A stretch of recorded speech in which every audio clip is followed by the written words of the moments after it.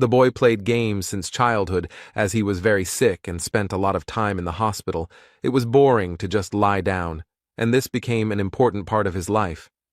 And this time the hero was playing a mobile game, but suddenly he was defeated and began to complain about the NPC artificial intelligence. But if you do something for a long time, you get tired of it, and one day it just becomes uninteresting to play. Neither puzzles, nor RPGs, nor first-person shooters, nothing could interest the young man. The story and lore were simple and stereotypical, the system had no depth, and there were no unique games. But suddenly he found an RPG indie game with 2D pixel graphics, which had long been unpopular. It was called Dungeon and Stone. The game was only in English, and in general the hero didn't really like such games. But it was free, so despite everything, the guy, out of boredom, decided to download and install it. There were many types and classes here, but the young man didn't have much hope for the game and didn't plan to spend much time in it, so he chose at random. He noticed that he hadn't played a vertical scrolling game in a long time and began to take his first steps in and get used to the mechanics. So, without even noticing it, the hero spent the whole day in the game, and the room began to be illuminated by the setting sun. Only by looking at his watch did the guy realize how late it was. The game seemed incredibly interesting and exciting to him, despite its graphics. Dungeon and Stone had a few mechanics that could be called either interesting or shitty, the first being that you absolutely needed an NPC ally. And the second one implies that after death, the player has to start the whole passage from the beginning, and at first, everything seemed very funny, but with each death, the guy became more and more angry and could no longer contain his anger and began to scream loudly, but the doctor quickly calmed him down. The hero apologized for his behavior and, despite the negative emotions, continued to play because he was so stubborn that he decided to complete the game at any cost. Dungeon and Stone was so unpopular and a failure that there were no tutorials for it in either Korean or English, and so the young man decided that he would complete the game on his own. Time flew by quickly, and the hero continued to play and work in the civil service at the same time, despite the lack of time. He entered university, graduated, got a job, and was already working full-time. Life went on as usual. And all this time the hero continued to play Dungeon and Stone, but he could not complete it, and kept dying and starting over, dying and starting over. But then 9 long years passed, and finally the guy was close to the end he had been striving for so long. He reached the final boss room of the entire Dungeon and Stone game, and was incredibly happy about this event. He was so overwhelmed with emotion from this simple picture of a door on the screen that he couldn't hold back his voice, filled with joy and pride. He wasn't sure that anyone had made it here. The hero shed tears of joy because he had been working towards this for 9 years, but he gathered his courage and agreed with all the pop-up notifications when entering the room. Among them was a strange window with information that he might never return, and the guy decided that it was just because it was the final boss. While waiting for the loading, the young man thought that he would hardly pass the first time, and now he needed to collect as much information about the enemy as possible. He also assumed about his features, ultimate attacks, and so on. The hero also allowed himself to dream that thanks to all his experience and preparation, he would be able to defeat the main boss the first time. The download was complete and new notifications appeared, among which was one that made the hero surprised and even scared, and it said that the training was complete. But what made him go crazy was the Korean language in the notifications, because he thought that Dungeon and Stone only had English. And he spent almost 10 years racking his brains trying to get through tons of dialogue and descriptions in English, which made him very frustrated. Suddenly, a bright light began to shine from the monitors, which blinded the hero. He did not understand what the hell was going on here. Suddenly, this light burst out from the monitors and swirled around the guy like a beam, causing hellish pain throughout his body. A moment later, the hero's body disappeared without a trace, and the rays rushed back to where they came from, into the monitors. The guy lost consciousness, but through his oblivion, he heard a voice congratulating the young fighters and saying that they would soon become real warriors, and when he opened his eyes, a crowd of savages appeared before his eyes. The hero found himself in an unimaginable situation. The darkness was illuminated everywhere, not by the usual LEDs, but by real, smoking torches. There was a crowd of wild, pumped-up barbarians standing around, wearing a variety of very primitive clothes and covered in tattoos. And some strange and no longer young, judging by his gray hair, man reads out an equally strange speech, and now he called for choosing a suitable weapon for himself. The hero was completely confused. He did not understand what kind of weapon was being talked about. He did not understand where he knew the language that the leader apparently spoke, and why the young man was here at all. The guy quickly pulled himself together and decided to sort out the situation and gather information, and the first thing he noticed, remembering the recent terrible pain, was his body. And I couldn't help but be surprised again. Rough hands, powerful muscles, tattoos, all this was extremely strange. The guy couldn't believe all this, but he couldn't think forever, because the situation continued to develop, and the leader shouted out to those who would be called to come out. Despite the complete confusion and lack of understanding of what was happening, the young man began to observe the situation because a cry was heard calling a certain third son of Vanon, Karak, and the barbarian standing in front of the young man walked forward. Standing in front of the gray-haired man, he began to quickly look around, as if searching for something. It soon became clear that the young barbarian was choosing a weapon, for he picked up a double axe and raised it upward, to which the chieftain praised his choice. And with all the power of his mighty lungs he declared him a warrior, after which he shouted the next name in the same style, only now it was Fenelon's second daughter, Einar. And then a strange thought came into the hero's head. Because he remembers something like that, this is a familiar situation for him. The young fighters choose their weapons and are recognized as warriors, the boy thought, as the ceremony continued. And with the leader's words about blessing Raphonia, it was as if a city from his fantasies and memories appeared before his eyes. An incredible guess pierced the guy's head, his pupils narrowed, his breathing became intermittent, and cold sweat appeared. This is the world of the game dungeon in stone. He chose a barbarian as a starting character, and just played for this class. The hero simply couldn't comprehend how this was even possible. Heavy thoughts occupied his head. Completely focused on his thoughts, he didn't even notice how the rest of the sounds of the ceremony seemed to be muffled. But suddenly, the hero heard the barbarian standing nearby say the name of the game, which aroused serious interest in the young man. He was different from other barbarians, because he had horror on his face, his eyes were darting, and he was afraid of everything. The guy realized that he was not the only one who got into the game, and that this barbarian was the same player as he was. Suddenly, a threatening voice was heard very close by, asking who dared to open their mouth. Raising their heads, the two young barbarians saw the figure of the leader towering over them. He had a threatening look, and his very appearance inspired terror.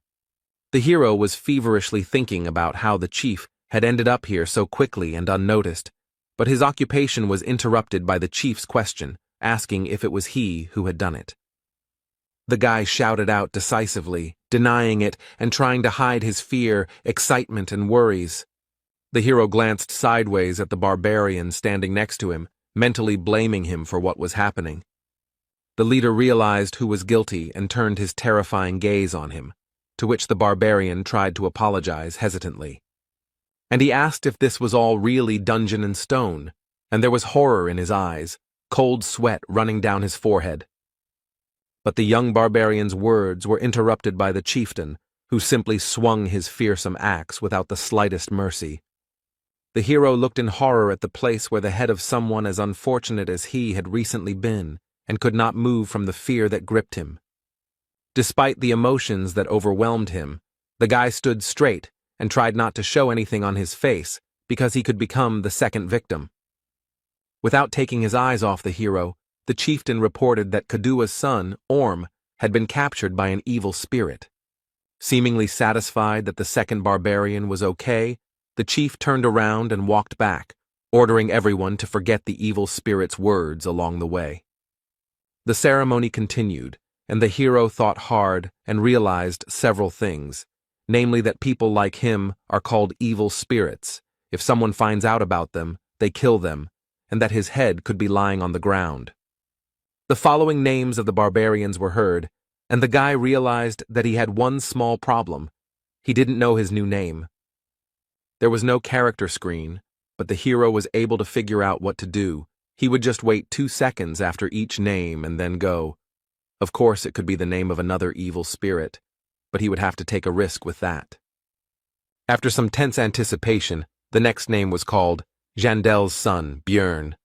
The hero quickly glanced at the crowd of barbarians, but none of them moved, which meant it was time to take a risk. 2 seconds passed, but no one came out, and if so, it was time to cast aside fear and doubt and go to the merciless leader.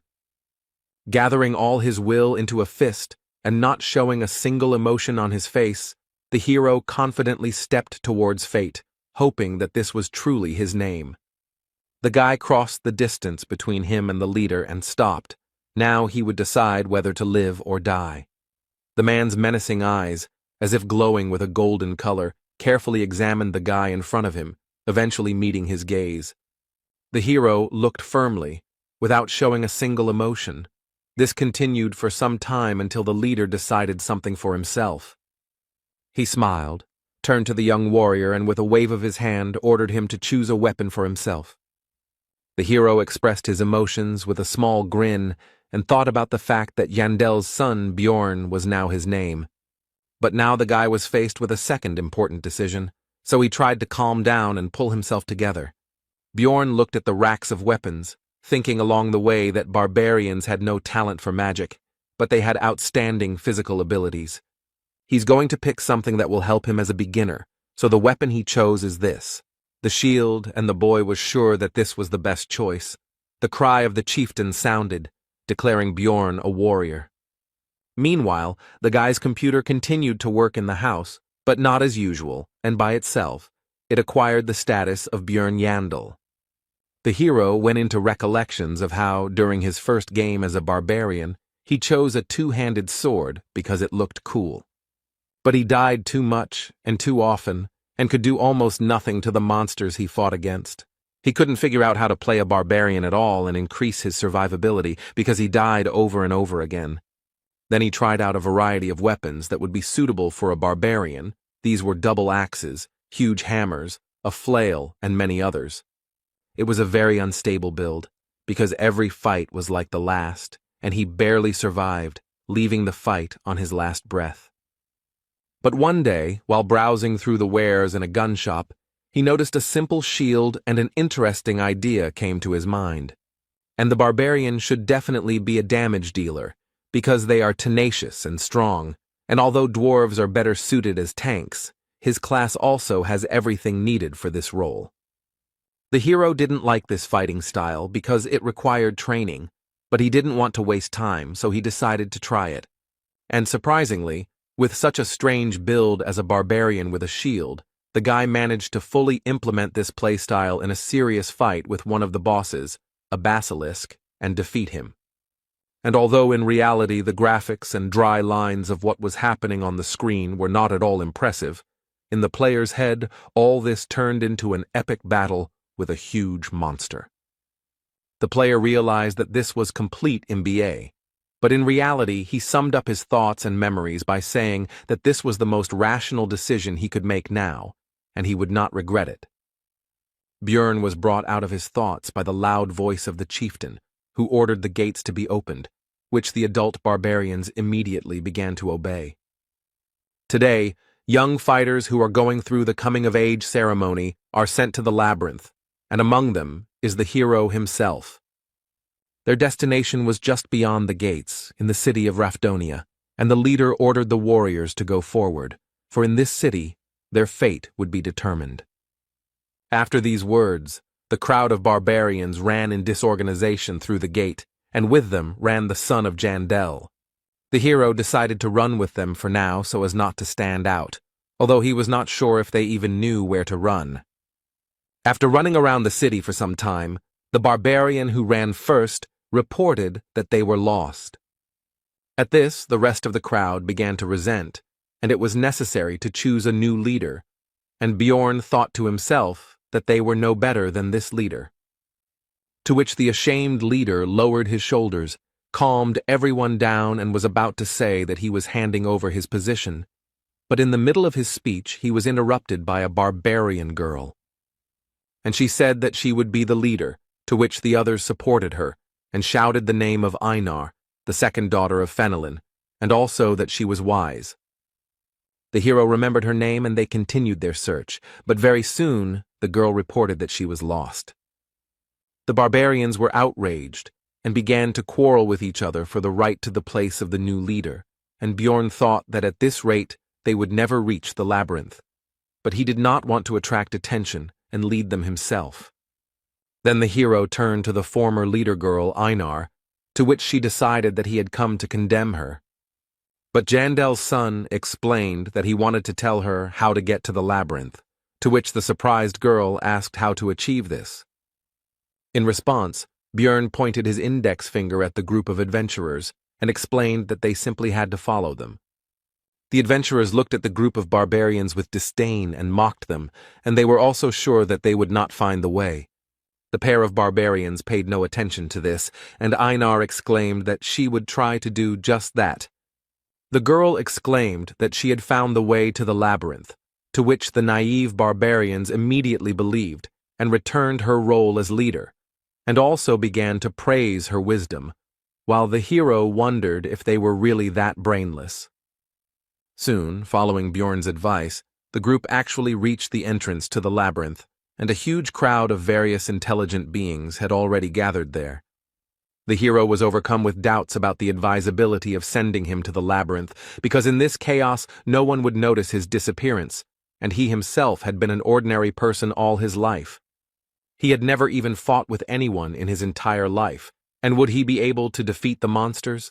Would he not find another way to pay Rafdonia's taxes? Taxes are one of the strange systems of Dungeon and Stone, the essence of which is that upon reaching 20 years of age, each resident must pay money to the state. But the peculiarity is that if you do not pay, you will be executed. There are several ways to earn money. The first is by fighting various monsters in the labyrinth. The second is to go to work in the most ordinary positions, for example in bars or somewhere else, but the hero will have certain problems with this. He is a barbarian, and in this world, barbarians are not preferred for employment and are generally viewed extremely negatively. Because of this limitation, at the beginning of the game, the barbarian, unlike other classes, immediately receives a weapon. If not for this, Bjorn would not have to fight monsters. The entrance to the labyrinth is closing soon, and you need to think faster, because you can only get inside once a month, and if you don't go now, you'll have to survive here for another month, which, given the difficulties with earning money, will be difficult. Even if he survives this month, he will be in terrible condition, so he needs to leave right now, but his legs won't budge, because this is not a game, and his life is at stake. Suddenly, the same Einar turned to Bjorn. The guy greeted her, but made a mistake in calling her the third daughter. She corrected him, saying that she was the second, and said that the others had already entered, and they needed to hurry. The last adventurers, except for a couple of barbarians, were already running through the portal, and the man next to him said that it would close in 5 minutes, while the guy noticed that the passage was getting smaller.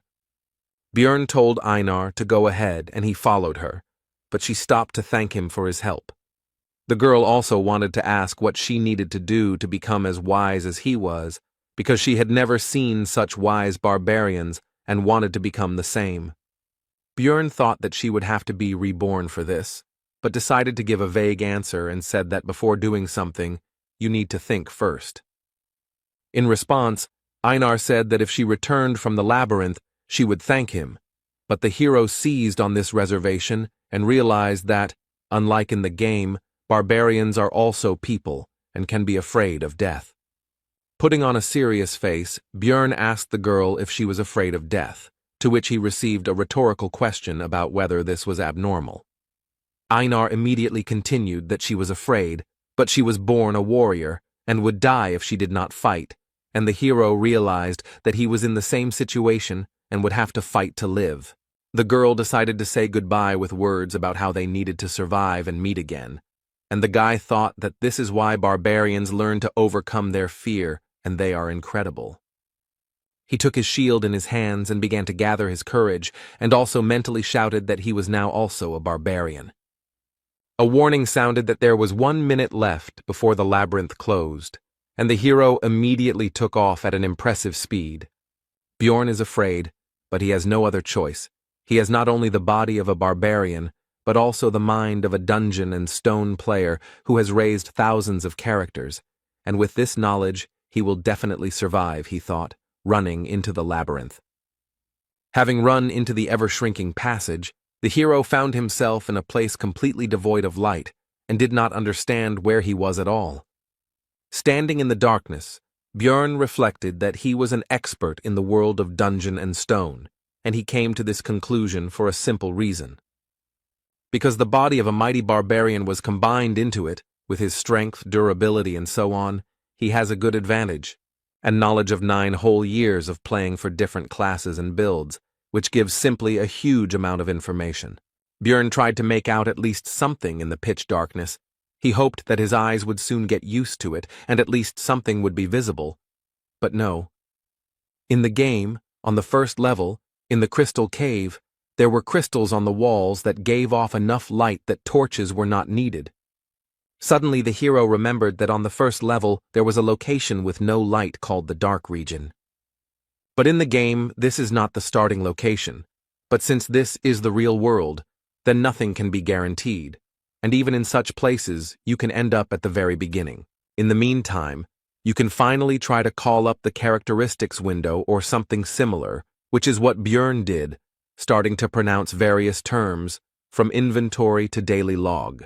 But, as expected, nothing came of it, which did not stop the hero from beginning to resent the injustice of life. There was no point in standing, the barbarian decided, and began to move, but due to the darkness, progress was extremely slow. And just as Jandella's son began to think that there might be traps here, a sharp pain pierced his leg, and he could not hold back a scream. But the next moment, Bjorn began to hold back his moans, and tried to calm his emotions and ignore the pain. Goblin, this is a monster that uses traps on the first level, and it may be nearby. After these thoughts, the hero began to carefully look and listen into the darkness. He could have gone somewhere, and the barbarian would have been lucky, but such thoughts are extremely dangerous, and if he is not sure of the situation, then he needs to assume the worst possible outcome. If his trap is here, then its owner is nearby, and if he hears my scream and sees that I am caught in the trap, he will wait until I weaken from blood loss. Since this is the situation, then you need to do what is necessary, Bjorn thought, and began to remove the trap from his leg. He also noticed that it was smeared with a paralyzing poison, and if he had been given normal boots and not sandals, then everything would have been easier. But in any case, it's useless to think about it now. You need to quickly get out of the trap and be ready for battle. Your leg is numb. Because of the paralyzing poison, it's not even scary. The hero began to aggressively shout at the goblin to come out, because he didn't want to leave the vile creature behind him. But everything was quiet. Suddenly the goblin really was gone. But even if he behaved like an idiot, he would be an idiot who survived, Bjorn thought, and said into the darkness to stand still, and he himself would leave. His mind was clouded by the loss of blood, but the barbarian continued walking, when suddenly he heard someone else's footsteps. Although the hero now knows that the goblin is here, he still can't see anything, and he decides to try running. After running a bit, Bjorn suddenly stopped and turned around. The goblin's steps also died down. He was pursuing, but keeping his distance. In the pitch darkness, the goblin's vile laughter was heard. He waits for the victim to bleed to death and rejoices at the imminent dinner, not even hiding his voice. Then Jandel's son decided to pretend that he was completely weak and fell on the cold floor of the labyrinth, waiting for the goblin.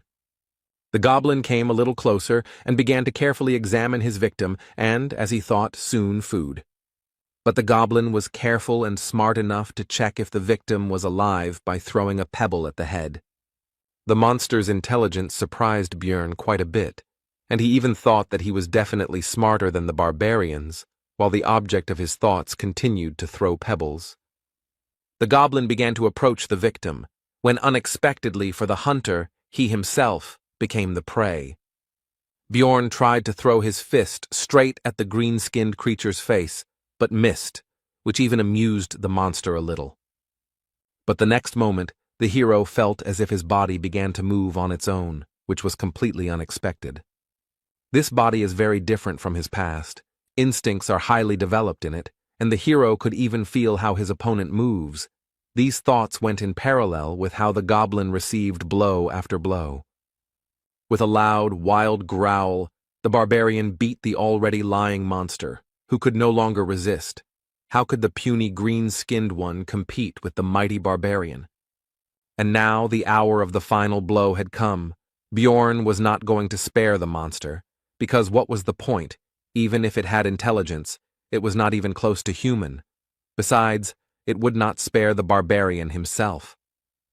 A short time after death, the monster's body began to evaporate just as it happened in the game. In place of the corpse, there was only a small red object. It was the currency used in the world of Dungeon and Stone. To be more specific, it was a 9th-class magic crystal. His price is just a piece of bread, and for this Bjorn Yandel went through such a dangerous situation. This is a place where labyrinths and monsters exist that, after death, leave items and disappear. And outside the city, there are other places familiar to the guy from the game, where life goes on as usual and other races coexist. This is definitely the game world that the hero knows about, but he can never consider this reality a game, and with these thoughts, the barbarian continued to move through the labyrinth. The barbarian has been crawling in complete darkness for a long time now, but the bleeding still refuses to stop. The rejection of the human method of movement begins to bear fruit, because this way the guy does not use his injured leg, and he moves faster than you might think. And the most important advantage is that it is now impossible to step into a trap, and Bjorn is ready to endure inconvenience for the sake of survival. Continuing to move, the hero thought that bleeding was very dangerous, and he couldn't stop because he needed to find someone who would help him with the wound. In such a dangerous situation, Bjorn remembered a guy like him, who was killed by the leader at the very beginning, and began to wonder if he died or woke up in his world. And he also realized that it is in such cases that faith helps. It seemed to the hero that he was coping, because light was already visible in the distance. After all, the entrance to the first floor should not be covered in darkness. The guy is sure that someone will help him there. Suddenly, Bjorn saw himself, but different. It seems that the loss of blood and the stressful situation itself are already causing hallucinations. The figment of the imagination began to tell that no one would save the miserable dying barbarian, because he was not a beautiful girl or an intelligent man, but a savage that no one needed. Jandel's son felt his personality splitting and then joining, and then becoming silent again, and he was definitely going crazy.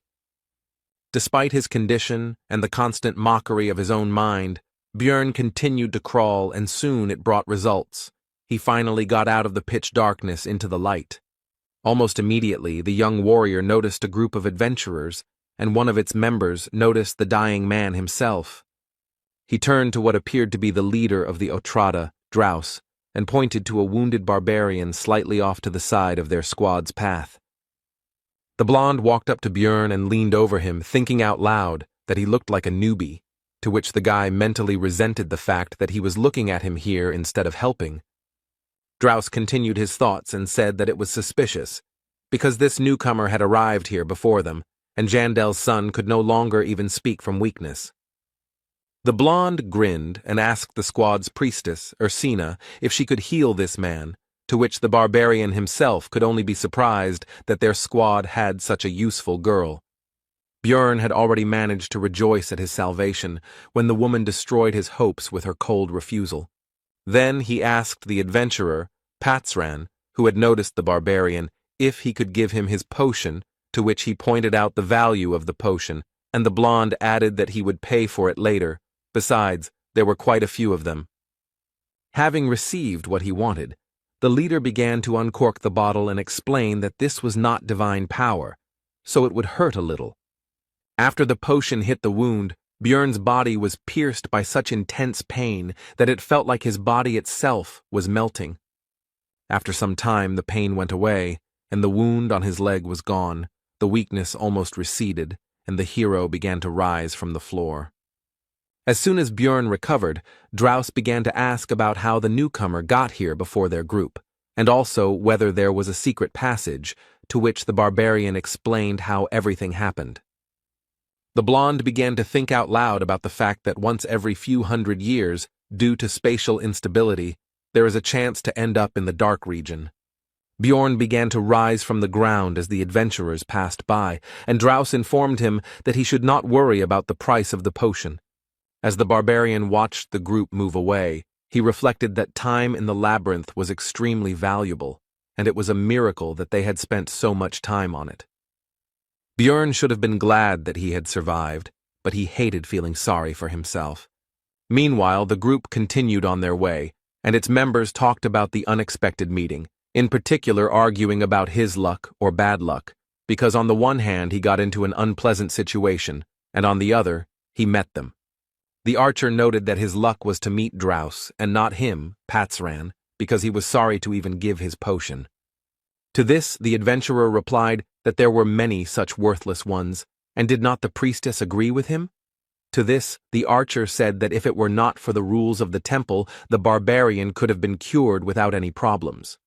Continuing the argument, pointing out the kindness of Draus, because he gave the dying man the opportunity to pay for help with information, and barbarians do not like to accept help from others, they also noticed that the bloody trail had been going on for a long time. The priestess noted that it was convenient to have a guide, who was the blonde man, to which the archer noted that he had memorized the map of the entire first level, which was an extreme rarity. But when the group finally reached their destination, they noticed that they were the first to arrive, and Draus came closer. And he activated the portal that leads to the second level of the labyrinth, and the adventurers began to move to the next location. But the archer made everyone pay attention to the sandals of their recent acquaintance and the trap nearby. The magician illuminated the cave, and everyone saw that the bloody trail stretched all the way from here, which surprised everyone, because they had lost him. The magician asked Draus how long it was to walk from here to the place where they met the barbarian, to which he received the answer that it was about 15 kilometers if you didn't take a shortcut. Persevered, having learned that he had crawled for so long in pitch darkness, wondered whether he could repeat it. He also remembered that the barbarian had then pulled his magic crystal towards them, which he carried with him all the time, no matter what. He simply had nothing more to thank them with, and after these thoughts he informed the group that he took back all his unflattering words about this guy. He realized that people like this barbarian never give in, no matter what, and never escape from problems through death. After his recovery, Bjorn continued to encounter green-skinned goblins in fairly large numbers. The first time, the barbarian was in pitch darkness and was also nervous, but now these monsters pose practically no threat. The traps are set randomly, and not even camouflaged in any way, making it almost impossible to get caught. Their attack directions and ambush sites are extremely predictable, and they cannot pose a serious threat. But a new problem has appeared, and it is extremely simple. It is hunger, because enough time has passed, and the energy has gone to recovery and physical activity. Suddenly I remembered that they were given provisions at the very beginning, but while crawling the bag got damaged and a fair amount of food was lost. There was only enough for 2 days left from the 7-day ration, which meant he would have to economize, Bjorn thought, eating the bread, which seemed quite tasty to him. Only the first problem, the need for food, was more or less solved, as I wanted to drink, but this will be more difficult. Dungeon and Stone only had a hunger system, which worked in the labyrinth, and it had no information about water. But this is not a game, but the real world, and since they were not given water to take with them, it means that there must be natural springs somewhere, and the hero went in search of them. After some time, Bjorn heard the sound of water and went there, where he met a lonely adventurer resting. It was the first time he had met anyone outside of that blonde guy's group, but in the labyrinth there was an unspoken rule not to interact with others unless absolutely necessary. Having quenched his thirst, Björn decided to count the crystals he had obtained from the goblins, of which there were 44, which turned out to be quite a good haul for him. And now, the third problem has arrived, also connected with the needs of the body, namely, the need for sleep. And there are two ways to rest in the labyrinth. The first is to simply go to bed and hope for luck. The second is to find people who can protect you in your sleep. In other words, temporarily unite with someone. But here too the hero was in for a failure, because some were openly afraid of the barbarian covered in blood, some did not trust him, and some simply did not like people like him. This whole situation was extremely irritating to Björn, but he couldn't do anything about it, and he just wanted to sleep. But suddenly, some lonely adventurer approached him with an offer to become night companions, which at first angered Björn, but he explained that he had nothing reprehensible in mind. The barbarian agreed with the proposal, and also remembered that a night companion is an in-game term, although in real life it sounds strange. After that they introduced themselves to each other. The new acquaintance was called Hans. The adventurer said that it was pointless to look for another comrade, and that they would spend that night just the two of them, which made Björn tense up because of the ambiguity of the phrase and the manner of speech of his new acquaintance. They played rock, paper, scissors to see who would be on duty first, and the barbarian lost, which didn't surprise him, since his luck had clearly deserted him lately. Hans handed Björn a mechanical watch and told him how to know when to wake him up. He clearly didn't have the best opinion of his friend's intelligence. Looking at the obviously expensive device, the hero thought that in the future he would certainly have a chance to use the prejudice about the stupidity of barbarians to his advantage. Looking at the sleeping Hans, the warrior wondered if all adventurers behaved so carelessly, and whether he would lend him his sleeping bag. And so when the right time came, Björn woke up his temporary comrade so that he could take up his post. Hans replied that it was now the barbarian's turn to sleep, and then he realized that he wouldn't be able to sleep because he didn't trust his friend at all.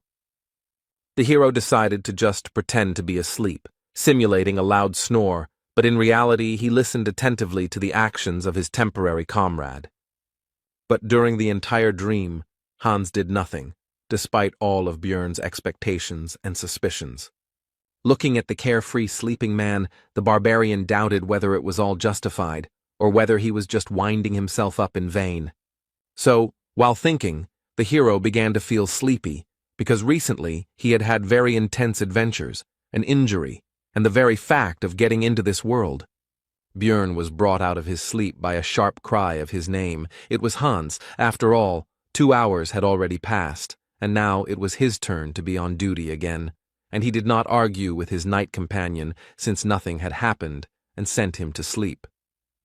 And although intuition told me not to trust this man, the facts said otherwise. Because he was the first to turn to him when the barbarian was in a difficult situation, he didn't scold him for his mistake, so he could sleep.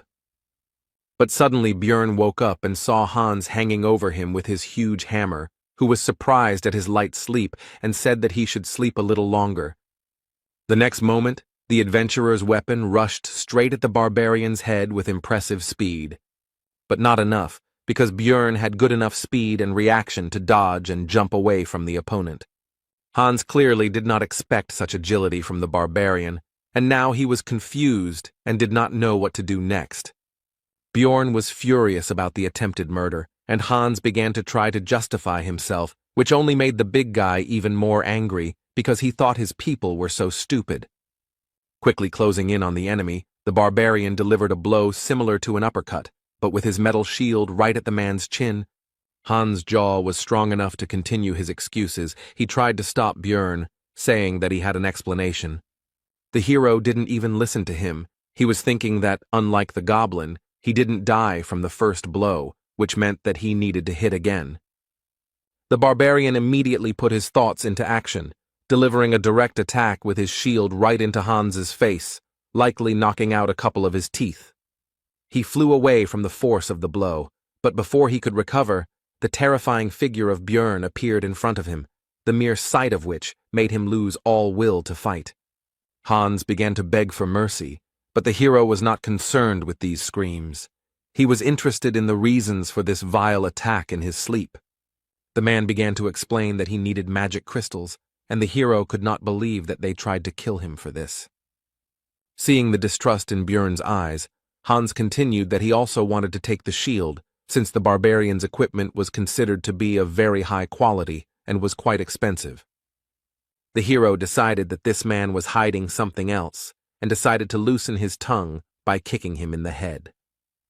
Putting his foot on Hans's body, Björn threatened that this was the last chance to tell the truth, but he decided that this was not all, because in the world of Dungeon and Stone, killing an adventurer is a serious crime. Then the would-be assassin confessed that he also needed his heart, the barbarian's heart. They sell for a good price, and he heard that it was an ingredient for some new spell. Then Björn realized that for this man he was like a goblin, just a very difficult but also valuable prey. The barbarian also learned that Hans had not attacked the first time only because he also wanted to sleep, and the former knight companion asked that since he had told everything, would they forgive him. At first there was a few seconds of silence, and then Björn explained that he would probably meet more people like him later, and he was not going to forgive anyone. These were the last words that this man heard. 2 days had passed since entering the game. Despite his first kill, the hero tried to find some positives. Among them was that he received new equipment. These were shoulder pads, a backpack, a hammer, and leather boots. In his backpack he now carried a flask of water, a compass, that same watch, bandages, and potions, and he got all of this by killing a man, which did not improve his mood, but he himself was to blame. With the new weapons, it became much easier to kill goblins, and during the fight, the instincts of the body took over, which on the one hand felt like being in someone else's body. On the other hand, it made it easier to fight. It's already the second day of the labyrinth's life, so the goblins began to appear in pairs, but the hero also became stronger thanks to equipment and some experience. Also, the young warrior's progress became much faster than before, which could not but please. But there was one serious problem among this news, because he had not slept for a long time, and this threatened significant problems, and remembering the previous experience of searching for a comrade, the hero decided to sleep alone. But as soon as Björn began to fall asleep, these green-skinned people appeared, which irritated him greatly, as a result of which they lost their lives. Then the barbarian tried to kill all the goblins in the area, hoping that they would not appear again, and fell asleep. He was awakened by a sharp pain in his chest, and opening his eyes he saw a monster in front of him who plunged a dagger straight into his body. But the green-skinned man did not rejoice for long, because he received a fist in the face and died instantly. His friend, seeing the fate of his comrade, hastened to flee, and the barbarian did not even have the strength to pursue the fugitive. Reflecting on the fact that due to overwork, he did not notice the danger at all, the hero decided to use a healing potion, which brought even more suffering than the injury itself. It's been 14 hours since the meeting with Hans. At this time, the adventurers begin to look for companions for the night, which Björn decided to do, but now he decided to look for a fellow barbarian, because only he can be trusted. This time, other groups of adventurers also invited him to join their company, and at first, the hero, due to exhaustion, did not understand why. He refused everyone and explained that he was looking for a relative, and he also understood the reason for such hospitality, simply and trivially. With new equipment he looks not like a tramp without one sandal, but like a completely reliable comrade. One of the people I met explained that it would be difficult to find a barbarian on the first level of the labyrinth, because all of them, 3 to 4 months after the ceremony, go to the second or higher levels, and it is difficult to meet young ones.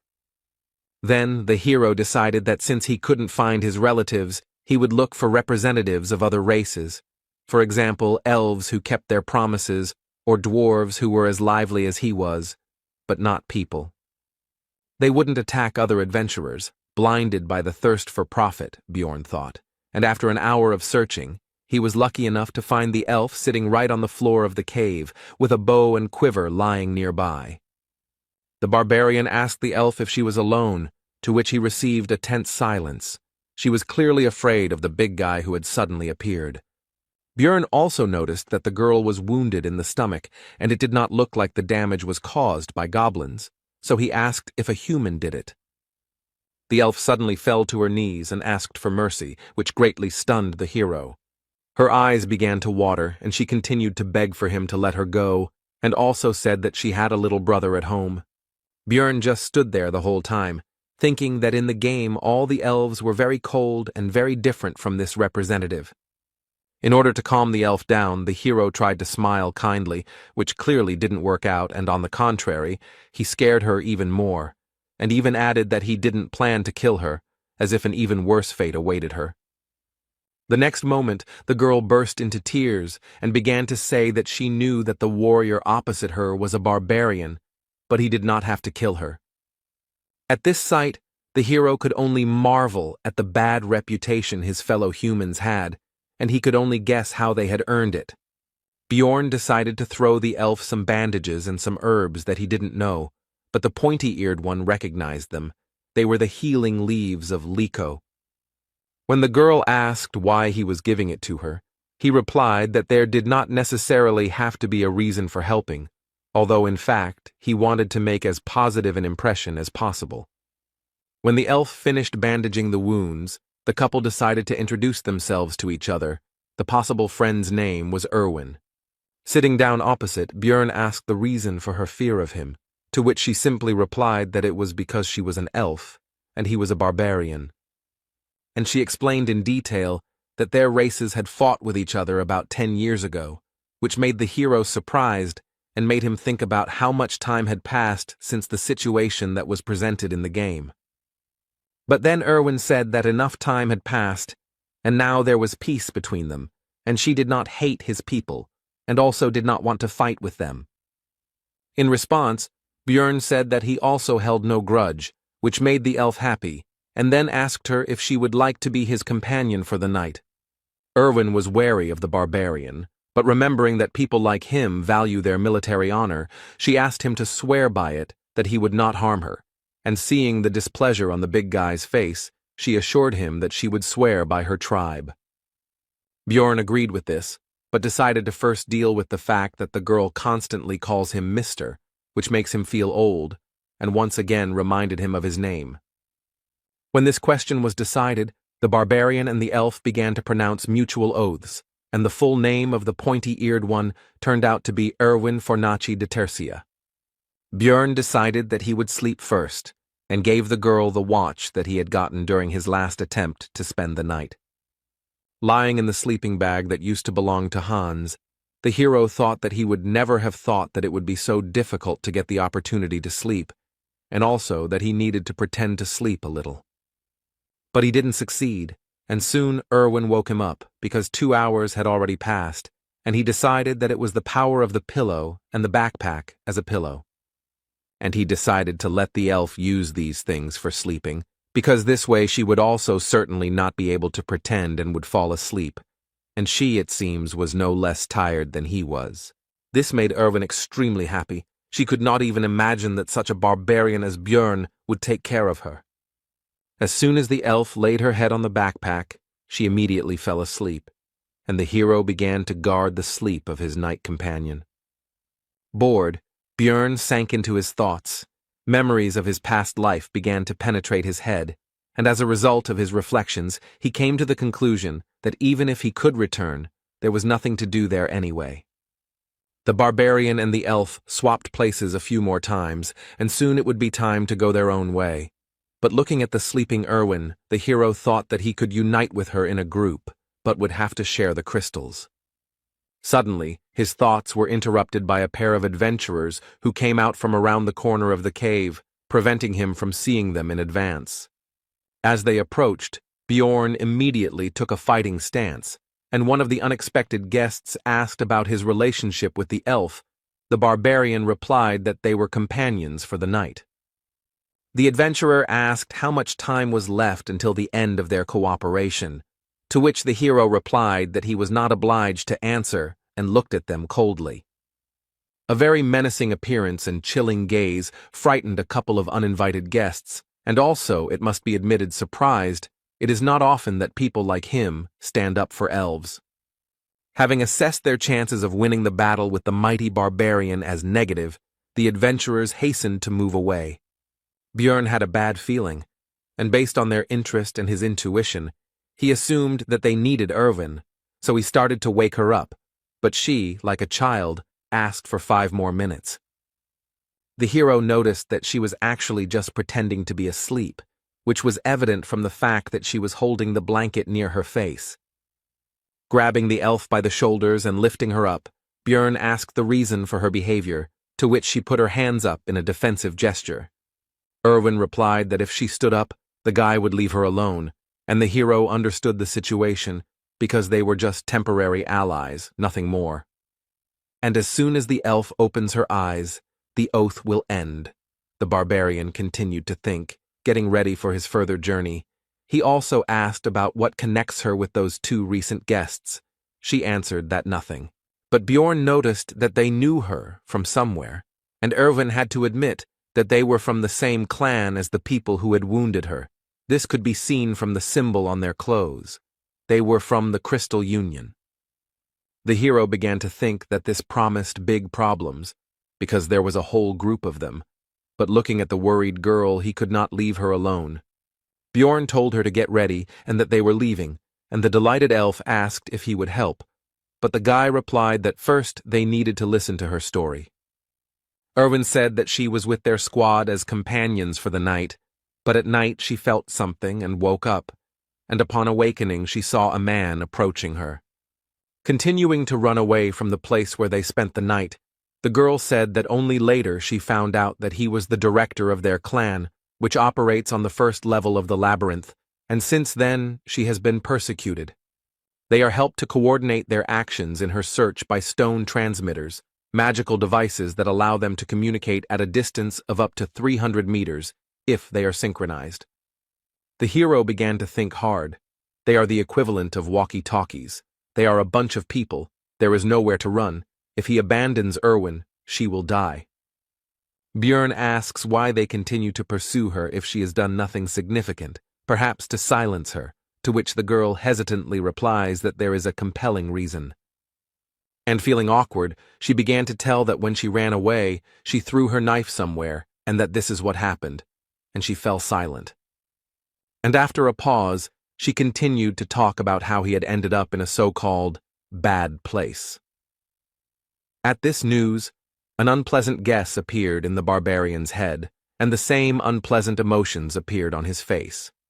Smiling awkwardly, Erwin ends the story by saying that she heard that the director was so injured that even potions couldn't help him return everything to how it was. But after a few seconds, the emotions left her face, and she reported that they were being followed, and the distance was 150 meters. Looking out of the corner of his eye at Erwin, the hero thought about how she heard this from a very impressive distance, and also noticed the opening of her wound, and she was not complaining. Although they have sped up, the elf reports that the distance is still the same 150 meters, which means they cannot break away, and during this time the pursuer has probably informed his people about the situation. The only way out is to destroy them, but then there will be no way back. Is it worth risking for the sake of a companion, because he is not the target? While the hero decided to gather more information before making a decision, so he asked what Erwin was good at, and she replied that she was good at washing and cleaning, although her cooking was not so good. When asked if Björn meant battle, the elf replied that she was good at archery, which was understandable, but she also had mastered the magic of the spirits of the element of fire. When asked whether the girl had killed anyone, the answer was negative, but she tensely assured that she was quite capable of doing so. The hero had made up his mind, so he asked if Erwin would become his ally until he left the labyrinth, on the condition that she would only get 10% of the loot, to which he agreed. When the distance was clarified, the answer came back, 100 meters, which means that the pursuers are faster, so something needs to be changed, and Björn said that they are changing direction and ordered the girl to call the spirit.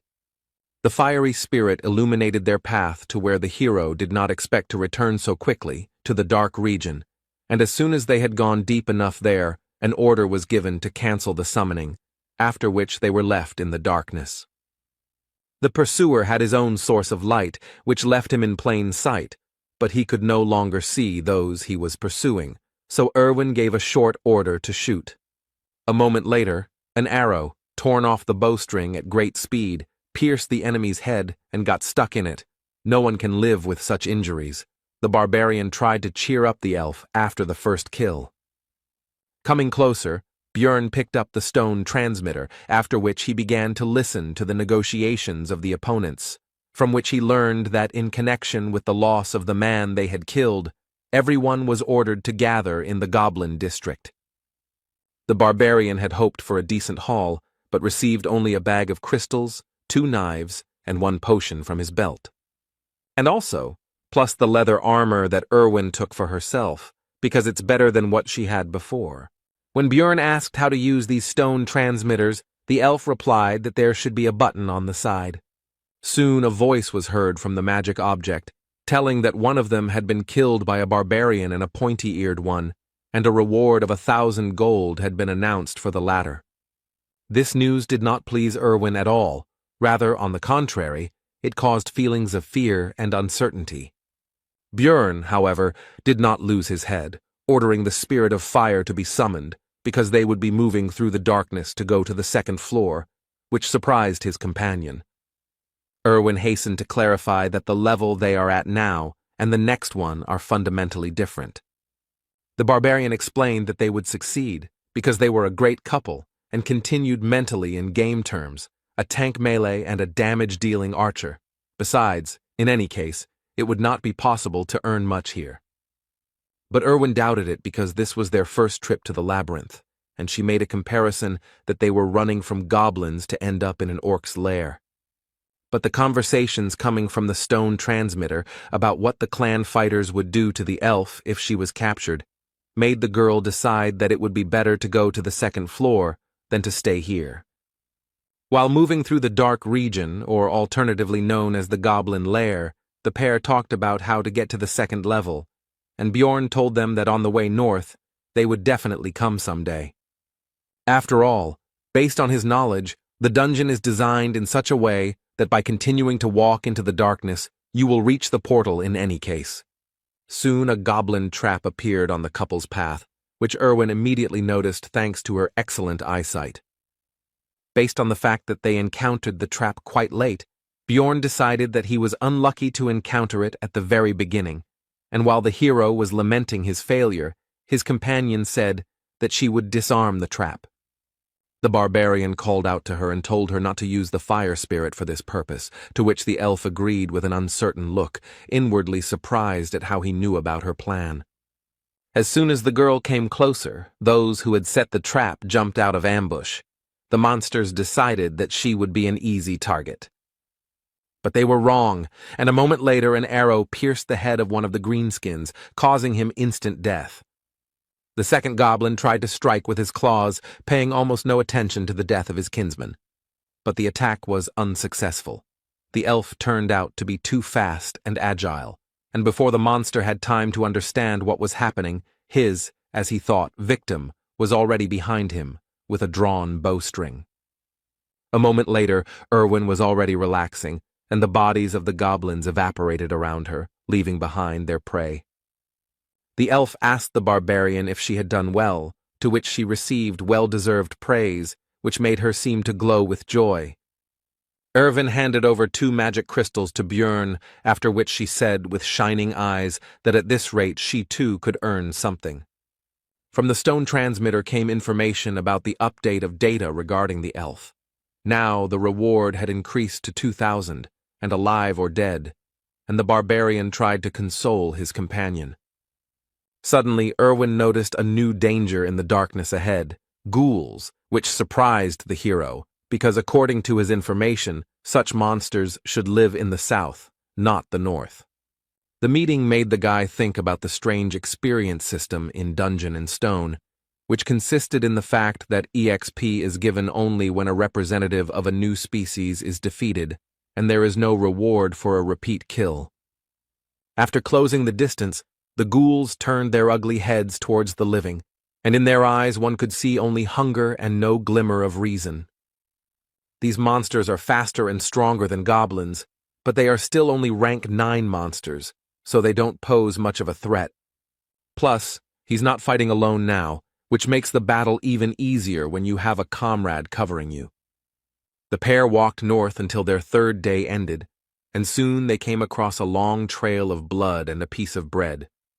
At first, Björn had an unpleasant guess that he did not want to believe, but soon it was confirmed, because they found the very same trap, next to which lay one sandal. And very close by there was an already open portal. Remembering what the hero went through when he could have simply crawled back a dozen meters, he was overwhelmed with emotions. Soon, all other feelings were driven out by the barbarian's rage, and Bjorn gave vent to it by hitting the floor, which frightened his companion. The girl took the guy's anger personally, so she asked what she did wrong, and moisture began to gather in the corners of her eyes. But the hero calmed her down, saying that it was not because of her. Erwin then put all the factors together in her head, including the bloody trail, the pieces of bread, the sandal, and her companion's reaction. And she said in a mournful voice that he had been through so much, which made the barbarian wonder if she had really guessed what had happened. But it soon became clear that Erwin had come to the wrong conclusions. She thought that the hero had lost a precious comrade here, and uttered a phrase about the certainty that he had gone to paradise. Having gathered their courage, the pair of the elf archer and the barbarian tank went through the portal straight to the 2nd level, which is called the Goblin Forest. The next moment they were transported to a new area, but no one could have expected that they would appear not on solid ground, but above it. Upon landing, the hero noticed that he felt as if he had been chewed and spat out by a giant frog.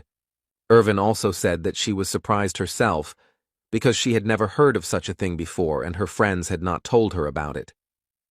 While scouting the area, Björn came to the conclusion that the lighting from the stars was so-so, but there was no point in waiting for dawn because they were in the labyrinth, and also decided that in case of a threat, they could return to the 1st floor. Erwin asked if this was really the 2nd floor, since she had never heard of this forest, to which the hero explained that from the 1st level you can go through different portals and end up in other locations. And he continued, besides the Goblin Forest, there is also the Beast's Lair, the lands of the dead, and the dark rocky mountains, and when his companion asked about their next steps, the barbarian asked if she knew how to get back. When told that they would simply be thrown out when the labyrinth closed, Björn confirmed, but added that the 1st level would close in 168 hours, and the 2nd in 240. And most likely the Crystal Union will not go to this floor, so they will wait until the 1st one is about to close and will be transferred there through their portal, and then they will be spat out into the outside world. But the hero decided not to sit around doing nothing all this time, and the couple set off to explore the surrounding area. Erwin, walking through the forest, felt nostalgic and also reported that this place felt just like the abode of fairies, one of the species of which she is in the world of Dungeon and Stone. While scouting the surroundings, the elf noticed traps everywhere, although the barbarian was unable to notice their presence. So the girl decided to show their location and threw a stone straight into the trap, causing it to go off. Unlike the previous floor, here they were camouflaged. After that, Erwin started begging for praise, but Björn decided not to overdo it and simply said that she was throwing stones well. However, seeing the girl's displeasure, he still added that there was no need to rejoice over such trifles, and that he already considered her to be a fairly experienced adventurer, and she was pleased with this.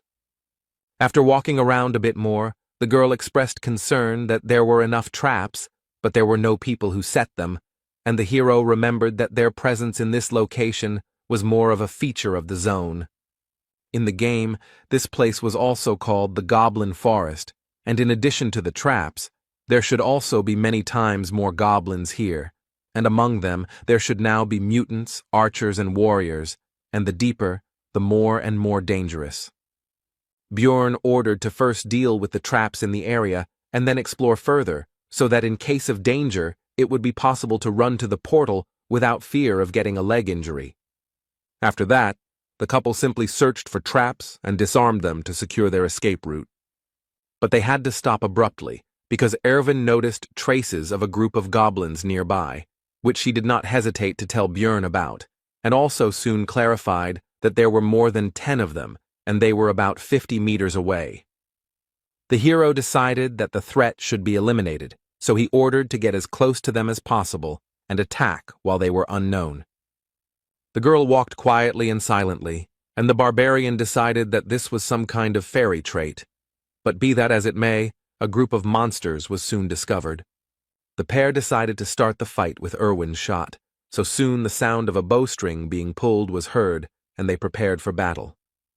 The arrow shot forward, and a moment later, the barbarian shot too, not even sure whether his companion had hit due to the distance. The boy and the goblins ran towards each other. Erwin, as an archer, stayed behind and did not rush forward. Both sides were confident of their victory. The second floor is different from the first. There are 3 times more enemies, and you can also encounter new species, and most likely the hero should have felt fear. But the barbarian did not feel it. On the contrary, the warrior's heart, which he received in his new life, trembled in anticipation of the battle. With a loud battle cry, the hero burst into the crowd of greenskins and began to scatter them in different directions. But there were too many enemies, and one of them almost cut off the barbarian's head with his dagger, but he was fast enough to dodge. And Björn jumped back, thinking about the situation, because if he had been a little less agile, his head would have flown off his shoulders. The enemy has the advantage in numbers, and injuries would be inevitable if he were here alone, but it's good that he has an ally. To prevent the goblins from running to Erwin, the hero began to shout loudly, attracting the attention of the green-skinned shorties. It was time to finish. From defeating the group of goblins, 11 magic crystals were obtained, which was quite good compared to the first floor. After all, Björn earned about 44 in a whole day, and although he wanted to take the armor or weapons, they dissolve along with their bodies. The barbarian decided to give Erwin 2 crystals because those that fell from the goblin warriors were more valuable, which made the girl happy. After which he ordered them to move on, because he was impatient to see the results of the whole day's monster hunt. As the pair went 3 kilometers into the floor, groups of goblins began to appear every 5 minutes. This time they had a new type of enemy with them, a goblin archer, whose specialty, among other things, was camouflage, with the help of which he could disappear right before your eyes. The barbarian and the greenskins rushed towards each other, because even though the shooter would make things more difficult, he would not lose. While the battle was going on, the archer took an advantageous position in the bushes and began to aim at the hero, and now the right moment for the shot arrived. But thanks to the excellent reaction of the new body, the guy managed to notice the arrow flying straight to the target. At the last moment, Björn was able to dodge the dangerous projectile without receiving any injuries, after which he began to search for the shooter's location. The goblin realized his mistake too late and could no longer hide, so he was killed with one powerful blow of the hammer. After 15 hours of continuous fighting, both were very tired, so they finally decided to rest. This time Björn was the first to take up duty, because despite the fact that they were very well prepared, the elf could not boast of the barbarian's endurance. It seems that it has already become a tradition to reflect on duty, and this time the hero did not break it. They hunted for 15 hours and earned more than they could have dreamed of on the first floor. But the further they went, the more often they encountered other adventurers, who not only often had numerical superiority, but also included different races. Adventurers are much more dangerous than goblins, especially now that the guy has someone to worry about. Björn said out loud his thoughts that the biggest problem was that he was very beautiful, which embarrassed, in fact, only the girl who was falling asleep. In the following days, the couple actively hunted goblins to earn crystals and gain experience. Together they rested from physical activities and protected each other's sleep from monsters and other possible dangers. So the 6th day of their stay in the labyrinth passed, and the 7th came. The couple decided to get out of here because there were only 2.5 hours left before the first floor closed. They were both very tired these days, but it affected Irwin especially strongly. She already dreamed of going to bed immediately after returning. Soon they came across a group of goblins on their way, and despite their fatigue, the adventurers decided to fight their opponents. The mere sight of the stern barbarian already instilled in the green-skinned monsters a feeling of insecurity in their own strength. While scattering the enemies, Björn decided to deal with the warriors first, and Erwin would deal with the archers. After so many battles during these days, the hero became a master of such battles and gained enough experience. And Erwin also didn't stand still and now always knows exactly who and when to shoot so as not to interfere with the guy. Although there were 2 archers among the goblins, not a single arrow flew towards the barbarian, and the enemies were already defeated. The pair had already worked together perfectly. The time it took to kill goblins had been significantly reduced, and looking at Erwin and noticing how much she had grown in recent times, Björn even began to feel proud of her. Suddenly, among the evaporating corpses and magic crystals, the elf noticed something unusual, something they had never seen before. It was an essence, part of the dungeon and stone skill system. It gives passive or active skills. You can only absorb 1 per level. Skills vary greatly depending on who dropped the item. For example, the guy who chased the couple downstairs most likely had the essence of a razor wolf, which enhanced his sense of smell. When asked if the elf wanted to take the essence for herself, she answered positively, since he didn't need it anyway. But then, suddenly, a group of aggressively minded adventurers emerged from behind the trees onto the recent battlefield and began to accuse the couple of something. Erwin tried to justify herself, but Björn took her by the shoulders and told her to stop, because he had already guessed why they were here and what they wanted. After which, he simply threw the girl's light body into the essence that rose into the air, because that was exactly what these people had come for. A bright light flashed and blinded the adventurers, who realized what had happened and were extremely outraged that the valuable prey had slipped out of their hands.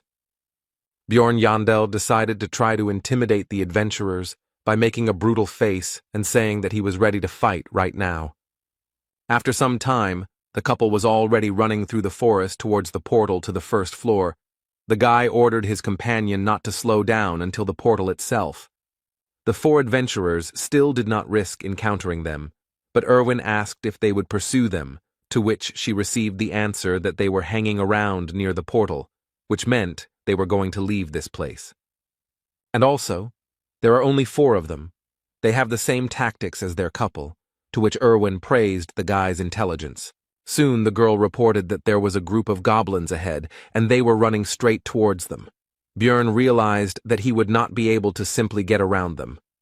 This was suspicious, because goblins usually don't behave like this, and they didn't want to run into them now, when the pair's goal was the portal, so the barbarian ordered to change direction.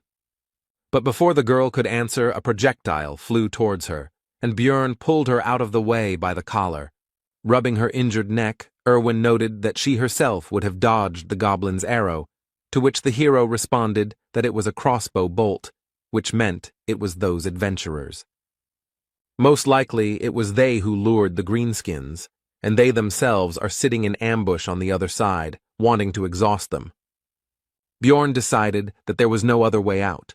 They would have to fight, but they had an advantage, the power of the essence. The goblin archer's essence, based on game knowledge, should increase stats and give 1 passive and 1 active skill. The first is arrow poisoning, and the second is camouflage. When Erwin remarked that she didn't know how to use them, Björn pointed out that she was already using them, and it seemed to be done simply by the power of thought. The hero handed over the backpack and sleeping bag to his companion and said that he would deal with the goblins himself, and her task was to find the enemy crossbowmen. When asked about the danger of separation, the guy replied that they didn't have time. She needed to keep her head down and shoot her target after the signal. And he rushed at full speed towards the goblins, no longer hearing the question coming from behind him about what kind of signal this would be.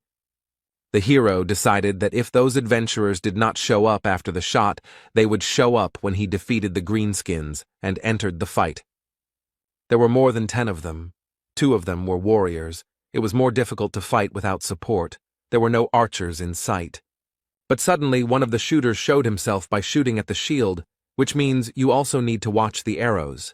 Taking advantage of the hero's distraction, one of the goblins snuck up behind him and plunged a dagger into his body. Without Erwin's help, alone against a group of enemies, needing to watch out for goblin arrows and not forgetting about the crossbowmen, the situation is extremely lousy. More and more wounds appeared on the warrior's body, although none of them were serious, but there were more and more of them. A crossbowman suddenly intervened in the battle. At that moment, 2 projectiles, an arrow and a bolt flew at Bjorn. Both could not be blocked, and there was no way to dodge. The hero decided to defend himself from a more powerful crossbow shot, and he will have to take the goblin gift on his body. The arrow pierced right into the elbow, and it also turned out to be poisoned. Now one arm is not working, which means I will have to choose what to throw. The hero decided to leave the shield, because although it would be easier to kill goblins with a hammer, the real threat comes from the crossbowmen, and without a shield it will not be possible to defend against a bolt. The battle with the greenskins became even more ferocious and difficult, but despite the advantage they had gained, the monsters could not win. Very soon there were only a few goblins left, and they decided to run away. This man had instilled fear in their little hearts.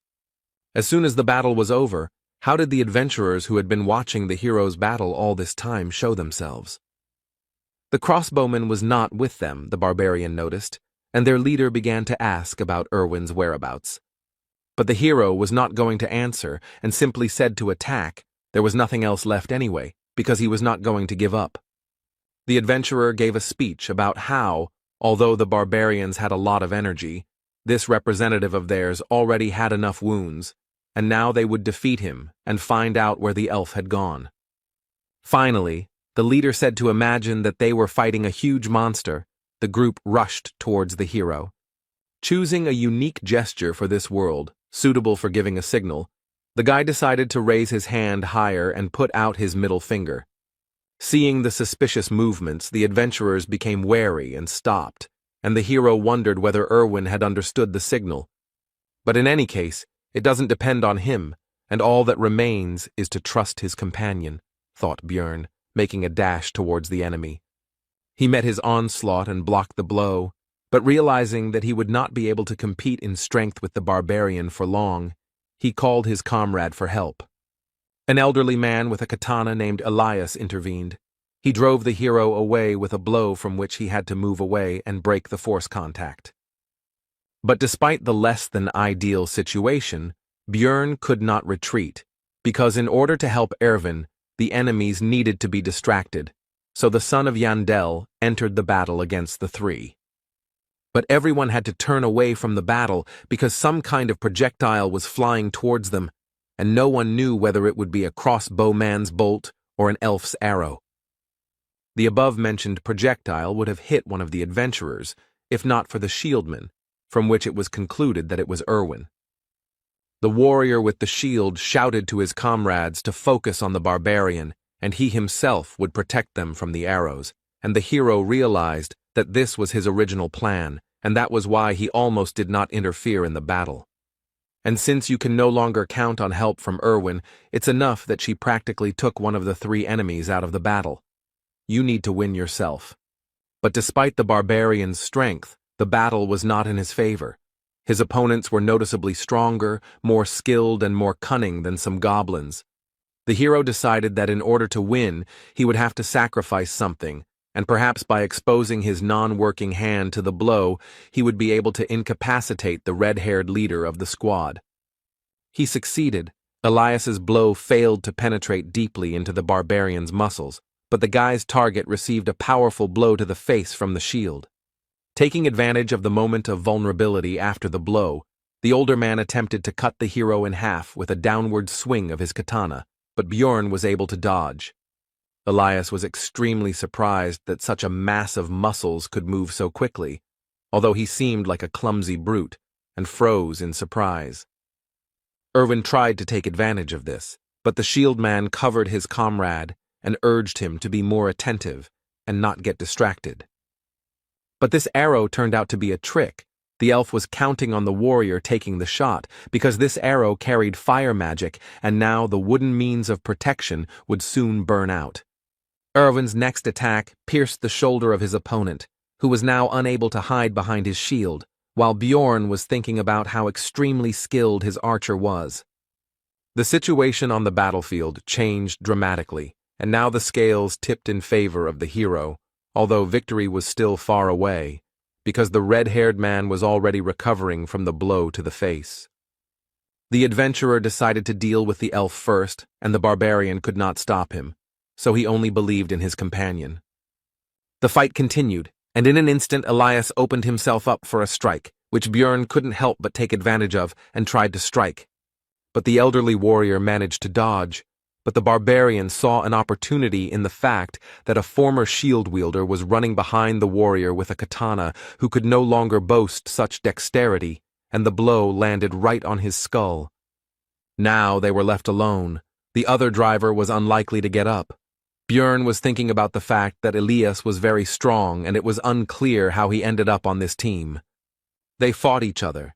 In this battle, the fury and strength of the barbarian met with the dexterity and technique of the swordsman, and no one gained the upper hand. They were worth each other, although they were almost complete opposites.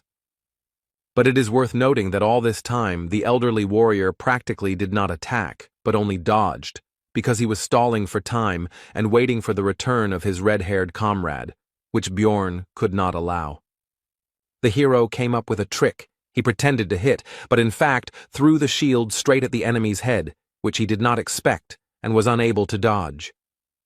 The barbarian's primal rage took over Bjorn's entire being, and he bit off a piece of Elias's throat with his teeth, thereby condemning him to a very painful death. Soon the rest were finished off, and while the hero was recovering from the feelings that overwhelmed him, Erwin approached, who, apparently, dealt with the red-haired one. Noticing Bjorn's condition, she gave him a healing potion and advised him to drink it, since it was more effective, and besides, he was also poisoned. The hero felt like his insides were boiling, all his veins were hurting badly, and his skin was burning and itching, but the wounds were healing, and that was the main thing. Bjorn asked about the time, and after receiving the answer, the guy realized that there were 40 minutes left before the first floor closed, which meant there was no time to rest. The hero ordered Erwin to take everything off. She was embarrassed, but obeyed, to which the barbarian clarified that he meant to take all the loot from the enemies. But he soon realized that there was no time for this, so he said to take only equipment, magic crystals, and backpacks. By the time they finished sorting through the trophies and ran to the portal, there were only 50 seconds left before the first floor closed. After the transition, the hero landed unsuccessfully again, but Erwin showed her agility, and she also said that it was fun. Bjorn wanted to meet and talk with his companion on the other side, but he couldn't get the name of the tavern out of his memories of the game, and there was less and less time left. And only in the last seconds he remembered that it was the Black Whale, about which he hastened to inform his friend before they were transported.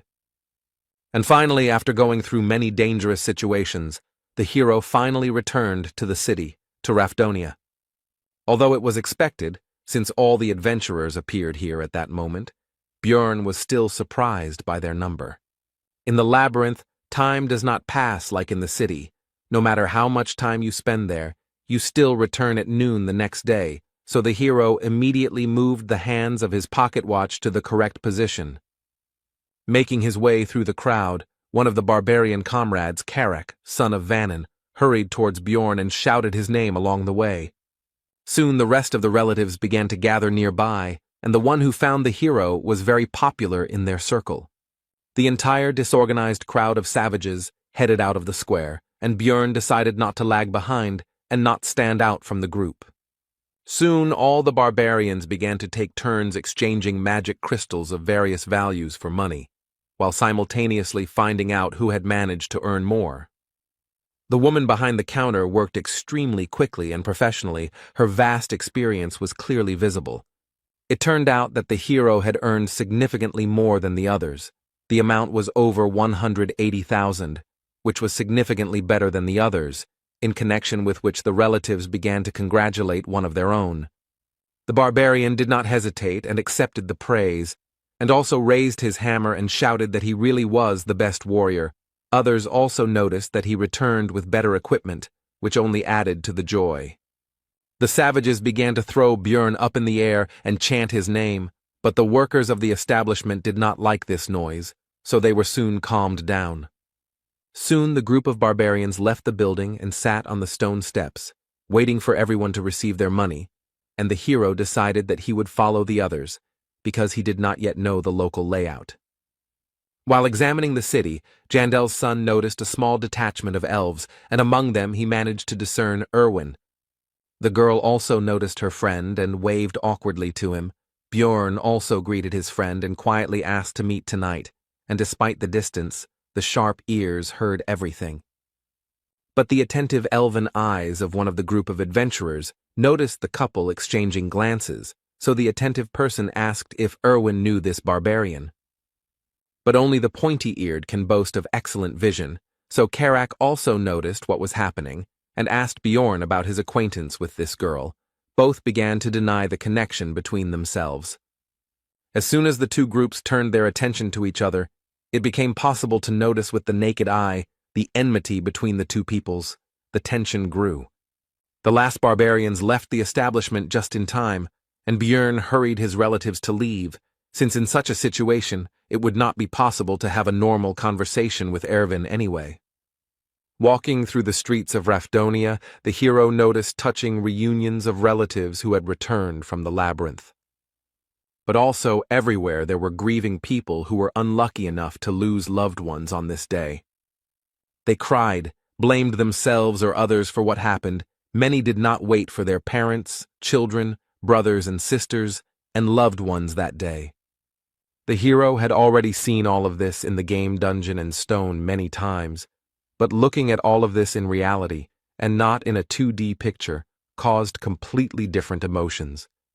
But be that as it may, life went on, so soon the barbarians reached the tavern, where they began to celebrate their successful return with the spoils. Björn didn't like all this because he followed them because he thought he might accidentally miss some necessary step, and not for this reason. Therefore, he decided to leave without even trying the drink, and some of his relatives decided to see off the most successful warrior. Walking through the streets of the city, Björn's tension gradually eased because there were no monsters or hostile adventurers here, so there was no need to fear attacks, and he could finally relax a little. The hero became interested in the clothes shop. He wanted to buy himself a clean shirt, but his things needed to be cleaned of blood and other dirt. Lost in his thoughts, Björn didn't even notice how he had reached a quite decent hotel. His head was occupied with thoughts about the serious differences between the two worlds. Having paid for the room, the guy went to the shower to finally wash properly after so many days in the labyrinth, and also thought that living in this city might not be so bad. But lying in bed, the hero admitted that he was deceiving himself, and had done the same thing before, because in fact he wanted to go home, even though no one was waiting for him there, and with these heavy thoughts, he fell asleep. Björn woke up already at night and decided that now was the time to go meet Erwin, so he started getting ready. Having asked a local resident about the Black Whale Tavern, the hero received the answer that this place had had a different name for 10 years already. Finally, Björn became convinced that the game world was lagging behind this in time, and having learned about the current name of the tavern, he went there. Nowadays it was called Python's Paths, and the hero noticed that he could read the local language because he understood what was written on the sign, which meant that he should visit the library soon, but now he needed to go inside. The tavern had a good atmosphere, there were many customers, and finding Erwin here would certainly not be an easy task. But the hero was lucky. The girl was the first to notice and call the guy, but there was another elf sitting next to her. He had seen her during the day. She was clearly in a negative mood, and when asked who she was, the answer was that the pointy-eared one was Erwin's older sister. When the guy asked if she had a name, He answered Tessia, which was part of his girlfriend's full name, from which it was concluded that she simply did not want to introduce herself normally. The hero asked why she was here, to which the girl flared up and said that it was because the barbarian invited such a young elf to such a tavern. And she continued that the meeting was scheduled for last night, but the guy never showed up. He's just an insensitive barbarian. The hero was surprised why it was last night, and Tessia thought that he was just making a fool of himself. Björn decided to make sure, so he asked Erwin how many hours had passed since leaving the labyrinth and received the answer 30 hours. The hero thought that only 4 had passed, but it turns out that he had slept for more than a day, which made him feel guilty. Jandel's son decided to apologize and explained the situation he found himself in. He didn't think it would turn out like this. Erwin's elder sister was shocked. She couldn't even keep her face. It seemed like she had never seen barbarians apologize. After this, Tessia asked about the reason for the meeting, but the hero did not want to talk in front of her, so he said that she could find out everything from her sister after the meeting. Further dialogue did not take place. Sparks seemed to fly between the two of them, and Erwin was torn, trying to calm her friend and relative. During the argument, Tessia suddenly slammed down a heavy bag and said that these 350,000 magic stones were payment for the essence. Björn began to explain that he would like to continue hunting in the labyrinth with Erwin, and she could earn the necessary amount with him, and they would divide the spoils in half. At first the girl was happy about this, but a moment later she became gloomy and refused, and the hero could not understand the reason because they made a good team. Tessia explained that now Erwin would be on the same team with her, and before that he was alone due to the tradition that the first entrance to the labyrinth should be solo.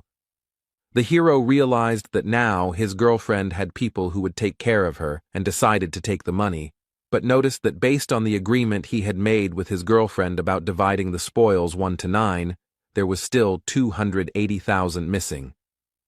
To this Tessia responded with a bag she had prepared in advance, and Björn realized that she was simply trying to trick him, but he kept it all to himself and asked her to leave, because he still wanted to talk about something with his friend.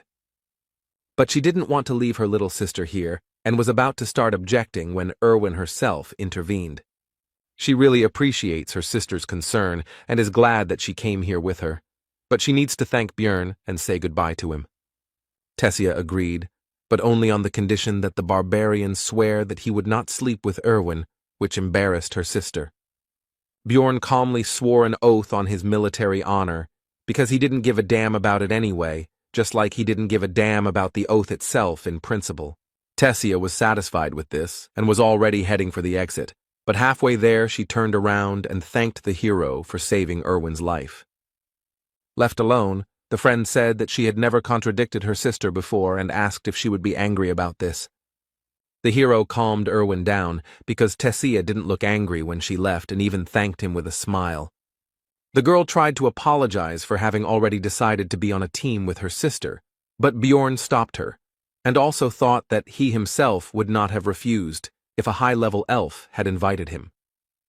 After that, Erwin handed the hero a bag with the red-haired man's and the crossbowman's magic crystals, and she had already taken her share. She also left the rest of the equipment in her house, and tomorrow they should sort it out and decide what to do with it. Erwin said that she wanted to somehow thank Björn for saving her, and he realized that this was precisely why Tessia had demanded an oath, but nothing had come to his mind yet, and the guy suggested ordering something.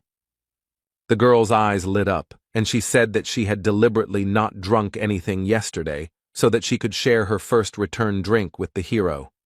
It is a special drinking tradition that involves having something to drink upon returning from the labyrinth, and for young elves it is quite important.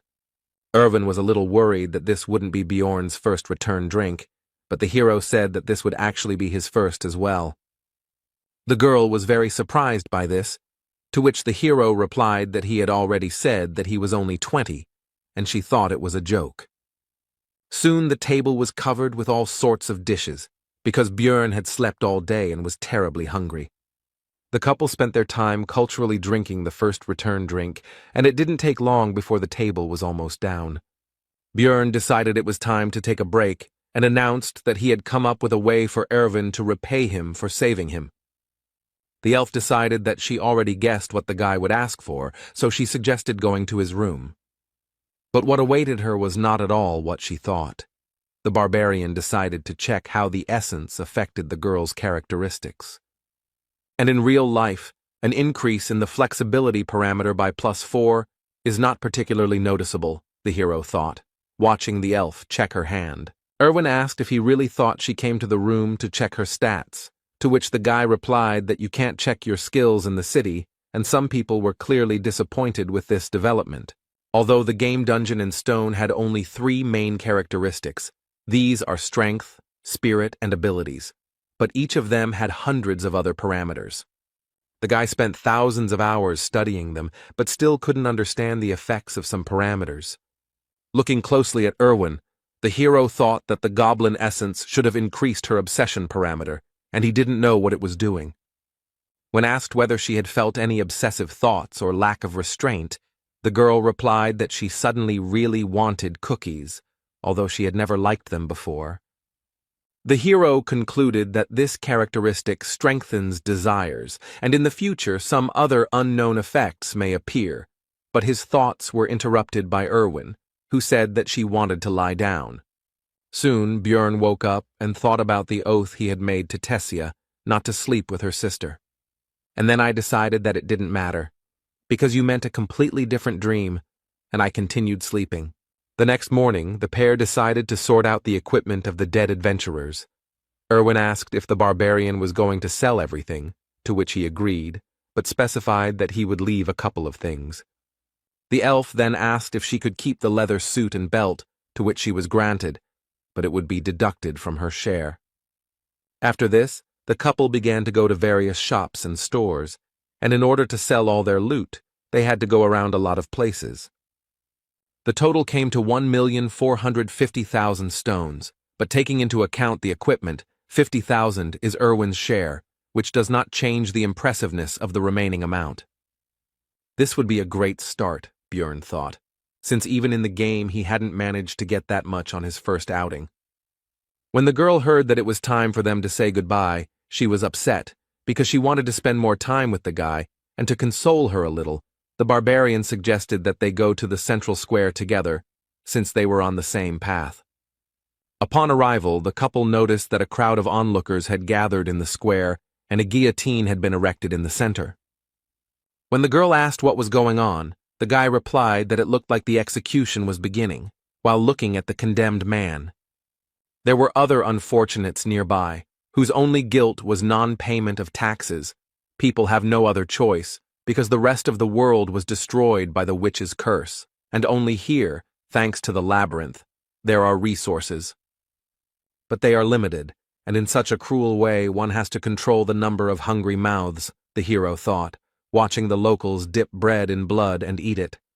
When the girl asked about the reason for their actions, the guy explained that there is a belief that the blood of the executed brings financial luck, and then asked about the amount of crystals for the first year's tax. To which I received the answer that the amount is 700,000 for non-humans, but in the second year it is already 800,000, and a commission appears upon exchange, which is slightly different from the game, but close. Taxes are growing every year, which means he can't stop training, otherwise his blood will end up on someone else's bread. You need to save up as much money as possible so you don't have to worry about it, so you need to get to at least the 6th floor in order to avoid execution and survive. After saying goodbye to Erwin, the hero went to the library, where he continued to collect surprised glances from other visitors, since barbarians are rare guests in such a place. Walking through the reading rooms, the hero suddenly noticed a familiar girl. It was Einar, the second or third daughter of someone there, he didn't remember, who seemed to have fallen asleep right on the book. Björn decided to wake up the blonde, because he was curious what she was doing there. She woke up easily. The girl was glad to see her son Jandel, which she announced very loudly to all the visitors of the library. When asked to be quieter, she justified herself by saying that she did not expect to see a fellow barbarian in this place. The hero asked about the reason for her stay here, to which the girl replied that she decided to follow his advice to think before doing something, so she decided to gain new knowledge here. She also said that while in the labyrinth, she realized that it was not only monsters that posed a danger, so Einar decided to study, but she faced a problem, which was her poor reading skills, and now she is going to the Temple of the Barbarians to fix it. As she was about to leave, the girl remembered her promise to repay for the advice, so she said that she should be looked for in the Angry Bull Tavern. The library was simply huge, and the hero couldn't even imagine how to find the books he needed here. Björn decided to approach the female librarian, but noticed that she had fallen asleep at her workplace, so he tried to wake her up with a soft cough. She immediately opened her eyes and began to find out what was required of her, to which she heard about the need to help in the search for books. But before the hero could explain the details, the librarian cast some kind of spell and cast some kind of effect on the barbarian. And yawning, she explained that he would find the book he needed if he simply wandered around. Taking them with him was forbidden. He had to read them in the library.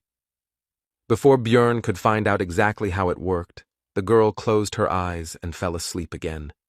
He quickly understood how magic works. Just looking around a little, it turned out that magic simply highlights the desired book, which was very convenient. Now it became clear to the hero why only one person looks after such a large library. Magic makes life much easier. The first book Björn picked up was called The Fallen World, and it told the story of how the lands had been cursed for thousands of years, and only Rafdonia survived, thanks to the ruling family who opened the way to a dimension called the Labyrinth. The second, Basic Notes on Alchemy 4, covered ways to turn magic crystals into food, water, steel, and other resources.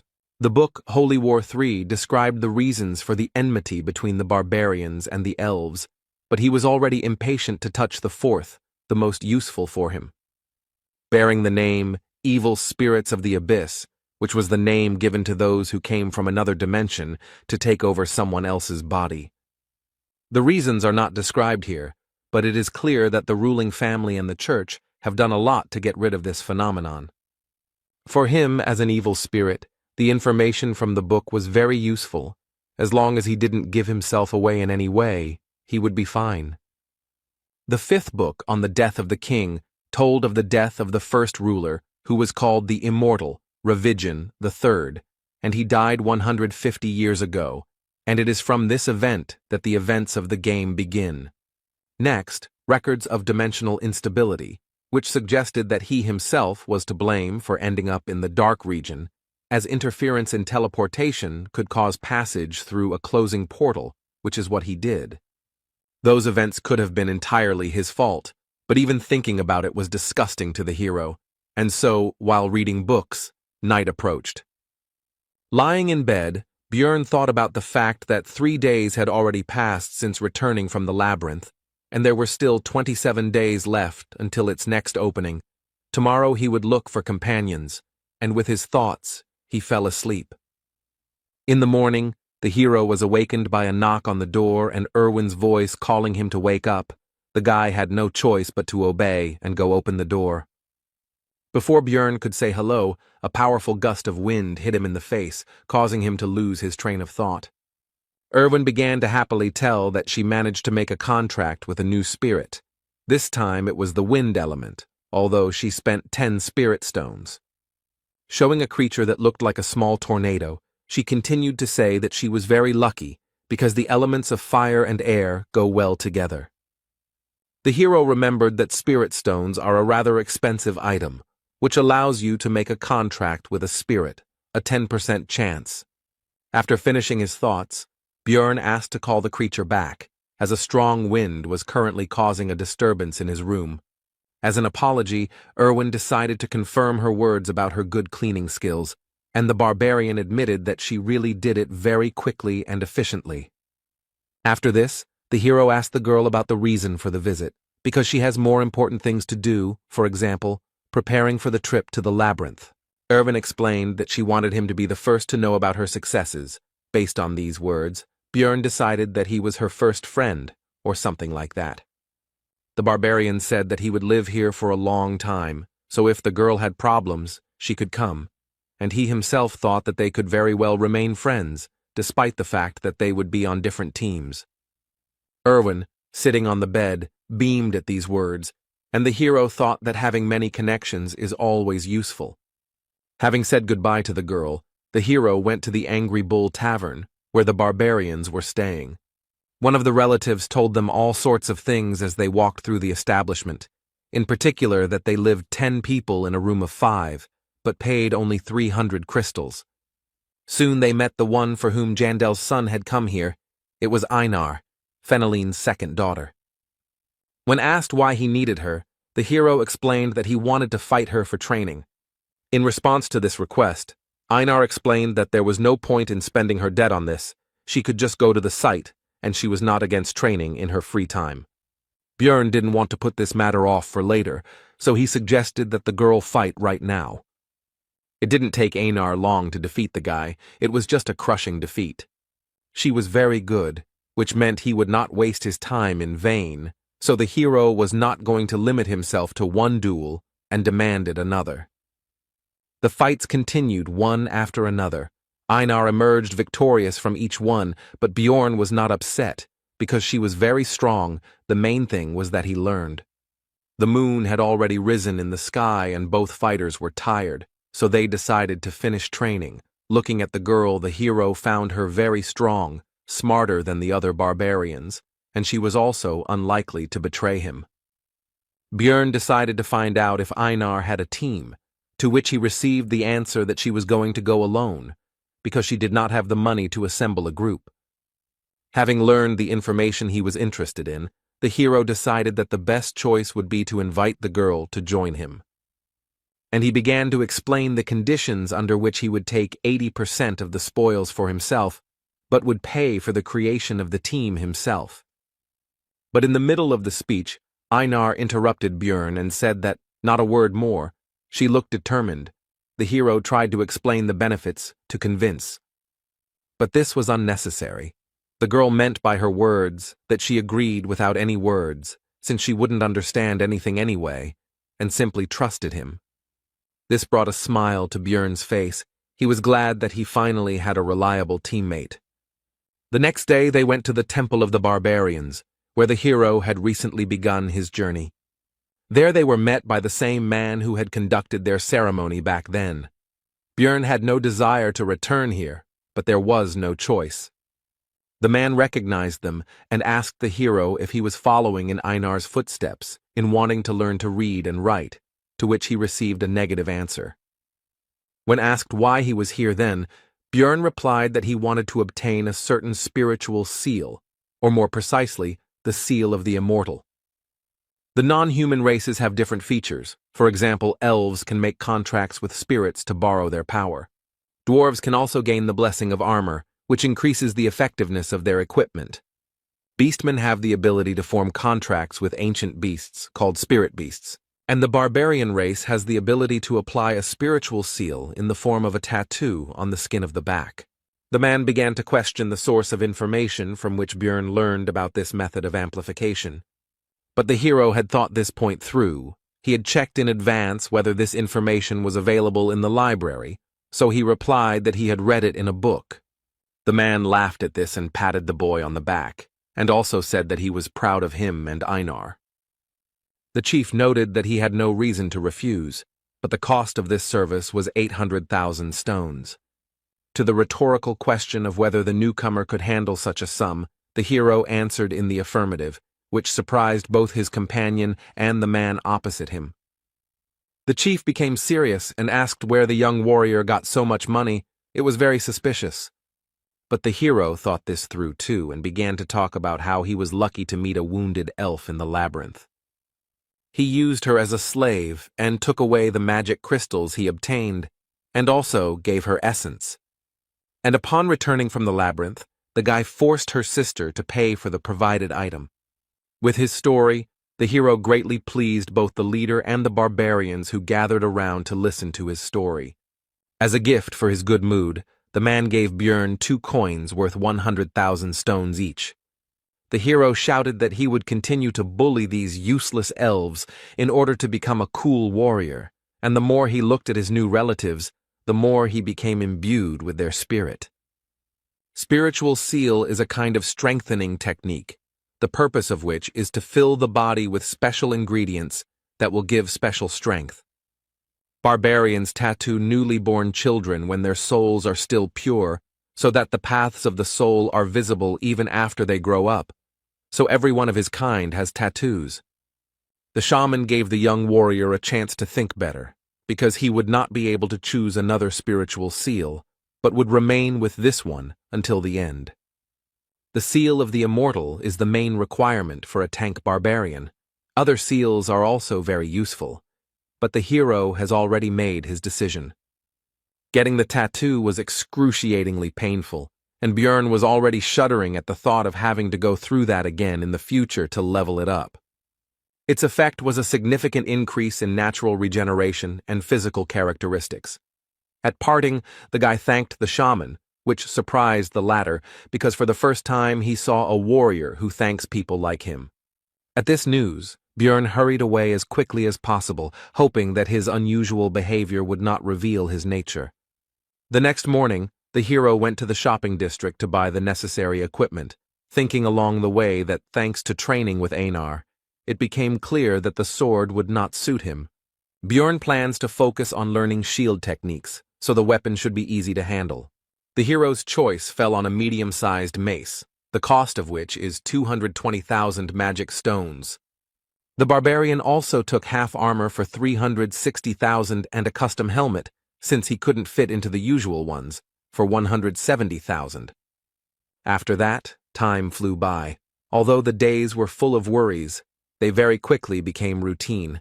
At 7 in the morning, he woke up and had breakfast with Erwin.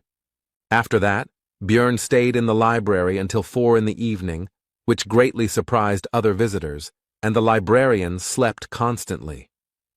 After this, the guy goes to different taverns to listen to the conversations of other adventurers.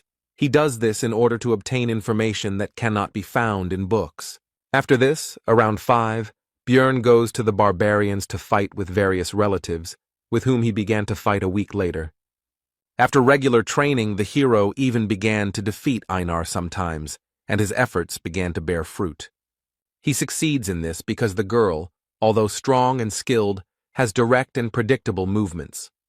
He told her this, but it has long become her habit, which she is unlikely to easily correct.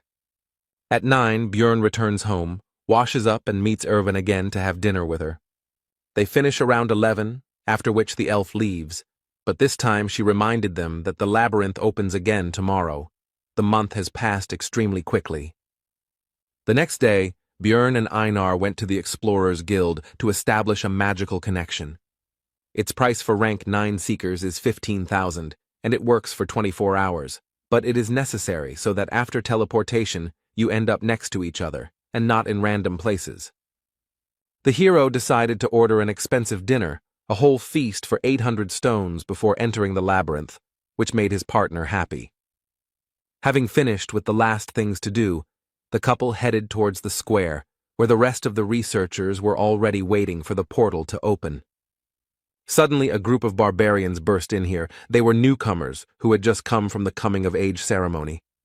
Their appearance brought a pleasant nostalgia to Einar, even though only a month had passed since she had been in their place, and Björn thought about how they managed to find their way every time in an unfamiliar city. Soon, it was possible to enter the portal, but the hero stopped his companion and said that he wanted to check one of his guesses. The portal became smaller and smaller. Einar began to worry, but Björn was still waiting for the right moment. And so, when the security guard at the entrance shouted that it would soon close, the guy rushed forward and shouted for the girl to do the same. The next moment, the hero's guess was confirmed. They found themselves in the dark region, as he thought. To his companion's concern about what was happening, Björn explained where they were and said that this time he had torches, and the last reservation surprised the girl a little.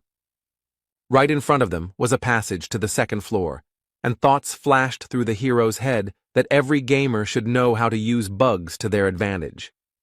Without delay, the portal was opened, and the first person to do so also received some experience as a reward. This time the location was different, the dark ground, The remains of stone structures and heartbreaking screams indicated that this was the land of the dead. But unfamiliar feelings distracted Björn from examining the area. He felt as if something was moving through his veins and filling his body. The barbarian shared this with his companion, to which she replied that according to the description, it looked like an increase in the level of the soul, that is, an increase in the level of the character, as it was in the game. He now has more energy to use skills and can also have 2 essences.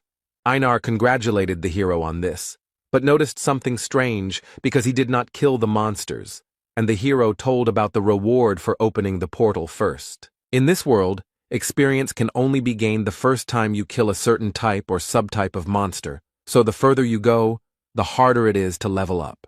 Opening the portal first is a stable and relatively easy way to earn EXP, so many people try to get to the transition as quickly as possible.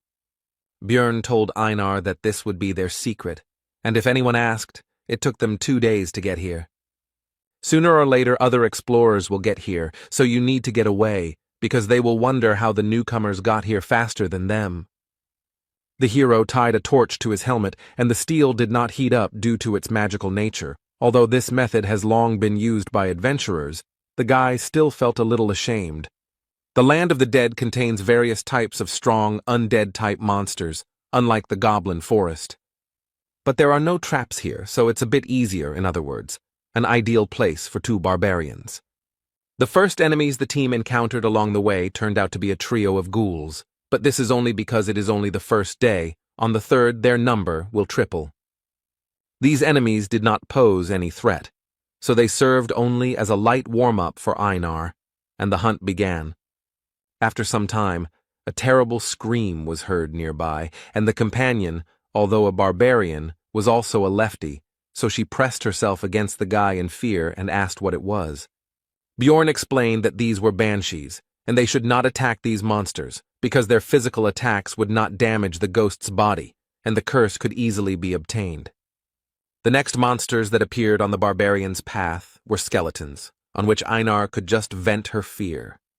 Björn tried to advise the girl that monsters had a vulnerable core between their ribs, but it soon became clear that she didn't need that. She could just smash the bones with brute force. They walked through the lands of the dead for another 7 hours, and encountered various monsters, such as elder ghouls that were twice the size of normal ones, or mutants that turned into skeleton warriors and skeleton archers, and all the new species brought the desired experience. They did not pose a danger, both because of their small numbers, and because of the hero's increased combat capabilities. The mace was perfect for the guy in terms of weight and length, so it breaks the skulls of enemies much more effectively than with a hammer. The vest-style armor reduces the area that needs to be covered by the shield, allowing for more aggressive fighting. And the new helmet, although it won't protect against any crossbow, can easily deal with the rotten bows of skeletons. The hero has become better at destroying the enemy, but there is also someone nearby who is no worse at this. She went into battle with the battle cry of Yahello, the name of the goddess of the barbarians' ancestors, and having tried to shout as well, Bjorn did not notice how this cry began to fly off his tongue extremely easily. It was a refreshing feeling. Compared to fighting with Erwin, having a fellow barbarian's shoulder next to him felt completely different. During the fight, Björn received a small wound on his arm, but it closed very quickly, causing delight in Einar. The seal of the immortal improves natural regeneration. Healing a wound half a centimeter deep takes only a minute, and stamina is restored faster, although the pain is terrible. Soon the earth became dry, the soil changed, and the banshee's cry became much louder. All this meant only one thing: monsters of the 8th rank would appear soon. And he didn't keep us waiting long. It was the demon of death, who somehow miraculously managed to quietly approach the couple almost right next to each other. The monster looked more terrible than Bjorn had imagined, but fear did not stop the barbarians, and they rushed into battle. Einar attacked first, and while the monster blocked the blow, the hero slipped past and found himself behind the enemy. But the maneuver was useless, because the creature's body was so hard that the blow felt as if it were a stone and not the flesh of a living creature. Despite the lack of visible damage, the demon still tried to kill the impudent barbarian, but the latter was fast enough to dodge. But we shouldn't forget about Einar, who decided to take advantage of the monster's distraction and struck the creature with her huge sword. But the weapon was unable to enter the monster's body, and the young warrior was thrown further away by the attack. The death demon in the game had high defense, but the guy didn't think that in reality it would be such a difficult opponent, and even small scratches on it healed extremely quickly due to the body preservation skill. But soon, the situation worsened even more because the monster used its active skill for summoning ghouls, which was called the Call of Death. Björn ordered Einar to deal with the dead first, while he would distract the monster. Weaker attacks could be easily taken on the shield, especially with the physical stats boost from the Seal of the Immortal. More powerful attacks had to be dodged, using all possible agility from one's body. Bjorn was quite successful in distracting the death demon, although he was unable to land any blows, but that was not necessary. Soon Einar was able to deal with all the ghouls and immediately went to help her partner. She slipped behind the monster's back and prepared to deliver a devastating attack with her monstrous weapon. The next moment, the warrior struck the death demon with her sword, but the strong skin withstood it. When the monster was distracted by a new target, Björn had the opportunity to attack in the same place where Einar had hit, which he took advantage of. Finally, the battle began to turn in favor of the barbarians, and they finally managed to inflict serious damage. But, not paying attention to the pain or possible problems from a head injury, the demon drove his opponents away from himself.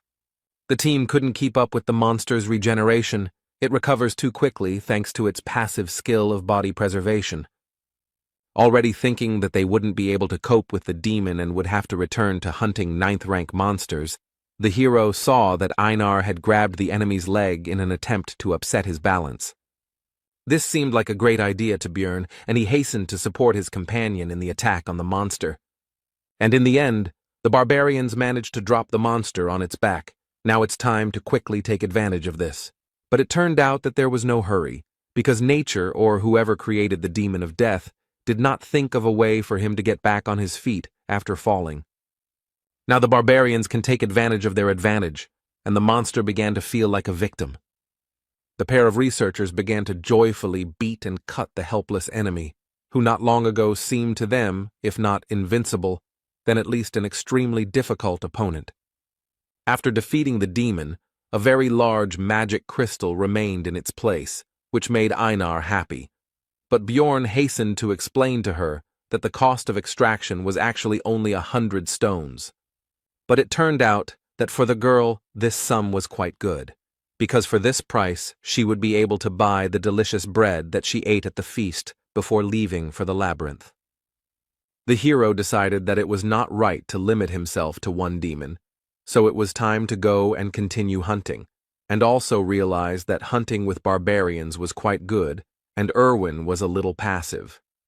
In this battle they managed to find an excellent tactic, so the barbarians first threw the monster on its back as soon as they discovered it, after which they joyfully beat him on the head until he died, and as a result, they finished off 70 of these big guys. It was time to set up camp, and the hero again fell into thoughtfulness. He thought about the fact that it was extremely profitable for him to hunt death demons, because there was, albeit a low chance, but a chance to get an essence that would suit him very well. The next day, the number of monsters doubled, but this caused practically no problems. The barbarians simply felled them one by one, and then finished them off. True, if the demons could not be neutralized before they used the Call of Death, then they had to run away, because the creatures do not pursue prey outside their territory. After midday, the monsters began to appear in threes, which was already too difficult, so the barbarians wisely decided to give up the hunt and not take such risks.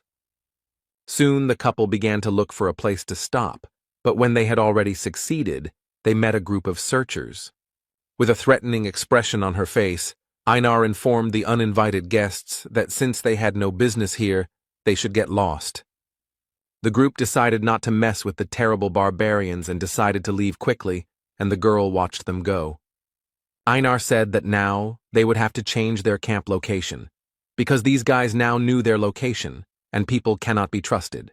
Walking after the girl, the hero recalled that she had previously disliked them, and also came to the conclusion that some story had happened to her during her first exploration of the labyrinth. Björn decided to ask Einar about this another time, and in the meantime his companion complained that they most likely would not be able to find such a good place for a camp. But their conversation was suddenly interrupted by desperate cries for help, and such sounds are not made by those who are attacked by monsters, which means that the seekers are cutting each other. The couple was about to get away, but it turned out that someone had heard their conversation and fired an illuminating spell into the sky. Now it was possible to examine the situation, and it was not rosy. There were 4 bodies lying on the ground. There were no monsters nearby, but there were traces of a camp and poisoning. And in the middle of this picture stood a woman clutching a bloody dagger in her hand. Most likely, she was a marauder. Marauders are people who hunt other explorers instead of collecting magic crystals from monsters. They collect equipment from others. Naturally, in Rafdonia this is punishable by death, although if you think about it, no one convicted him of killing his colleagues, which means no one will know anything if there is no one to tell. Looking at the girl, the hero realized that she was very strong and professional, and also had a noticeable appearance, but nothing was known about her, which meant that she did not leave witnesses of her work. Looking over the dead people, Björn noted that they had very high-quality equipment. The mage seemed to have reached the 5th floor. 3 apparently died from poison, and the 4th seemed to have resistance. Without any concern at all, the woman began to search the bodies. She was not at all afraid of the 2 new barbarians. Judging by how that huge sword fits, she must have an expensive spatial traveler's bag. Most likely the marauder was much stronger than them, which means the only chance to survive was to escape. Along the way, Björn left marks on the trees, just in case if they followed them, they would soon reach the portal to the 1st floor. On the way, the barbarians met a group of other labyrinth explorers, among whom there were no representatives of non-human races. People were hard to trust. Einar was especially sure of that, but they had no choice, so they reported that a marauder was chasing them. At first, the researchers didn't believe it, but Björn used the warrior's oath again. Then they said that they would take the things for themselves, and would also now use the camouflage skill. Everyone within a radius of 3 meters merges with the surroundings. This is very useful. But there is a drawback, which is the inability to move, otherwise the haze will dissipate. The barbarians came closer, but instead of using camouflage, a suppression skill was used, which paralyzed the couple. These people also turned out to be marauders, and this skill was obtained from a high-level stone golem monster. The victims would be paralyzed until they took any damage, the hero thought, as the researchers quickly searched their backpack and other belongings. They were also already anticipating the huge amount of stones they would receive from selling the valuable barbarian hearts. The man with the dagger was going to kill them both with one blow, as he always did before, so as not to free the victims from paralysis. The next second, the blade rushed straight at the hero's neck, but he already had an idea about how to get a chance to survive. As soon as the dagger penetrated Björn's flesh, he took enough damage and began to tilt his head back before it could penetrate deep enough. Now the paralysis had lifted from the barbarian, allowing him to grab his mace and kill the man who had just recently been about to take his own life. The searchers were shocked and even slightly horrified. They had never encountered such an extraordinary situation before. Taking advantage of the confusion of his opponents, Björn pulled the dagger from his neck and threw it straight at Einar in order to bring her out of her paralysis as well. But this also accelerated the blood loss even more, and the barbarian began to weaken quickly, so he had to leave everything to his partner. The warrior took full advantage of the opportunity and immediately released her anger on the people, instantly cutting one of them in half. Soon the rest of the enemies lost their lives, except for one, who, seeing the quick reprisal against his comrades, decided to escape. Einar was about to chase after him, but she heard Björn's request for help, so she hurried to use the healing potion. The hero was able to survive thanks to the seal of the immortal, but now there will be a scar on his neck that is unlikely to heal. His partner was only happy because he would be the only barbarian with such a mark, which could be considered an excellent reason for pride. Soon the barbarians caught the escaped enemy. Einar held him tightly, and they were already about to interrogate him. But suddenly, from behind their backs, a small dart flew at the man, which killed the man almost instantly. All this time the female marauder followed and watched them. They were never able to break away, which is an extremely bad sign. If they couldn't escape, then the only way out was to fight, so the barbarians rushed towards their new enemy. Even though they are newcomers, and this woman looks very experienced, they have the advantage in numbers and should have a chance to win. The next moment, the marauder dodged the young warrior's blow without any noticeable difficulty. And then she took on the dagger and attack of Bjorn, who, although he expected something like this, hoped for the best. Since she can compete with him in strength, it means she has probably absorbed more than one essence, and this once again confirms how high a level it is. Since the barbarian cannot overcome her in a normal confrontation with force, he will use his superior mass and start pushing. But the marauder did not expect that the enemy would pierce his armor with a simple, albeit poisonous dagger, which indicates that the woman knows how to use aura, which means there was no chance from the very beginning. Einar tried to correct the situation. She tried to stab him in the back with her huge sword. But the enemy flew past at lightning speed, inflicting serious wounds on the warrior, much worse than those received by Bjorn. Throwing a dagger into the air, the marauder addressed the hero with the words that the basilisk's paralyzing poison had already spread throughout the body, which meant it was time to surrender. The hero feverishly thought about the fact that the enemy was superior to them in strength, speed, and in everything, so would they really die here?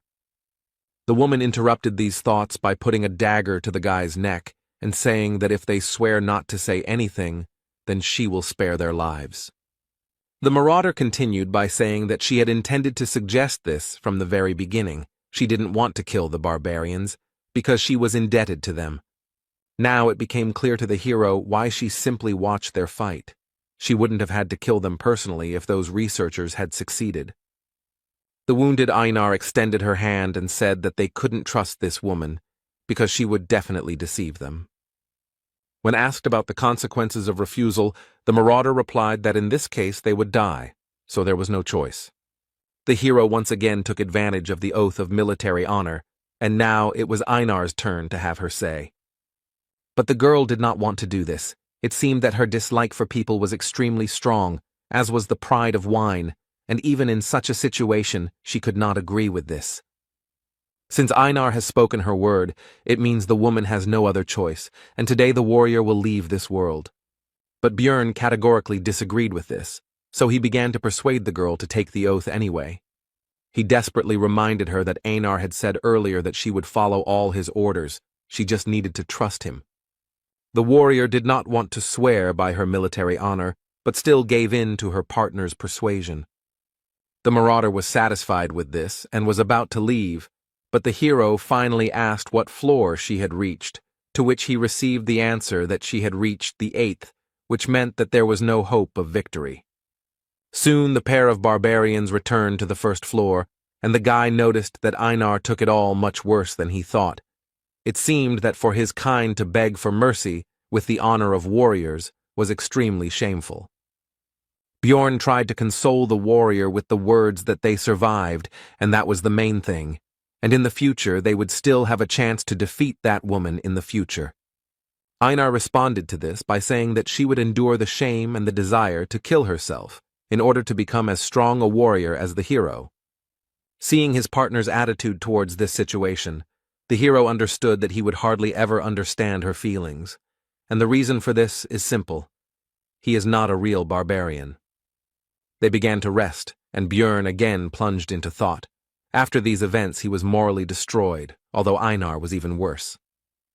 The guy felt about the same as he did on his first trip to the labyrinth when he hoped for help from that blonde guy's group. When the priestess refused to heal him, and the swordsman threw the potion as if his life was worth nothing, as if he were a wounded dog, although he was happy to survive, he cannot forget that feeling.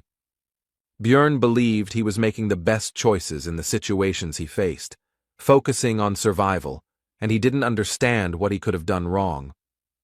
As soon as the hero got into this world, a man was beheaded before his eyes, and then unpleasant things continued to happen, and the barbarian decided that something needed to be changed. He had a new plan.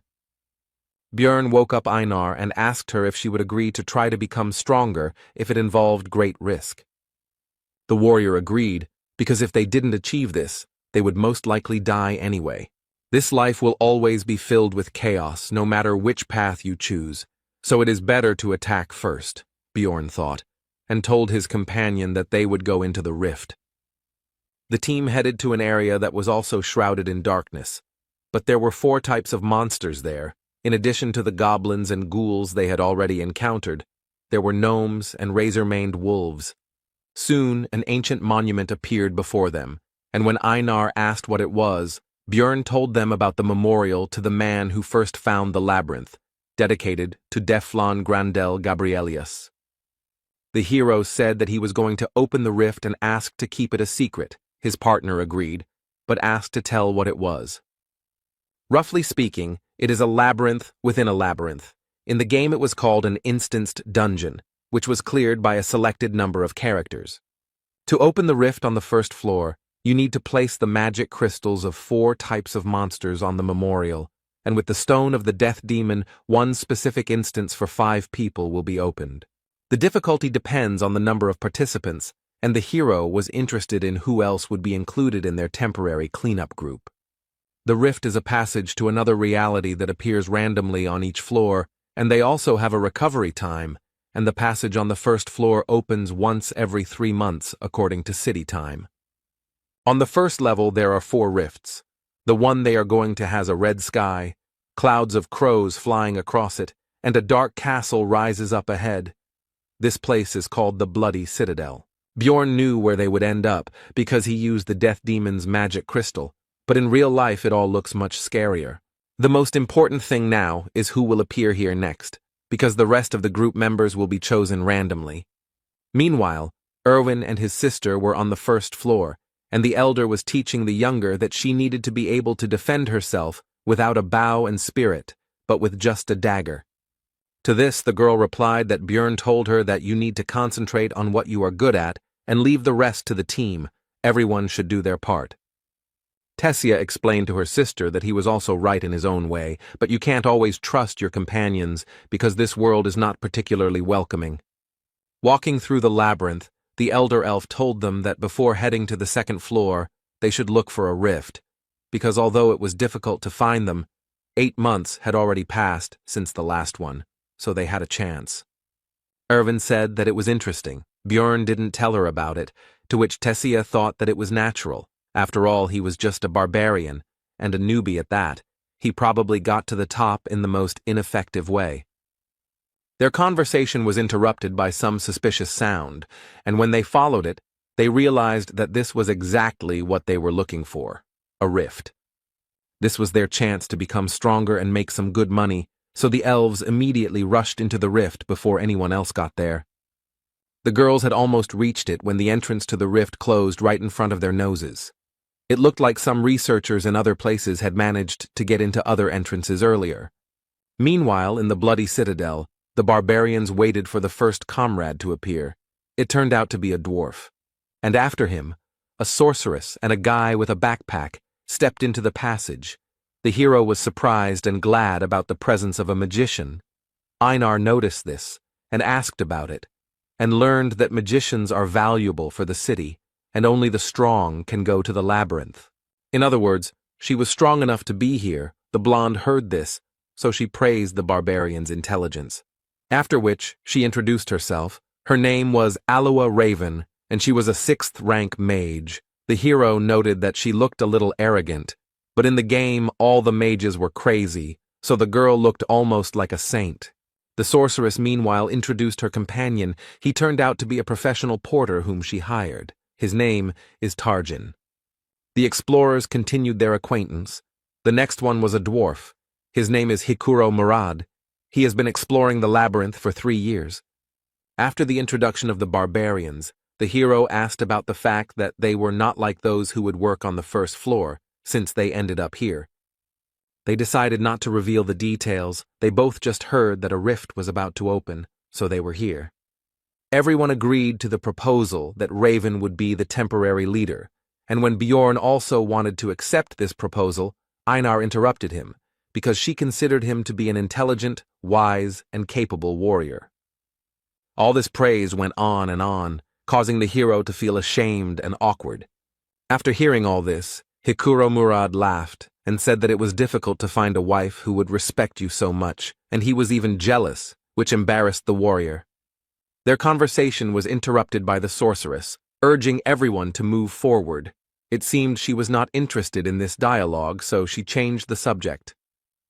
The dwarf noted that they still needed to learn about each other's abilities, but Raven arrogantly noted that there would be monsters of the 7th rank and below here, and she and the porter alone would be enough. The sorceress continued by saying that she would also take the spoils from the keeper, which caused a conflict with Hikuro Murad, who was dissatisfied with the distribution of the spoils. The argument grew more heated, and the hero reflected on the fact that for successful magicians, research comes first, while for simple adventurers it is money, and here their interests clashed. Alua Raven tried to compromise. She said that she would give them all the magic crystals from this rift. Bjorn noticed that the argument was causing tension in the sorceress. She was very depressed. It seemed that she did not expect such a development of events. Raven agreed that she would give up some of the items, but the essence would be hers. The dwarf agreed to this, and also said that they would roll dice to decide who would get the rift stone. But Bjorn didn't agree that they were thrown out of the discussion altogether. But the two didn't agree that he had the right to the stone, but they did agree to give 2 essences from ordinary monsters. This was the maximum that could be bargained for. There would be no suitable essences for their level here anyway, and Murad and Alua had already resolved their differences and calmed down. Looking at the Blood Citadel, Bjorn became determined to conquer its peak and become stronger, so that he would no longer get into unpleasant situations, and so that high-level researchers would not treat him with arrogance. This rift is divided into 4 parts: a drawbridge, a battle zone behind the walls, an underground prison, and a place of worship for demons in the Lord's room. These thoughts flashed through the hero's mind as the squad approached the entrance to the fortress. On guard were gargoyles, rank 8 monsters that stand still most of the time and look like statues. But once you notice the enemy, they attack them and use their active skill petrification, which covers the one it was applied to with a layer of stone. Usually, explorers have to sacrifice one of their own, exposing him to the gargoyle's ability. But if there is a mage in the team who knows the magic of removing curses, then everything changes. And without their skill, these monsters turn into very simple opponents that can be dealt with without any problems. Hikuro Murad showed what his skills and 3 years of experience are worth, crushing his opponent without any problems. The magic crystals that remained in place of the enemy corpses began to fly up on their own and go to Tarjan's backpack. It was a spell for collecting stones. It would make their lives much easier. Now that the guards were down, the team could enter the citadel, which was quite dark, and magic helped with that as well. Now the researchers could see that they were not alone here. There was a group of ugly monsters nearby. These were the dead, monsters without a rank that do not give experience or crystals, and their bodies do not disappear unless an essence drops. The part of the squad that was melee fighters took aim at the opponents, because it would be wasteful to waste mana on such weak monsters. These opponents could not cause any difficulties for any of the squad members except, perhaps, the porter Tarjan, but he did not participate in the battle. As a reward for exterminating the enemies, the researchers received a forge, which they took with them, because they would soon need it. After walking a short distance along the corridor, the team encountered an obstacle. It was a steel door. The sorceress volunteered to solve this problem. It's unlikely that anyone else would have been able to overcome this obstacle with brute force, but a huge fireball is a completely different matter. Looking at the result of the magic, Björn could only marvel at how overpowered magicians could be. The next obstacle on the squad's path is the first part of the fault, the drawbridge at the entrance to the fortress. It was raised. But Alua Raven knew how to lower it, so she asked Einar to blow into the horn she had recently received.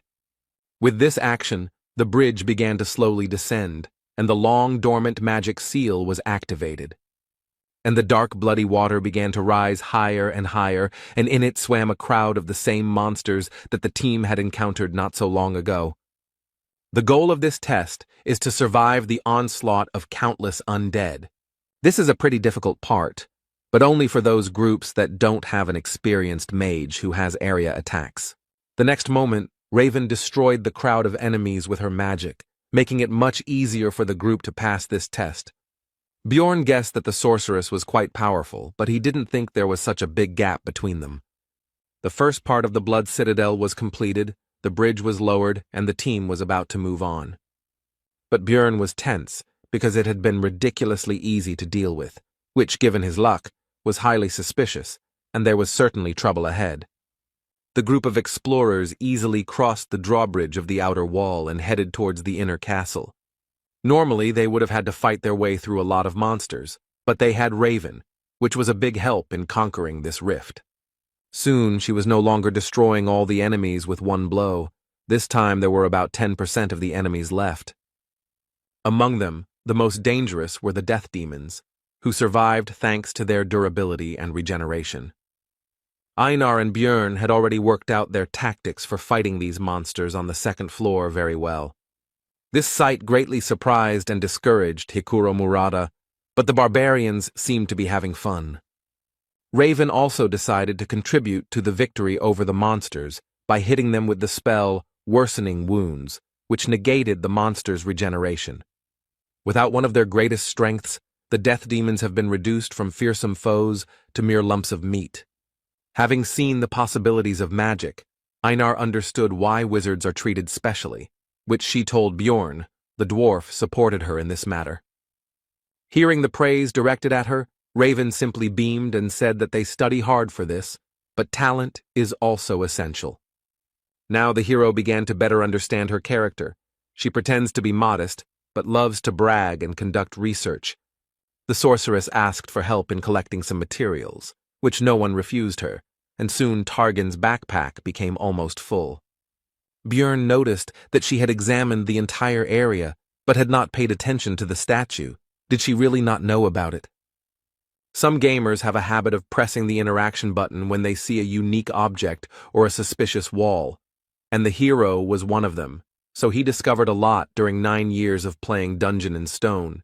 But it might hurt the sorceress's ego if a common barbarian knew something that she hadn't discovered, even though she had spent her entire life researching, so she would avoid things that might arouse suspicion. Soon, the group of adventurers entered the inner castle, which lay in ruins, and there were no monsters or possible prey nearby. So they did not stay here long, and quickly found the steps leading down and went under the thickness of the earth. The group fearlessly entered the first floor of the underground prison, the third part of the Blood Citadel, and began to explore it. Hikuro began to ask Raven about the monsters encountered in this location, to which he received the answer that they were a skull rat, a banshee, a death demon, a ghoul lord, and a corpse golem. To this, the dwarf noted that he had fought with all of these species except the last one, since it was found only here in the Bloody Citadel, after which the sorceress began to talk about its features. Soon the terrifying cry of a banshee echoed through the dungeon, and Einar again showed that she was not only a barbarian, but also a girl. She was afraid of these ghosts, and pressed herself against Bjorn. Raven couldn't help but scare the warrior, and began to ominously talk about how meeting these monsters would be terrible and indescribable.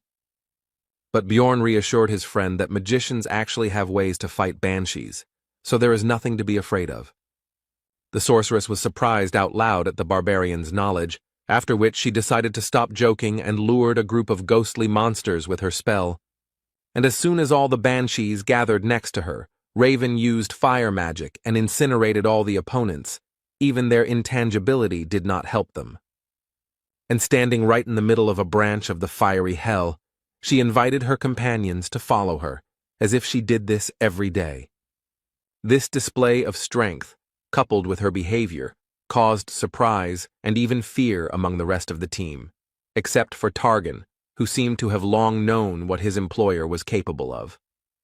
Soon, the researchers found themselves on the second floor of the underground prison, where they encountered new monsters, such as a chimera wolf, or the Lord of Ghouls, and the interior of the environment began to resemble the laboratory of an evil scientist, since there were ugly monsters and objects everywhere.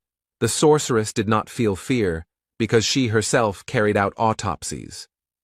Alua Raven had previously researched the first floor's rift maps, so she knew where to go and had no problem finding the secret door behind which the corpse golem's lair should be. Having prepared themselves, the group opened a passage, behind which they were met by endless piles of corpses, and a terrible smell instantly filled their nostrils. In the past, the hero would have definitely lost consciousness from all this, but the effect on the barbarian's strong body is not so strong.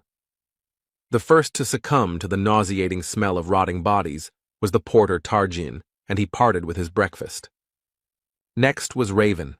She was used to looking at something like this during autopsies, but it didn't change the disgusting smell. Björn, Einar, and Hikuro were more resilient, so the squad moved on, with the melee fighters in front and the rest behind them. Soon, they reached the largest pile of corpses, and suddenly began to hear strange voices that became louder and louder with each passing second, and soon it became clear that these were the bodies talking to them. It turned out that this pile was the monster that the group came here for. The first boss, the corpse golem, awakened.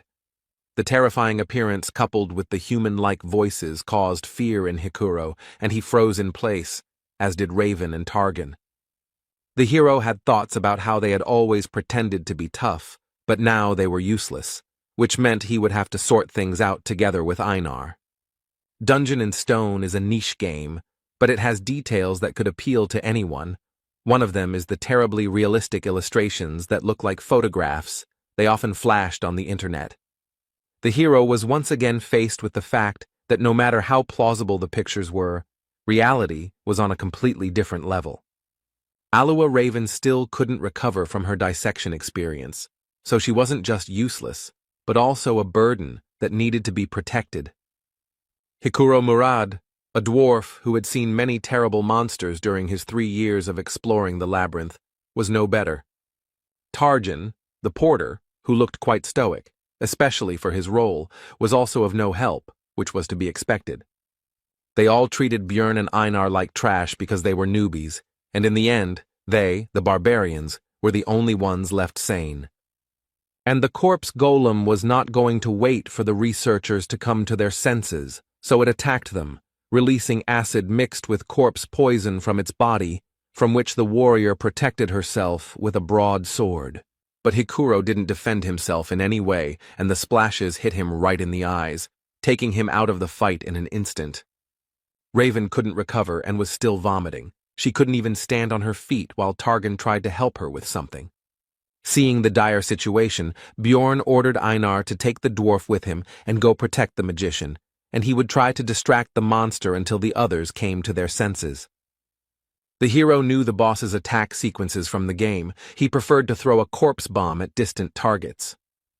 But up close, he used his vile semblance of hands to catch opponents in order to absorb them, making them a part of himself. The vile corpses that made up his body stretched out their arms in an attempt to grab the living one, shouting out various phrases along the way, which instilled fear in the hearts of the researchers. Björn couldn't get too close. Otherwise, the golem would hit the mage with long-range attacks, so he had to stay at a medium distance all the time, balancing on the edge. After some time, the hero's efforts were rewarded, because Raven was able to gather her will into a fist and strike the monster with magic. Watching the huge wall of flames, from behind which came the screams of the undead bodies being burned, Björn was impressed by the power of the spell, as it alone ended the first phase of the boss fight. The outer body of the corpse golem was destroyed, and the second phase, the skeleton golem, had arrived. this was not the end yet. Einar and Bjorn rushed forward, because now the monster had no long-range poison attacks, and the two barbarians had every chance of destroying it.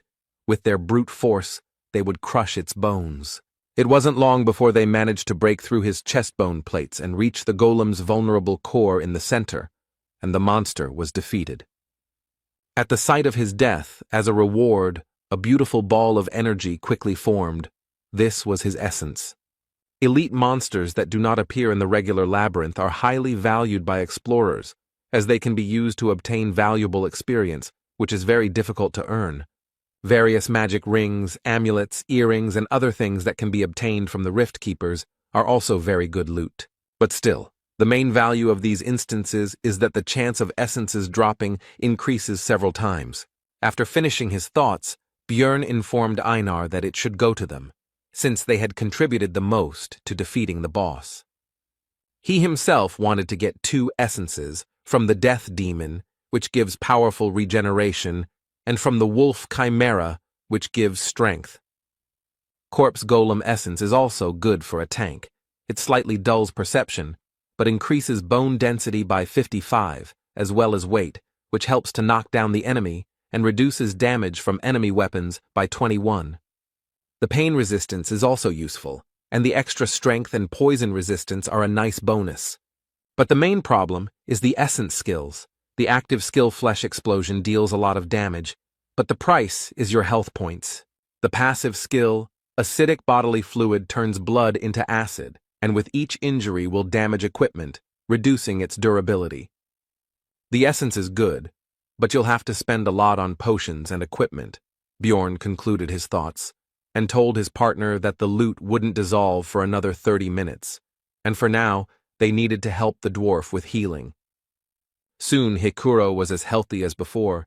He felt shame and regret for his behavior, and only thanks to Einar he saved his life. But it seemed to him that he had already seen all sorts of monsters, but the hero was irritated, because due to mental problems they almost died from a monster, with which otherwise they would have dealt without problems. Alua Raven had more or less recovered, so it was time to discuss payment. He said that it was thanks to him that their group survived this fight. So as a token of gratitude, he demanded that they take the Rift Stone for themselves, since if it weren't for it, everyone would have died, after which a tense silence ensued. The silence was broken by Hikuro Murad. He supported Bjorn, because he was in great debt to his partner Einar, and also, in principle, to him himself. Raven was against it, but decided that if they came across a Rift Stone, the barbarian would have a chance to get it, and he decided that he shouldn't count on more. After this, Bjorn decided to report that the corpse golem had dropped essence, which surprised his teammates. The sorceress simply beamed with joy and excitement, because this essence is extremely rare, so even large guilds do not know its effect, and she really wants to study this thing. Bjorn had a proposition. He could give up his loot from the boss, but in return he wants to get the essence of the keeper if it drops. Alua Raven was confused by this deal because the keeper might not drop anything at all, which she told the barbarian. Bjorn replied that he was ready to take the risk, which pleased the sorceress, since she was more interested in the rare, unexplored abilities of the corpse golem. When Hikuro asked how she was going to take the essence, she showed him the artifact vial and said that she had everything she needed. It was an extremely expensive magic item that wouldn't pay for itself with essences below rank 6, but she didn't seem to care. Soon all the work was completed, and the team hurried to leave the terrible lair of the corpse golem, moving on. On the way, the researchers came across statues that resembled gargoyles, but turned out to be, in fact, the most ordinary sculptures. Coming closer to examine them, Raven reported that the Lord's room should be very close now. After touching a certain point on the statue's face, a book fell from somewhere on the ceiling and was deftly caught by the sorceress. It seems she had read about the cache in advance, and the volume itself was called the Necronomicon and contained rich knowledge about black magic. Raven said that she was taking the book for herself. The dwarf agreed with this, because none of them possessed the magic of distortion, which was needed to carry out of the labyrinth what should usually disappear. These are usually the weapons and equipment of monsters. But this book was actually an ordinary item, and the sorceress decided not to report it, and the barbarian was forced to remain silent so as not to reveal his excessive knowledge. After that, they wandered around the rift and destroyed monsters until they finally met the second intermediate boss, the Bone Rider. Raven noticed that luck was clearly on their side, since they had obtained the essence of the corpse golem, and now they had also encountered a successful opponent. She was right, because the monster of the 7th rank, the Bone Rider, is divided into several types. The first one is called Sadness and uses fog, which causes psychosis, annoying the enemy. The second is Hatred. He uses the Soul Kill skill, which lowers the target's level, the hardest enemy. The team encountered a Desire type that could regenerate using the Life Force Absorption ability. Normally this would cause some problems, but the party's mage knew the spell Worsening Wounds, which could negate the effect of his skill. Without his main advantage, the boss was unable to cause any problems and was soon defeated by the researchers. And they were lucky again. The second elite enemy dropped essence, which happens very rarely. By agreement, this was the spoils of the barbarians, and Björn decided to give it to Einar, since it did not suit him very well. Since the life absorption skill is only fully revealed with swords, and he is not going to change weapons, it is better to try to get another essence with the help of the enhanced warrior. And during the adventures, the hero realized that Einar could be trusted, and the girl herself, meanwhile, beamed with joy and hurried to devour the prey. The only thing the hero forgot to do was to tell about the side effect of the Bone Rider's essence. At first, Einar did not understand what had happened, and why all her companions began to seem larger to her, but Björn explained that it was she who had become smaller. Raven explained in more detail that this is a standard effect for the essence of the Bone Rider. The density of the bones increases, but they shorten, and the hero already knew all this from the game. Einar was very upset about this, because her relatives already looked down on her because she was a woman, and now no one would see her as a warrior at all. The sorceress tried to console her by saying that she had become more beautiful, her facial features were softer, and now her appearance would impress even aristocrats. But this only upset Raven even more, because she no longer looked like a warrior at all. Bjorn told her that everyone already knew about her excellent fighting abilities, and he himself thought that if it weren't for the tattoos, she would look like a very ordinary girl, while the dwarf joked that if he took this essence, then everyone would stop noticing him. Soon a death demon appeared in the corridor, and Bjorn told Einar to stop being sad and try out her new powers. The girl didn't seem to be particularly excited about what had happened and didn't expect much, but she still had a duty, even though she didn't look like a warrior.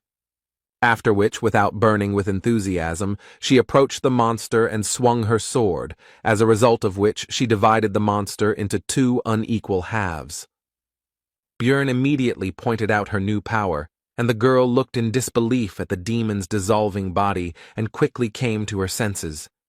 The hero encouraged the girl by saying that she was now not a simple warrior, but a great warrior, and Einar finally regained her good mood.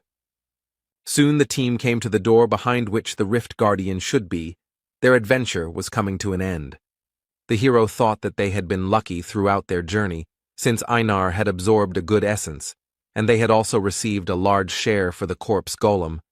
But there was one thing. Has there ever been a time in his life when everything went easy and simple? What could be the worst-case scenario in this situation? After all, it was always like this for the hero. It just seemed that everything was fine, but then he would receive a new blow from fate, as happened, for example, with his personal life. And his arrival in this world, maybe someone would call it luck, but not him.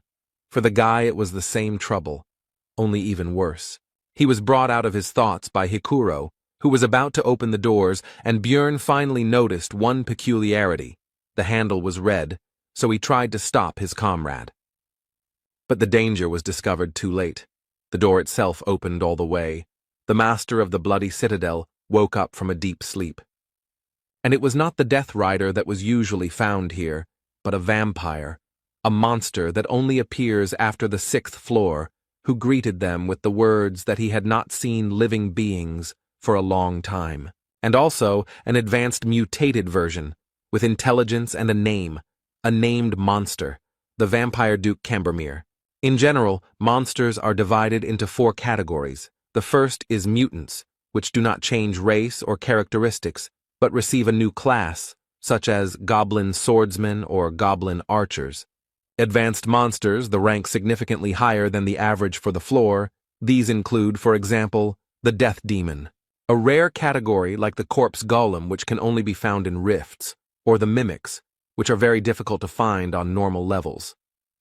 And the last ones, those with an individual character and name, are advanced mutants, named monsters, which is exactly what their group met.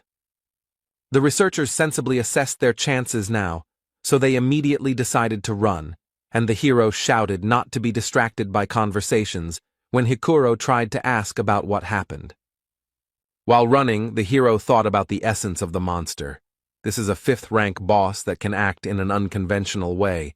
He is strong both in close combat and in black magic. The conversation was brought up again by Raven, who was surprised that the Guardian had become an advanced mutant, since this had never happened before, and the hero could understand her surprise.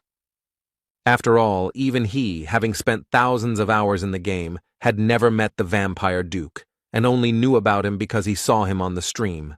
Even in such a situation, the sorceress could not suppress her curiosity, so she asked how he guessed about the trouble, because he said to close the door in advance.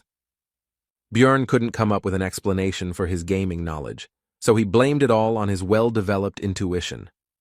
And he understood everything thanks to the red pen, because he had tried many times to find the Vampire Duke himself, and when he watched the recording of his appearance again, he was able to notice this small difference from the usual rifts. Björn partly blamed himself, because if he hadn't been distracted by his own thoughts, he could have noticed this in advance and changed something, but now it was useless to think about it. Hikuro noted that they wouldn't be able to leave without finishing off the Guardian anyway, so shouldn't they turn around and fight, to which he responded that they needed to get to a place with sunlight. But their conversation was suddenly interrupted by the voice of the vampire in front, who said a phrase about ill-mannered guests. It was one of the spells of black magic, spiritual form. A frightened Raven began to prepare some kind of spell, and before using it, she called on everyone to close their eyes. After using magic, the vampire disappeared, which surprised Einar greatly, but it was clear to everyone that everything could not end so simply. Spiritual form is one of the spells available to vampires.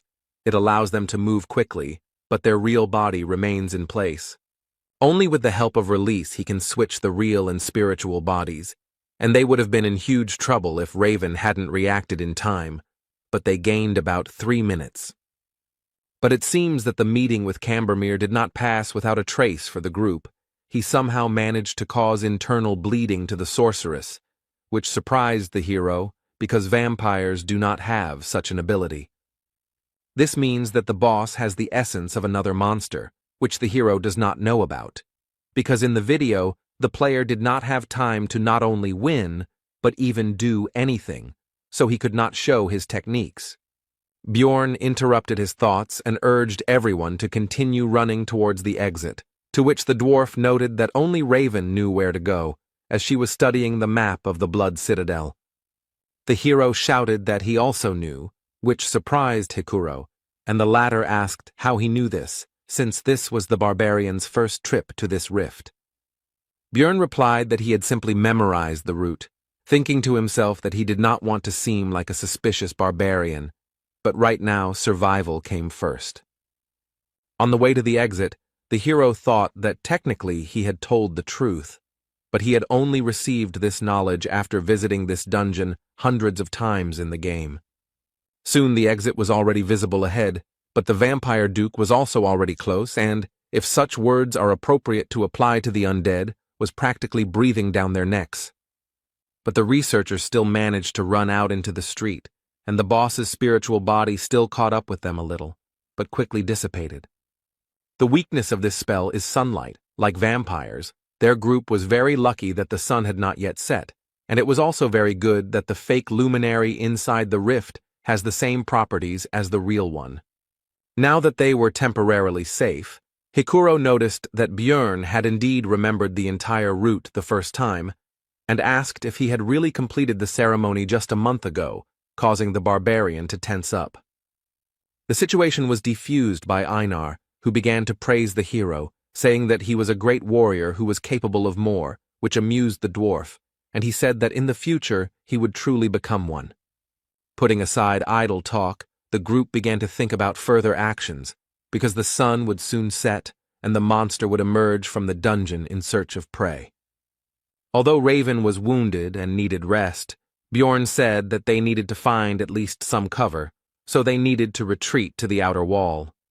Soon a place for a camp was found, and the hero decided to temporarily leave his companions to take something that could help in their situation.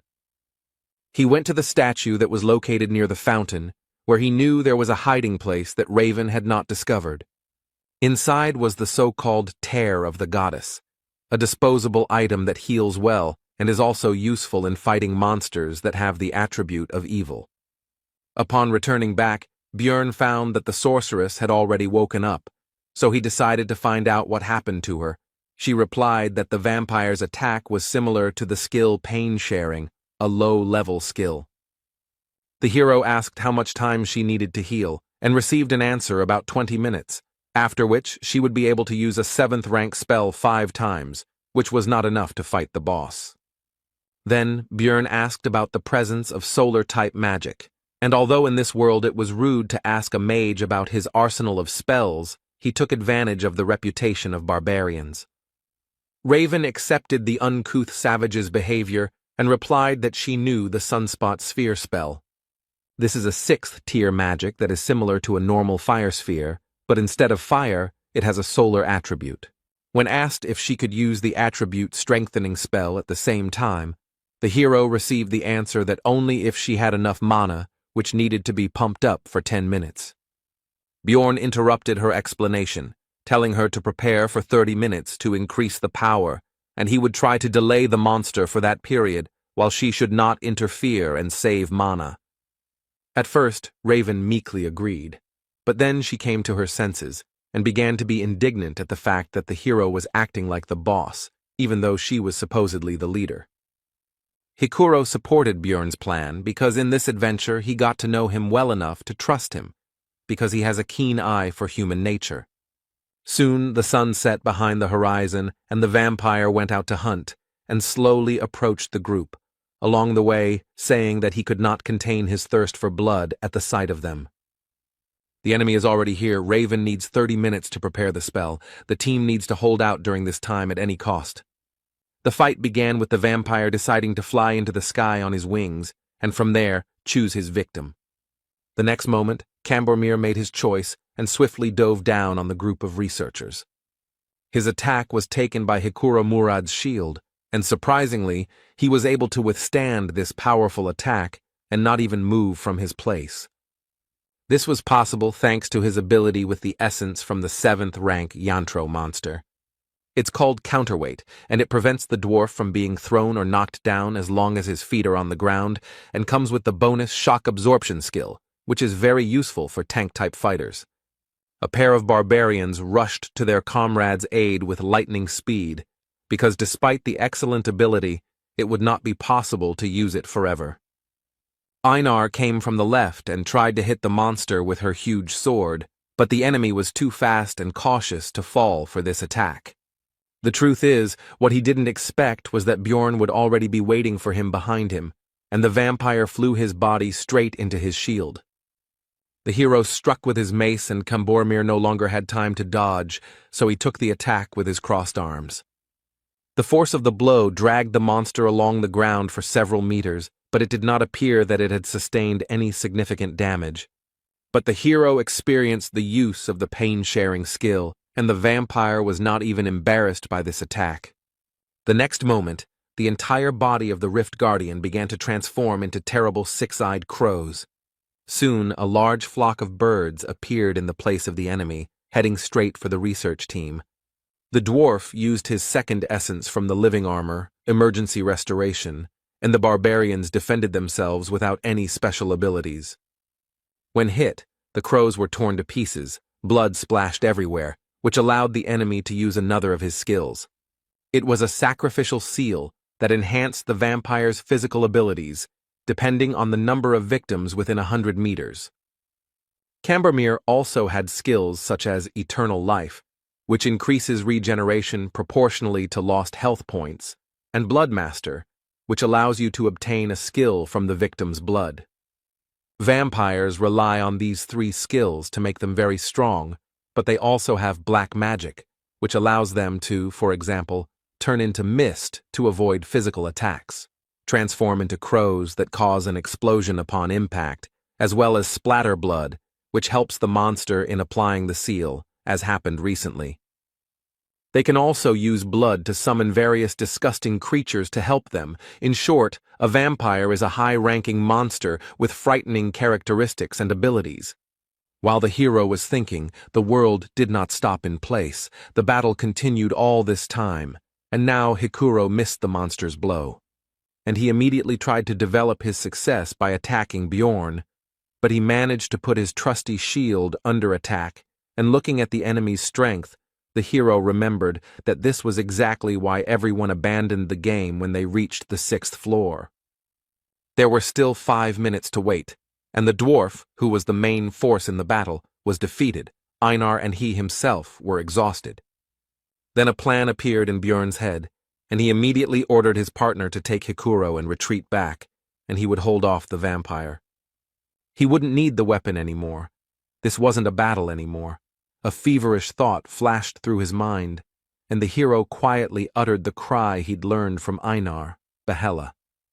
After this, the vampire duke pierced the barbarian's body with his long claws right through the armor, and the hero began to drink the health potion, healing the wound right in the fight, mentally urging the enemy to continue. Seeing this, Raven was confused. Was the barbarian really going to take potions the entire fight to survive? Her thoughts flashed through her mind. She had never heard of anyone fighting like that, because it made no sense. It was just absurd. After all, the pain from taking potions is already very strong, but it becomes even worse if the wounds are serious. But the hero did not fall from pain shock, and therefore more and more empty flasks fell to the ground at his feet. The potion's effects were already causing smoke to billow above his body, but he didn't stop and continued to fight despite the terrible pain. In such a situation, his heart could stop at any moment, but Bjorn even manages to block some attacks, and even moving in such a state is already a miracle. Of course, he can't block every attack, but he didn't miss any of those that were aimed at vital points. It was now, looking at what was happening, that Raven understood the expression she had once read in a book about how the real value of a barbarian was not in his physical strength, but in his strong mind. Tarjin said that the situation was becoming too dangerous, so it made sense to get out of here, but the sorceress responded sharply negatively because there was nowhere to run. They were locked here until they killed the monster. Raven wondered what she was doing. Even a young barbarian could think rationally and make rational decisions. But what was she, a wise sorceress, doing? She made a decision, so she sent Tarjin to help Einar with healing the dwarf, so that the warrior could quickly return to the battle. As Raven rummaged through her backpack, she thought about how mages weren't just about firing spells from afar. They were also supposed to analyze the situation based on their knowledge and choose the best path for the team. She found what she was looking for, that very test tube, and made the best decision in this situation, in her opinion, because she wants to live. Raven conjured a number of magic circles that increased accuracy, helped with range projection, and performed automatic targeting. And when everything was completed, she threw a vessel with essence at Bjorn with magical telekinesis. This should help in defeating the Keeper. The test tube shattered on the barbarian's armor, and he instantly absorbed the loot from the corpse golem, which instantly increased many of his stats. When fighting the vampire, the hero's head became empty and his vision became clouded. He had to choose what to sacrifice and what to save. He forcibly threw away his weak heart and fought with all his might. He had to ignore such insignificant things as his arms and legs and protect only his vital points. But suddenly something changed. The picture of the battle changed. The vampire duke's claws couldn't cut through the bones. Could it be that he was fed essence? The hero thought. It was painful for Björn to think about how he would have to change his training and development plan because of this, but if we look at the current situation, it is a very fortunate development. After all, the doll that was beaten one-sidedly can now move, and even such a small thing increased the guy's chances of survival by an order of magnitude. The thought flashed through the barbarian's mind that he couldn't just keep taking damage, and suddenly someone seemed to hear it, and a restoration potion hit him in the back, increasing his regeneration.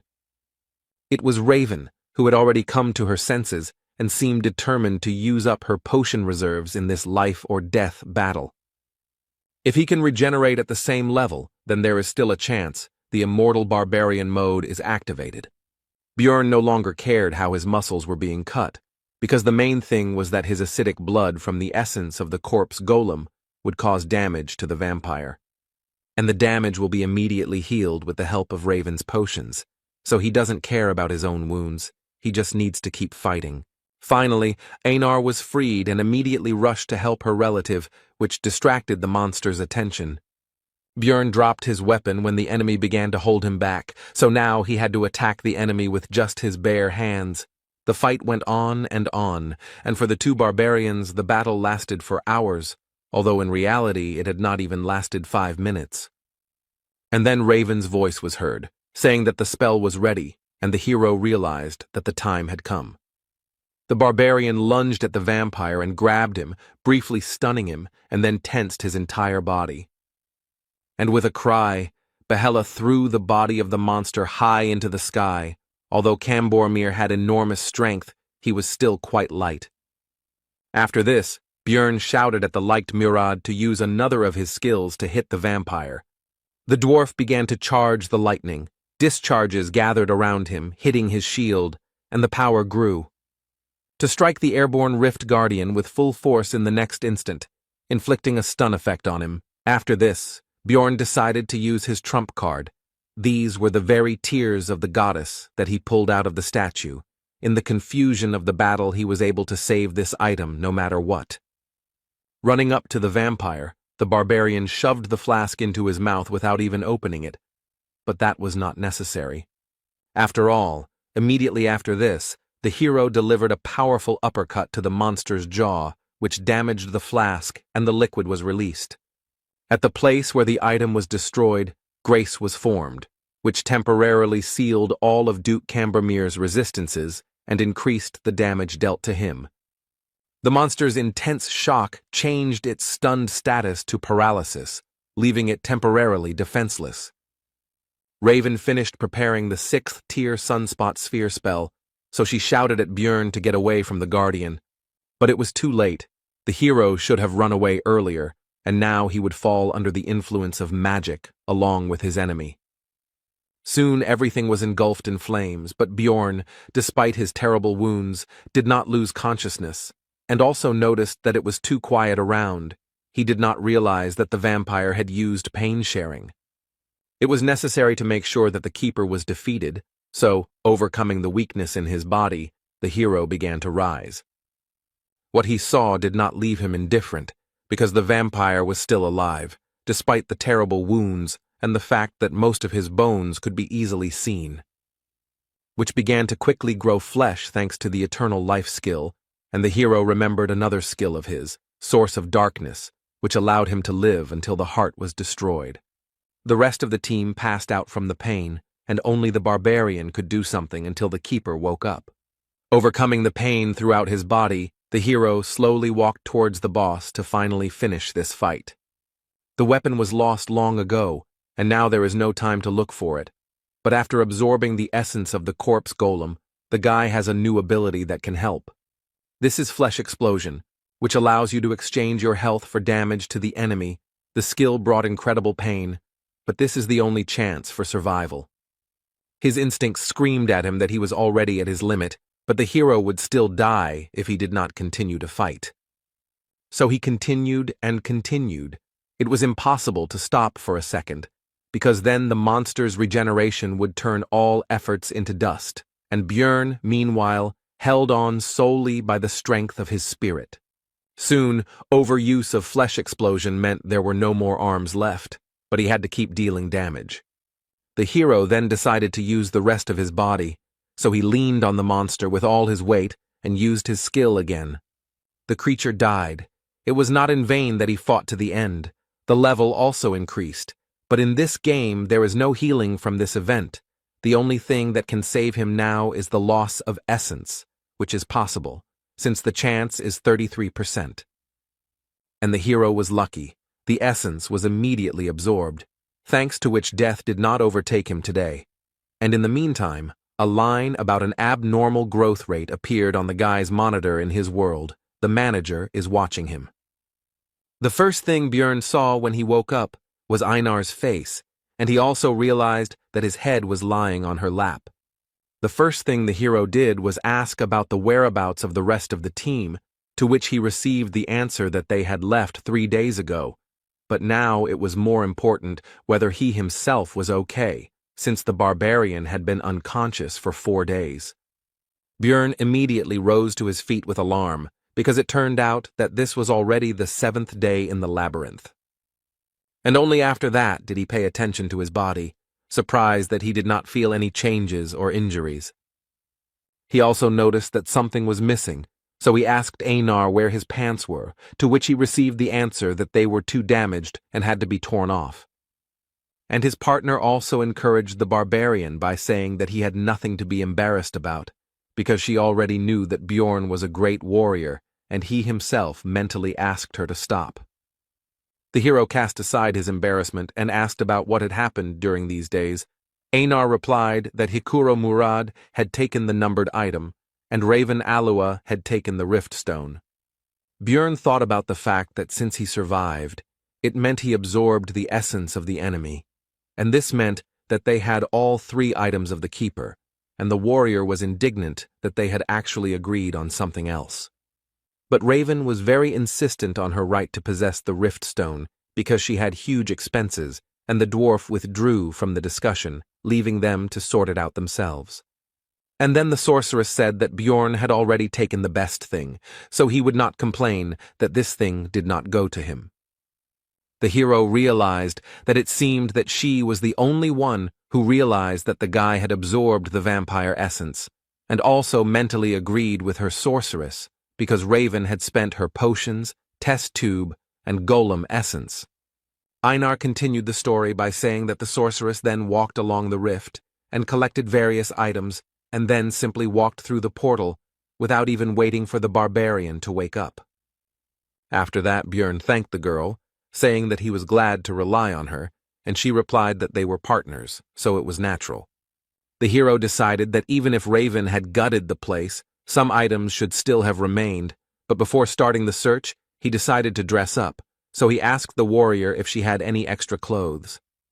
Soon all the business was completed and the barbarians returned to the city. There were a lot of problems this time, and the guy hoped that at least the profit would balance it out. This time, a little more than 230,000 stones were earned, but the hero did not complain, because he was able to absorb 2 essences. But suddenly, the girl behind the counter said that this was somehow too much for a 9th-rank researcher, and that it was in his backpack. The barbarian asked why he should answer, and suddenly a detachment of guards appeared behind him. Björn did not understand what was happening, and in the meantime he was informed that they would speak in the interrogation room. Meanwhile, Erwin, who went there with her sister, also returned from the labyrinth. She didn't think that it would be so hard on the 3rd floor.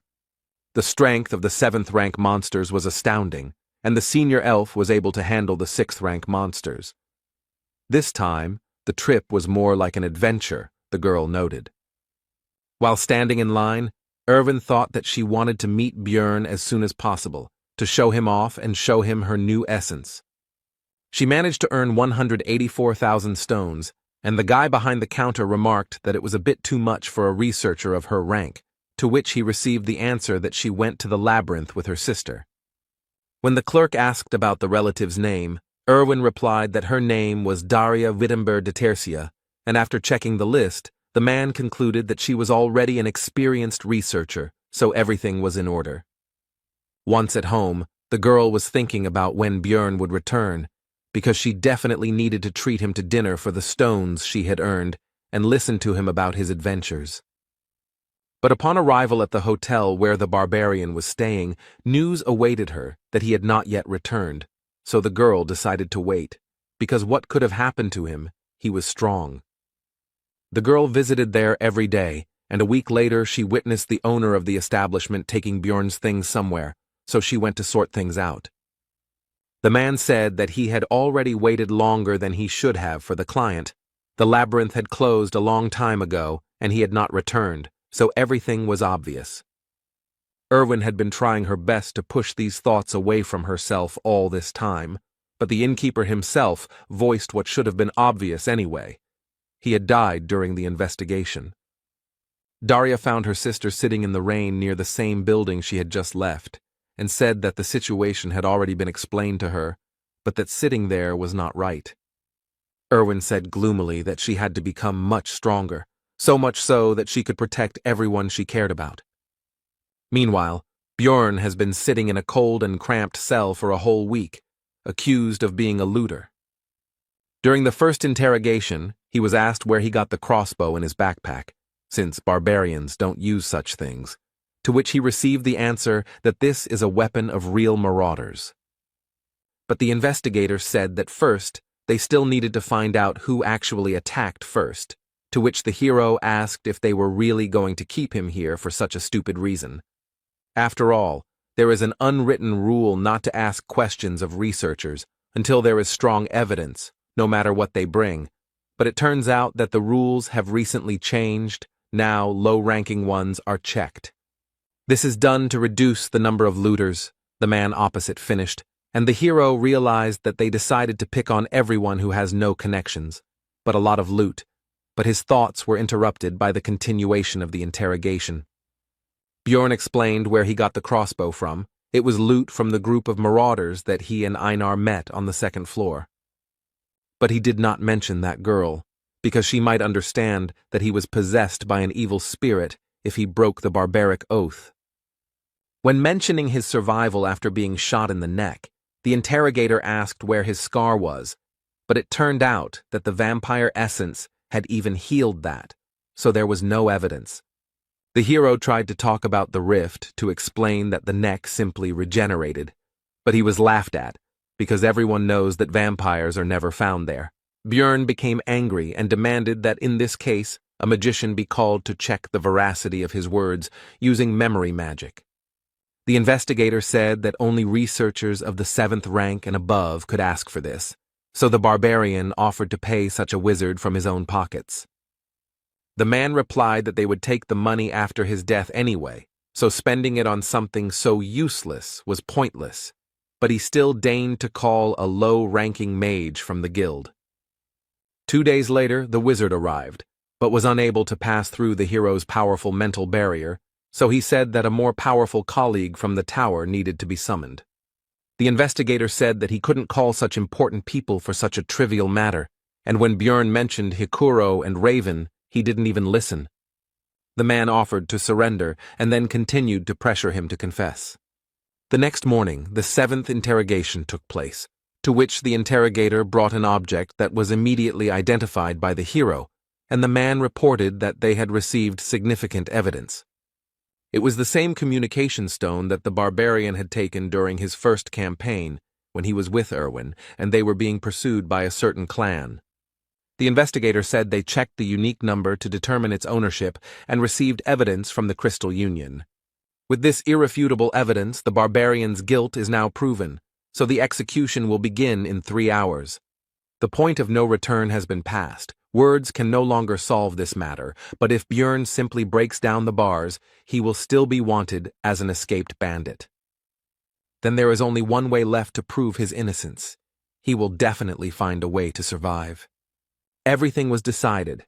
The next moment, the hero activated his flesh explosion skill, which destroyed the grid holding him back. The young guard didn't expect this from a 9th-rank researcher, and he himself was only a newbie, so he was at a loss. Bjorn simply knocked the man out with a kick to the head. Now it's time to get out of here. Right on the guard's belt was a bunch of keys to the cells of this prison. These could be used. After all, there are plenty of prisoners here who can create the chaos that is so necessary now, which will be a great help to the hero. Surely a significant portion of them committed some crimes, but the innocent researcher doesn't care about that now. Soon all the prisoners came out of their cells, and then began to shout the word barbarian, and someone soon added freedom, and a chorus of voices began to chant the phrase barbarian freedom. Directly above them, the usual life of the Explorers Guild continued, visitors and employees not yet even suspecting what had happened on the floor below. Their peace was suddenly disturbed by a crowd of prisoners who broke down the doors and began to wreak havoc. One of the guild workers called on the researchers to help subdue the criminals, for which there will also be a reward. The hero understood that the former prisoners would not hold out for long, since they did not even have any weapons, and only some were able to get hold of some improvised means, so he rushed to the second floor. Bjorn had a plan. He didn't just want to escape, so he instantly passed this floor, but at the entrance to the third, a small detachment of guards blocked the way forward. The barbarian extended his hand to the side and used flesh explosion, and then acidic blood mixed with pieces of flesh and bone rushed like rain onto the first floor. All of this fell directly on the crowd of prisoners along with the researchers, which allowed the hero to activate the sacrificial seal, which enhances physical abilities depending on the number of victims. They give their bonus at a distance of 100 meters, but this will be quite enough. The mighty barbarian received even more power than he had before. Bjorn rushed forward with a Yahello cry, and the magical doping allowed him to literally drive his opponents into the ground. It also increased defense, although not so much that the guards' swords would not cause any damage at all, but enough that the blade would stick in the muscles. But all this was pointless. The guards could not believe their eyes, because the wound healed almost immediately, thanks to the hero's new essences. Bjorn feels the power that overwhelms him. The effect of this doping is simply mind-blowing. These guys can't do anything against him. The guards were at a loss. How could a 9th-rank barbarian be so strong, since only low-ranking researchers were locked up in the branch? There is a prison for high-ranking people, but today they were just unlucky enough to meet a hero. They were clearly not ready for something like this. Soon the way was clear, and Bjorn could now calmly enter the branch manager's office on the 3rd floor. As soon as the hero opened the door, he noticed an ambush, but there was no way to avoid it. However, it was not necessary. The man's sword reached the barbarian's flesh, but he did not rejoice for long, and the reason for this was not even the enemy's rapid regeneration. Much faster than he could see the enemy's recovery speed, he was hit by the effect of the corpse golem's acidic blood, which instantly took the swordsman out of the fight. Suddenly the barbarian noticed that there were not only the two of them in the room, but also some girl in a rich dress. The man, overcoming the pain, shouted not to touch her, because she was the daughter of the head of the district, which made Bjorn think that he had hit the jackpot. The barbarian interrupted the swordsman's threats with a blow to the head. Now, due to new information, the plan has changed. Initially, he did not intend to do this, but the presence of the girl changes everything. While the hero was thinking, the daughter of the head of the district tried to interrupt his thoughts, outraged by his terrible act and calmness. She accused him of knowing about her presence from the very beginning and setting everything up.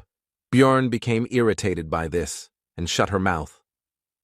The guards burst in, but did not dare to do anything, because the barbarian had the head of the district's daughter in his hands.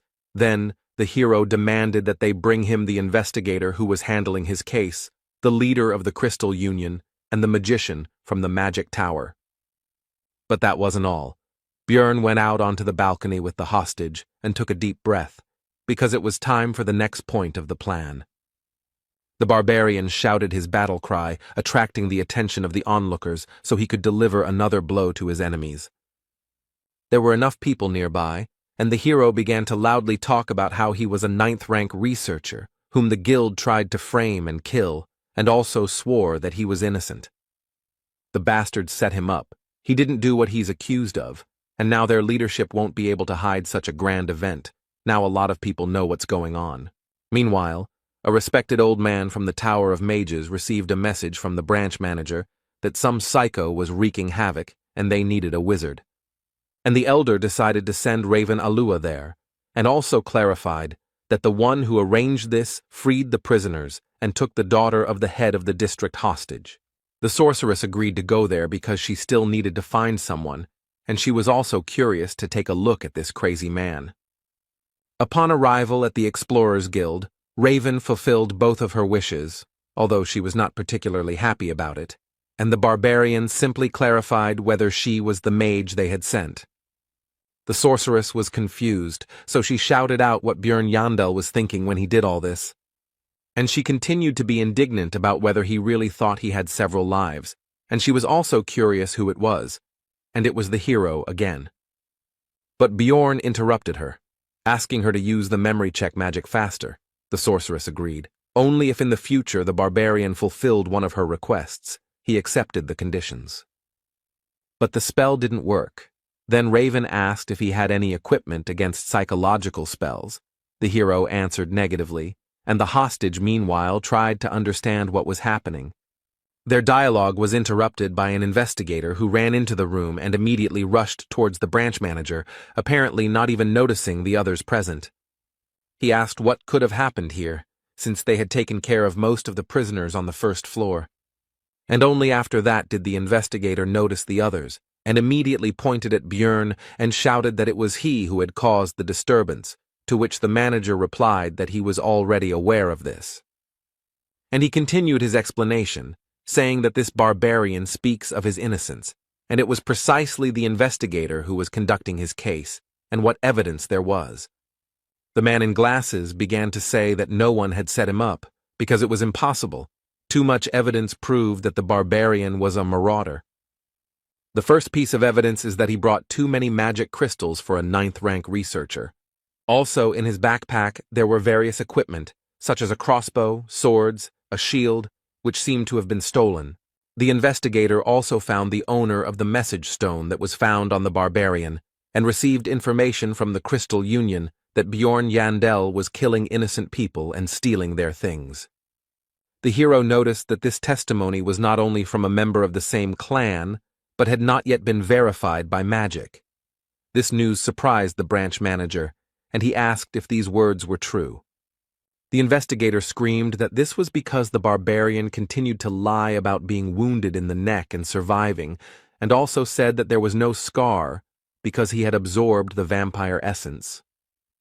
The interrogator continued by saying that this was complete nonsense, and that Bjorn had lied because he knew that memory magic would not work on him, and how, under such circumstances, could he bring the precious magician from the magic tower there?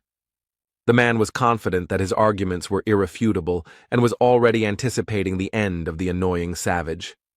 But Raven indifferently reported that the information about absorbing the vampire essence in the first-floor rift was true. This news surprised the head of the branch and the investigator, and the latter, stuttering, asked what she meant. The sorceress explained that she had been there and seen everything with her own eyes, and ironically asked what to do now, since he would not be able to verify the truth of her words with magic. The interrogator did not take this information seriously and told Raven that even if she knew the barbarian, she did not have to protect him with lies. But the blonde sorceress interrupted the man and threateningly asked if he really doubted her words. And, without changing her tone or facial expression, she continued to talk about whether investigating the cases of low-ranking researchers with his pitiful powers had forced the investigator to look down on magicians as well. The interrogator, after Raven finished speaking, immediately fell to the floor and began to make excuses and ask for forgiveness. This was because the wizards of the magic tower were close in status to the aristocrats.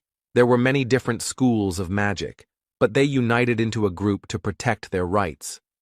A simple guild worker dug his own grave. Björn finished his thought, and the branch manager suggested that they stop this argument already. After all, even for her, a sorceress, this might have seemed absurd if she had not been aware of the situation. Raven made an indifferent face and said that there really had never been vampires on the first floor before, to which the man began to thank her for her understanding. As a loud no came out of her mouth, this was not something that the manager of the branch of the Explorers Guild should say, placing special emphasis on the last word. And she continued her explanations by saying that even now, many years after the discovery of the labyrinth, there are still mysteries that have no answers. One can never predict what might happen there. So how can a man be confident in the impossibility of anything, and at the same time head a branch of the Explorers Guild, again emphasizing the last word? The hero, looking at the girl's passionate speech, could confidently say that she really was a magician to the core, and also ruthless even to a very influential person. Suddenly, a man entered the room accompanied by guards who immediately introduced himself as Niall Urbans. At first, Björn couldn't understand who it was, but soon everything became clear, because his hostage shouted the word father, which meant it was the head of the district. The Explorers Guild is run by clans, uses command spells, and trades information for the benefit of other explorers. Its management system is simple. Each of the hundreds of branches has its own leader. Above them, one step higher in the hierarchy, were 13 regional managers, one of whom was the man who had just entered here, and at the top was the guild master. The guards behind Niall Urbans pushed a man forward, and the high-ranking guest himself said that this was the one Bjorn had requested. The barbarian's face took on a gloomy expression, and he asked this man if he was the Crystal Union member, Hartz Jr., who had made false accusations against him. Without even listening to his excuses, Raven immediately used memory-reading magic and reported that the man had lied. Now he definitely won't be able to get out of this situation, since the sorceress from the Tower of Mages confirmed his slander. After this, the county chief said that Björn Yandel was found innocent, so there was no longer any point in keeping the hostage, and the barbarian released the girl. After this, Niall said that an investigation would be conducted against the slanderer, as a result of which his fate would be decided, to which the hero noted that it would be a good idea to take a closer look at the Crystal Union itself. Urbans agreed to this, and also added that the investigator responsible for his case would also be fired, to which he began to justify himself by saying that he had acted according to the rules.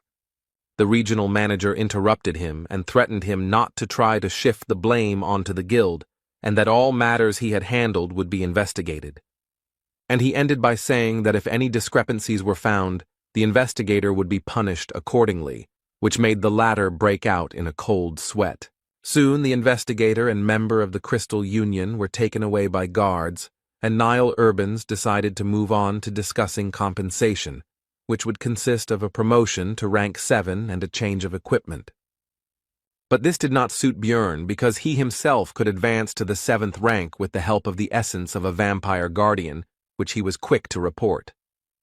Niall tried to say that the barbarian only had 2 months of experience, to which the hero said to bring him a researcher of that rank, and then it would become clear who was stronger. Björn was immediately engulfed in barbaric rage, and with a cry of Behella demanded an opponent, to which Urbans tried to calm the hero down and explained that this had simply never happened before. Unexpectedly, Raven decided to support the hero. They met eyes, and the girl smiled at him, after which she began her speech. The sorceress stated that she was sure that there was no researcher here who could resist a 5th-rank vampire and return alive by absorbing his essence, so Niall was forced to agree.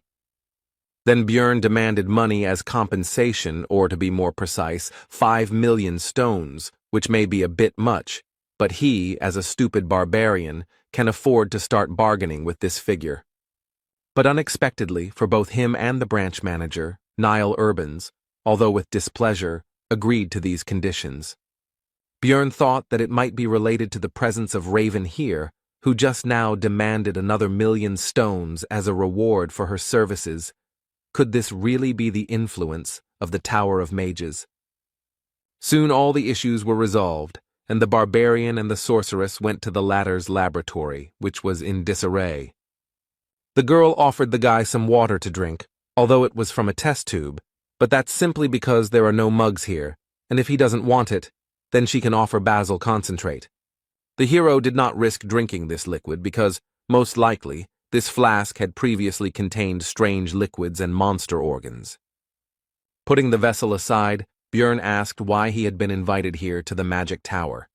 Raven reminded that the barbarian had promised to fulfill one of her requests. The hero had only agreed because he was in a hurry, and there was nothing wrong with making friends with a mage. Bjorn agreed with this. The main thing was that it was within his power. The sorceress was happy with his words, and said what she wanted. It turned out that Raven wanted to study the essence that the barbarian had absorbed, and also explained that there was some benefit to it for him as well. Listening to the sorceress's story about how this would help him discover some unknown features, the hero noticed how the expression in her eyes changed. One could see a desire for knowledge in them. The corpse golem she wanted to study was indeed rare, but it was nothing compared to the vampire essence, since it had never appeared before, or there was no one to tell about it. And then the hero guessed something, so he asked if her words when signing the agreement were true, and were precisely because of this. We are talking about the moment when Raven studied the agreement between the Explorers Guild and Bjorn, which contained a clause about the secrecy of everything that happened. The sorceress then demanded that a clause be added about not revealing that the barbarian had absorbed the essence of a fifth-rank vampire, and he was grateful for her attentiveness. The hero was right, and the girl said that in any case, now let him come once a week and help for about 3 hours for 6 months. Bjorn said that he agreed to 3 months and to share the results of Raven's research with him, to which she said that he survived thanks to her, and therefore he should be grateful. Looking at her, the hero thought that in principle this is true, but this is a separate topic, because in order for the cooperation not to end in a short time, the guy must show the girl what kind of person he really is. Bjorn stood up and told Raven that she was the one who should pay the money, which confused the sorceress.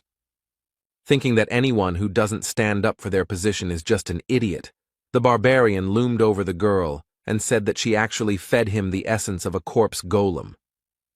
Raven tried to push the hero away from her and asked how that could be a problem since she gave him his powers for free. Bjorn said that she fed the essence for her own survival, to which the girl replied that she saved him as well. The hero responded indifferently that he didn't care. Raven had to pay 10 million, because that was exactly the amount needed to remove the essence in the temple. The sorceress asked in bewilderment why he was getting rid of such a precious thing, and exclaimed that he was a crazy barbarian. Bjorn explained that it was not the essence he wanted, meaning it had caused him serious damage, to which the girl responded that she had heard about the value of this thing to researchers. The hero said that this is the mage's biased opinion, since they cannot absorb essences. If he does not believe, let him ask other adventurers. Raven said that he was just sure that she didn't know any other explorers besides him, but that wasn't true. He should just wait a little. After this, the sorceress took out a magical communication item from somewhere and called a certain Patsran to resolve their dispute. The girl asked him how he would feel if someone fed him an essence he didn't want, to which he said the answer was obvious. To begin with, Patsran would be very angry, because despite the possible value and uniqueness, the essence, which was not in the plans, would only interfere. It's hard for mages to understand, but researchers can't just absorb everything and hope to move up the floors that way. And when asked about possible compensation, Patsran replied that he would demand 15 million, because the more essences a person has, the more expensive the removal, and if they cannot pay him, he may kill. This news worried Raven, and while she was collecting her thoughts, Bjorn decided to think about this Patsran. This researcher is obviously of a very high rank and experienced nature, since he understands the importance of skill combinations and has connections in the magic tower. If you were to ask the same question to some 9th-rank rookie who was barely surviving, then the answer would be completely different. Interrupting the hero's thoughts, an old magician entered the laboratory and said that he was the teacher of this lady, whom the barbarian had forced to tense up. Bjorn understood that since this was Raven's mentor, it meant that this was the person who controlled the 5 floors of the tower, the master of the great Artemian school. He was even higher in status than the regional leader. The old man said that he had overheard their conversation and drew the sorceress's attention to the fact that her sound insulation magic was working with many holes. And he explained that he did this to satisfy his curiosity, because his youngest student had dragged a man to her for the first time, and even a living barbarian, the hero, paid attention to these last words. And the old man ominously informed that usually Bjorn's relatives are delivered dead, or simply their hearts are brought. After which he changed his behavior, laughed, and said that it was all just a joke, but the hero was a barbarian who understood the mood of others well. Bjorn decided to respond with a barbaric joke, so he pointed his finger at the wizard and said that he really wanted to crack that skull. And after a few seconds he said that it was all a joke, so the old man should relax and laugh. Raven, looking at this disgrace, exclaimed that Bjorn had already gone completely crazy, although this was clear from what he had done in the guild. Having already decided that he had gone too far, the hero began to think about how to resolve the conflict, but the old man laughed and assessed the character of the boy in front of him. He also said that the older generation could easily tell the difference between a joke and a threat, although it was clear that he was actually furious. The hero decided to take advantage of the reputation of his people and praised the magician, saying that since he understood barbarian humor so well, he was not such an old man, and asked if there were any barbarians in his family. Teacher Raven decided to return to what he came for. He had heard about compensation and would like to offer Bjorn something else. He took out a box and presented its contents. It was an artifact. Number 9425, the Ring of the Frost Spirit. Numbered items are rare things. You can only get them from the keepers, and each of them contains a unique skill. Would he really just give away such a valuable thing? Bjorn asked what use he would be. The mage replied that he absorbs one of the skills of the absorbed essence, and this would be useful to him, because having acidic blood is very problematic. The hero agreed, because it seemed that even the head of the school did not know about another function of the ring. He was escorted to the exit by Raven, who reminded him not to forget about helping in research. The sorceress tried to ask her master for forgiveness, but he said that the item was useless anyway. Its market value was 1.5 million stones. Bjorn, meanwhile, was also pleased with the deal, because thanks to his game knowledge he knew about another ability of the artifact. Both parties were pleased with the deal, thinking that they had deceived each other. When Bjorn arrived at the hotel, its owner was surprised that he was still alive, and also said that he had already thrown out his things. The hero got angry because he had paid for another week. He said that he would reimburse everything, but the hero was not free of anger. He did not want to forgive. But the next second he calmed down, because he realized that this behavior was not typical for him, and he tried to remember how long he had been behaving like this. From the moment he came to this world, even when his life was in danger, the boy kept his emotions in check and remained calm. When I first killed, I only thought that it had to be done. The process was simple. Even during the escape from prison, there were no doubts. Remembering the argument with the old man from the tower, Bjorn knew that 29-year-old office worker Lee Han-soo would never do something like that. It seemed to the hero that these were all just changes under the influence of the surrounding reality.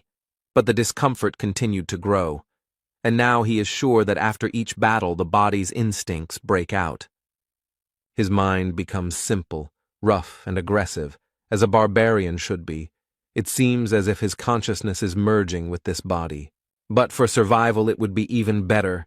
Bjorn summed up his thoughts, after which he demanded 30,000 stones from the innkeeper as compensation.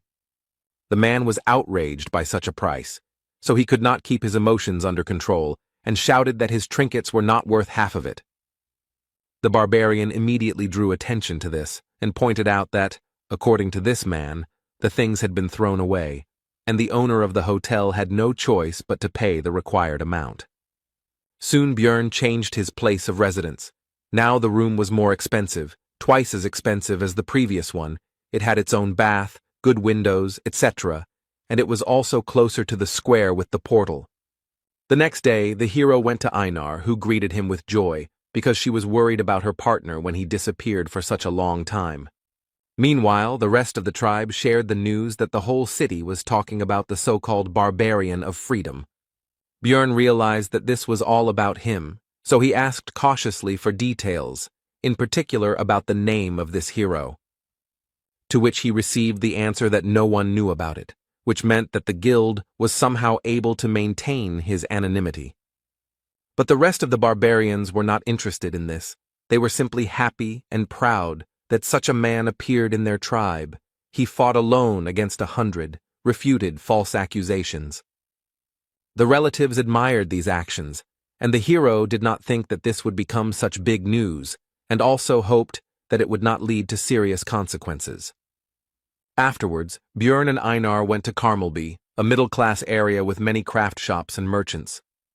Here, the team sold the loot and equipment of the hero himself, which turned into scrap metal, resulting in 800,000 stones, of which 300 went to the warrior. Einar suddenly became surprised by something and drew Björn's attention to how people had put clouds on a stick and were eating them. Of course, it was just cotton candy. The hero decided that it would be a good idea to treat the girl to both sweets and just lunch, while the warrior could not believe what humanity had come up with. But soon Einar's mood worsened. She thanked her partner for treating her as before, because the other barbarians now avoided her and did not see her as a warrior. And lately, some guys have started to hit on her, trying to get her attention, which had never happened to her before. Einar finished pouring out her experiences by asking Björn for forgiveness and saying that she would not be able to go to the labyrinth with him. As a result, the girl left the group, and although her problems were very important to her, they were not the main reason. The main reason is that the elder of the sacred land, a famous sword master, noticed Einar's talent. Therefore, the warrior decided to study the art of the sword under his command in order to become much stronger than she was now. When asked if the sword master could go to the labyrinth with them, the girl replied that there would be special training, so they couldn't leave the sacred lands for 6 months.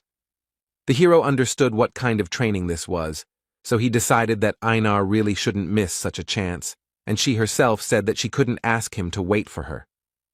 And she doesn't necessarily ask to take her back when the time comes, but she will try and come back so strong that she will no longer pull Björn back. He couldn't hold her back, because during the second exploration, she was defeated by the marauder, and she also had to use the oath. In the rift, Einar could only watch as others took the initiative while she remained at best in the background. It all hit her hard, so she agreed to the training. Björn will have to look for new companions, although there is an option to go on his own because he has grown a lot in 2 months. Namely, he absorbed 2 essences, thanks to which his characteristics have greatly increased. But from the 3rd floor, it is impossible to travel alone, because as the floors increase, the absence of other roles in the team becomes critical, so finding comrades is a necessity. The hero needs companions of a similar level to climb higher and hunt higher-level monsters, and his first target for recruitment was Raven. After completing the research, Björn spoke about it, but nothing came of it. She didn't even listen and refused. She demanded to invite her only if the group was larger, everyone at least 6th rank, and there must also be a priest. Raven told him to put this nonsense aside and handed the research subject the result of this very research, which he began to study and came to the conclusion that he already knew this from the game. The growth of characteristics, among which the most prominent were regeneration, magic resistance, and soul power, as well as all of his active and passive skills, he studied and tested, except for Bloodmaster. This allows one skill of the one whose blood is absorbed to be temporarily used. Source of Darkness, Sacrificial Seal used when escaping from prison, Eternal Life, increases regeneration depending on damage. Before Björn left, Raven decided to inquire about what that thing was that the hero had shoved into the vampire's mouth during the battle in the rift. The guy decided not to say anything and said that the situation was quite chaotic then. She probably messed something up. The sorceress began to say that she saw everything with her own eyes, but the barbarian interrupted her, saying that he was hungry after which he quickly ran away. Raven was unhappy with this. She realized that Bjorn was hiding something, so the girl intended to find out everything on her own. To this end, the blonde headed to the huge library of the Magic Tower with confidence, to find answers in the books, which she did. She read that it was similar to a goddess tear, a consumable relic of unknown origin that, when destroyed, bestowed a powerful holy blessing on the surrounding area. 150 years ago, during a dimensional collapse, Cardinal Andron used 3 such objects to save the Holy Pope, and it was never mentioned publicly again. Suspicions grew stronger, because how could a barbarian who had recently undergone the ceremony know about the location of the relic, as well as its effect? Upon arriving in his room, the hero began to think about another artifact, the Golden Mask, which drops after defeating the boss of the Bloody Citadel when many conditions are met. It changes the wearer's face for 30 days, the number of uses is 5, the item dropped for him in the game, but there was no point in changing the appearance of a 2D character, so he sold it. But this is reality, which means that in the event of a clash with the forces of law or with someone extremely influential, this may come in handy in the future. Meanwhile, Daria Wittenberg de Tercia, Erwin's sister, sat in the tavern, calmly eating and resting. But she was drawn to the conversation of the other visitors, as they talked about the Crystal Union and its disbandment in just one night. This clan created a huge information network with the help of communication stones and offered various services to newcomers on the first floor. It grew very well. At first, everything went well. Some people found salvation there, but soon the Crystal Union became mired in disgusting deeds, mocking and doing terrible things to newcomers. Take, for example, what almost happened to Erwin. The elf did not want to admit, but if it were not for the barbarian, something terrible could have happened. Daria finished her meal and was about to leave, but decided to listen to the curious information when she heard that they fell apart because of some barbarian of freedom, because it seemed ironic to her. The researchers talked about the recent incident in the Explorers Guild, and one of them said that the rule about increased search for marauders among newcomers will be revised due to the growing problem. They continued their conversation, and when it came to the fact that it was a 9th-rank barbarian, Daria decided that it couldn't be a simple coincidence. If this barbarian of freedom is that same Bjorn, then the situation with his disappearance becomes completely explainable, the elf thought, heading home. But should she in that case tell her sister about her suspicions, who still can't get over the shock? The next day, Bjorn Yandel went to the Explorers Guild to find out about the gathering teams, active above the 3rd floor. Having received the ID card and the hero's badge, the employee could not contain his surprise and exclaimed about some 5 stars. When asked what it meant, the man tried to change the subject, but Bjorn already guessed that it was some kind of internal guild code, and as a result of recent events, he received the status of a VIP client or something like that. Among the list of proposals, the hero noticed a familiar name. It was Hikuro Murad, so he immediately decided to meet him. They greeted each other and sat down at the table, but the dwarf suggested not to talk about anything for now, because another person should arrive soon. It would be a magician. He didn't keep them waiting long. He immediately introduced himself. His name was Lior Wabdvalki, and when Hikuro asked if he was the one they were waiting for, the wizard replied that it would be good luck to meet another sorcerer here and now. Murad didn't seem to be very good at understanding clever words, so Bjorn explained that the magician meant that everything was correct. They introduced themselves again. Hikuro added that he was 6th rank, and Dvalki said that he was an 8th rank wizard of the ruling family of Rafdonia. The barbarian had to explain again that he simply did not work for the guild. The hero decided to ask directly why a mage of such a low rank would go to the labyrinth, since it was dangerous for such people, and it was more profitable and stable for them in the city, to which he replied that he wanted to glorify the family of Baron Martuan. Hikuro Murad was surprised that he turned out to be a nobleman, to which he received the answer that his mother's sister's husband was the 3rd brother of the Baron's wife, to which Bjorn thought that he was not connected to them at all. Lior Wabdvalki himself continued by asking them not to be nervous, because he was not going to act arrogantly, which made the barbarian think that he looked like a fraud with these stories. From the subsequent conversation, it became clear that the magician knows how to use daily and administrative magic, knows a couple of spells like curses, and is well versed in cold magic, a wizard without experience. There are nuances, but the very presence of a mage in the team will become bait for good fighters, so Hikuro and Bjorn decided to accept Dvalki. As expected after that, requests from various researchers poured in, so they met several times a week to review documents, but it felt like the hero was doing all the work. Be that as it may, but soon the composition of the future team was approved, the group was assembled, and soon there will be their first trip to the labyrinth. On this occasion, Bjorn even decided to update his equipment, as he had some extra money as compensation from the Explorers Guild. With this, he decided to go to the Abode of Knowledge. The librarian asked what this meant, to which the hero replied that he would have to explain, since she asked. And Bjorn began to boast that this was his brand new armor and shield, made of good material, lithium, and behind his back is an extended backpack, which was not too expensive, so it was bought. But the indifferent Miss Librarian took a step back and said that the hero would be complained about by other customers, so he should not come in armor anymore. Bjorn was already returning home when he noticed one of the barbarians who was simply sleeping in the alley, but he would not have paid much attention to this if not for one thing.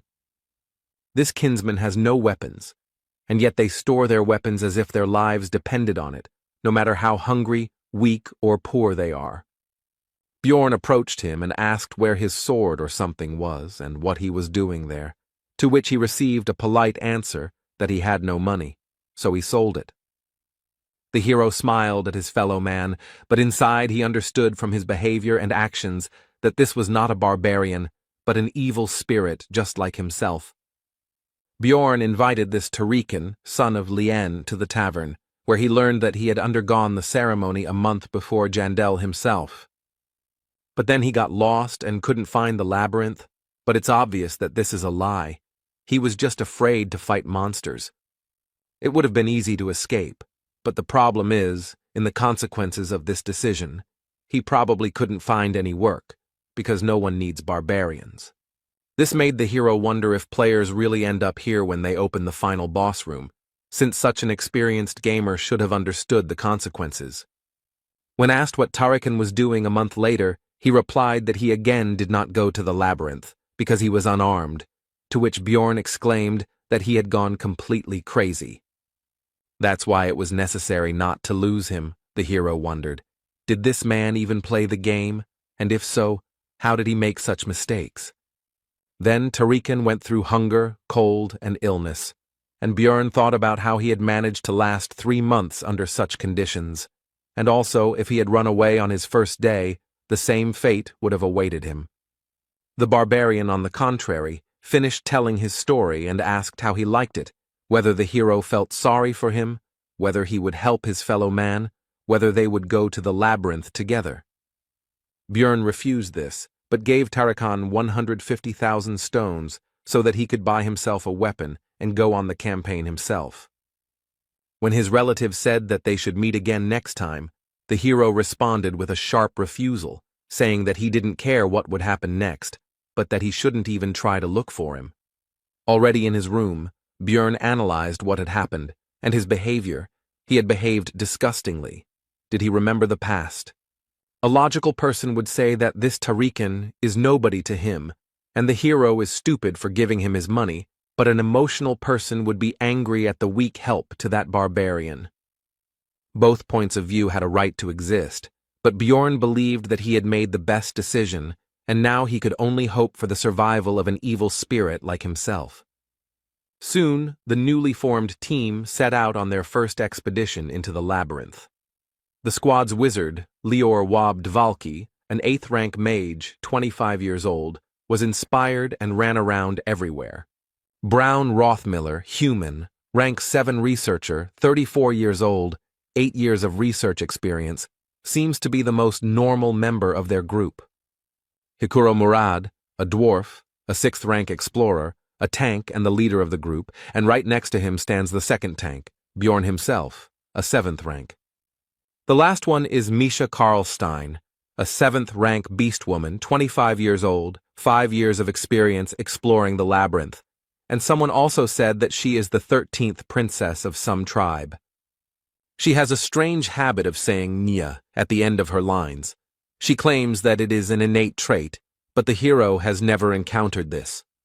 Thus began their team's first exploration of the labyrinth, and under Rothmiller's leadership, they reached the portal to the 2nd floor in 10 hours. It was a good result. Although someone still came earlier than Brown was unhappy, soon the group entered the portal. Bjorn regretted that he could not use his method, because he does not trust them.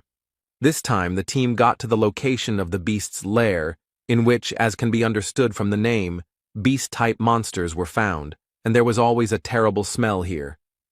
But almost all members of the group could handle him, except for the newcomer Woba Dvalka. He felt bad. He vomited. This caused an attack of disgust in Misha. Since Rothmiller had an essence that was related to the sense of smell, Bjorn asked him how he was feeling, and he replied that he had gotten used to it during his entire time exploring the labyrinth. The beast's lair is a canyon, so you'll have to find a way through a natural labyrinth. There are no traps here, but a guide is needed even more than in the goblin forest.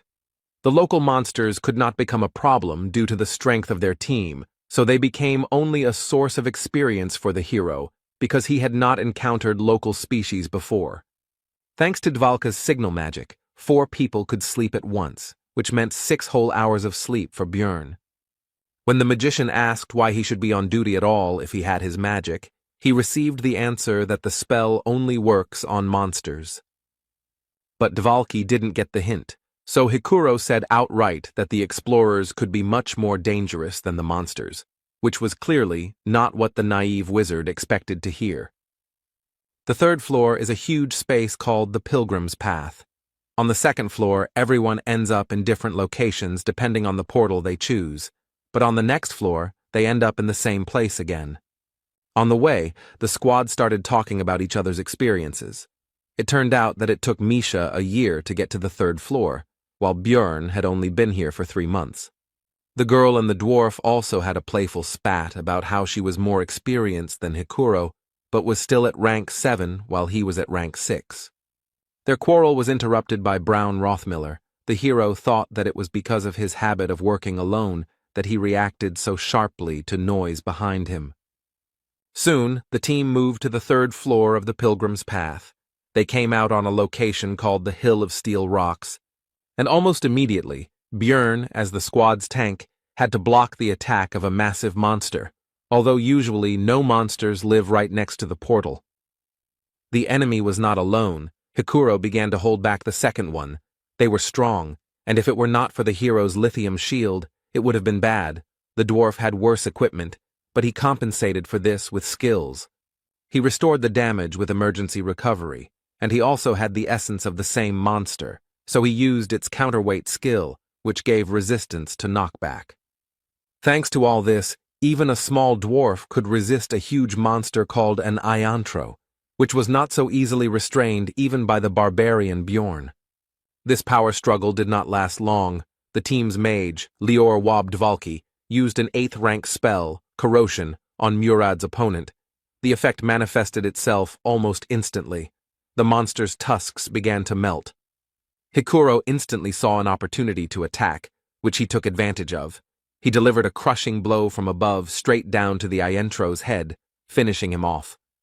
And Misha decided to help Bjorn's opponent. Using her agility, she jumped into the air straight from the barbarian, after which she attacked the monster from above. The fight was over. It was suspicious to meet monsters right next to the portal, so the hero asked Brown to check the area for people nearby.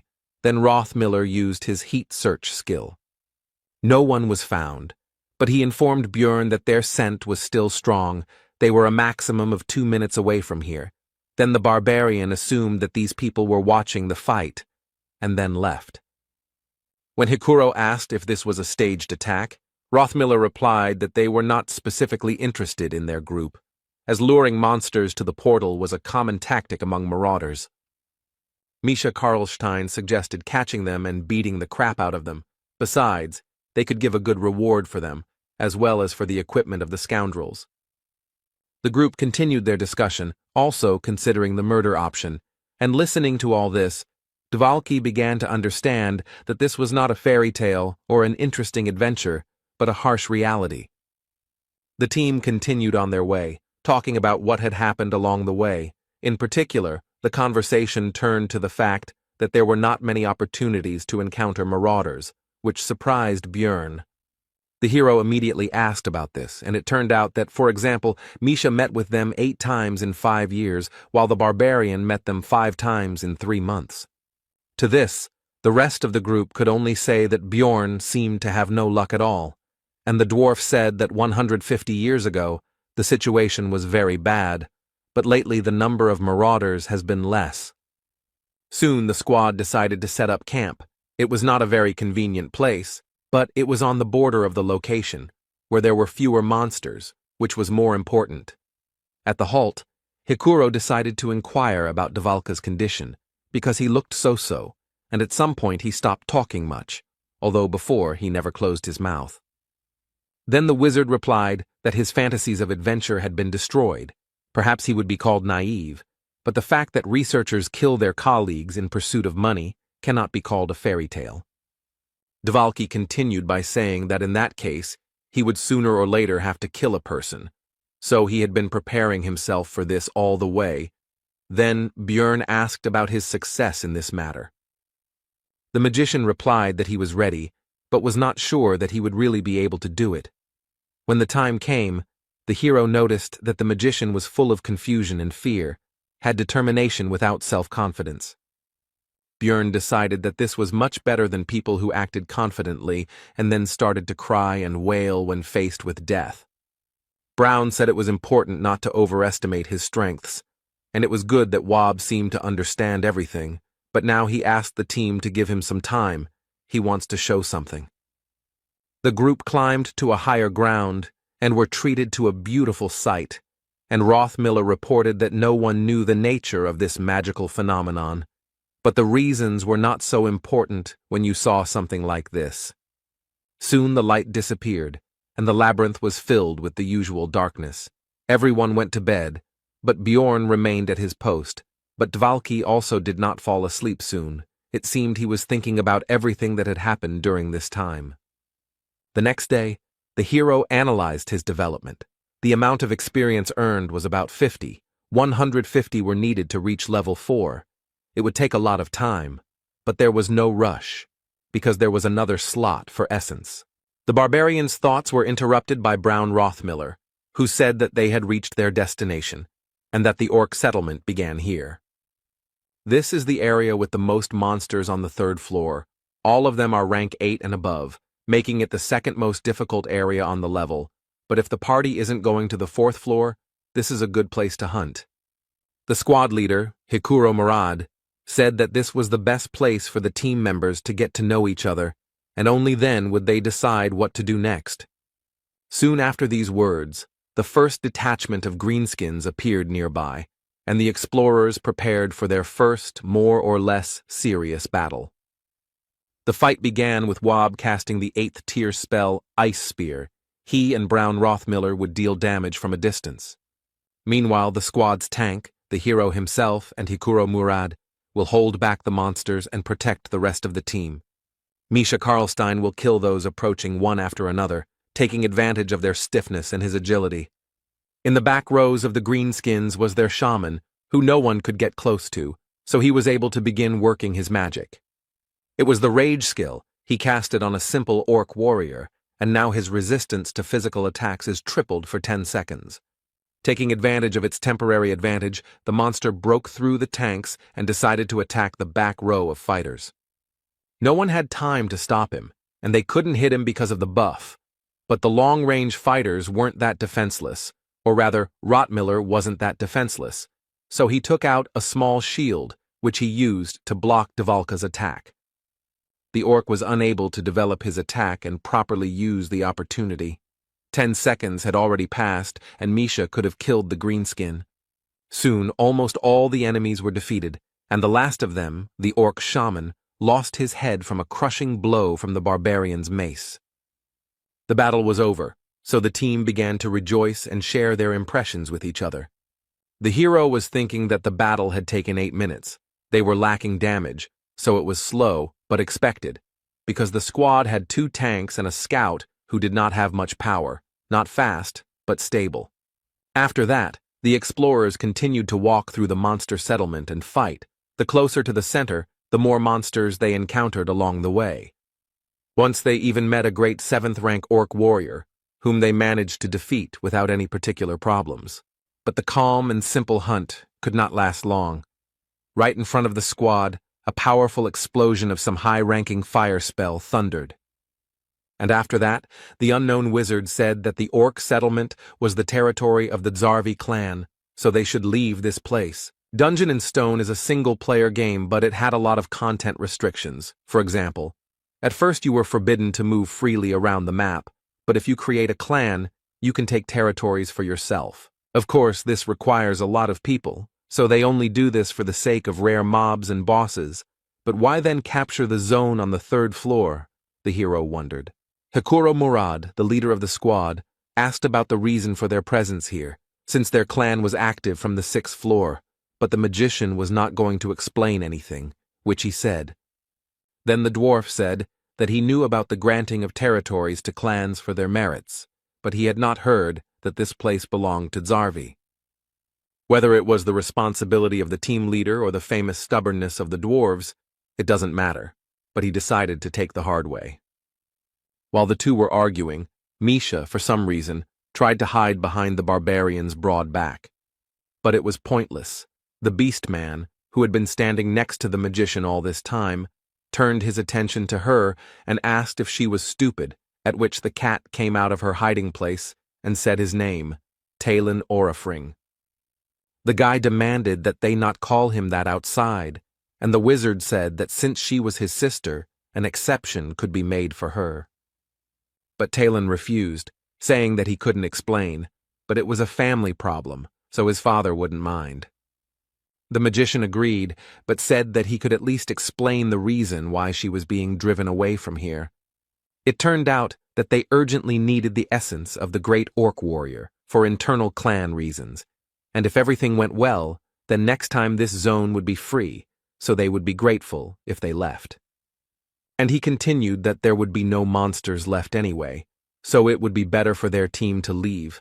But the hero understood that if this requirement was not met, the clan would use force. In the labyrinth, the rules are written by the strong, so it's best not to forget about it. So as not to do stupid things, Bjorn understands that the dwarf wants the best for the squad, but you need to know your place and leave while you're alive. Unexpectedly, Lior Wobdvalki stepped forward, saying that he would sort it out, introduced himself, and tried to establish a dialogue between himself and the clan mage, as if between colleagues. But nothing came of it. The wizard from Zarvi said not to call him elder, and that he was only a pitiful worm, that he was not worthy of being called by the proud word of a sorcerer. He urged Dvalki to find some shame in himself and not dare call himself a magician when all he could do was perform pathetic street tricks. Lior had completely failed. It was sad to hear such cruel words, but the hero believed that nothing could be done. He had to leave. But Hikuro Murad, as the leader, decided to stand up for his own, and Björn believed that now was not the time or the situation for arguments. The dwarf finally lost his temper and began to charge his discharge skill, and the hero was already doubting his sanity because he was going to fight the clan of the 6th floor. Additional fighters from the Zarvi clan approached the magician. They all just looked at Hikuro and were not going to leave, because what could such a low-ranking researcher do to them? The dwarf lunged towards them with a cry of rage, while the wizard seemed to be only waiting impatiently for this, since in this way he would be able to kill this squad with impunity, citing self-defense. But the hero couldn't let that happen, so he made a lightning-fast dash and knocked the commander of his squad into the ground. He pinned Hikuro's head to the ground, not allowing him to move, and told him to stop. The dwarf himself seemed to also begin to understand what had almost happened just now. The Zarvi clan members just watched the performance with predatory eyes, and their wizard said that they had a good team, and Murad should definitely thank the barbarian later. The squad moved away from the scene, and then Hikuro began to apologize for his actions, saying that he had lost control. Rottmiller began to scold the dwarf, and the hero thought that it was right, because it was better to accuse him now so that he would remember everything. But the next moment, Brown forgave him and even praised him for defending his comrade. Misha Karlstein also began to ask for forgiveness. She said that if it were not for her participation, it would have been much easier to cope with the situation, and Dvalki began to deny her guilt. Hikuro noticed how awkward but sincere this consolation was, and the atmosphere between the squad members somehow changed, and the hero began to feel some kind of shame from this situation, as always in such cases. Misha began to talk about how she doesn't like to talk about her family because she is the only one who couldn't make a contract with the spirit beast. Beastmen are able to make contracts with the spirits of ancient animals. This agreement itself can have different forms.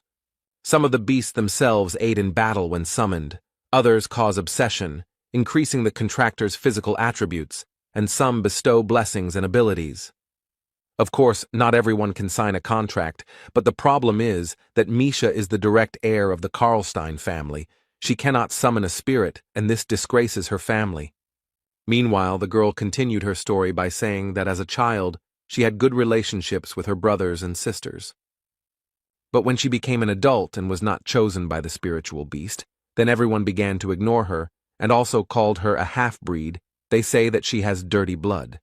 Misha's mother died immediately after giving birth, so there was no one to tell the truth to. The girl could not tolerate such an attitude, so she left home and learned to fight, and that's how she became a researcher. The dwarf and the beast woman had a touching scene, with the former feeling sorry for her, and the latter saying that he reacted to the recent event in this way because he considered them true partners. The hero felt worse from the sweetness of this moment. He mentally asked to stop this conversation, but this was not destined to happen. Hikuro decided to tell his story too. Murad dreamed of becoming a blacksmith, but he lacked talent and was unable to complete his preparatory training for 10 years. That's one of the reasons why he became an explorer after he was 30. He needed money for taxes, so he had to run away.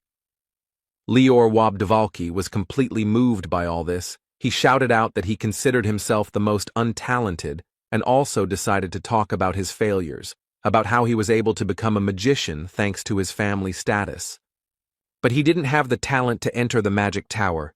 If he was a real magician, then that person from the clan would have shown at least a little respect. Hikuro began to console the boy, telling him that the old man was just a bad guy, and that Wab was a great sorcerer. Rottmiller, who was standing next to Björn, said that he had been in many teams, but had never encountered something like this, to which the barbarian mentally agreed that it was strange. But the next moment, Brown also became a part of all this, and the hero thought that at least someone from this squad understood him, but it turned out not to be so.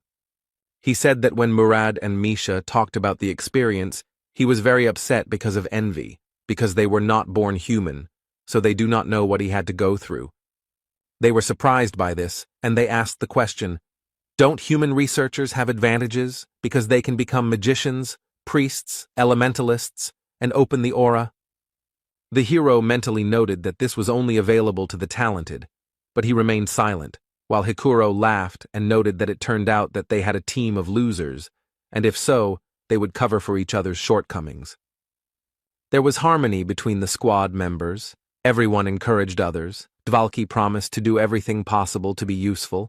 Misha encouraged everyone to try, and Murad expressed hope for long-term cooperation. They all laid out their problems and supported each other, and now all eyes turned to the hero. Now it was his turn. This made Björn tense up. They were all looking at him so strangely, waiting for something. Would they throw him out if he didn't say anything? And what should he say at all? These thoughts were rushing around in his head. In the end, the barbarian could not think of anything better than to shout loudly that he was left without a mother, after which there was silence. His comrades looked at him strangely. The hero was still tense and decided that this, apparently, was not enough. Then Björn started screaming again. but this time about how his mother died when he was born, and his father went into the labyrinth and never came back when he was little, and now he is an adult, but he cannot see them, even if he wants to. The hero fell silent and began to wait for the other's reaction to the speech. Also, technically, it was all true. Einar told him about it. Rottmiller noted that it was hard for him at such an age, and Misha decided to apologize because she complained about the difficulties in her family, and for him, everything was even worse. Dvalki decided that the hero was just pretending that everything was fine, and Hikuro offered to replace his parents if he wanted. Björn shouted that everything was okay, but inside he was screaming for them to leave him alone. The shame inside him was beyond all bounds. Somehow the hero became the most pathetic member of the group, but he didn't care, and it wasn't like he actually had a mother. In fact, he is a barbarian who uses his knowledge from the game as an advantage over other researchers, and has already reached rank 7 in a measly 3 months. Although, if you think about it, he is a loser who somehow ended up in another reality, where he is considered an evil spirit, who are killed as soon as they find out about them, and he has already been on the verge of death. While Björn was thinking about how shitty his life was and was being consoled by Misha and Dvalki, Hikuro and Rothmiller discussed the group's next steps, eventually deciding to go to a location called the Witch's Forest. When asked why not move to the 4th floor, Murad replied that he had seen too many teams underestimating the difficulty and dying there, so they needed to work on their teamwork first. The hero remembered that the Witch Forest was a zone that was only visited in extreme necessity, a bad place for hunting, and not very suitable for warriors. But the 4th floor is no better, because in addition to monsters of the 7th and 6th rank, there are also occasionally 6th rank ones, which can be quite problematic. The hero died there many times because he went there unprepared, so the dwarf's fears are understandable. But despite this, Björn still approached the squad members with a proposal to go to the 4th floor, because Hikuro and he are pretty strong tanks, so if something happens, they can provide an opportunity for escape. He wouldn't even have to run away with the vampire essence, the hero thought. And they also had a mage and 2 experienced researchers in their squad, although the damage would be small, which would make the hunt slow, but they should be able to overcome the floor.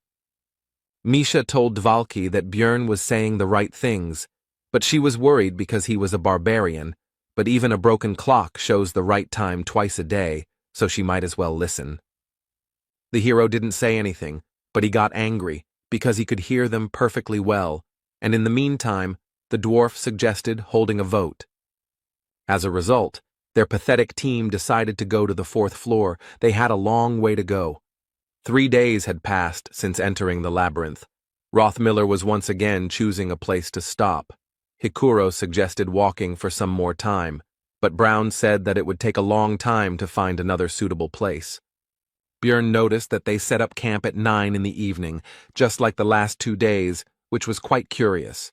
It seems to choose its future resting place based on the remaining distance and speed, which doesn't sound very complicated, but is impressive, especially in the labyrinth, where the concept of day and night does not work. The hero asked Brown about his plan for tomorrow, to which he received the answer that they would be at the Witch's Forest before lunch, and he also advised everyone to have a good rest, because moving through the forest would require a lot of strength. Björn thought that Rothmiller didn't even think about the answer. He was just a walking GPS navigator, but he didn't expect anything else from the veteran researcher. In the middle of the night, Brown woke up the barbarian. Although it was not his turn, the hero, seeing the tension of his comrade, asked whether they were people or monsters, to which he received the answer that both. The sounds were like those being pursued. Rothmiller recalled the attack at the exit from the portal. Björn replied that the guide said that it looked like a trap for those who escaped. Brown confirmed this and said that he smelled the same scent as then, and their conversation also woke up Hikuro, who became tense from this news. It seems that for some reason they were specifically targeting them, and now they decided to deceive them by pretending to be people in trouble. In this situation, Björn decided to take advantage of the opportunity and asked the others not to interfere. Soon, 3 explorers appeared from behind the trees, screaming for help, but the barbarian stopped them with the words that if they approached, he would break their skulls. Orcs appeared behind the night visitors, and they themselves began to talk about the fact that the rest of their team had died, and also promised to reward them for their help.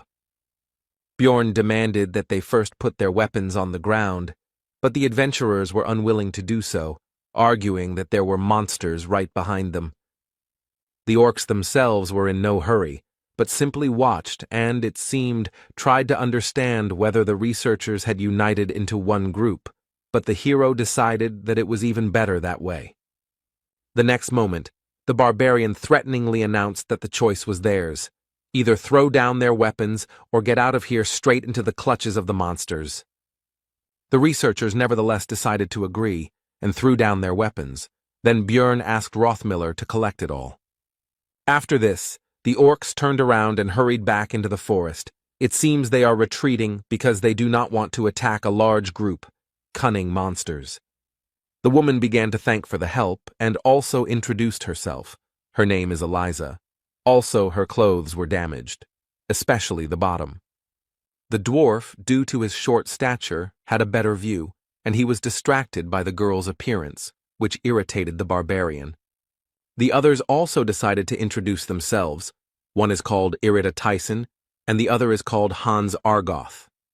The hero asked the latter again, because he remembered the first marauder he had met, who was also the first person he had killed, which was an interesting coincidence. Argoth replied that it was a fairly common name, and also asked if he knew the other Hans.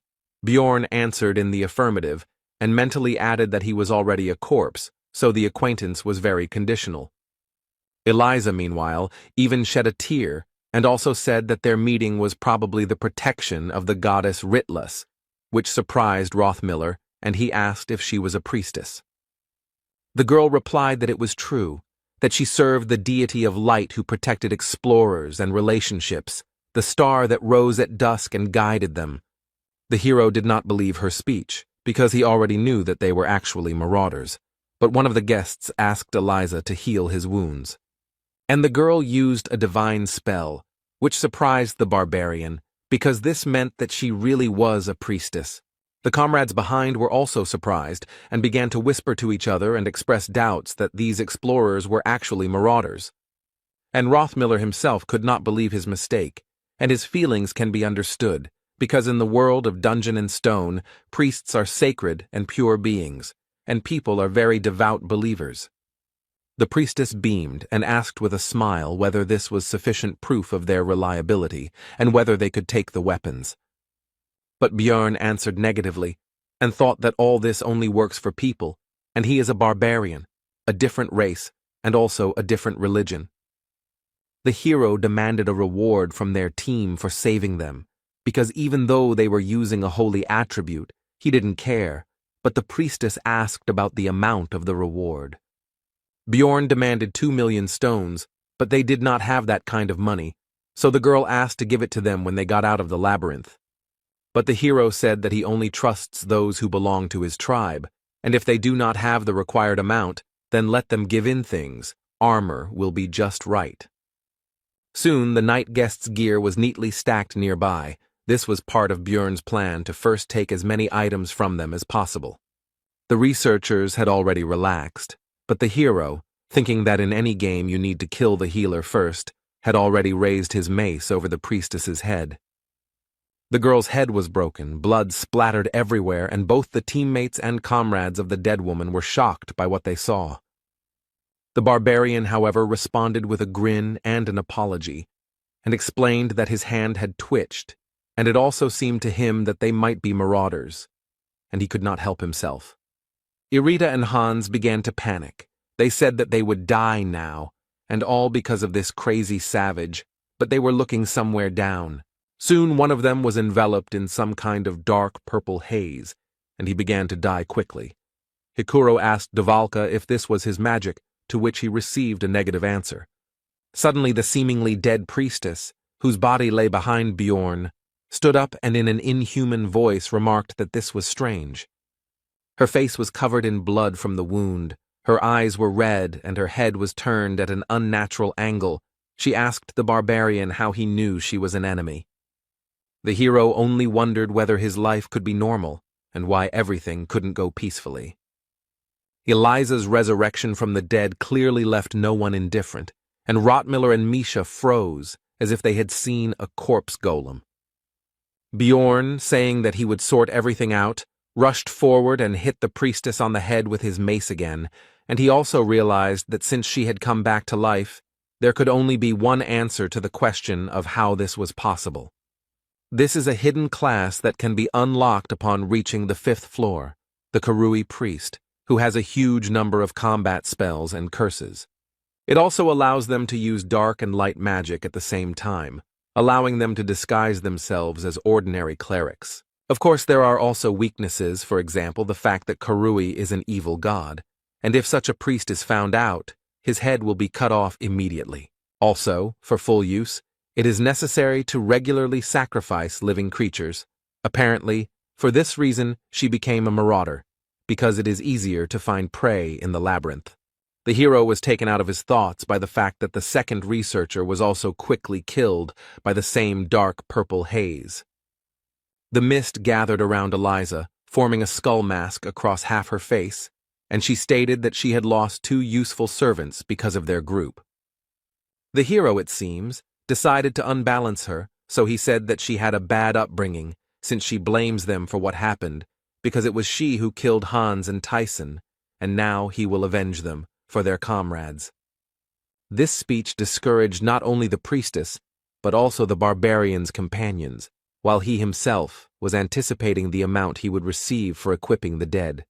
Suddenly, corpses began to rise from the ground. Now everything was not so simple, because this is the skill of the priest, Karui Call of Death.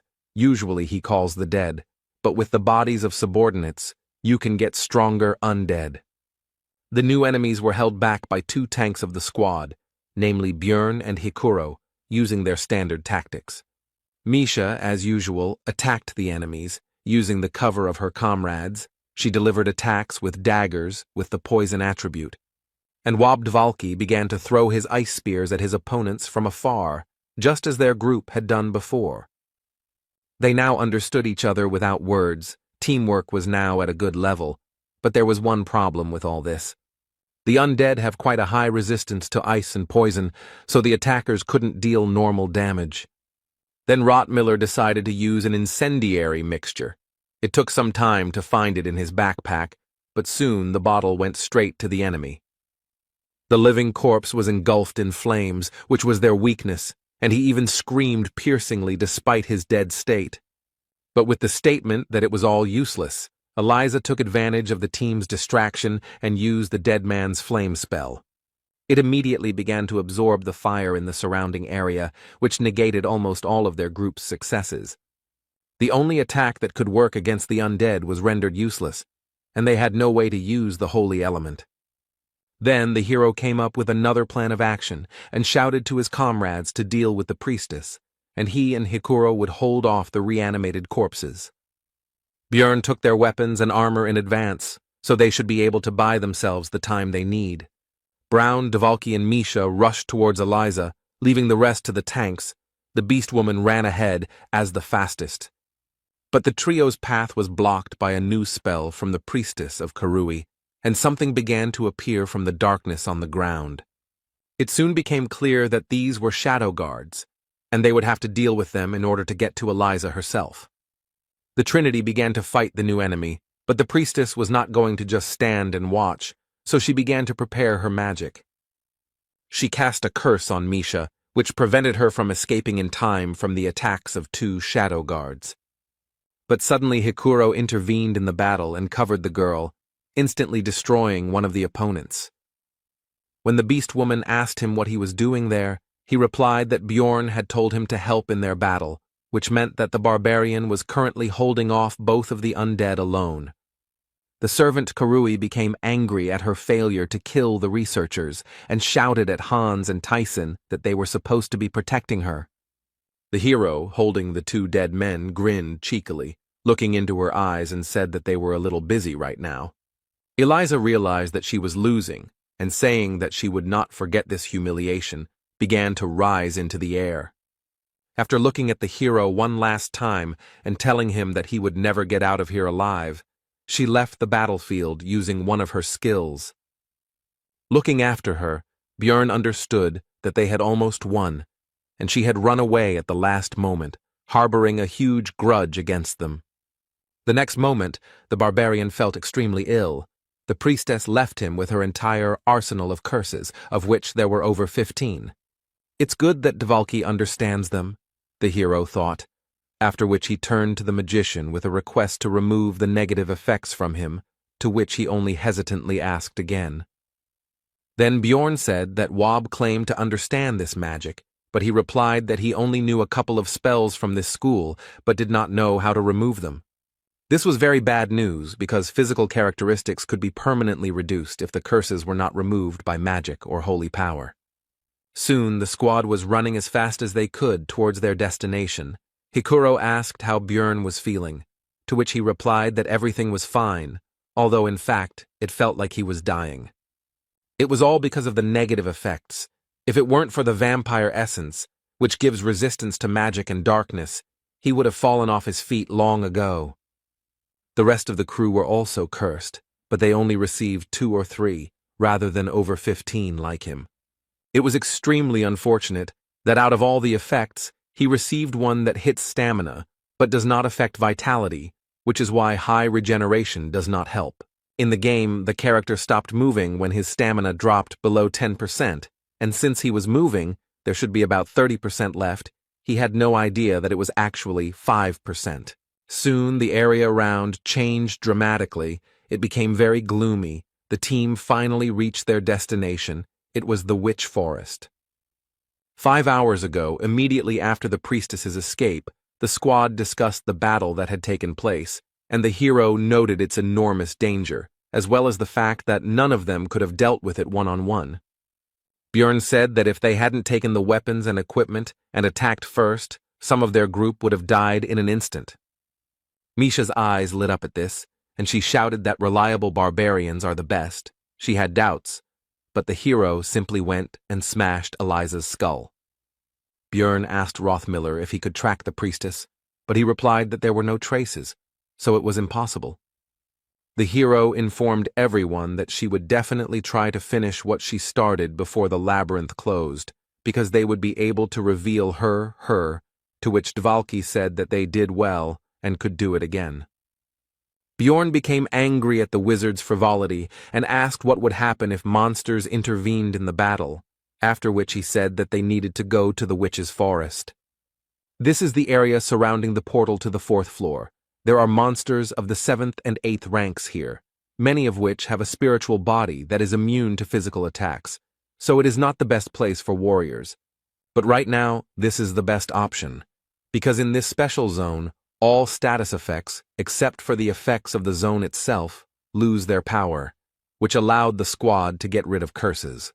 Rothmiller noted that it was strange that the barbarian understood the local geographic features, and that this was his first time climbing to the 3rd floor, to which the hero replied that he had studied in the library.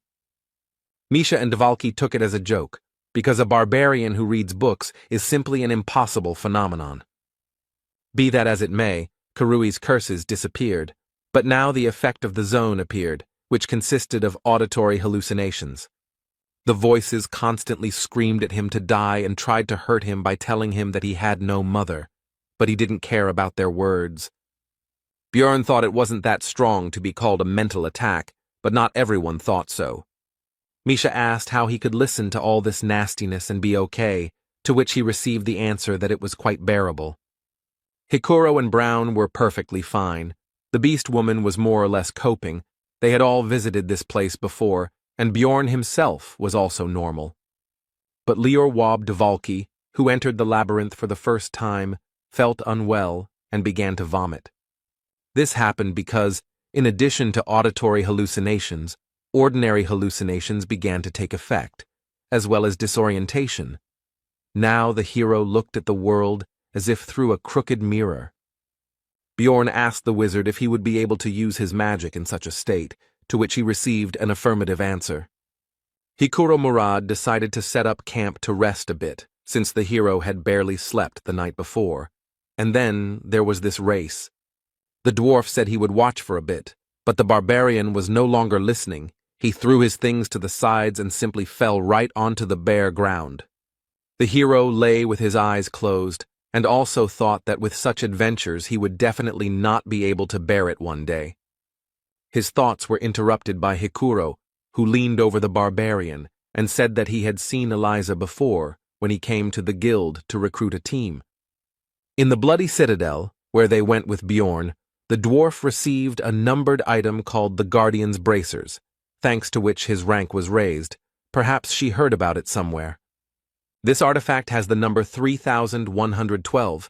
It is usually found in rifts above the 4th level. It is one of the 3000, so it is quite strong. The hero was again in a bad mood because of his luck, because he had worked so hard to get the essence, and the guy who had barely lifted a finger then took the numbered item for 50 million. Bjorn asked his comrade why he didn't recognize her right away, to which he received the answer that she was dressed completely differently, and her clothes were so dirty and torn to pieces in places.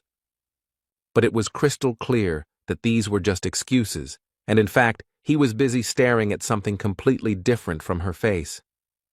Bjorn realized that when their team was meeting and discussing their plans in the bar, she could overhear everything and set up an ambush. Hikuro said that treasures always bring trouble, but the barbarian told him not to shift responsibility. It was he who was not careful, to which the dwarf quickly left. Soon, Bjorn was awakened by his comrades, and Rothmiller noted that he was sleeping very soundly, and he had heard that even barbarians could not stand it on their first expedition, and Misha simply asked how one could sleep in such noise. It turned out that the hero was disturbed by the presence of a group of enemies nearby. These were fairies who were flying nearby. These are rank 9 monsters whose only skill is releasing poisonous pollen mixed with stimulants, one of the few types of non-combat mobs in the game. Bjorn said that there were quite a few of them, and that certain guy should be nearby, so was it worth fighting, to which Hikuro noted that Dvalki had gotten better, so they could handle it.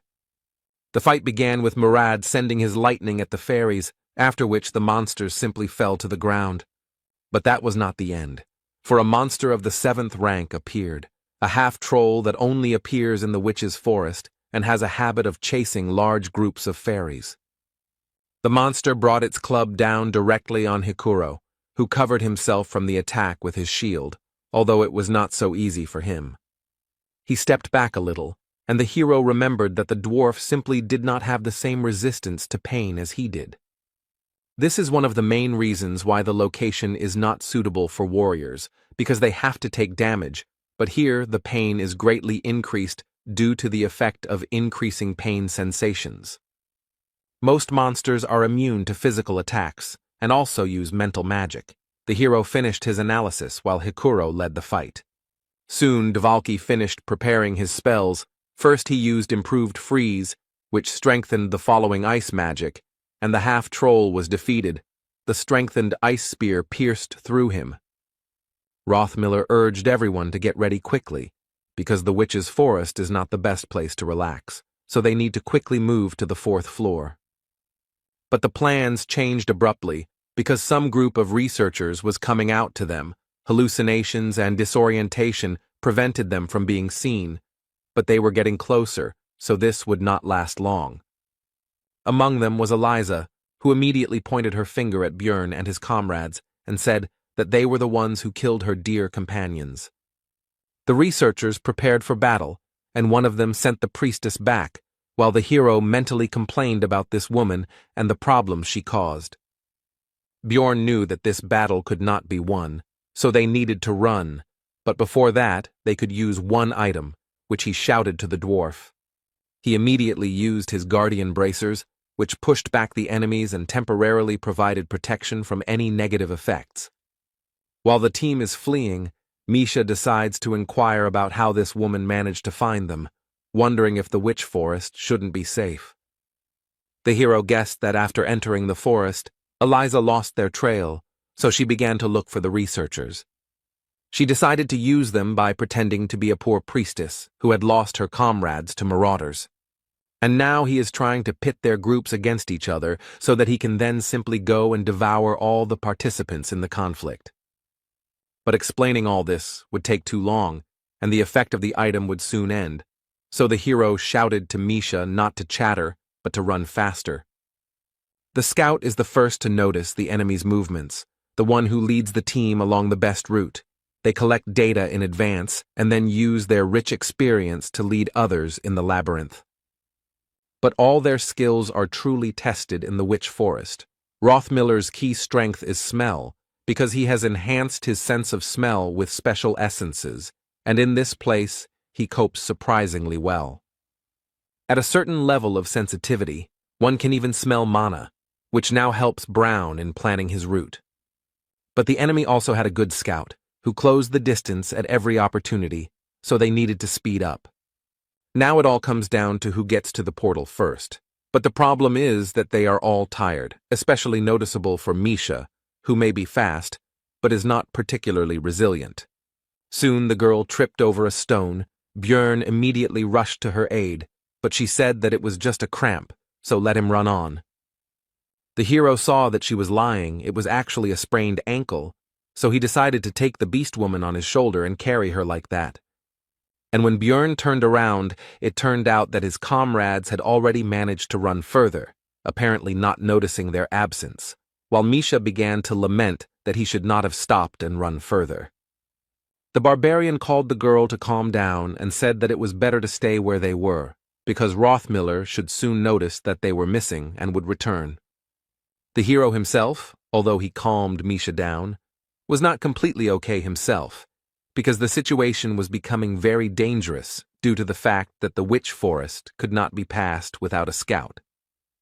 The beast woman began to ask how long they would have to wait here, but her question was interrupted by Hikuro's cry, which rang out across the surrounding area. The girl got scared and asked her friend what they should do because they had to help the rest of the team. Björn replied that relying on sounds in this area was a bad idea, and that attacking them meant that they would not be able to return for them and they would have to move on their own. When asked what is most important in an emergency, the hero would not choose water, food, or tools, although these are important things, but strength of spirit. Right now, Misha clearly missed her. She was screaming that she didn't want to die like this, that she had worked and tried very hard, and it would be too pitiful. The hero told the girl to calm down, and mentally added that when you find yourself in such a situation, you need to accept reality and not deny it. Misha began to blame herself for this situation, because if she had not fallen, then this would not have happened, but Bjorn shouted at her to listen to him, because they needed to focus on the present. He told her to drink the potion from his backpack so that the girl could walk on her own 2 feet, to which she, having more or less calmed down, agreed. Soon they stopped to rest a bit, and Misha began to lament that she couldn't believe that she had swallowed the potion while riding on a running barbarian. She even managed to think that she would die on his shoulders. Sitting by the fire, the hero thought that 4 days had passed in the labyrinth, so it would only get more difficult, and now only the 2 of them had to hold out until the labyrinth closed. The worst part is that most of the monsters are spirits, which they can't attack, meaning they really need attribute power. Then the hero made a decision and first of all asked Misha if she was married, to which she noted the strangeness of this question, but still answered that she was not. Then Björn continued asking, but this time about whether she had any beliefs that she shouldn't show her naked body to men she barely knew. The girl, embarrassed, replied that circumstances vary. The barbarian said that this was great, after which he took off his helmet and began to approach Misha, and she shouted at him not to approach, and that in general she was not ready for this. But he simply put a ring on her finger and said that he was keeping it for the person to whom he could give it. All this surprised the girl. She did not understand what was happening. Bjorn told Misha to swear by her guardian god, and in exchange for this, he would always be by her side.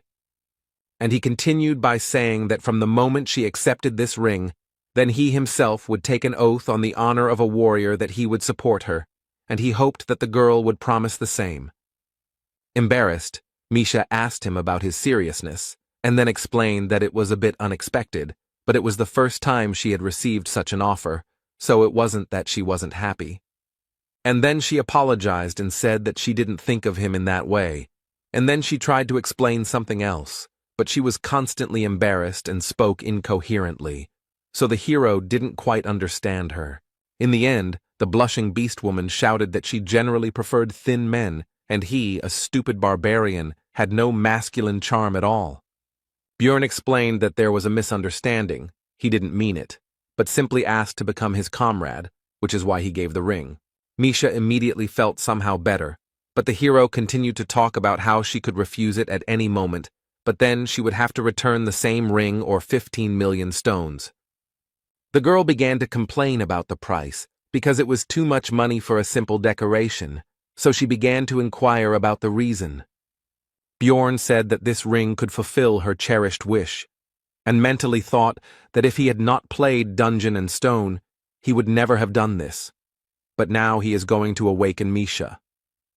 Number 9425, the Frost Spirit Ring, a numbered item that the hero received from the master of the Artemian school. At first glance, it can be considered almost useless, but after destruction, it had a special effect. He did almost no damage, but after all the years of playing, the guy couldn't help but learn this secret, and he figured it all out. If it is worn by a beastman who has not yet made a contract with a spirit beast, a special event will occur, and the ring will be destroyed, fulfilling special conditions. This would remove the seal of Skadi, the spiritual beast of ice, and right now all this was happening. Now the spirit offered Misha a contract, which she could not refuse. Soon the contract was concluded, and the girl could not believe that it all happened so simply, and she also asked Bjorn where he got this ring. But if something like this exists, then why did her father never tell her about it after all these years? The beast woman asked sadly. The hero replied that he most likely did not know about this effect, because the magicians had been trying to understand it for a long time, and had only recently unraveled the secret. Then the girl asked how he knew this and repeated the previous question.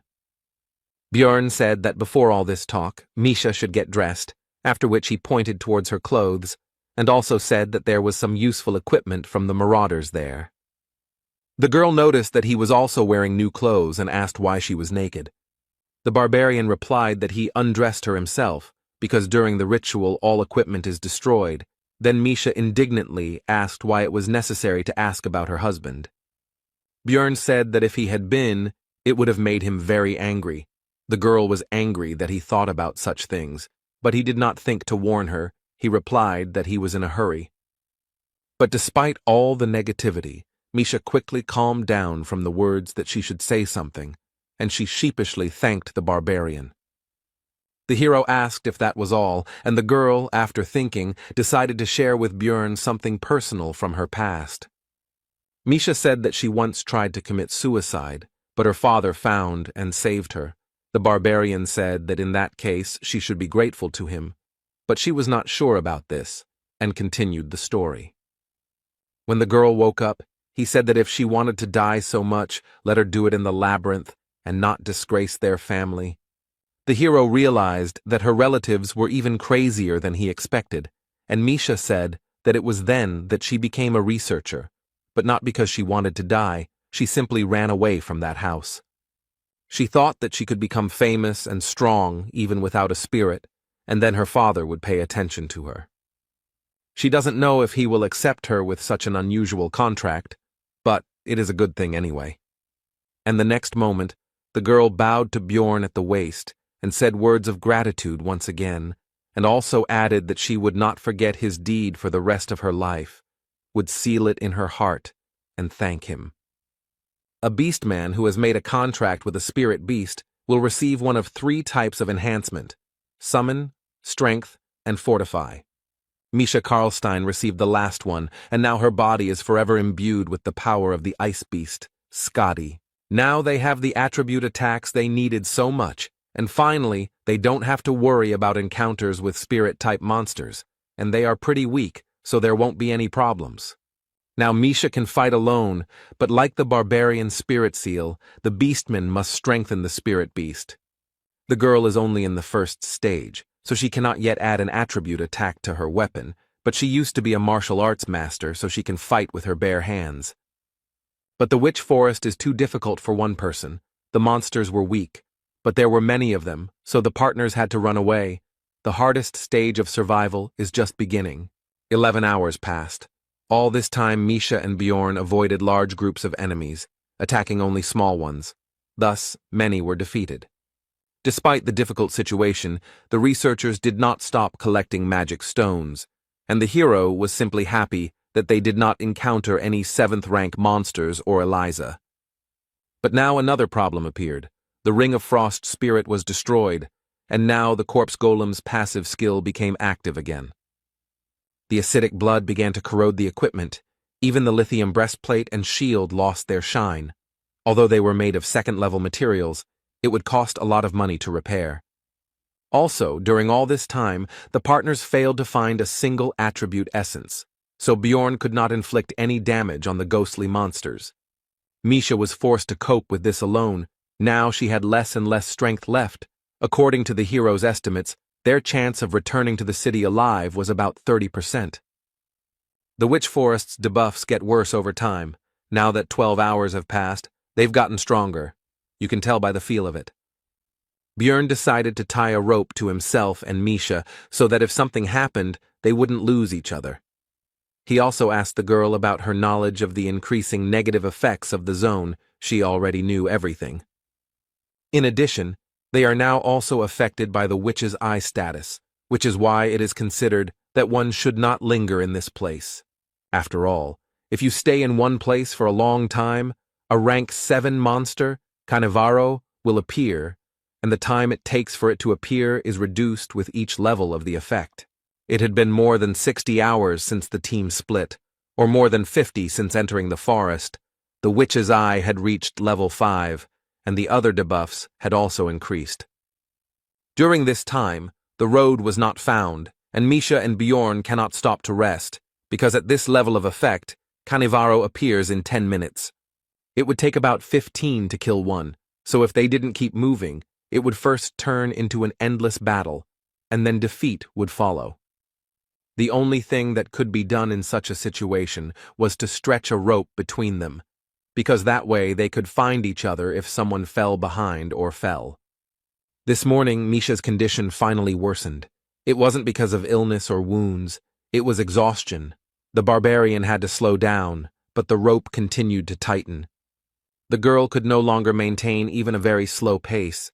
The hero believed that perhaps most of the damage was related to the hallucinations she was seeing. Bjorn told Misha to climb on top of him so she could close her eyes and rest a bit, maybe even fall asleep.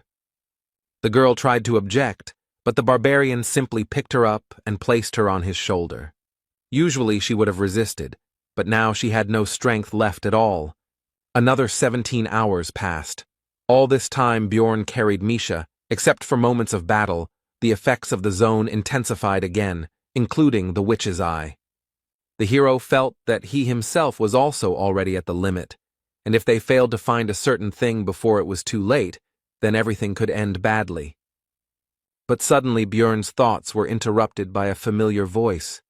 It was his ex. She was not at all like the illusion of the forest.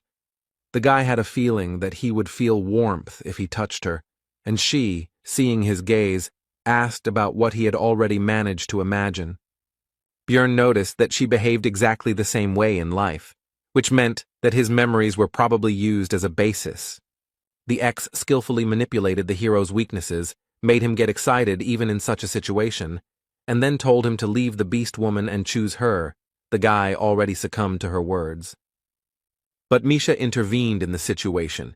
She delivered a powerful uppercut with the power of the attribute to the enemy and sent him flying.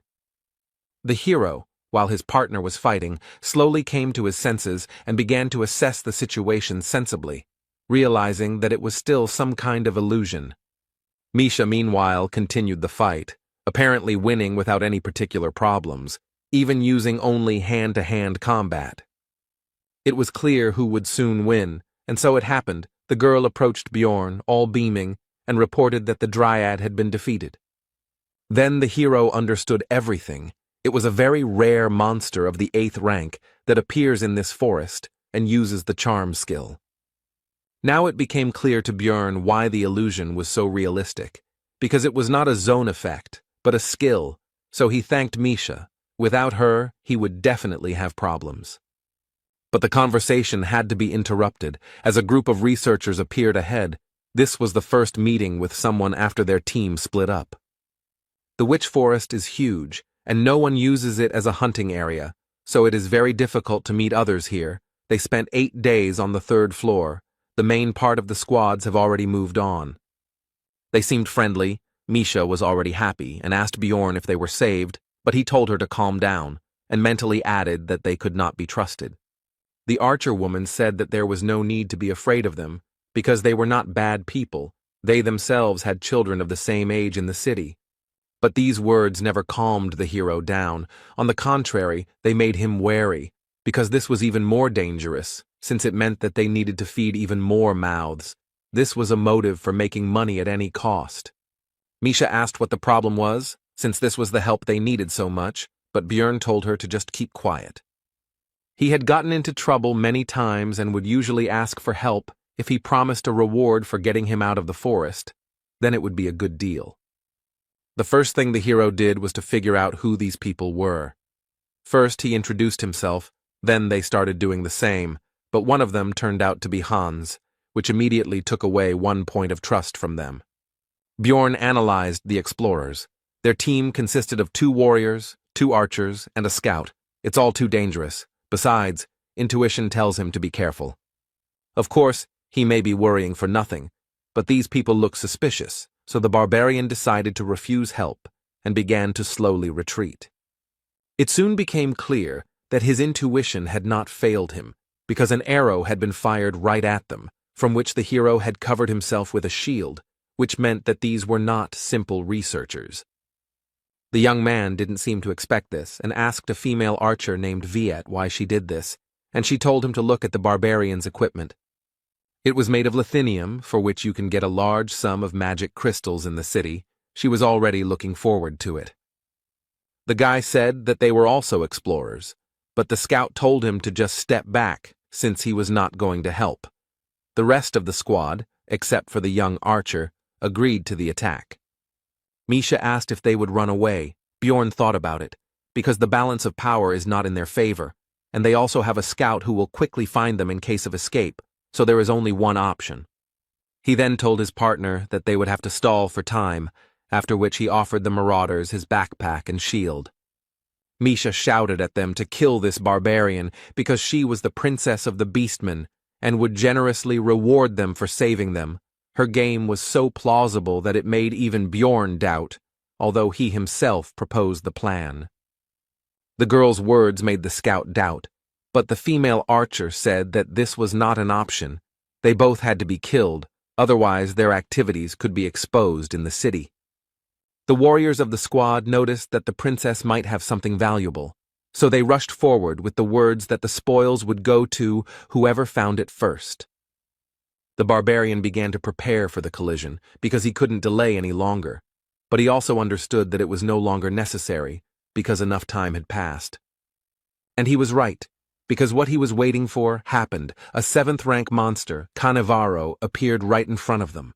After this, the hero told Misha to grab onto him and ran forward, thinking along the way that it was impossible to escape from the monster because he would pursue the victim until death. Therefore, it was possible to use the marauders as a diversionary tactic, and he began to break through their ranks while they were at a loss. This should have out-aggroed Cannavaro, who took advantage of the fact that no one was attacking him and used his magic mind skill without any problems. The marauders decided to deal with the monster first, because of the mines, they would not be able to pursue the prey anyway, and the prey itself would not be able to get far. The hero understood that there was no way he could dodge the mines, so he had to rely on his strength and regeneration, simply running straight through the traps.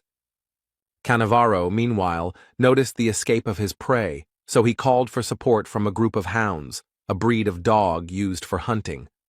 It seems that the marauders greatly overestimated their strength, because they began to lose their lives very quickly, one after another, from the monster's arrows, mines, and dogs. One of the dogs managed to catch up with the fleeing Björn and Misha and grabbed the barbarian's leg, preventing him from continuing his escape. The hero had to use the flesh explosion skill to get rid of the dog, but at the same time, he lost the ability to run further. His leg was finished. In that case, the plan will have to be changed. Björn told Misha that he was leaving the rest to her. She told him to leave her in Canivaro. The barbarian threw the girl's light body without any problems. She rushed straight at the monster, who was not expecting such a thing, and it was finished with him in an instant. Among the attacking marauders, one was still alive. It was the same female archer who first fired an arrow at them. She tried to beg for mercy, but Misha was not going to spare her. The beast woman was worried about Bjorn. She poured a healing potion on the wound, but said that it could not heal such a wound, but the barbarian said not to worry. Thanks to high regeneration, the potion, and the eternal life skill, the leg was restored almost instantly, which surprised the girl very much. The hero understood that this was all thanks to the bonuses of the vampire essence, his skill, and the seal of the immortal. With all these factors and enough time, it would be possible to grow a limb without a potion. Misha asked how he could drink it without pain. Bjorn replied that it was the mental fortitude of the barbarians. He recalled that Einar also took potions without any problems. In his case, it was due to the high value of the pain resistance characteristic, but the effect was the same. The hero suggested that Misha pack up and leave before a new Canivaro appeared, and she herself asked how he realized that those researchers were dangerous. Bjorn replied that one of them was named Hans, and he didn't like that name, which confused the girl, but she quickly put it out of her mind. Misha shared her thoughts that she would never have thought that that woman could change her attitude so quickly. She could have been good. The hero replied that if they had not seemed so weak, if they had not worn expensive equipment, and if they had not met in the labyrinth, then everything could have turned out differently. In that case, she could have been remembered by them as a kind person, but what happened, happened. She attacked first and paid the price. Misha said that she didn't understand this. Then Bjorn asked about her reasons for visiting the labyrinth. She replied that it was for money. Then, the hero said that they had the same reason, because it was the best way to protect yourself, especially in a world where failure to pay taxes would result in execution, and she also needed to protect not only her own life. Both were in a gloomy mood after this dialogue. Misha reported that there was a lot to rethink after this trip. 109 hours have passed since they got lost. Now the beast woman has found the place that the partners hoped to find, the only place in the location where they can rest. The witch's hut is a shelter that appears in random places in the forest at regular intervals and remains there for 8 hours. The effect of the zone is temporarily removed while you are there. It is also safe here, because monsters do not appear. This place is difficult to find, but there is no other way to rest.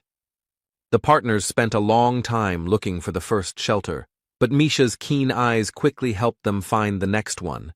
There were 53 hours left to hold out before the labyrinth closed. They had seen this place for the 3rd time, but the girl still didn't get tired of it. She sincerely enjoyed the local beauty and was in a good mood overall. But Björn told her to be quiet, because there was someone here, since only 5 people could enter here, and the portal closed as soon as they entered, which meant 3 unknown people were somewhere nearby. Soon they found a man dozing carefree in a field of flowers. It was one of those who helped Eliza then, but now he looked so-so, so the hero was interested in how this happened. Misha reported that there was also someone in the hut. She also noticed that these were the same researchers. Bjorn decided to knock out this guy first. He raised his mace up and brought it down sharply right on the man's face, and the girl noticed that he was just going to knock him out. Soon all 3 researchers were knocked out and tied up. Misha was surprised that the first of them was still alive, and also noted that it would not be for long if he was not helped right now. Then Bjorn poured a healing potion on all the captives, and they quickly came to their senses, both due to the healing and due to the pain they were experiencing. The chief immediately recognized the barbarian and began to explain that he was not guilty. He began by saying that when their group caught up with the hero's team, there were only 3 of them, after which a quick fight took place. They didn't want to chase them through the entire forest again, so the first thing they did was shoot a guy who looked like a scout, but he immediately clarified that the wound wasn't serious, just a scratch on his shoulder. Then they were thrown back again by some kind of light.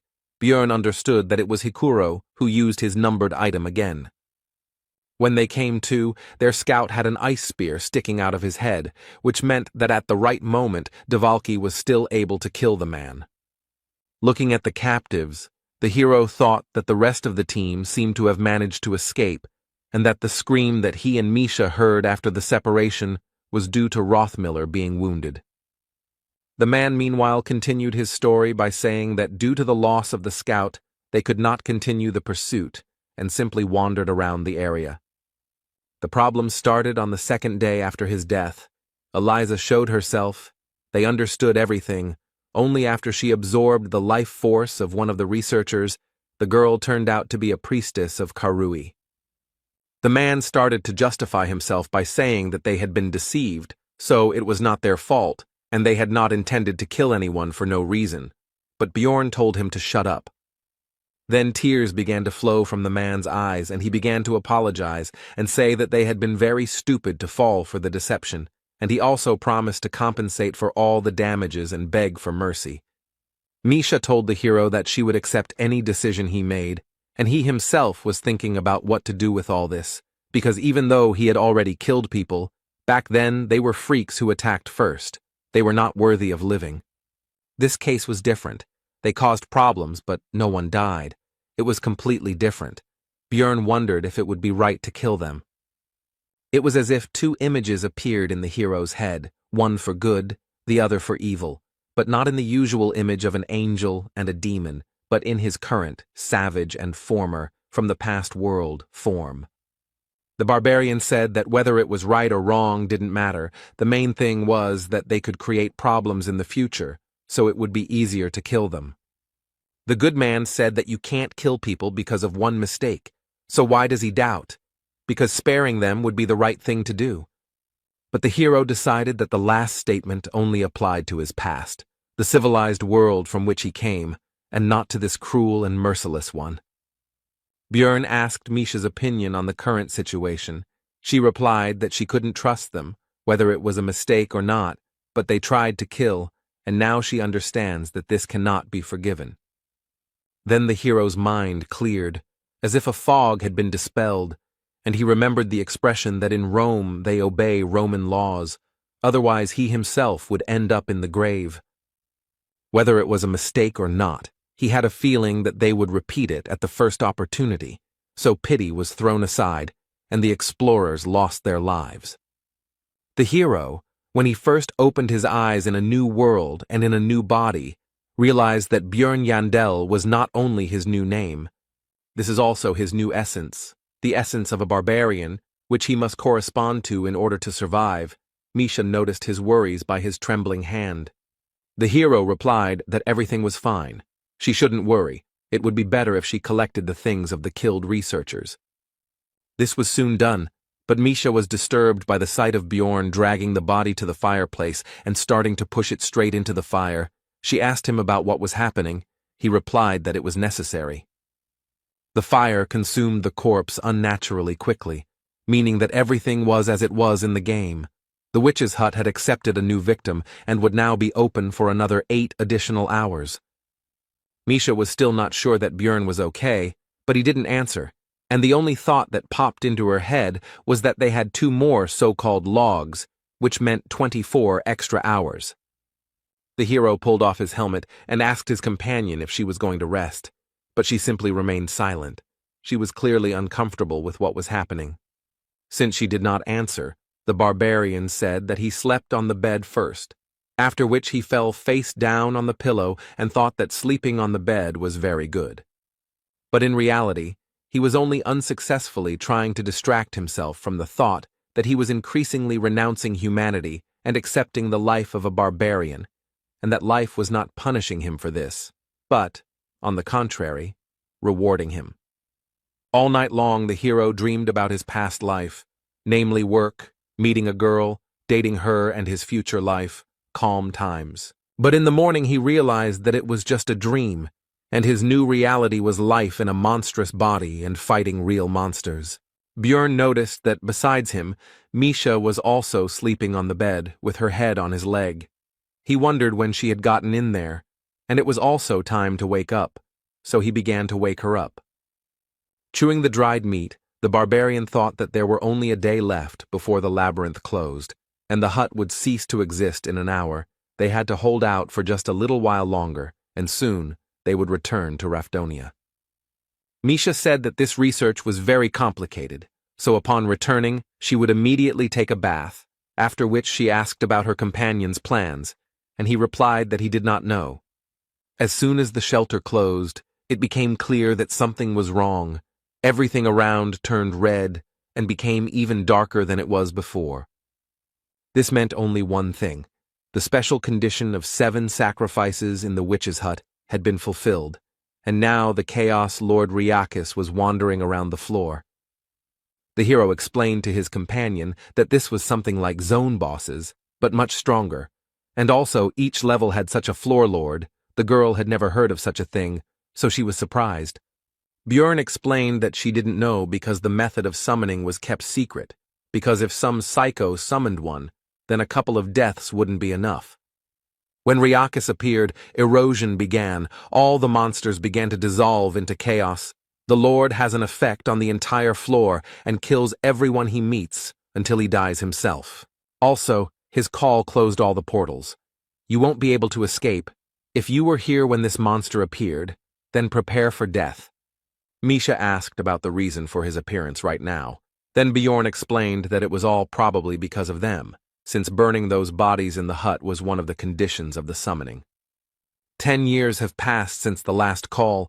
The hero thought that 3 corpses would not make a difference, but someone burned 4 of them earlier. The girl began to panic because of this. The barbarian said not to tell anyone about this, because if someone found out about their participation in the conscription, it would not end well.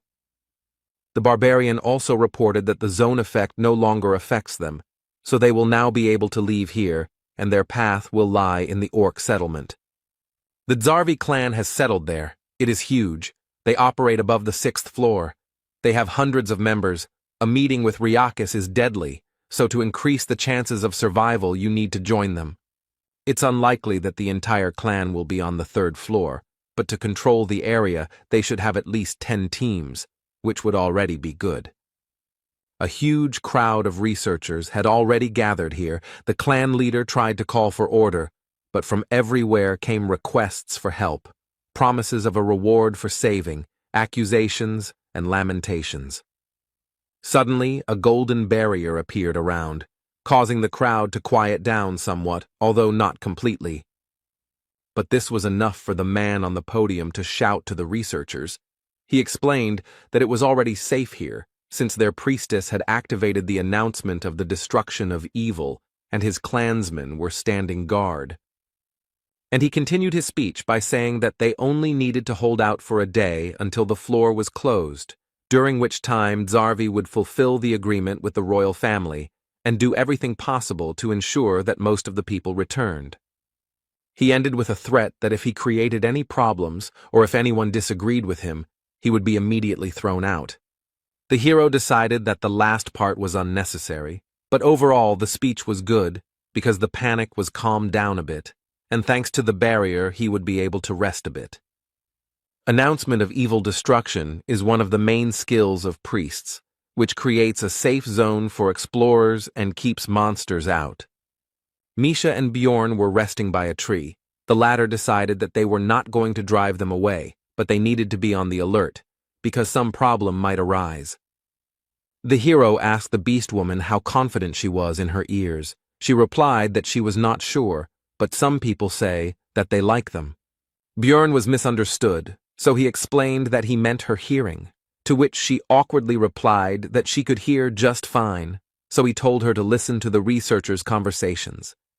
They discussed how the last time Riakis showed up was 10 years ago, and now they were wondering what kind of madman did this, and also that they were lucky with this clan from the 6th floor. One of them admitted that he had never seen the evil destruction announcement barrier in person before, while the other remarked that it was great in a large clan. The hero understood that if the Zarvi came for the thing he was thinking about, then their chances of getting out of here alive were quite high. After some time, Misha leaned against Bjorn's shoulder and fell asleep, but soon the barbarian decided to wake her up. She asked about the reason for such a sudden awakening. The hero answered that more than 500 researchers had gathered here, a huge crowd. Misha didn't understand what that meant, but Bjorn explained that there were only 50 people from the Zarvi clan here, so they needed to see how they could handle controlling that many people. Soon, the local leader actually began his speech. He started by saying that thanks to the barrier, this was the only safe area of the floor, but the priestess would like them to show respect to her god. It should be 1,000,000 stones per person. You need to pay now. Not only crystals will do, but any equivalent items. The hero admitted that it was a smart move, since not every researcher would have such a sum on hand, and in this way it would be possible to take away some of the equipment from people to simplify control. The man on the podium meanwhile said that this is not only respect for the god, but also payment for protection. They may lose some equipment and potions, but there is nothing to worry about, because they will protect everyone. The hero understood that in fact there were enough reasons to worry, because the barrier, although powerful, was not comparable in strength to the floor master. They were unlikely to kill him, but for now they had to obey the rules, so Bjorn asked Misha to take the things they didn't need. He thought they were very lucky to have taken the equipment from the marauding attackers and wouldn't have to give up their own. Many researchers were unhappy with this situation and were unwilling to pay 1,000,000 magic stones for protection for one day. As the heroes expected, some people began to leave the barrier and cope with survival on their own. There were about 300 researchers left, which meant that the Zarvi clan received 300 million magic stones. They made money and at the same time reduced the number of people, killing 2 birds with 1 stone. And now all they can do is pray to the heavens in the hope that the floor master won't come here, otherwise they are doomed. The 3rd floor is quite large. Everyone hopes that they will not encounter it. In this situation, both those who left and those who remain optimistic, but the hero prepares for the worst scenario. And so, 5 hours before the labyrinth closed, it really happened. The reign of despair began. This is the passive effect of the Lord of Chaos's aura. This skill not only deals damage to the area, but also turns it into an erosion zone that removes all effects. It also reduces magic resistance, deals minor damage, and can cause confusion. Soon the floor's ruler, the Chaos Lord Riakis, appeared on the horizon, causing panic among the researchers with his appearance. The leader of this expedition was disappointed, because this expedition would now cause a lot of damage, but despite this, he still ordered to use everything that they had prepared earlier. The next moment, the clan members began to apply various buffs to themselves, using scrolls that increased stamina or energy regeneration. Also used was the numbered item banner of the Lord of the Sun, which imbued the weapon with the attribute of holiness, the light of the god Ursium. The hero was stunned by the number of different consumables that were used at that moment, because not even a minute had passed before things worth tens of millions of magic stones had been used and disappeared. Bjorn realized that they were going to destroy the Floor Lord, and for the first time he was glad that he wasn't the only one preparing for the worst.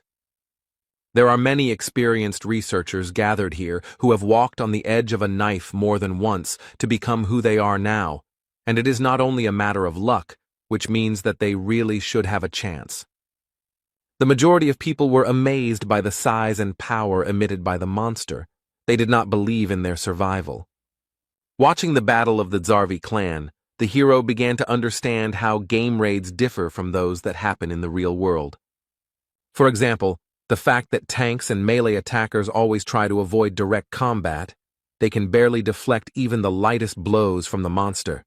Also, warriors have to return to the front line of the battlefield immediately after treatment, even if their body is in terrible condition. But perhaps the most important difference was the multiple deaths of the explorers, who could no longer return to the battle. The current situation is that the melee war was instantly crushed, and the three ranged ones were hit by Ryakis's breath. Such losses immediately lowered the morale of the rest of the people. They don't understand what they're talking about because the clan is doing everything possible to fight the war, holding back the floor lord, and the mages are suppressing him. Suddenly, spheres appeared around the boss, and the expedition leader immediately forbade attacking him, because first he needed to focus on new targets. Bjorn was glad that the clan knew about his features and the second phase, but the other researchers did not understand why they did not attack Ryakis, did not understand their actions. About an hour passed. 11 people died. 20% of Zarvi's force. It's not scary. The worst can still be avoided. It's still possible to hold out until the labyrinth closes. However, the real problem is that ordinary researchers start to panic, and this will not lead to anything good, even though they have reasons for it. After all, every time Ryakis became enraged, someone who had paid for protection died, and the hero believed that it was their own fault, since they came so close to the battle and did not monitor the situation at all. Misha told Bjorn that things looked really bad and asked if they weren't going to do something, but he said what he thought. One man in the crowd said that they could no longer just watch. They needed to intervene in the battle to increase their chances of survival and protect themselves from the monster. At first, they countered that the clan had taken their equipment, but very quickly the crowd's eyes turned to the pile of armor and weapons they had paid Zarvi with. Realizing where all this could lead, Bjorn immediately told Misha that they were getting out of here right now. Now that the entire clan was busy fighting the boss, only 2 guards were guarding the equipment. They decided to negotiate through dialogue. But the panicking crowd did not listen. They attacked even the high-ranking and experienced researchers, but the numerical advantage was on their side. Soon the clan fighters were defeated. The hero knew that things would only get worse, since ordinary fighters had no idea how to properly fight Ryakis, so he urged Misha to run faster. Soon spirits of chaos appeared on their way, but there was no time to fight them. They needed to run away, so they turned in the other direction. But it was all useless, because soon they were swallowed up by complete darkness, which meant that the floor master had swallowed all the spheres and used his ultimate skill. Evil Cleft is a reactant skill that appears after absorbing 10 spheres. The radius of action is 5 kilometers. The term is 45 minutes. If you do not have time to escape, then death awaits you. There are also many chairs, the peculiarity of which is that it attracts all those who fall under the effect to the center of the zone. Soon, Misha and Bjorn found themselves there along with other researchers. There were about 200 of them left. Of the Zarvi, who were originally 50, only 20 remained. With 11 dying in the few hours of battle and the rest in the last minutes, it was obvious what happened when the pair escaped. Now the clan fighters were aggressive towards the other researchers. They bared their blades in their direction and refused to let them get closer to them, because it was because of them that many people died. They also said that they should be grateful that they were not finished off immediately, and that there would be no protection now. The ordinary researchers were at a loss, and then one of them said that they needed to get out of here as quickly as possible, otherwise everyone would die. He had read about this in ancient texts. He also said that they needed to get out of the 5-kilometer zone. There would be monsters in their way, but if they acted together, then they would have a chance of salvation. Bjorn understood that the main problem was that if you move away from the center, the clones of Ryakis and the spirits of chaos will attack like crazy. More than half of the researchers left, but the hero and the girl were not going to bet on such low odds. They would bet on what looked more reliable, on the clan. So they headed there, but Talon blocked the way. Bjorn started the conversation in a friendly manner and asked if they had received the essence of the orc hero. He first answered that they had, but then came to his senses and asked how he knew this. Meanwhile, the vice-captain of the Zarvi clan, Iraz Magrain, was later informed that 23 people had survived, including 3 priests, 6 mages, 12 ranged attackers, and 2 warriors. He was especially saddened by the fact that only 2 fighters survived, many of whom died when the commotion occurred, and many were unable to get support from the others. They tried to buy time, but Ryakis still absorbed the spheres, and now the lack of melee warriors will be fatal. Only 2 of them will be able to clear the way for everyone else, especially this spear swordsman.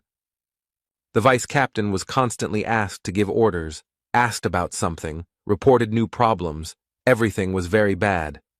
Iraz Migraine could not come up with a plan of action, but suddenly a cry from the entrance to their temporary camp distracted him from his heavy thoughts. The vice captain asked who it was, to which the fighter replied that it was a barbarian from Karlstein's sister's team, and that he had somehow learned the information that they needed the essence of an orc hero, and he said that he could clear a path with her help. Then Migraine used his skill survival instinct, which can highlight targets that can increase this very chance of survival, and Bjorn glowed brightly. Iraza application saved from many situations, and now it said that this barbarian was a chance for salvation, so he came closer and first of all asked the name of the guest. After that, he introduced himself and asked how he knew about the essence of the orc hero. Bjorn replied that it was an assumption, but why else would such a respected clan occupy a zone on the 3rd floor and take so many expensive consumables with them? These items are clearly not for ordinary orcs, which means their target was higher, a rank 5 monster, an orc hero, a hidden boss that can be summoned at the altar in the orc settlement, and 777 magic crystals of these same orcs.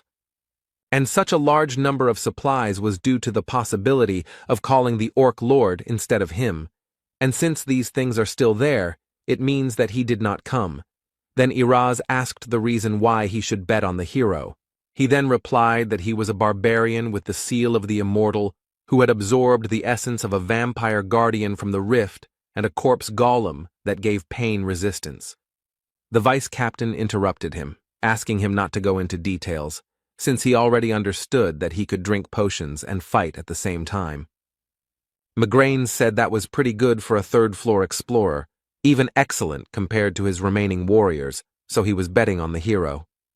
Talon tried to remind the leader that the nobles had ordered the essence, but he replied that they could always say that they simply had failed to extract it from the monster. By donating crystals, 3 orc heroes can be summoned, each of them a different named monster, in other words, high-level opponents with inconvenient essences. That's why the group that hunts them must be strong and special, even though this monster is only a rank 5. Each orc brother drops an essence of a certain color.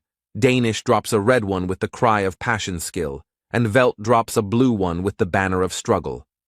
But the hero hoped that the clan had met Targus, with one special skill that could become the basis for his build. And Bjorn was lucky. It was what he needed, the green essence. Such luck makes him think that something very bad is about to happen.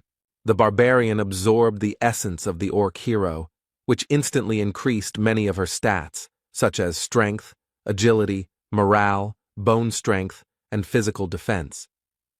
The hero felt his body filling with power, and although his pose seemed funny from the outside, no one laughed at the situation. The vice captain only reminded him to take off his equipment before using the new skill. On Migraine's orders, potions and scrolls were quickly brought. Bjorn understood that the former clan would indicate the appropriate support. After this, the hero used all the consumables he had brought, which temporarily significantly increased many of his characteristics. It was not necessary yet that all the clan's mages, as well as their priest, also began to impose their blessings and magical enhancements, among which was something that increased his aggro level, that is, attracted monsters specifically to him. After that, it was time to use his Bloodmaster skill, which allowed him to temporarily use someone else's skill by absorbing the owner's blood. The best target was Talon Orifring of the Karlstein family. Judging by the redness of the eyes, it was the unholy one, which reduced the maximum amount of essences by 1, but increased the effectiveness of active skills by 1.5 times. After that, the hero finally used the skill he received from the orc hero's essence. It was gigantification, which increased his body size, his aggro level, and his physical characteristics. All his clothes were torn. The people around him had different reactions, but the blushing Misha covered her eyes with her fingers and then peeped through them. Erasmus decided that the hero needed to cover himself with something, so he ordered several cloaks to be brought, and soon the preparations for the exit were complete. There were 30 minutes left before death, so the giant barbarian, with a cry of Yahello, rushed forward at maximum speed. Behind him ran 23 members of the clan, Misha and 40 researchers who decided to stay here. They were allowed to join in exchange for all the equipment. Migraine also suggested using the sacrificial seal on them, which increased their characteristics depending on the number of victims within 100 meters. Now, with all these buffs and skill, the power and instinct of destruction overflowed the hero's body, and it was good that they did not need to be restrained. The road was blocked by small clones of Ryakis, although they were only that size for him now, but their height was almost 2 meters, but now Bjorn could handle them without any problems. These creatures carry damage to the person who destroys them, and even a barbarian with overinflated pain resistance still felt the numbness, which is why it is very important to have a tank in the evil rift. Of course, in his case, thanks to the vampire essence, and specifically the skill source of darkness, it is enough to simply protect the heart. But for others, be he a famous swordsman, mage, or priest, all this will be useless. All the monsters attacked only him because gigantification increases aggro proportional to body size, and barbarians are already very large, so it is very difficult to imagine his level. Talon Orifring entered the battle, and after destroying one of the clones he immediately received a blowback, so he asked the priest to heal him so that he could continue the battle. The hero shouted at him to stop getting wounded for no reason and get out of here, because he should be the only warrior on the front line. This is because he has the Orc Hero's Path passive skill, which increases all defense when health drops below 50%, with the maximum effect being achieved at 20%. And to use this skill to its full potential, no one should approach the front line. He will deal with everything himself. The giant barbarian was breaking through the path for the rest of the explorers, and he was doing it as quickly as possible. The others were also hurrying after him, because soon this place would collapse. The vice-captain decided to send Tylon to the back of the crowd, because you never know when monsters will appear from behind. He himself was worried that just one single attack had caused him unbearable pain, so he had to retreat like an idiot, and he didn't understand how the hero could stand it. The Beastman wondered who this was, because at first he seemed like a simple third-floor explorer hanging around his sister. He seemed like a simple barbarian warrior. No matter how much resistance he has, even though he is a tank, how can he not hesitate at all? In the crowd of researchers, conversations began to break out about how it was true what they said about the barbarians, that in bravery there was no equal among them, and also that with such a person in the clan, they would be like behind a stone wall.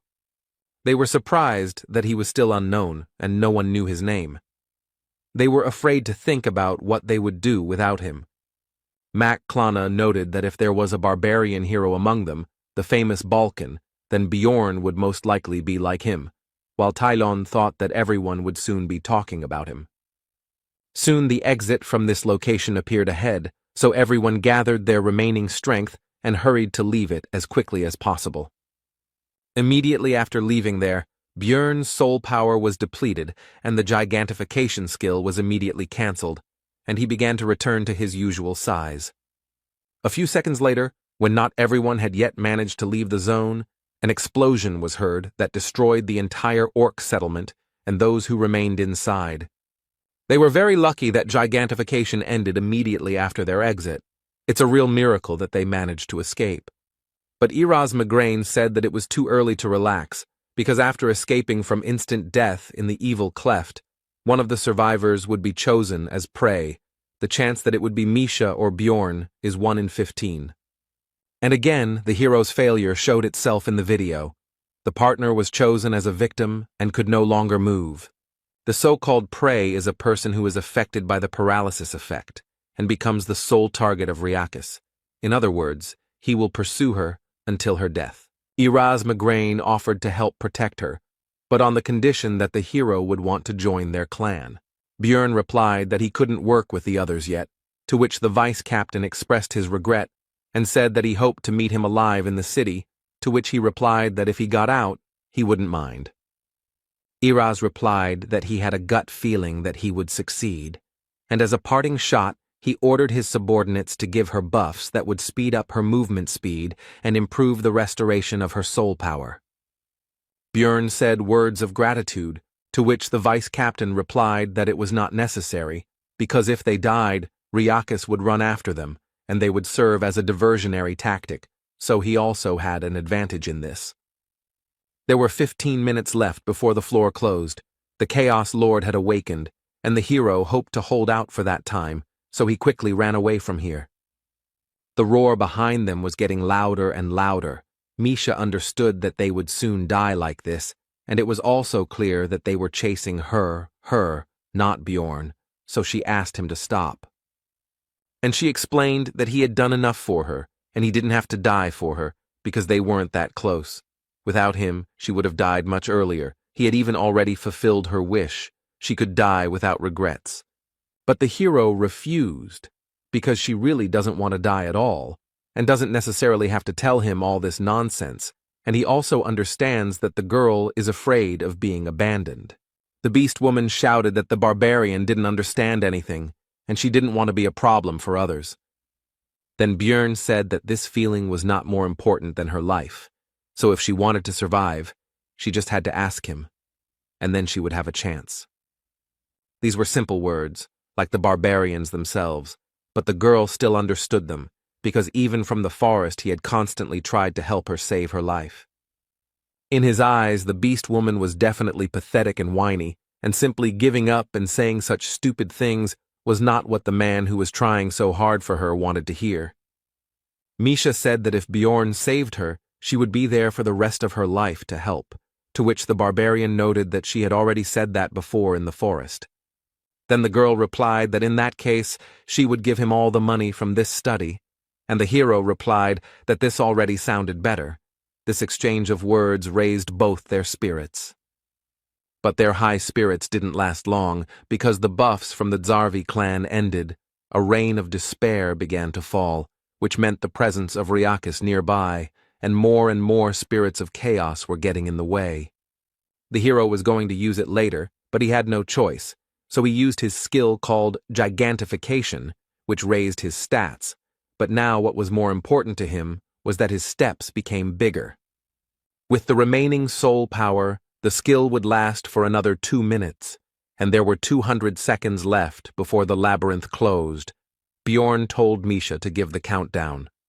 The further path was blocked by the spirits of chaos, so the hero had to engage in battle with them, but he did not experience any problems thanks to his increased characteristics. There were only 90 seconds left before the labyrinth closed, but things became more complicated because they were now within the radius of its deadly breath. On the plus side, some of the chaos spirits also died from Ryakis' actions as he cleared the way for them to escape, but there was no point in thinking about it, because he was already at a sufficient distance that he could simply take and lower his paw directly onto the giant barbarian. Fortunately, he managed to jump away. The huge floor lord, the Chaos Lord Ryakis, was at an impermissibly close distance. He carried a deadly threat, and his size allowed him to simply crush Bjorn, even under gigantification. In this situation, Misha again began to persuade him to leave her, but the barbarian was unwavering, because she would die in this case, while the girl believed that it was not worth it, and he himself should save himself. The hero told her that he would not break his promise, and also thought about who would return the money for the ring. He also said that they would not die today, they would get out of here alive. But their conversation was interrupted by a blow from Ryakis, which instantly deprived the barbarian of his hand. It happened so quickly that he did not even have time to feel it. Misha, with even greater force after what had happened, began to persuade him to leave her, but the barbarian simply demanded to clarify the time. There were 60 seconds left. Now Björn has to hold out for 1 minute without an arm. He can't escape, which means it becomes a little more difficult. The hero turned around and ran straight at the floormaster, which scared Misha, but demanded that she continue counting the time. He attacked with his breath the place where they had just stood. He wouldn't shoot under his feet. The main thing was that he didn't move. After that, the hero managed to dodge this monster normally, because he had managed to study its behavior during the battle with the Zarvi clan. All this was very difficult for the barbarian, because for a very long time he had not been able to rest normally. Even the time spent under the barrier could hardly be considered normal rest. At some point the monster still managed to strike, which the hero could not dodge. Even a light attack from such a monster was very powerful. Bjorn no longer had any strength to dodge, so Riakis was already preparing to cut him with his claw, without any problems. The thought flashed through his mind that this was the end. But just at that moment, the soul's village dried up and the gigantification skill began to cancel, returning the hero to his normal size and displacing the monster's blow. Bjorn was surprised at how timely it happened, because a little more and he and Misha would have lost their lives. In a desperate struggle, the wounded hero, with his last strength, jumped onto the monster's claw and grabbed it, with 10 seconds left before the labyrinth closed and salvation. To somehow compensate for the absence of his hand and to hold on here more securely, he sank his teeth right into the monster. Riakis began waving his paw back and forth to shake off the pathetic bugs, but Bjorn couldn't hold on very tightly. Soon the actions of the huge monster had an effect, and the hero and Misha went flying. There were 4 seconds left before the labyrinth closed. Riakis showed that despite his size, he remains very agile, grabbing his prey out of the air and then wanting to devour it. The hero smiled, because he understood that the enemy would not have time to do anything, because right now, his mental countdown was approaching 0. Meanwhile, the residents of Rafdonia were waiting for the researchers in the square. They were wondering how much money their families would bring this time. The children were simply waiting for their parents. Soon the portals were opened, but the townspeople were faced with a picture they did not expect. Many people were injured and were now simply lying on the ground. Misha came to her senses. She immediately heard the words of those around her about the need to quickly call the guild and so on. But she only paid attention to how they talked about the seriously injured barbarian. The girl immediately pushed her way through the crowd and saw Bjorn, who was lying on the ground and showed no signs of life. Her heart sank into her heels. She was already expecting the worst, but when she put her ear to his body, the beast woman heard his heartbeat, which immediately caused tears of joy to flow from her eyes. Soon, talk about what happened on the 3rd floor began to spread through various taverns and other places. The victims of the tragedy numbered in the hundreds. And the survivor said that they got out thanks to one barbarian who got to this floor in 3 months of research. His name is Bjorn Yandel. He was given the nickname Little Balkan. It didn't take long before this news reached someone high up. He didn't remember such a rapid growth during his entire career, and besides, the hero's essences go beyond the scope of simple researchers. There have been similar cases in history. They were intelligent, born under the star of a special destiny. They were forever remembered by everyone as heroes. The man was interested in who the researcher who interested him, Bjorn Yandel, was, such a hero or an evil spirit. 2 days passed. The hero finally woke up, and the first thing he decided to do was gather the whole team and discuss everything that had happened. Everyone was happy to see each other alive. Rothmiller began to apologize, because if he hadn't been wounded, they wouldn't have had to abandon Misha and Bjorn in the forest. But the barbarian interrupted him, because first they should place an order. The hero inquired about the events that had happened after their separation, and Hikuro then told him that with the help of his emergency recovery skill, he was able to use the Guardian's bracers without recharging. When they ran far enough and healed Rothmiller, they tried to find the missing team members, but nothing worked, and then they ran into the priestess of Karui again. This news excited Misha, so she demanded to continue the story. It turned out that the group had to run to the 4th floor, taking advantage of the entry restriction. This level is called the Sky Tower. The color of the portal that leads there changes periodically, and those who enter before it changes begin to climb 100 floors together, and there are also safe zones there. Hikuro reported that just sitting there for 10 days was unbearable. And also, in the very first test, they got the essence that Rothmiller absorbed. The hero was outraged by the difference in their positions at that moment. The monster whose skills Brown mastered was a rank 7 mimic. It gives the skill Treasure Warehouse, which gives a personal spatial warehouse. The key point here is that when you first open this space, there are various things to find inside. This time, it was 2 million stones, 3 top-quality potions, and numbered items. Hikuro decided to sell the last ones, since there was nothing useful there, and the hero was irritated by their luck, because at that time he was suffering in the witch's forest and fighting for his life, but decided not to take it out on his comrade. He decided to justify the bent cutlery by saying that he couldn't control his strength because of the new essence. Misha said that she hadn't noticed this in him, but Murad changed the topic to the adventures of the girl and the barbarian. After this, the hero told about all their misadventures and the struggle for survival, while leaving out some details that he decided not to report. This impressed the others. Rothmiller decided to congratulate Misha on signing a contract with the beast because she was very worried about this, and also asked about what merit Bjorn had in this. Then the girl said that she would not have survived without him. The dwarf was surprised to receive a new essence, and also that the protection fee was only 2 million, so as an apology, since they were somewhat responsible for this, they would provide 1 million. Dvalki regretted that he was not there himself, because this was the greatest and most amazing story of those he had heard, and Hikuro supported him in this, and also added that he was worthy of the title of Little Balkan. The hero was surprised by this, to which Murad explained that this was his second name, which was a comparison with Balkan, a barbarian hero of the previous era. Björn was not happy with the fame that had fallen on him, which had come too quickly, because this was not a game, but reality. Now his name would become famous, and he would receive too much unnecessary attention. Misha interrupted the ongoing conversations and suggested moving on to the most important thing. It was necessary to discuss the distribution of the spoils from the labyrinth as well as the reward for the message about the priestess of Karui.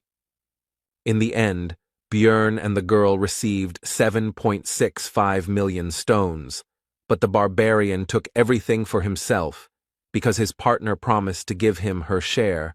After that, several days passed. The hero had a lot of things to do. He picked up the equipment that was sent for repair, replenished consumables, and even dropped by the auction house, and all this time Misha went with him. The barbarian did not understand why she was constantly hanging around him. She must have her own things to do. He thought that it might be about the money he took. Maybe she regretted it. The hero also decided to invest money in Misha's growth, because now she is his main comrade. His thoughts were interrupted by the fact that the girl was going to go to her family, while she looked like she did not want to talk. Björn decided that this was her family business, and he couldn't interfere. He encouraged his partner, and she told him goodbye to eat right, eat vegetables, and so on. She began to take care of the guy after what happened. On the way home, the hero thought that he himself, with his characteristics, can move further along the floors. But before that, he needs to strengthen Misha, update her equipment, get essence, improve the contract. On the way, Björn accidentally came across an execution process.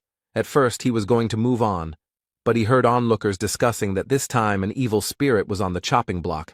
After that, he could not pass by.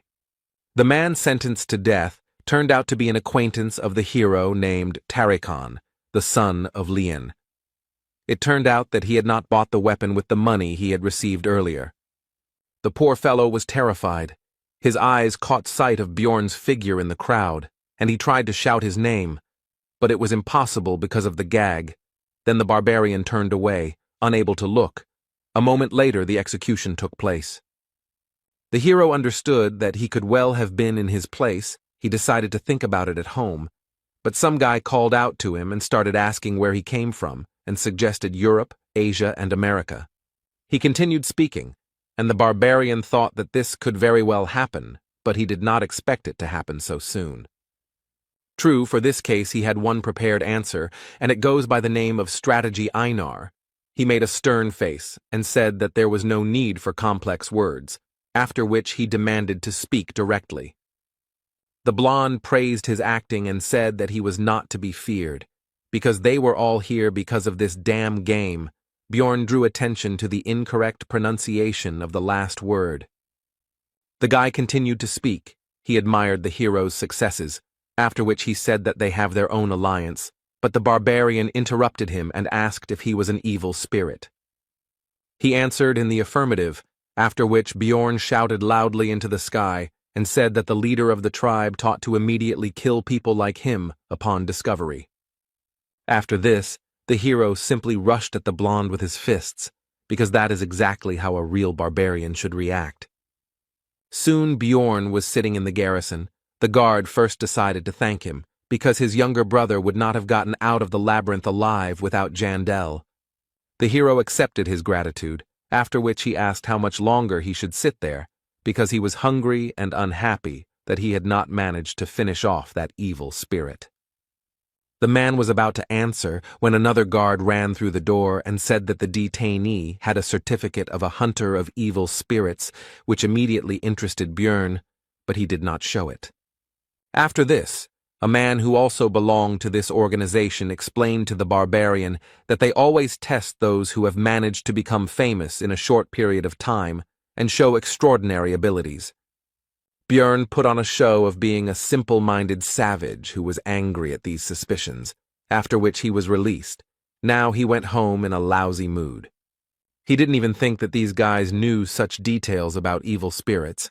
That blonde guy was pretty good at using words from his world. But fortunately, the hero noticed the catch when the hunter messed up his pronunciation and said Vigra. If they had reached such a level, then it was no wonder that Tarikan had ended up on the chopping block. Now Bjorn considered this world even more dangerous and out of reach. Upon arriving in his room, the barbarian found an unknown envelope on the floor, given recent events. This could be somehow related. Inside was a pill and a letter, which said that it was sent, presumably, to the player, warned that this cannot be said about the hunters. They also have their own community. It guarantees complete anonymity, and to get there you need to take a pill. It is signed by ghost hunters, and at the end there was an insult to the king of Rafdonia. Meanwhile, in the secret Ministry of Public Order, which reports directly to the ruling family, a subordinate bowed before his superior and began to briefly recount what had happened. After which he said that it would be better to see everything with his own eyes and turned on the magic device, which showed Bjorn's meeting with that blonde man. At the end of the screening, the chief said that in such cases, evil spirits prefer to flee, and he attacked without a doubt, so by all indications, Jandel is found innocent. Standing by the open window, the man was surprised that Bjorn had become famous in just 3 months. He thought that fate might have prophesied a hero's path for him, and that was good, because the city had always lacked talent. The barbarian decided that yesterday's letter was not a fake, but in any case he had to show potential observers that he did not understand anything and wanted to get to the bottom of the truth, so he went to the magic tower. He went to the only competent mage he knew, Raven Alua, who said that this is what all researchers get when they become famous enough. She also felt sorry that it had not come to her, because she would have immediately checked the letters, which had now disappeared. She would have been curious to read what the evil spirits were writing in these letters. Raven also told about the pill. It was made by an extremely talented magician who must have mind control magic, other dimensions, and deep knowledge of alchemy. By swallowing it, you can enter a special world of spirits. Only the mind gets there. The body remains in place. This happens at midnight on the 15th day of each month. There, they most likely exchange information. And those who tried to get in there later died in a pool of bloody vomit. Bjorn asked about the possible toxicity of the pill, but Raven said that the magicians had studied it a long time ago, and there was nothing like that in it. Then the hero asked the reason for the death of these people. Then the sorceress answered that evil spirits, it seems, can distinguish between their own and others, and then separate the souls of the intruders from their bodies. Raven also added that in that place, everyone has the appearance of their soul, so they cannot recognize their appearance. And it is also impossible to establish that the pill was swallowed by someone, otherwise everyone would have already been caught. The sorceress began today's research into the hero's essence, and he himself was thinking about how he could remain anonymous in this world and obtain information, perhaps even about the method of return, maybe take a risk. After this, Björn weighed all the risks and possible benefits before deciding to swallow the pill, because if it was so dangerous, the community would not have created it. However, he wasn't going to accept it right now, because anonymity was anonymity. But the sender of the invitation probably had a way to find out who had joined. For example, it may be that he is the only one who received such a letter in a certain period of time. Then he will be immediately found out as soon as he joins, so it is better to wait 3 to 6 months. 15 days after the labyrinth was closed, in one of the laboratories on the upper floors of the magic tower, a mage asked a certain Queen of Souls if a newcomer had joined, and she answered negatively. He had to send the delayed letters further. The wizard was disappointed that it was again not the one he was looking for, although he took the shield at the coming-of-age ceremony. But it was not the player. Björn didn't notice how time flew by. He was promoted to a 6th-rank researcher. Every day he was busy with various things, and the magic stones flowed away like water, but it was necessary, so he didn't regret it. A new mace was purchased for 400,000. It was gigantic in size and mass, and a spell of immunity to acids was cast on the armor and shield for 510,000. Also, the hero couldn't show off naked with every gigantification, so pants with automatic restoration, size change, and the same immunity to acids were bought. It cost 900,000. For Misha, twin lich blades were bought for 550,000, as well as the blood of a wild beast for pumping up spiritual beasts for internal use for 2 million, as Björn wanted, invested in its strengthening. The beast woman had upgraded her contract level and could now imbue her weapons with a human attribute, which was noticeable from the haystacks used as dummies. Another 1 million went into the 2nd stage of the immortal seal for Björn. It only took 10 minutes, which compared to the 12 hours of pain of the 1st stage seemed like a fairy tale to him.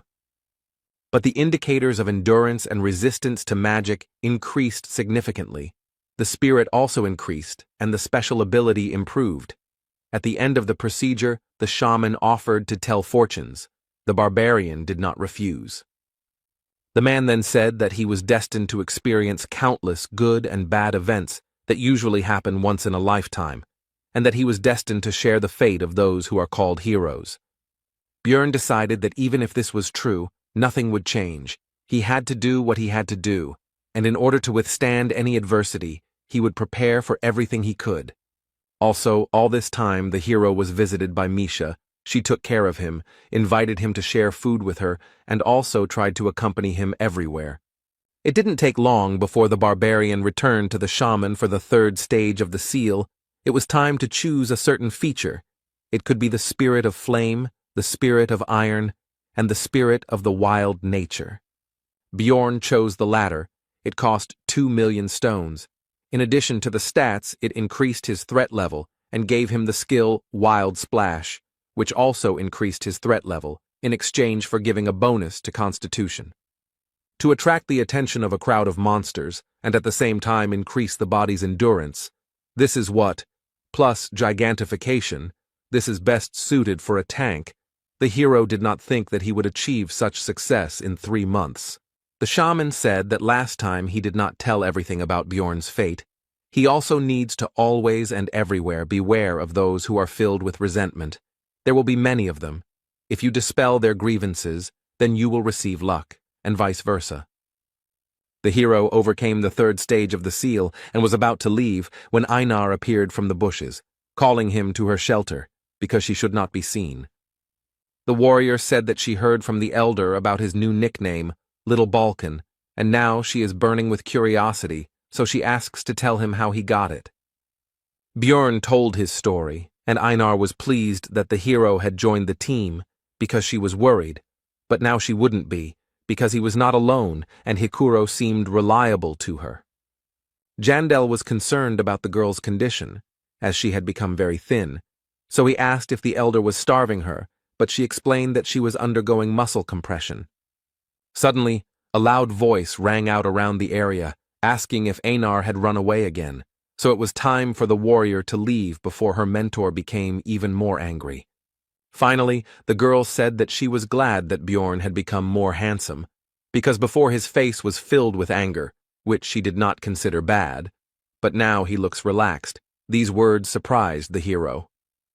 Later, the barbarian visited the library, where the girl, who had never initiated conversation before, said that he had become a celebrity. But the hero simply said goodbye. Earlier, he would have tried to get closer to her to get benefit from the magician, but now it makes no sense, because he has become stronger, and there is already a magician in the team. This is rationalization. After all, his priority now is survival. He is not in a position to delve into other people's souls. His moral principle rejects idle curiosity.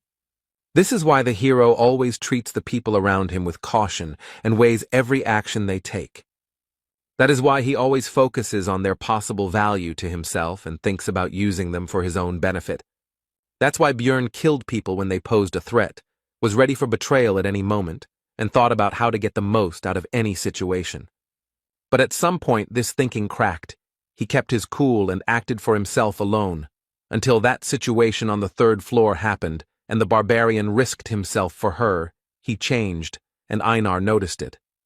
The hero began to catch himself more often wanting to do something useless. His body changed. Something else changed. He doesn't know how to solve this, so he will be like a barbarian and will not restrain his desires. Bjorn demanded that the librarian say what she wanted to say. She asked how he knew about her intentions. He replied that he could see it in her eyes. The next day, the barbarian went to the Promise of Flowing Water Cafe. He somehow squeezed through the front door. The other visitors did not expect to see a savage in such a place, so they decided that the owner was in debt. Soon he was called by the client for whom the hero had come here. It was Shavina Amur, a 7th-class officer of the Administrative Department of Revision, and also a friend of the librarian. The girl asked him what he should get, to which he replied that he would like to have beer with meat, since he was not a fan of sweets. Obviously, there was no such establishment. It was just a little revenge for the invitation here. After that, he asked to get down to business. Shavina was surprised that he didn't know anything, because the librarian, whose full name was Ragnar Litaniel Peproch, was supposed to tell her. The woman explained that the mission was to patrol the sewers. Usually they have a trusted squad that is engaged in catching tax evaders and other criminals, but they died on the 3rd floor. The hero had suspicions that these were again hunters of evil spirits, so he asked about the reason for his invitation, because there were more suitable researchers for this. To which Shavina admitted that it was simply a matter of his high popularity, and she was also curious to meet little Balkan in person. After which she said that she would order cookies to go and asked permission to tell her colleagues that he had given them to her, to which the barbarian hesitantly agreed. Emor said that the reward was only 200,000 magic stones, but if they worked together, Bjorn would show himself to be a qualified person in the eyes of other guilds and departments, and people would consider him reliable. Shavina thought that the hero was already up to his ears in tasks, with his fame, but in fact his title in this matter turned out to be useless. People did not consider the barbarian a good worker, so he agreed. He soon left, and the woman thought about how she hadn't met anyone interesting for a long time. The conversation with Bjorn calmed her thoughts, and Ragna talks about other people. It's high time for her to find new friends. 2 days later, the entire team of losers gathered again at the entrance to the sewers. Dvalki complained about the stench. Although he expected it, he did not think that it would be so strong. The guard who escorted them asked them to be careful and not to lose the map, helmets with flashlights. The latter also have recording devices built into them, so they would definitely need to be returned later. Initially, Bjorn was supposed to go alone, but at a team meeting he told about the task, and Hikuro immediately decided to join. He could not miss this journey, because it was full of ghosts, and he did not need money. Lior Wob Dvalki decided to change the scenery, because lately he had been so buried in books that his head was starting to split. Brown Rothmiller couldn't leave the team in the sewers without a guide, and this would be a great chance to practice his new essence, which, in addition to the skill, increased his luck and sixth sense. Misha heard that there were criminals hiding there, so it could be dangerous, and they also needed to get used to the new twin blades, so they all gathered together. The hero decided not to refuse free help. It is unknown how much help from the others is needed, but Rothmiller will definitely be useful. The passages in the sewers were surprisingly spacious. Dvalki lit the magical fireflies and the squad moved forward. Along the way, Hikuro told a story about a terrible monster living here. Misha asked the magician if its existence was possible, to which he replied that all the waste from the magic tower was dumped there, and a huge number of experiments were carried out there. And if suddenly everything coincides so that the reagents mix correctly and react with the monster's body, then in theory, a specimen that never existed before could appear. Björn thought it was impossible, because first there had to be a monster's body in the sewers, and they usually dissolve, so someone had to bring it here, and besides, it had been quiet here for 2 years already. Suddenly, Rothmiller reported that he felt someone's presence, and with the essence of the mimic, there was no reason not to trust his words, so everyone began to look for the unknown.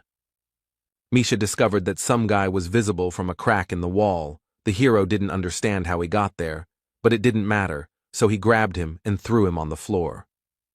He realized that things were bad, so he launched a desperate attack with his dagger on the group of researchers. It was useless. Bjorn just grabbed his hand and squeezed. His strength was already enough to break the bones of ordinary people with just one effort, but he praised the man for his efforts, because you need to try everything to survive. After this, the barbarian began to interrogate the man, who began to beg for mercy since he would not hurt a fly, and he also said that he was a simple homeless person.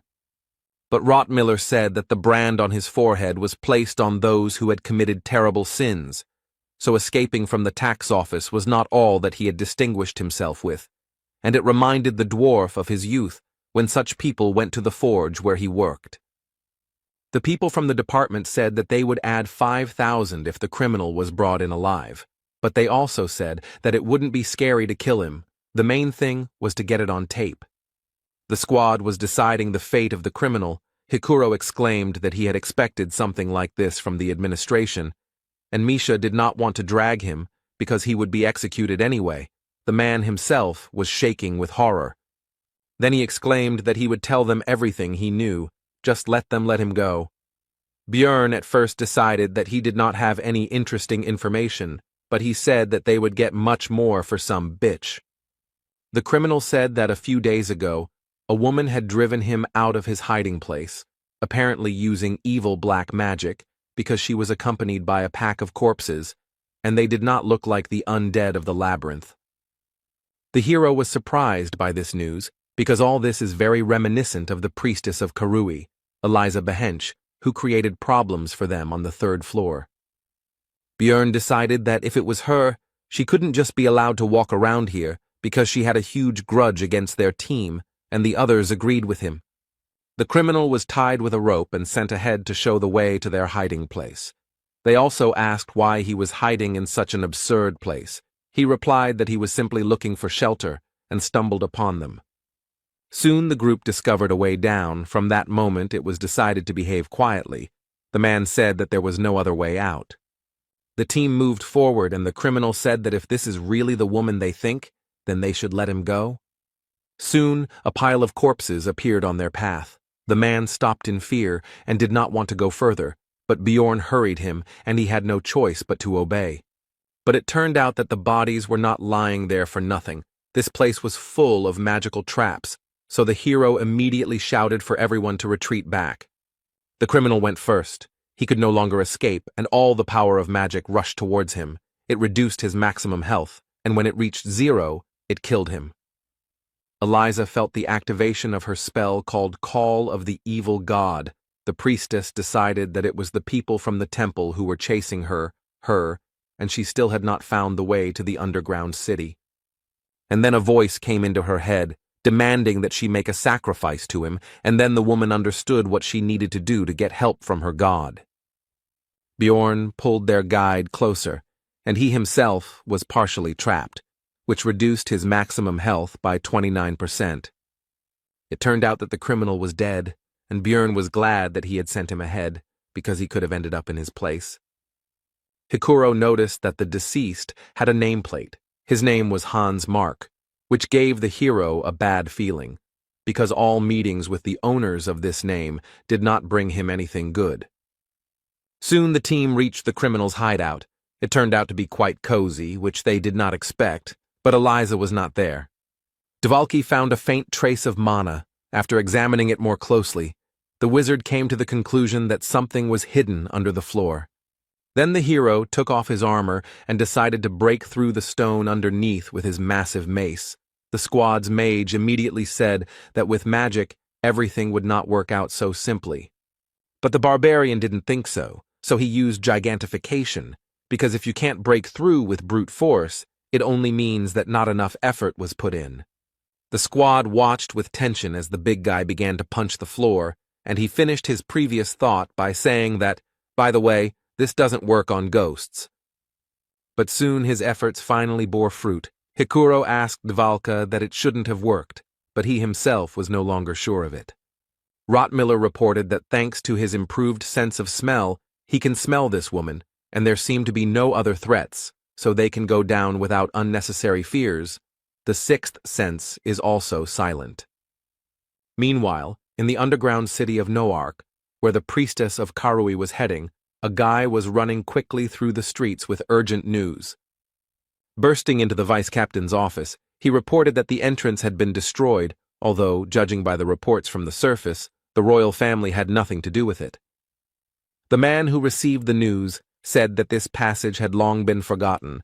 The last time it was used was during the incident with the Karui cult, so it could be the priestess on the run. The vice-captain asked Amelia, the same female marauder that the hero and Einar met on the second floor, to go and sort out this incident.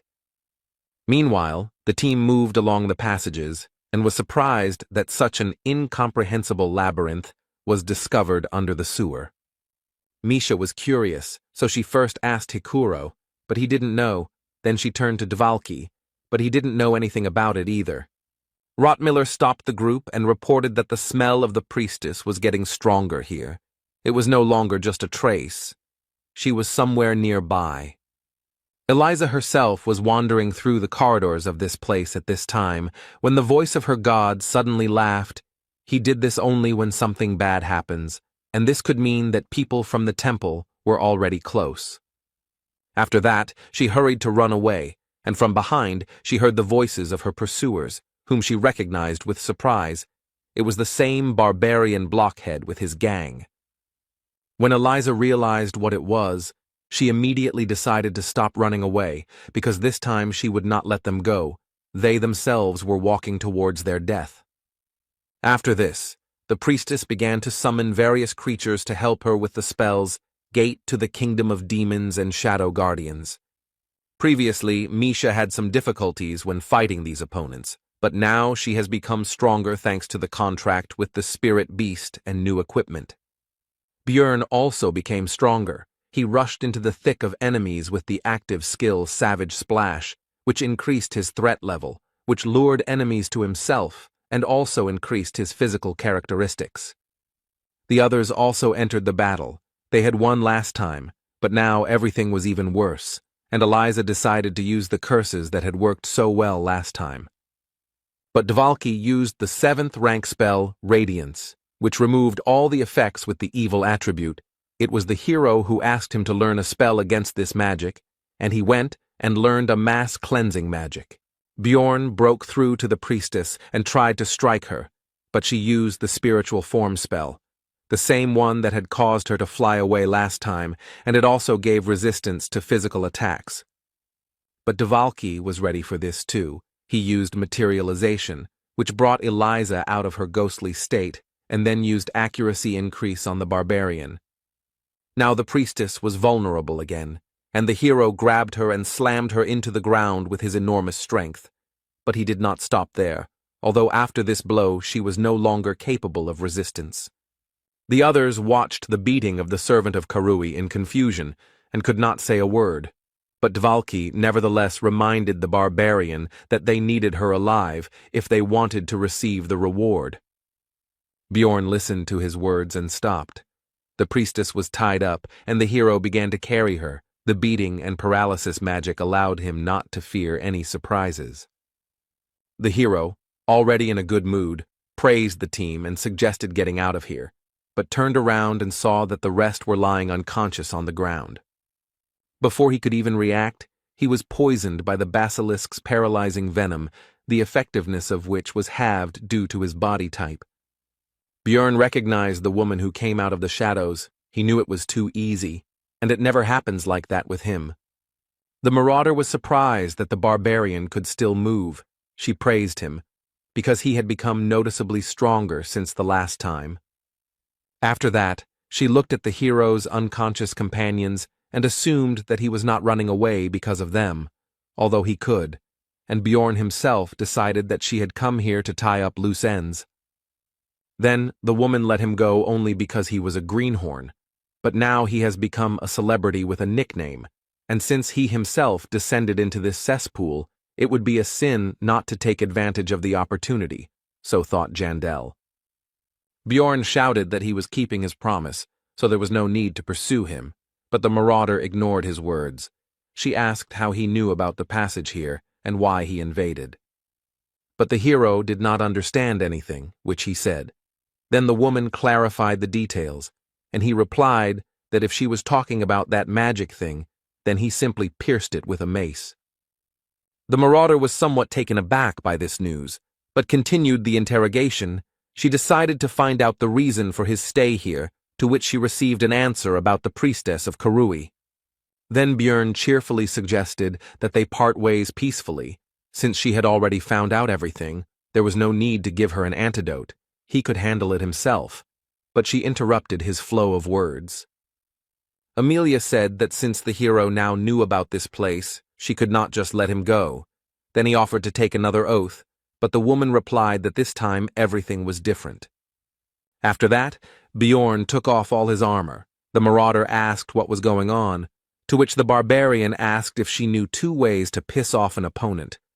She answered negatively. Then the hero replied that the first was not to finish the sentence, and the second remained unknown, because instead of continuing the sentence, he threw his mace forward. Amelia was perplexed by this development of events, but this did not stop her from dodging the improvised projectile. But after the mace, the hero's shield also flew, which surprised the woman. Bjorn himself called this action Captain America's throw. Amelia was flexible and agile enough to dodge this as well, and the thrower himself rushed forward after the projectiles, hoping to deliver a crushing kick. But as Bjorn expected, the opponent was too experienced and agile. Neither the blows nor the attempts to grab her achieved their goal, but that was not all.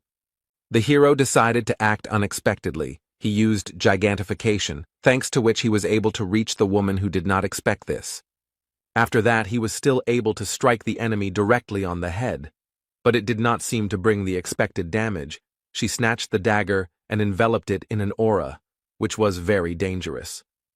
Such an attack would easily cut off his arm, so Bjorn had no choice but to use flesh explosion, which also splashed the enemy with acidic blood. The woman's view was now not as good, but she still continued to advance, but this time she was no longer able to dodge the kick.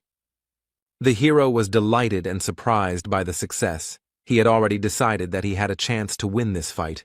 When the opponent's voice came from behind, it was the self-replication skill. He instantly understood. Amelia said that she heard about Bjorn absorbing the vampire essence, so he should survive this too, and then used the Asura strike skill. The battle ended there, but the hero survived thanks to the source of darkness and was restored by eternal life and a healing potion. The woman said that she was surprised by the savagery of his regeneration, and after all, his head was torn off. Bjorn jumped up from his seat and asked why she didn't kill him, to which the woman folded her arms across her chest and said that he was the one who attacked first, and most people prefer to solve problems by talking. The hero replied that he was fighting for his life, because she couldn't let him go with the knowledge of this place. but Amelia clarified.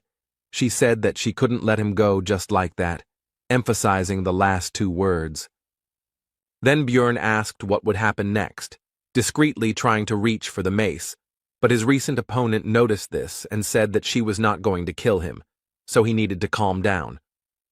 The barbarian started to justify himself because he didn't intend to attack and all that, but he was interrupted. Amelia continued for him. He just decided to prepare in case she changed her mind. Bjorn noticed that the woman herself had not recovered from the wound, did not take the potion, which indicated a special essence that interferes with the treatment. She meanwhile handed the hero a drug that erases memory. The barbarian asked why she didn't give it to him last time, to which he received the answer that it was a rare remedy, after which he asked her motives because if she killed them, she would get a lot of money for the equipment. Then Amelia asked who the hero thought she was, but he decided to remain silent because he considered her crazy. Then the woman hushed up the topic and shoved the drug into his mouth, also saying that she had not heard of any side effects. The woman also decided to find out about the second way to piss off her opponent, which he had not told her about before the fight began. The barbarian began to respond, but a drug called Lethe's Blessing began to work, and he fell asleep. After a certain period of time, Björn woke up, but was surprised that his memory was still there. Even though the last hour should have been erased, he didn't know. For some reason, the drug didn't work on him. The next morning, the hero visited the administrative office to receive a reward for the task. Shavina said that there was no need to compensate for the damage for the broken devices, because this case was truly special. The hero agreed with this and plunged into memories of yesterday. When he woke up in the sewers, the equipment was with him, but the flashlight and recording device were broken. The rest of the squad didn't remember anything. Their last memory was going down to Hans's shelter, so the drug worked correctly on them. While his comrades discussed the loss of their memories and the fact that Eliza was dead even though they had no memory of the battle, Björn himself wondered why his memory was untouched. Rothmiller had a hypothesis about what happened. He came to the conclusion that they caught up with the priestess and won the fight, but she tried to do something with their consciousness, so she had to be finished off. But the damage was done. Dvalki agreed with this, because it sounded plausible, and the servant of the evil god should have similar spells in her arsenal, while Hikuro was simply glad that they somehow managed to cope. And at the exit from the sewer, they were met by Shavina and Ragna, who went to look for them. Since they were too late, Bjorn doubted their competence, to which Amor said that Litaniel was very strong. The librarian herself said that her friend had brought her here, and the hero, looking at her equipment, thought that he didn't know how capable a sorceress she was, but she clearly had more than enough money. Shavina said that Ragna was very worried, to which the embarrassed girl began to deny it. Misha asked who these girls were, and when she found out that one of them was a librarian who worked in the place where Björn often went, she immediately expressed her indignation. Then a paladin with a huge two-handed sword on his back approached them. He made sure that the body next to them was indeed Eliza Behench, so his church would not forget about this service. At this point, Björn finished recalling the events of the previous day.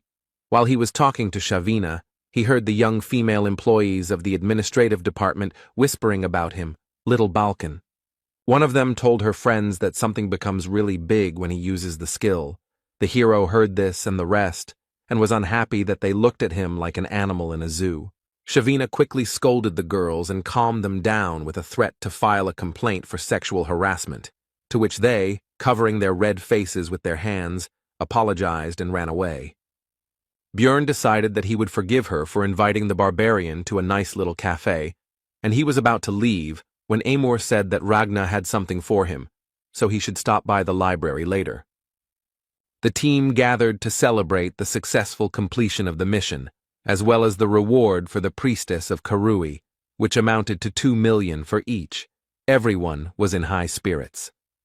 Except for Bjorn, because the rest didn't remember anything and thought it was easy money when the hero tore his arm apart in a fight with that woman. Then she cut off his head, and his comrades thought they had won the lottery. Misha interrupted the barbarian's thoughts. She wanted to whisper something into his ear. She started to say that her dad wanted to meet him, but suddenly a loud voice rang out, and she was not heard. A guy came up to the table. It was Hans Hodge. He once advised the hero to go to the guild after Einar left the team. Maybe it was because all the Hanses Björn had met so far were assholes. But this man didn't give him any good feelings, so the barbarian chased him away. Not even a minute had passed when the Moslans burst into the tavern door. They belong to the organization of knights of noble origin of the same name. They are very powerful.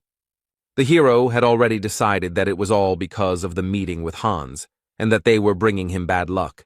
But it turned out that this time the problems had not overtaken him, but Dvalki, who was taken into custody for insulting the dignity of the nobility. 3 hours later, outside Moslin's office, the team waited at the gate for the investigation to be completed, everyone in a mood that was the exact opposite of what they had recently experienced in the tavern. Hikuro had already asked the others whether Dvalki would survive, but when the wizard finally came out to them, everyone rushed to him to find out the details of the incident. Half an hour later, in the tavern, the magician said that he would have to leave the team, after which he decided to explain the details, starting with the fact that his older brother is Baron Martuan, but Wab himself is not quite a nobleman. He is the son of the previous baron and a servant, and since the wizard turned out to be a disgrace to the family, immediately after birth he was adopted by the third brother of Baroness Tirva, although only on paper. In reality, he was raised by his mother. Hikuro didn't understand what this had to do with their team, to which Dvalki replied that his father had died a year ago, and his second brother had taken the vacant place. And after the death of the former baron, his eldest son died, like everyone else in the indirect line of succession, and now his brother sent Moslans to him as a warning so that he would not stick his neck out and live in the shadows. He believes that he was angered by the fact that he had become part of the team as a good researcher, especially considering the presence of a celebrity in the squad. Bjorn clarified that Dvalki was leaving them out of fear of his brother. The wizard answered in the affirmative, but also added that in exchange for dropping the charges of insulting the nobility, he was forbidden to enter the labyrinth. The team members agreed to continue the discussion tomorrow. Rottmiller went one way, and Hikuro and Wab decided to talk some more. The hero decided to go to the library because he had business with Ragna. Misha wanted to go with him, since she had nothing to do anyway. But Björn drove her away and also said that since she had a lot of free time, then let her train, he was in a bad mood because of the change of plans.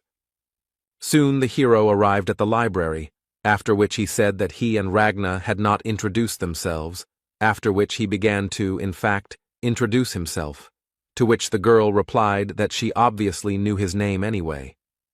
She said that she was closing the place soon, but Bjorn said that he didn't come here for books, and offered her to join the team as a magician. She refused without thinking. The hero with an innocent face said that since the librarian was such a worthless sorceress that she couldn't even enter the labyrinth, then nothing could be done. But Ragna didn't rise to the provocation, so Bjorn had no choice but to retreat. It was time to take an interest in what, as Shavina said, there was something for him here. The girl launched into an explanation that it was not from her, but from Emor, because she had raised her status, and Peprok had a debt to her, so she asked her to do this. The hero was not sure of the need for these excuses. Bjorn asked what it would be, to which he received the answer that it was books, after which a spell was cast on him that allowed him to find volumes of high secrecy, and it was allowed only to nobles and the chosen ones. The hero asked if this was possible. Ragnar replied that if he didn't blab about it, then no one would know. She had only used this spell a couple of times anyway. No one cared about what was happening here. The top secret books were definitely different from the regular ones. Their contents were incredibly useful, so the barbarian wanted to read all the works he could get his hands on. Bjorn almost missed his chance to start reading because he arrived at closing time, but Ragna let him stay after closing while she put everything back in place. With the help of the girl, the hero managed to read a lot of useful literature. He started with the organizational chart of Rafdonia, which contained information about various organizations, even about hunters of evil spirits. The next book was about the latter, It was called The World of Evil Spirits. It was written by an agent who described a journey into the spirit world from which he barely returned alive. Björn appreciated the security system. Next was the complete book of Rifts 2, which described 4 of them due to volume restrictions. It contained details that the hero had been extracting from the game for 9 whole years. For the locals, it was a real treasure. The barbarian decided to find out the name of the author, who turned out to be Oral Gevis, causing shock to Bjorn, because this is the creator of Dungeon and Stone. This meant either that the player wrote the book or the real developer. If it is the second option, then everything becomes much more complicated, because it would mean that the reason why the hero ended up in this place was not an accident, but someone's intention, which is much worse. If that was the case, then the developer must not be a mere human, but some sort of divine being. But be that as it may, Björn was glad to know it, even though the world had once again reminded him of his ignorance. If he could track down that name, he might one day find his way back, since opening the gate to the abyss might not send him home, but asking everyone he met about it was a dubious idea, so he had to be careful. The barbarian was so immersed in his reading that he didn't even notice how morning had come. He asked Ragna why she was silent, because he would have left immediately if she had asked. She replied that she had decided to rest after work. Björn didn't believe her explanation. She told him not to imagine anything unnecessary. The hero looked at her face for a while and decided that she was actually a kind person, even though she seemed indifferent to everything. A few hours later, the barbarian was already in the magic tower. He came to Raven, who was unhappy that he came so early. Björn immediately started talking about joining the team, but the sorceress immediately slammed the door. Then he shouted that there was one more thing, after which he gave a piece of Oral's book and asked to find out the time of its writing. Raven invited the hero into the room and demanded that he first tell her where he learned about the tears of the goddess, with which he killed the vampire. The barbarian replied that he had no idea, but he found this relic in a statue. He broke it simply because he was bored, which shocked the sorceress a little. Raven noticed the oddity, because how did the hero know how to use it then? Then Bjorn replied that he thought that since it had the sign of the goddess on it, then it should help against the godless vampire, and swore on the honor of a warrior. The girl was upset by this, because she had already hoped that she would be able to get a copy of the complete Book of Rifts, but the hero decided not to say that there was one in the library, because it was a secret. Then Bjorn asked about his request, to which Raven replied that she would take care of it, but he would help her research supervisors with the research, since they were bothering her, and he would receive the results of the paper analysis next week. A little later, at a meeting of the Outcast team, Misha immediately attacked the hero with questions about where he spent the whole night. He replied that he was stuck in the library, which only made the beast girl tense up more. The barbarian explained that he had only read books, after which he remembered that his partner had wanted to tell him something yesterday, but then events had taken a turn and he had remembered it only now. But she was interrupted again, this time by the rest of the team. Their meeting began. Bjorn immediately said that it would be easier for them to find a new magician. He had already asked 2, however, both turned out to be. Hikuro was angry that the hero had resigned himself so quickly, but Dvalki calmed him down, as he believed that the barbarian was right, and the latter asked if there were any other ideas. Murad replied that they needed to meet and talk with Baron Martuan. Misha was surprised by this. Because he lives in the capital area, they won't even be allowed there. Hikuro replied that he often came to this tea shop where they were now, and usually showed up at this time. Bjorn was not in a good mood from such a surprise, because it meant that the meeting would be right now. Then the dwarf and the wizard, with an unhappy look, began to ask him not to abandon them, because if not today, then they would have to wait a whole month, and together it would not be so scary to approach him. Besides, Hikuro would give 300,000 each. Soon Baron Martuan entered the tea house in the company of a butler, 2 guards, and 2 servants. Dvalki was sent ahead, since they were relatives after all. The wizard immediately introduced himself and asked him to listen. The nobleman noticed that the surname was somehow familiar. Then one of the accompanying people explained that it belonged to the family of the third wife of the previous baron. Dvalki seemed to have spent all his determination on the first phrase, and then became completely confused by the fact that his brother did not even know about the existence of the wizard. So Bjorn entered the conversation. The baron noticed that he hadn't communicated with the barbarians for a long time, and this was at least something new and would dispel his boredom. Then the hero asked him to lift the ban on Woba entering the labyrinth, but he didn't understand what he had to do with it. Bjorn decided that he had no idea what had happened, and the butler meanwhile told him that Dvalki was a bastard, and he did not include this whole story in the report because he did not consider it a particularly important matter. Martuan agreed that it would be a waste of time and decided not to grant the request, but the servant informed him that this barbarian was the famous Little Balkan, which immediately raised the spirits of the master. Then he said that he would lift the ban, but in return, Bjorn would do him a favor. In 2 months, the count would organize a large banquet, and at this event, the hero would become the baron's companion. Martuan also asked if the barbarian had any talent that could be demonstrated to the public, such as bending metal with his bare hands, which at first angered Jandel. Who do his people think he is? But the baron offered him 1,000,000 magic stones for this matter. Bjorn smiled and said that he would do anything for his comrades, mentally thinking that he would not refuse this money. The next morning, all charges were dropped against Dvalka. Now he could go to the labyrinth again, but the wizard was still not quite in the mood. It seemed to him that this story ended too easily. Bjorn reflected on the fact that using power turned out to be very pleasant. He decided to start making plans to achieve a higher status, although for now he was satisfied with his current level of influence. Then Hikuro began to distribute the promised magic stones, but the rest of the squad refused the money, and the barbarian was embarrassed to agree to the reward alone. After this, the dwarf thanked Bjorn for humbled his warrior pride and agreed to the baron's offer. The hero himself did not understand why he would refuse 1,000,000, how his relatives lived at all. Hikuro said that he would definitely repay him, but Dvalki interrupted him because he owed the barbarian. Both tried to convince each other, and the object of their discussion himself said that he did not need it. Time flew by quickly, and the day of the opening of the labyrinth arrived. Bjorn again came across a new group of relatives whom he helped to get to their destination.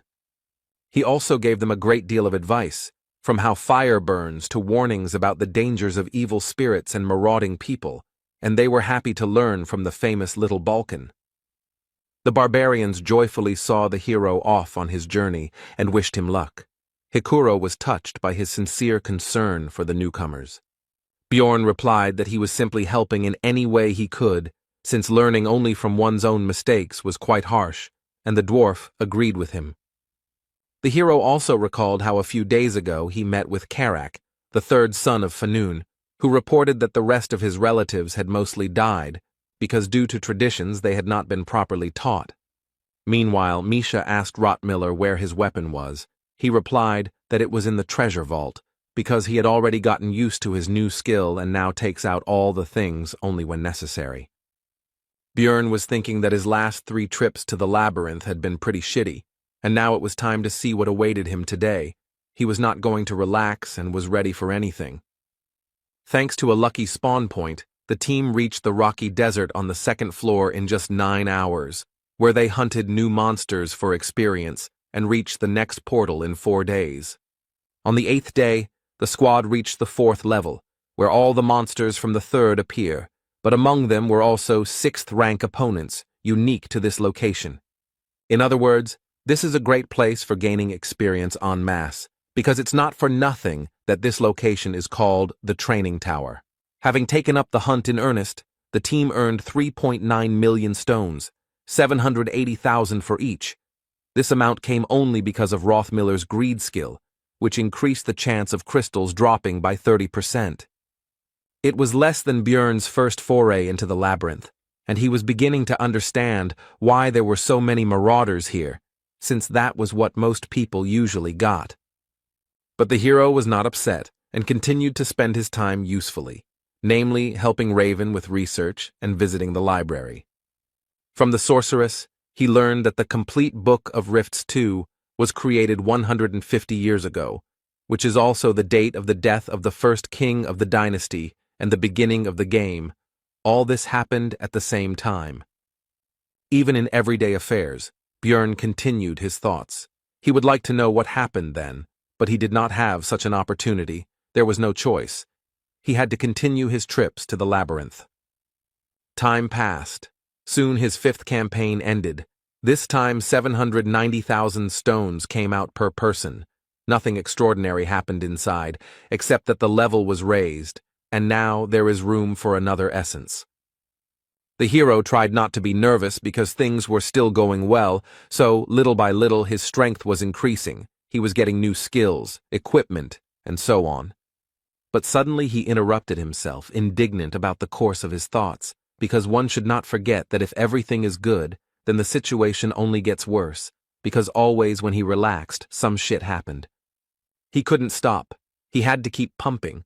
That was the only way he would have a chance to survive. If someone saw him now, they would think he was crazy, but Björn believed that he should always prepare for the worst. The next morning, Misha noticed that something had happened to the barbarian, because his gaze had become somehow cruel. Then he decided that this was only his personal problem, that he could not sit still. The hero thought that he needed to improve, but his thoughts were interrupted by the girl's offer to touch her ears, which surprised Björn greatly. Misha explained that her brother always felt better from this, although they were very young then, she says by the way about the older one, who still treats her well. Looking into her eyes, the hero saw only a sincere desire to help, which is why the environment in which you grow up plays a key role, and she doesn't even understand what's bad about this situation. Björn said that Misha shouldn't say such things to strangers because they might misunderstand her, which somewhat discouraged the girl. If the barbarian hadn't found out in the witch's forest that she liked skinny guys, he himself could have thought up something wrong, like that she wanted to seduce him. Misha replied that Björn was not a stranger to her, to which he told her not to argue with this. She agreed and offered to taste meat in exchange for the previous method of calming her down, which the hero considered an excellent offer. Later, he went to the library, where he started a standard conversation about nothing with Ragna, after which he said that if she had any business, then she should ask.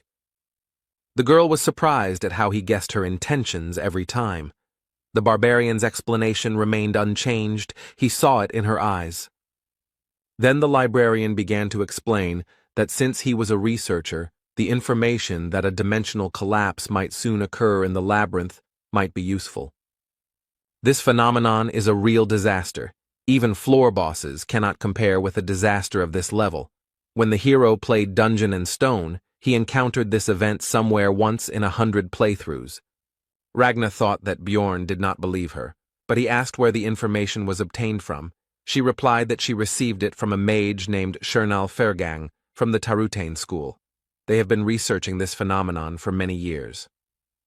After this, the barbarian thanked the girl and said that he would try to figure it out, and began to leave, thinking along the way that he had a new matter that needed to be resolved. But he was unable to find out anything. He had already begun to doubt the veracity of this information, and 10 days later Misha heard rumors about this, which she told her partner about. The researchers in the tavern also soon began talking about the collapse of dimensions, and Björn listened attentively to it all. It seemed strange to him that rumors were spreading at such a great speed, although there was not even a trace of their source. He wondered if something was spreading this information. He would like to know what they were talking about in more secluded places, but the barbarian could not even hope for that. It infuriated him. So he was left with the last option.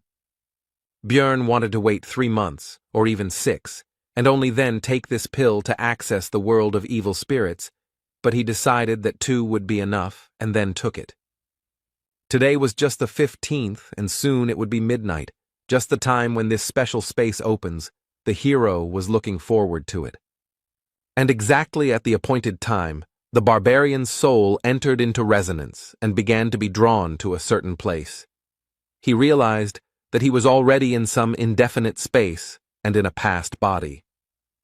Meanwhile, in the real world, a law enforcement officer was reporting to his superior that Lee Han-soo, 29 years old, had been reported missing by the company he worked for after being missing for a month. The man asked about his family, to which he received the answer that the missing man had a mother, but when informed of what had happened, she said that she did not care about it. Then the boss asked why they, the violent crime unit, had been assigned this case, and the subordinate said that the guy had entered his house through the cameras but had not left it. All the windows and doors were also closed. The case was suspicious. There were no signs of forced entry into the house, no lost items, no one had used his card for a month, absolutely no leads. The clothes he was wearing were found in the room, and the way they were lying, it looked like he didn't take them off himself, but as if his body just disappeared. Whoever did all this was just crazy. The boss ordered a request for an examination, but the subordinate said that he still had something to show, after which he began to take out a massive object. It was the missing person's monitor. It wasn't even plugged into a power outlet, but it still somehow turned on, and lines began to appear on it, stating that the coming-of-age ceremony had been successfully completed, and other inscriptions. The subordinate said that he had already been like that when he was found, and he had also already studied this issue and found out that this was not an isolated case. Something similar had happened abroad more than once. The hero thought about the fact that 5 months of his stay in this world had already passed. During this time he had already repeatedly committed all sorts of barbaric things for survival. Now he could no longer be the same as before. When he saw his computer, his body itself began to type on it, immediately needed to enter the password. Lee Han-soo decided to enter the insult to the king of Rafdonia that was at the end of the letter. Nothing else came to mind. Only then did he notice that he was now in his past body, but he was distracted by the change of surroundings, which turned into his room, which now looked like the real one. The first thing the hero wanted to do was try something from his home world, for which he immediately opened the refrigerator door. Inside, for some reason, everything was filled with cans of cola, but he didn't care. He couldn't resist, so he immediately opened it and tried one, but he was disappointed. There was no taste at all. It was as if it was not soda, but ordinary water. But his regrets about this had to be postponed for later, because suddenly the doorbell rang and a female voice asked permission to enter. The guest explained that this place is the location where the owner feels most comfortable, and because of his high mental defense, everything looks like fog to her. And she came here because the password that the hero entered initially was incorrect, and the girl came to check everything personally. Her name was the Queen of Souls. She was something of a guide for the members of the spirit hunter community, and she tested intruders by making sure they couldn't imagine clothes and a room from Earth. The hero remembered that the suit he was wearing was a gift from his ex, and also wondered how the girl would confirm that he was a player since she couldn't see anything, but she told him not to worry. He was now a member of the community. He decided that there were other ways to check since he was acknowledged, and the Queen of Souls continued by saying that now they would no longer use the method of killing by separating the soul from the body, as they do with NPCs. After that, the girl taught him how to use the community forum, which looked like a regular forum, actually. First, he had to create a nickname, but his usual one was already taken by someone. Then he wrote it a little differently, and the Queen of Souls asked if he was a fan of it, which surprised the hero because he didn't understand what they were talking about. Immediately after that, the girl began to dissolve into thin air, and as a parting word, she said that if he needed help, he should just make a request. All of this made Lee Han-soo feel like he had been trained. It wasn't difficult to figure out the community. There were different rooms with different names. He decided to enter the one called for newbies, and immediately found himself in a new space. The leader asked where he was from.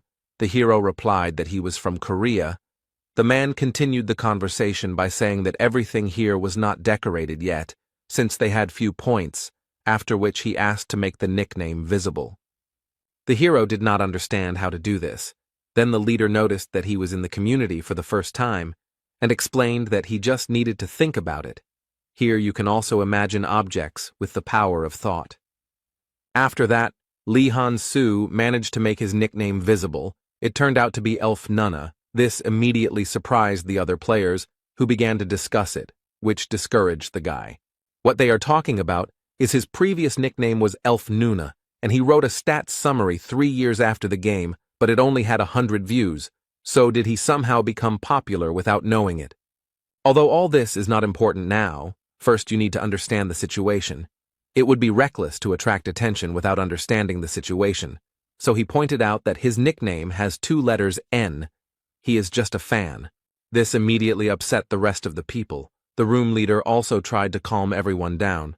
They were already hoping that they met the real Elf Nunna, so their reaction was immediate.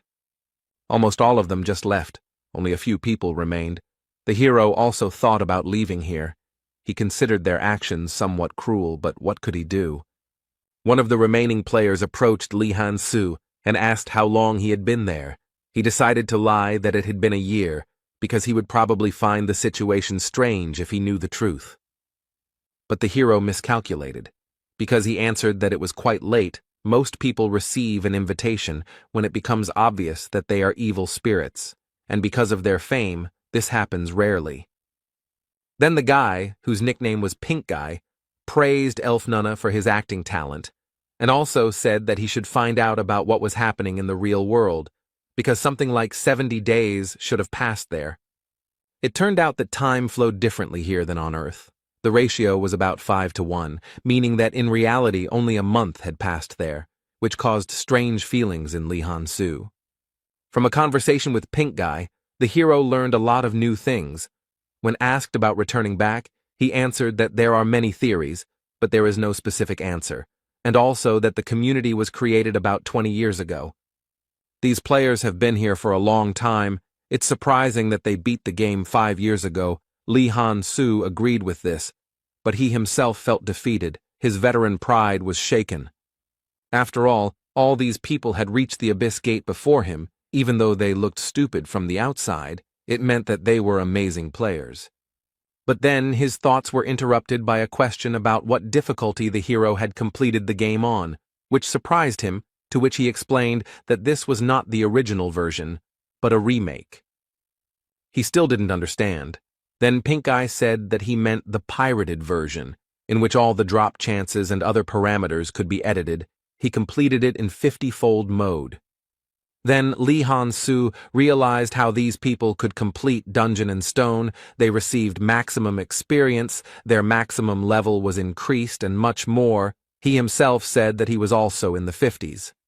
Meanwhile, in the real world, a woman reported to the old man that they had erased all traces and nothing would appear on the news either, so he asked what had happened to that man.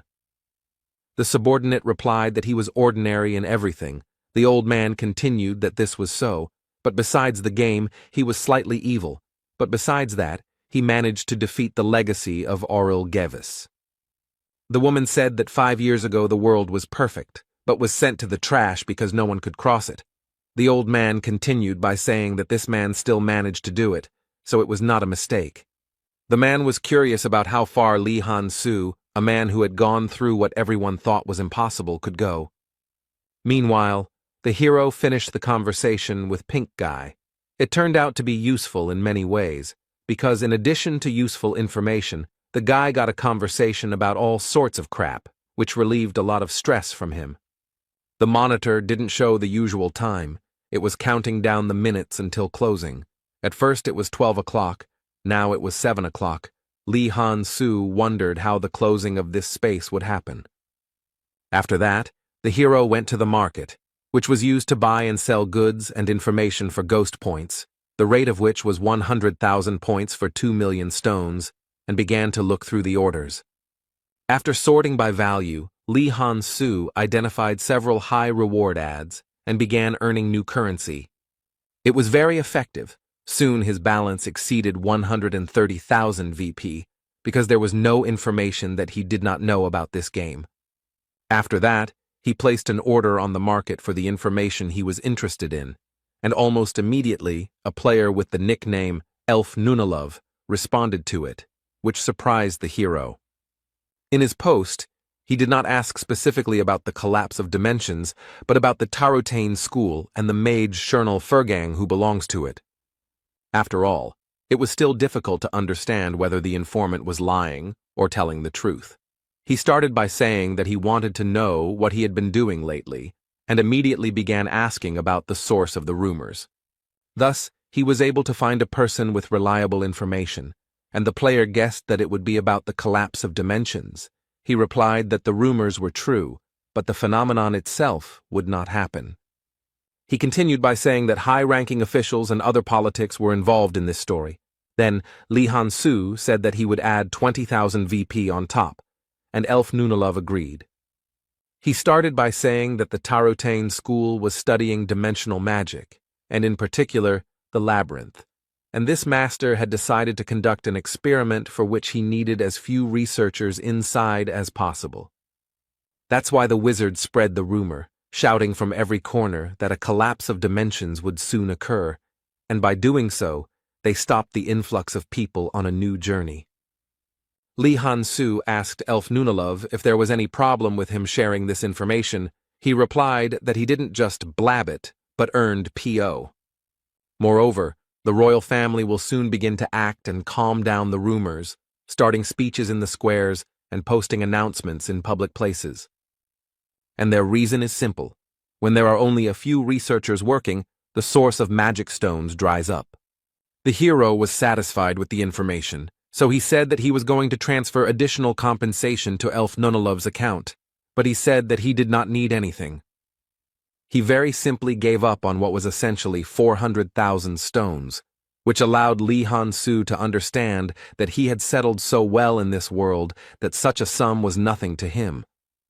This explains why he is aware of all the details of what is happening. Although the hero himself did not find even a grain of information, after several days of diligent efforts, it reminded him of how he started. He realized that it didn't matter what difficulty they had played the game on because this was the real world, which followed the rule that the strongest would survive, and in which many of the evil spirits had already succeeded.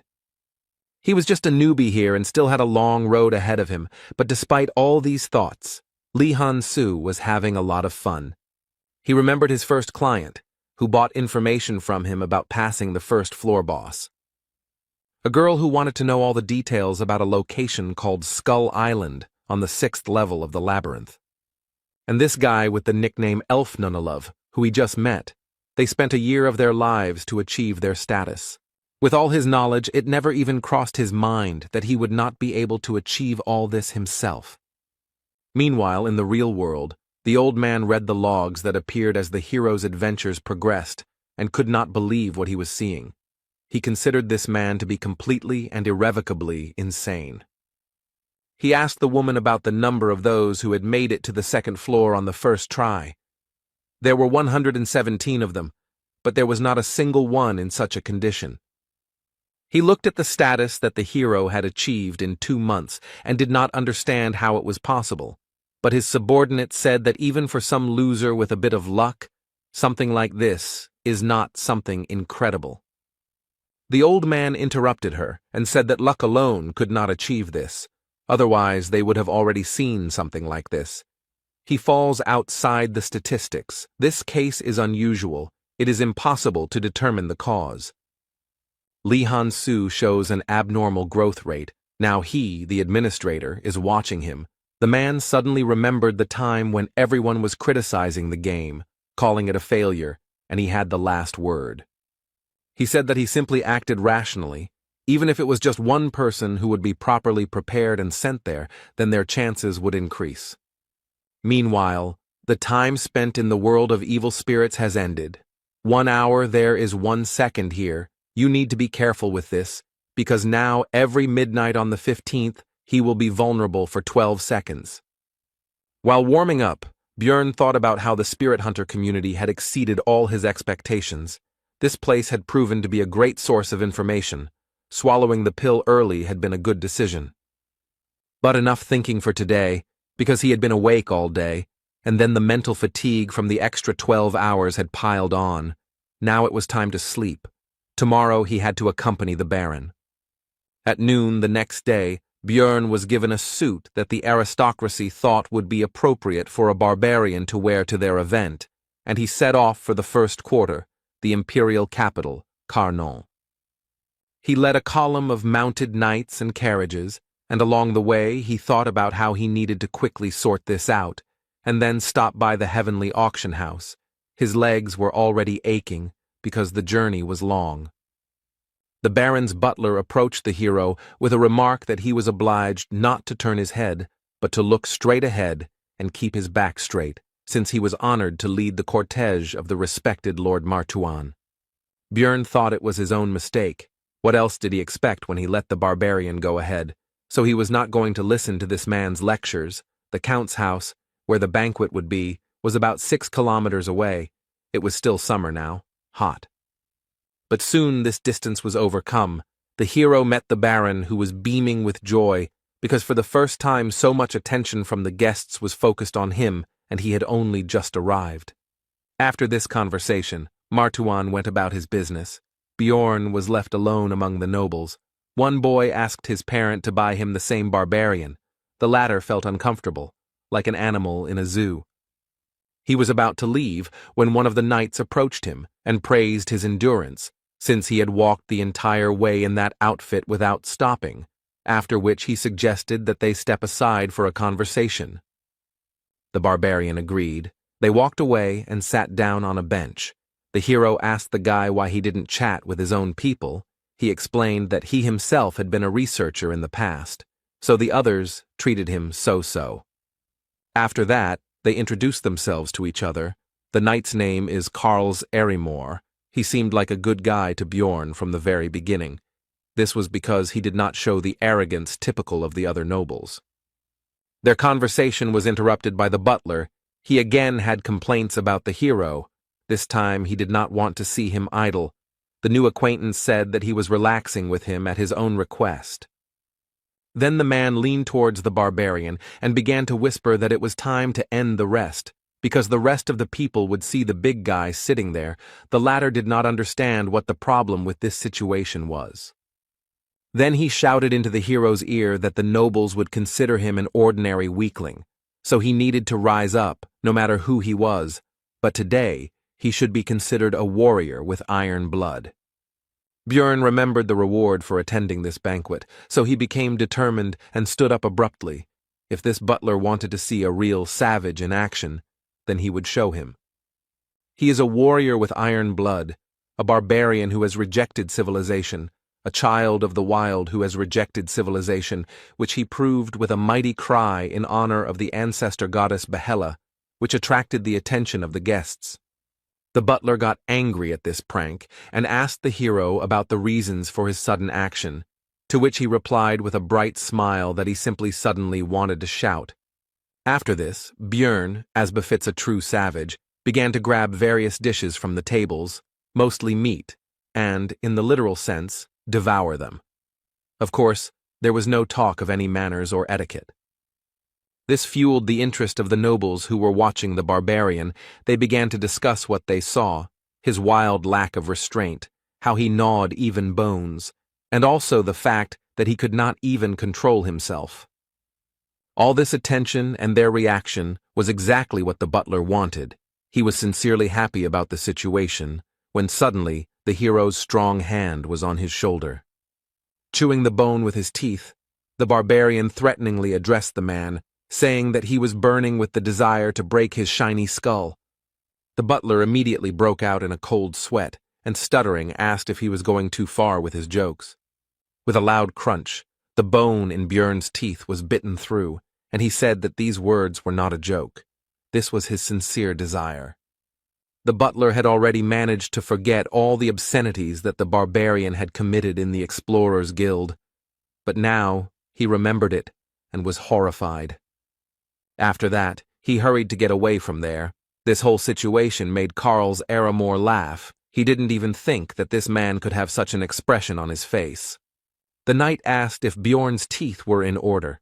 I received the answer that he was quite strong, and the hero was in a good mood because this banquet was finally beginning to come to life. For a while he enjoyed what was happening, like a true barbarian, But soon, curious nobles began to approach him. For example, two girls who asked to touch his hand. He did not refuse them. The ladies were pleased with what had happened, and as they walked away, they discussed their impressions. And now, a married couple of elderly noblemen approached the hero. They asked Björn to shout some more, to which he activated his barbarian opera mode and melodically chanted the name of his people's ancestor goddess, Yahello. This reminded the old couple of their youthful days, and soon new nobles rushed to the hero with their requests. Now Jandel felt like those mascots in animal costumes at various events. Bjorn did not refuse them. Meanwhile, the knights began to discuss his behavior.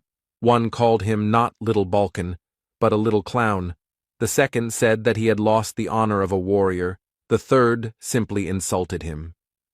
The hero heard their words. He noticed the insignia of cadets on their clothes, so he wondered why they were barking behind his back, because they didn't even know how to use aura yet. The Baron soon arrived, apologized for interrupting the speech and disturbing the atmosphere, and then said that the barbarian now needed to go with him. He needed to be introduced to someone. The hero followed Martuan and met other nobles in the banquet hall. He introduced his companion to the Viscount as Little Balkan, to which he asked what brought this explorer here. Bjorn replied that the Baron had helped him in one matter, and now he was protecting him to repay the debt. The nobleman admired the presence of a barbarian as a personal bodyguard. Martuan began to say that he had not demanded anything from the barbarian for his service. He himself had decided to thank him in this way, and the hero played along with him. The Viscount admired his noble way of thinking. So 13 more similar conversations took place. In other words, of all this, people only less than 15 were worthy of being called aristocrats. The fame of the Little Balkan grew. As a result, Björn got to know all the nobles present. In the game for this, he would have to raise his fame level considerably, after which he began to communicate with people and put on performances. Soon, the paladin who met the hero's team at the exit from the sewers came to the Baron to express his respects. He did not expect to see Jandel here, while Martuan was surprised by their acquaintance. It turned out that this man was not a simple minister of the church, but a whole captain of the 3rd Division of Paladins of the Order of Letless, the god of research, and also the goddess of the stars. His name is Pal Krovitz. While Björn was surprised that someone like him was earning extra money by collecting corpses, he said that the hero could always come to their organization if he needed help, because they would remember his deed. The Baron and the rest of the nobles were unaware of the reasons for this, so Krovitz told them about the capture of the priestess of Karui, and also added that they valued their relationship with Sir Jandel. The hero's fame grew even more. The nobles were delighted, but soon it was time to get ready, because Count Ferdehilt, the organizer of the banquet, arrived. He wanted to meet Bjorn. This caused a bad feeling.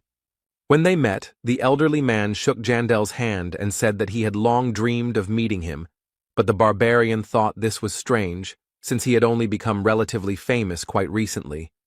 Even in the game, such an event was not triggered until quite a long time had passed, and the Count was sticking to him, meaning he wanted to appease him, which made the hero uneasy. Ferdehilt suddenly said that looking at Bjorn, he had a great idea. He offered the barbarian to participate in a dueling competition of knight cadets, which discouraged Jandel. The hero had a bad feeling about this sudden quest, but he still agreed to it, because he was promised 2 million magic stones just for participating. And for the victory, there was a prize. It was a numbered item, 7,777, the necklace of Garfus, which turns the crystals placed in it into a random substance, can only be found in the cracks on the 5th floor, very rare. In many ways, this artifact is similar to the Frost Spirit Ring. It also has a low number, and the unique property is considered not very valuable, which is why it is considered useless, and it also has a secret. The hero remembered his recent worries about the future. Now he decided to send it all to hell. He was still tense, but he decided to accept his fears and move forward. He was not going to avoid problems. The Baron said that Bjorn didn't have to win, just hold out long enough to keep his reputation intact, but the barbarian said he could smash his opponent's skulls in 10 seconds. Martuan said that if he wins, he will give an additional 1,000,000 stones as a reward. Jandel did not expect such financial injections. His body was suddenly filled with motivation. He will do everything possible to win. However, he couldn't calmly wait for the duels to begin, because as soon as the Baron walked away, a pack of rats approached him, those 3 cadets who had insulted him earlier while he was busy communicating with the nobles. The one who called him a little clown was outraged by the hero's speech about victory in 10 seconds. He believed that the barbarian had forgotten his place after the clowning he had arranged. The second, who said that Bjorn had lost his warrior's pride, advised the barbarian to pray that they would not become opponents because he would rip his throat out in 10 seconds. The third one, who insulted the hero, did not have time to say his line because he was interrupted by Jandel, who asked the knight cadets if they had any serious problems with their heads. After which he said that they pounced on him like a pack of cowardly rats, and even a baby warrior would not act like that. The knights were offended by this statement, but Bjorn shut them up again, pointing out that their courage had only awakened when the Baron left, and that this was their honor and dignity. Before they could respond, the barbarian began to shout to the whole area that the cadets had attacked another participant in the competition in order to try to scare him with their numbers, and added that they had problems with their heads. The surrounding nobles, of course, heard all this, so they began to discuss the situation. Some began to say that knights should not behave like this. They were ashamed of it. Therefore, the 3 cadets hurried away, and the hero said goodbye to them with the words that the next time they met, he would solve all their problems with their heads. He hoped that they would understand his hints. Soon the tournament itself began. The participants came out and fought each other, and when it was Bjorn Jandel's turn, he realized that his hopes were justified. One of those knights was his opponent. And he was also lucky that it was the most infuriating of them, the one who insulted him, although he himself was nothing special. After this, the opponent raised his blade up and began to swear by his honor and dignity that he would only use fair methods in combat, but then he was interrupted. This was Jandel, who once again used his battle cry praising Yahello. The sympathies of the audience were clearly on his side. This rudeness did not please the knight, but what did he expect from the barbarian? The fight began quickly. The cadet immediately began to rapidly attack his opponent with his sword, and due to the speed, after-images remained. It was not clear which of them was real. But this was not a problem for the hero. The solution was simple. He decided to simply fight them all off, which he successfully did. Now Bjorn is a true barbarian, but the enemy is definitely not one to be underestimated. Or rather, it wouldn't be worth it if they were in the same conditions. After these thoughts, Jandel used his skill Wild Splash, which increases the threat level by 3 times, and physical characteristics increase proportionally to this value. He remembered his recent conversation with Baron Martuan, after which he told his opponent to go to him, because there was still a lot of time left until the end of the agreed 10 seconds. Wild Surge increases the threat level, which provokes monsters, but it affects people differently.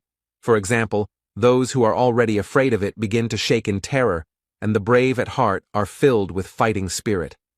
It turned out that this knight belonged to the latter, because he rushed straight at the enemy with a cry.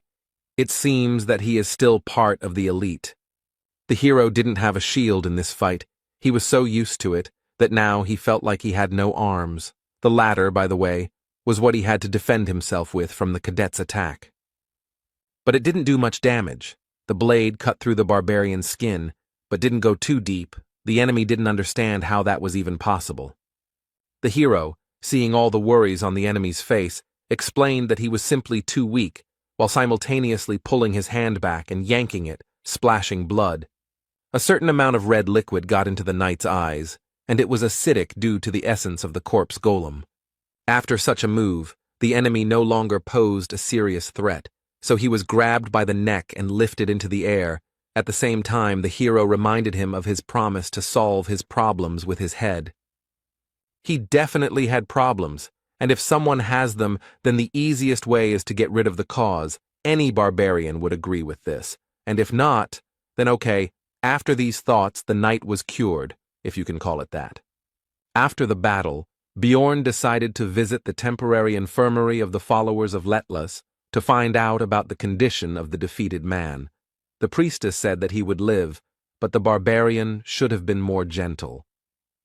The hero replied that he did not expect such weakness from the enemy. He was a knight after all. The blow was delivered not even with an axe, but with a fist. He did not expect that he would be knocked out from such a jab. The priestess noticed that it was not a jab. The cadet's brains were already flowing. Bjorn replied that since he remained alive, then we count the knockout. At that moment, the girl experienced a semblance of the stupidity of 3 barbarians at the same time. The knight soon came to. He decided that he had to go to the competition. The minister of the church explained that he seemed to have lost some of his memory due to the injury he received in the duel, but it should return soon. The barbarian hovered over the victim and asked if he really didn't remember anything, to which he answered in the affirmative. The hero decided that he wasn't lying. Then Jandal asked him for a favor, after which he would immediately get out of here. He reminded him of his own statements addressed to Bjorn and told him to repeat them word for word. The knight agreed with this, but the further he spoke the phrase, the more uncertain his voice became, and soon he fell silent altogether, grabbed his head with his hands, and exclaimed that he remembered, but there was no joy in his voice. Bjorn was pleased with the patient's memory return. He smiled and encouraged him to continue speaking. This made the cadet quite tense. He was already covered in sweat while speaking, but now there was more of it. The knight knelt down right in his bed and began to apologize, admitting his wrongdoing and asking for mercy, while the hero said with satisfaction that his problems with his head had passed. The cadet was horrified. In an attempt to save himself, he crawled under the bed. The girl was stunned and kicked the barbarian out, and he himself was satisfied, because today he had healed injuries that even the priestess could not heal. As it turned out, the Baron was just looking for Bjorn. He asked where he had been. He replied that he had been visiting the knight with whom he had fought. Martuan was surprised by this act, because in battle he had beaten the enemy without mercy. Jandal refuted his thoughts. He said that if it had happened in the labyrinth, then that cadet would not have left alive, but as it was, he expected that he would be stronger, since he was so slow. The hero asked about possible problems. The knights were from noble families. The Baron replied that there would be no problems even because of deaths. If such did appear, he would sort it out. He should focus on victory. The barbarian was pleased with this answer, so he said that since that was the case, he would crack open all their skulls. And in the next battle, Bjorn was again pursued by luck. This was also one of that trinity of rats. This representative of them then spoke about the loss of military honor. As soon as the start of the duel was announced, the knight began to accuse his opponent of lack of shame, because he entered the ring after the previous dishonorable beating and warned that this battle would not be so easy. He still didn't attack, but continued his speech. He began to say that the barbarian's previous opponent was the weakest of their 3, but the hero was not going to conduct a dialogue here. He moved forward. The knight didn't have time to react to Bjorn's sudden attack right in the middle of his speech, so he got hit right on the head with an axe. The battle ended in 3 seconds. The treatment of the problems with the head continued. After his victory, the barbarian again shouted the name of the ancestor goddess Yahello, and it came out so naturally to him as if he had been in this body all his life. The spectators of this competition were only delighted by the bloody spectacle. Many shouted the name Little Balkan, but there were also many who shouted the phrase Night Crusher. The hero was surprised that they actually enjoyed watching someone get their head smashed in, and he wondered which of them was supposed to be the savage here. After that, fight after fight continued. Bjorn invariably emerged victorious. His reputation grew, and in the semi-finals, he showed the audience how spines are broken. The only thing the hero regretted was that he never met the 3rd rat, and he was the only one who had not yet undergone physical therapy and had not been cured of his head problems. But soon this unfortunate omission was corrected. It is also worth noting that the second one also survived after the opening of the skull. All of them expressed a desire to join the faith, apparently thus saving themselves from Bjorn. During the break, the Baron approached the hero. He praised Jandel because he was truly amazing, after which he asked where he knew the latest technique from. He could not answer because he saw it in cartoons. So Bjorn got out of it by saying that he needed to rest before the next fight. The Baron bowed out, and the barbarian realized that this would be his last opponent. It turned out to be a cadet who had sworn allegiance to Count Ferdehilt. The hero had previously observed his battles. He had the essences of an orc warrior, a giant golem, and a cyclops. This was a typical combo to increase strength. Before the fight, Jandel took off all his equipment. The enemy could not help but notice. He asked about it. The barbarian answered that it was somehow uncomfortable for him. Then the opponent decided that it was difficult for him to constantly fight with such a load. He was already worried that it would be too easy and was glad that this fight was taken seriously. After the fight began, he called his opponent to him. But his attempts were obvious to Bjorn, and judging by the way he relaxed, the hero came to the conclusion that it was not in vain that he did not reveal all his cards until the very end. At first the knight was almost certain of his victory, but soon the smile on his face, as well as his face itself, froze. He realized that something had gone wrong. He raised his head higher and higher. A shadow gradually moved over his face, and his posture became more and more tense. The hero used gigantization and wild splash. The first increased the threat level and physical characteristics proportionally to the increase in size, and the second increased the same parameters, but without turning into a giant. This was a great combination of skills that greatly increased Bjorn's main stats. Now he was like a monster himself. Perhaps the threat level had increased so much that it had affected even the experienced knight, or perhaps he was not particularly brave, but whatever the case, he began to tremble in fear before the colossal barbarian. The enemy did not stand there in a stupor for long. He could not gather his courage, but threw his sword to the ground and, screaming for salvation, rushed to run through the crowd of spectators. Bjorn was never upset by this development of events. It was easier for him, so he just stood and watched the events unfold. The referee soon shouted that one of the participants had left the battlefield. These words made the knight come to his senses. He returned to the arena and said that it was not on purpose and asked for another chance, but he was denied. The Count, at this moment, made a truly terrible impression. He asked his cadet about how long he would disgrace his name. This even made the hero doubt the correctness of using gigantization. Meanwhile, Erwin still thought that Bjorn had died in the labyrinth back then, and all this time her only goal was to gain more power to protect what she had left. She practically never left the room. Her condition left much to be desired. The elf was truly obsessed with all this. She believed that with power she would be able to save the lives of her loved ones and gain everything she wanted. Her thoughts out loud were interrupted by the door opening. Erwin's older sister, Daria, was standing in the passage. She looked worried because she heard some muttering, which she asked her relative about. The girl put on a happy expression and cheerfully said that she was just talking to her spirits, and that she was currently busy training, so she should be left alone for now. Daria went out the door and began to think that it was probably better to tell her everything now, because everyone in the city was only talking about little Balkan, and it was somehow abnormal for her not to tell anything. But when will she have such an incentive to grow as a researcher? Because in the future it's not just her well-being that depends on it. We're talking about her life. There are many dangers in the labyrinth. At this point, Erwin had become a contractor with all 4 elemental spirits. She had even managed to give 3 of them free will. This growth rate was even confusing. She had achieved a lot. But that's not all.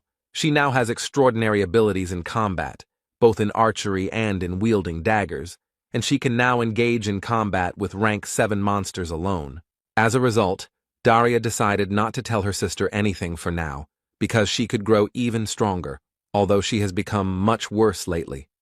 At that moment, the elf was struck by the guess that Erwin's condition could be partly due to the essences of various monsters she had recently absorbed. In search of answers, the girl turned to books.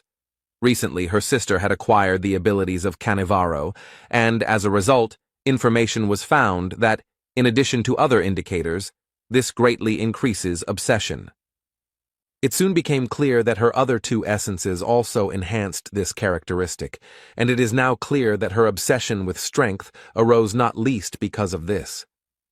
Daria didn't like it, but she couldn't just take it all out of her, so she decided to do it only when essences were found to replace the current ones. Only then they would be removed. And in the middle of the night, the girl had a thought that it could very well happen that Ervin would find out that Björn Yandel was alive before the essences were removed, and in what direction her obsession would turn in that case. At the same time, the hero returned to his 7th district of Rafdonia by carriage. It was now already 2 o'clock in the morning. He would finally be home.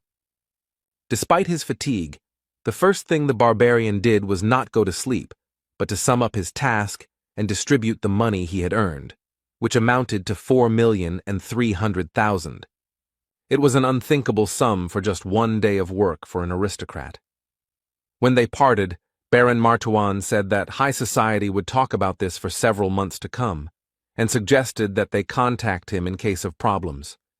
In other words, he was happy with their cooperation, but there was also a negative aspect. Ferdahilt looked quite angry. At first everything was fine. The Count congratulated Bjorn on winning the competition, and then said that he would call him when he was more prepared. The hero asked what it was all about. Then Ferdahilt said that he would not explain the details. The barbarian simply needed to ignore requests from other nobles. Jandel felt that something terrible would happen if he refused, so he nodded. The hero was pleased that he was able to obtain item number 7777 Garfa's necklace. So early, it is usually extremely difficult to obtain, even if you really want it. Then Björn reminded himself of his luck. From now on, he was going to even breathe carefully. The next morning, what the Count had spoken of happened. The barbarian received many letters from various nobles, all of them asking for the same thing, to accompany them to all sorts of events. The reward might have been small for the aristocrats, but it was impressive for the hero. But he remembered Ferdahilt and had no intention of angering him, but he couldn't just ignore them either. After the written refusals were written for each of the nobles, Björn thought about the Count. He considered him a dangerous man. People like him seem calm, but it is better not to cross the line. And it was so bad that he couldn't figure out his intentions. Jandel wondered what reason he could possibly have for being interested in some barbarian explorer. He decided to find out more about the Count and the community. Meanwhile, it was already the last month of helping Raven with her scientific work. Upon arrival at the magic tower, the girl looked somehow nervous. It turned out that the same old man, the sorceress's mentor, was already waiting for him here. During their last meeting, he had not made the best impression, so the hero was unhappy with his presence. Raven justified herself by saying that the master insisted on this. He himself reported the reason for his arrival. It turned out that he wanted to test his new magical device, which should detect evil spirits. Björn instantly pulled himself together, not showing a drop of worry on his face, and began to prepare himself for the worst. It seemed that this old man believed that he had figured out his true nature. The barbarian was not going to give up so easily. He decided to react first of all, not to the words about evil spirits, but to clarify about the magical device. This is a logical reaction, considering the experiments conducted on him.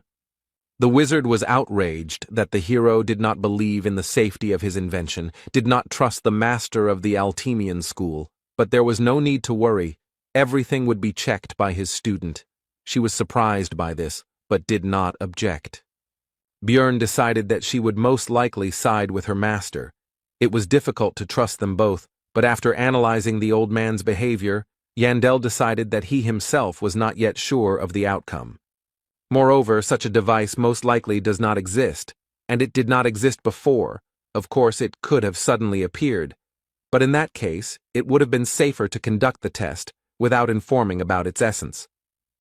With all this in mind, Bjorn was about to act on his thoughts. The wizard asked about his readiness and said that it would only take 5 minutes, to which he agreed.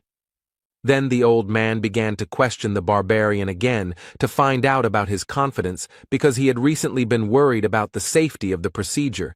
This further convinced the hero of the correctness of his conclusions. He replied that Raven had already checked everything, so it was time to start, because he wanted to finish this as soon as possible and go on vacation. He had figured out the wizard's plan and was not going to fall for his bait. The test was soon over, and as soon as the door closed behind Björn, the sorceress began to demand answers from the teacher about what was happening. After all, the so-called magical device, although it looks strange, is an ordinary chair. She played along with the master, but now she was going to find out about the situation. Eventually, the old man revealed his suspicions that Björn Yandel was an evil spirit, so he questioned him about what happened in the labyrinth. The sorceress was unhappy. But in the end, the master admitted that he was wrong, and Raven understood his motive, because the hero was truly unusual. He was a unique person, but she was interested in something else. She asked why the teacher needed all this, because if he considered the barbarian suspicious, he could simply report it to the secret police. But he did not do this. The old man's expression changed, and he replied that in that case, he would have faced execution on the chopping block. Raven didn't understand what he was talking about, but he was no longer going to continue the dialogue. The wizard advised her not to take it to her head, after which he left, citing fatigue.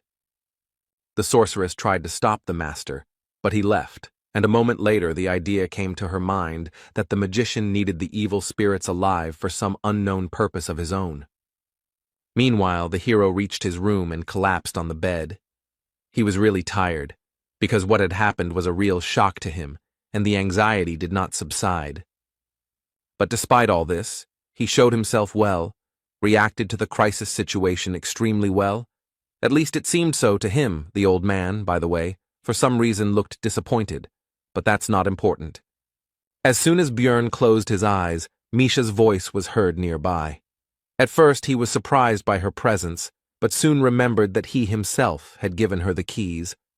The hero told the girl that he needed her. She immediately became embarrassed and began babbling about how it was still light, so it was not the time for such a thing, and she was not prepared, but was interrupted by the barbarian.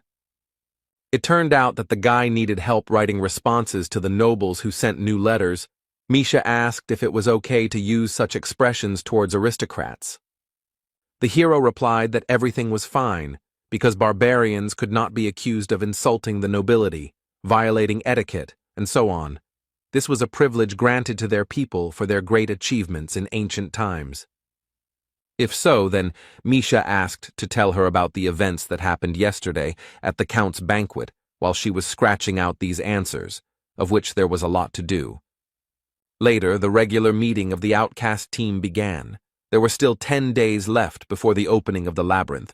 The hero was silent for now, pondering his knowledge of the main topic of today. This is a conversation about whether it is worth going on a research trip considering the possible collapse of dimensions. Hikuro said that he will not go, because if the rumors are true, then they are all finished. Dvalki and Rottmiller were of the same opinion.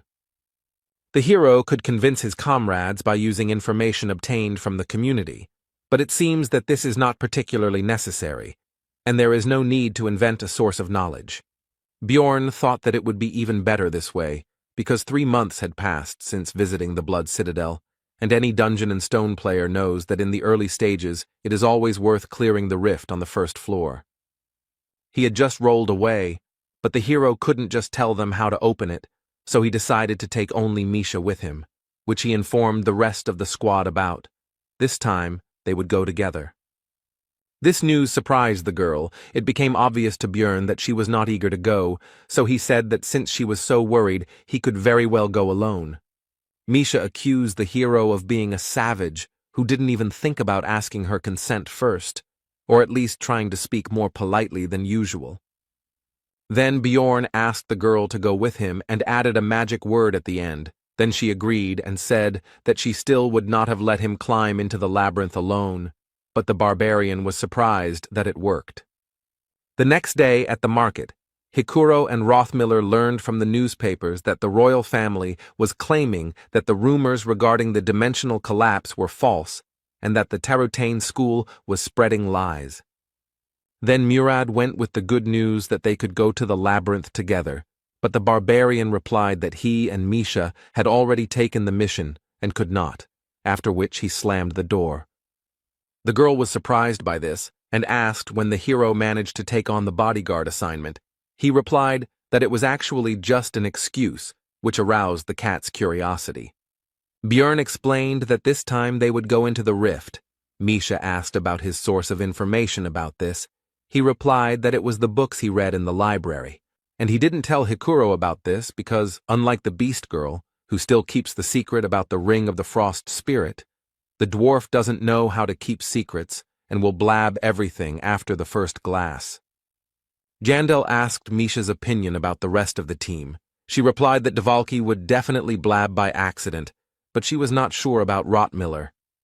The girl's words almost perfectly coincided with Björn's thoughts. Apart from Brown, his hero was able to understand him the easiest of all of their squad. He would keep the secret, but at the same time he would begin to ask suspicious questions about the source of his knowledge, and might even begin to suspect the barbarian of an evil spirit.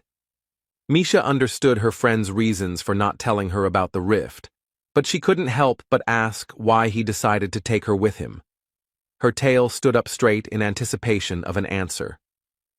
The hero had several reasons for this. The Beast Girl is surprisingly meticulous in everything and knows how to remain silent. Moreover, she is completely incapable of lying, so he will be able to find out whether she blabbed or not. However, the barbarian decided to fit all this into one phrase. He simply trusts her. These words instantly made Misha blush. She said that she suddenly felt hot. Jandel offered her to drink some water. There were still 8 days left before the opening of the labyrinth, and it would take a lot of time to prepare. You had to strengthen both yourself and your partner. First of all, the barbarian's mace and the beast woman's twin blades were enchanted. Lightning energy permeated them. It was not forever, but for a certain period of time. But the hero was not going to save. Also purchased were a lightning scroll, thunder grass, and advanced healing potion. Misha doubted the need to make such purchases. 2 million were spent from their joint account that they opened. The next day, Bjorn went to the shaman to strengthen his immortal seal to the 4th stage. This cost another 4 million magic stones. This increased the characteristics of willpower and fortitude. Thanks to the increase of the last parameter, the hero could stay in the form of a giant longer, to be precise, 1.5 times longer. Just when he was checking this, Misha came to visit him. There were still 7 days before the trip to the labyrinth. At breakfast, Bjorn said that he was going to the library. The girl asked to take her with him. Then the barbarian was surprised that she was interested in reading at all. The beastman was outraged by this. In the end, they still went together. But this time Ragna used a simple book search spell, not the one she had been using on Jandel lately. He asked the librarian about it. She replied that she was using those charms specifically for him, so she couldn't do it in front of others. Bjorn noted that she should have told this only to him. Then Ragna asked Misha to forget everything she had said. This discouraged both the beast woman and the barbarian, but the latter did not want to think about it too much. When there were 5 days left before the opening of the labyrinth, Jandel finally fulfilled the agreement with Raven. The research of his essence was finished, and at parting, the girl advised the hero not to die there. The hero asked if the sorceress was going to take the pass to the tower. She replied that he could come in if necessary. She would be curious to hear about Bjorn's successes, because he is a magnet for trouble. During the remaining time, all other matters were completed, and the day of the opening of the labyrinth arrived. This time, the novice barbarians were sent there again, to whom Jandel again gave advice. Moving towards the portal, they repeated his words and thanked little Balkan. Their sincere gratitude even managed to embarrass the hero. The others looked at this with approval. Hikuro noted that they were lucky to have such a reliable mentor. Björn also gave advice to the rest of the team, because this time they were split up. After that, the 3 entered the passage. Half an hour passed. Misha was already starting to worry, but Jandel told her to wait further. He was going to use a method that had already been tested. Everything went as planned. The partners found themselves in the dark region right in front of the portal to the next floor. Its opening brought valuable experience, and the beast girl did not understand what had happened at all. Then he explained to his companion about the phenomenon of dimensional instability, to which Misha said that she felt sorry for Rottmiller, because if he had found out about such a loophole, he would have considered all his work pointless. The hero agreed with this statement, because Brown takes his role quite seriously. He once said that his dream as a scout is to open a portal with his own hands, and he will try to do this. On the other side of the passage was the rocky desert, which did not suit them. They would have to go back and look for another passage, because there were no magic crystals needed to open the rift here. They needed to go to the beast's lair. According to Bjorn's estimates, they would have to walk for 2 days. After 3 hours, they encountered another type of 9th-rank monsters. They looked a bit like goblins, but in fact, they were gnomes that looked like clay dolls. The girl and the guy were distracted from collecting magic stones by a team of researchers who were in a hurry to be the first to reach the portal for the sake of precious experience. They had no idea that it was already open. Misha admired their high-quality equipment, but Bjorn said that there was nothing surprising about it, because one day they would also become the owners of something similar. The girl noticed that the hero was very ambitious. She assumed that it was because he was a barbarian. Jandel was not sure whether this was an insult or not, which is what he asked. Misha told him that he was a fool, and she meant that Bjorn was cool, which made the guy a little embarrassed. He thought that sometimes the beast woman could be too straightforward, just like himself. The presence of the two of them here caused whispers among the researchers.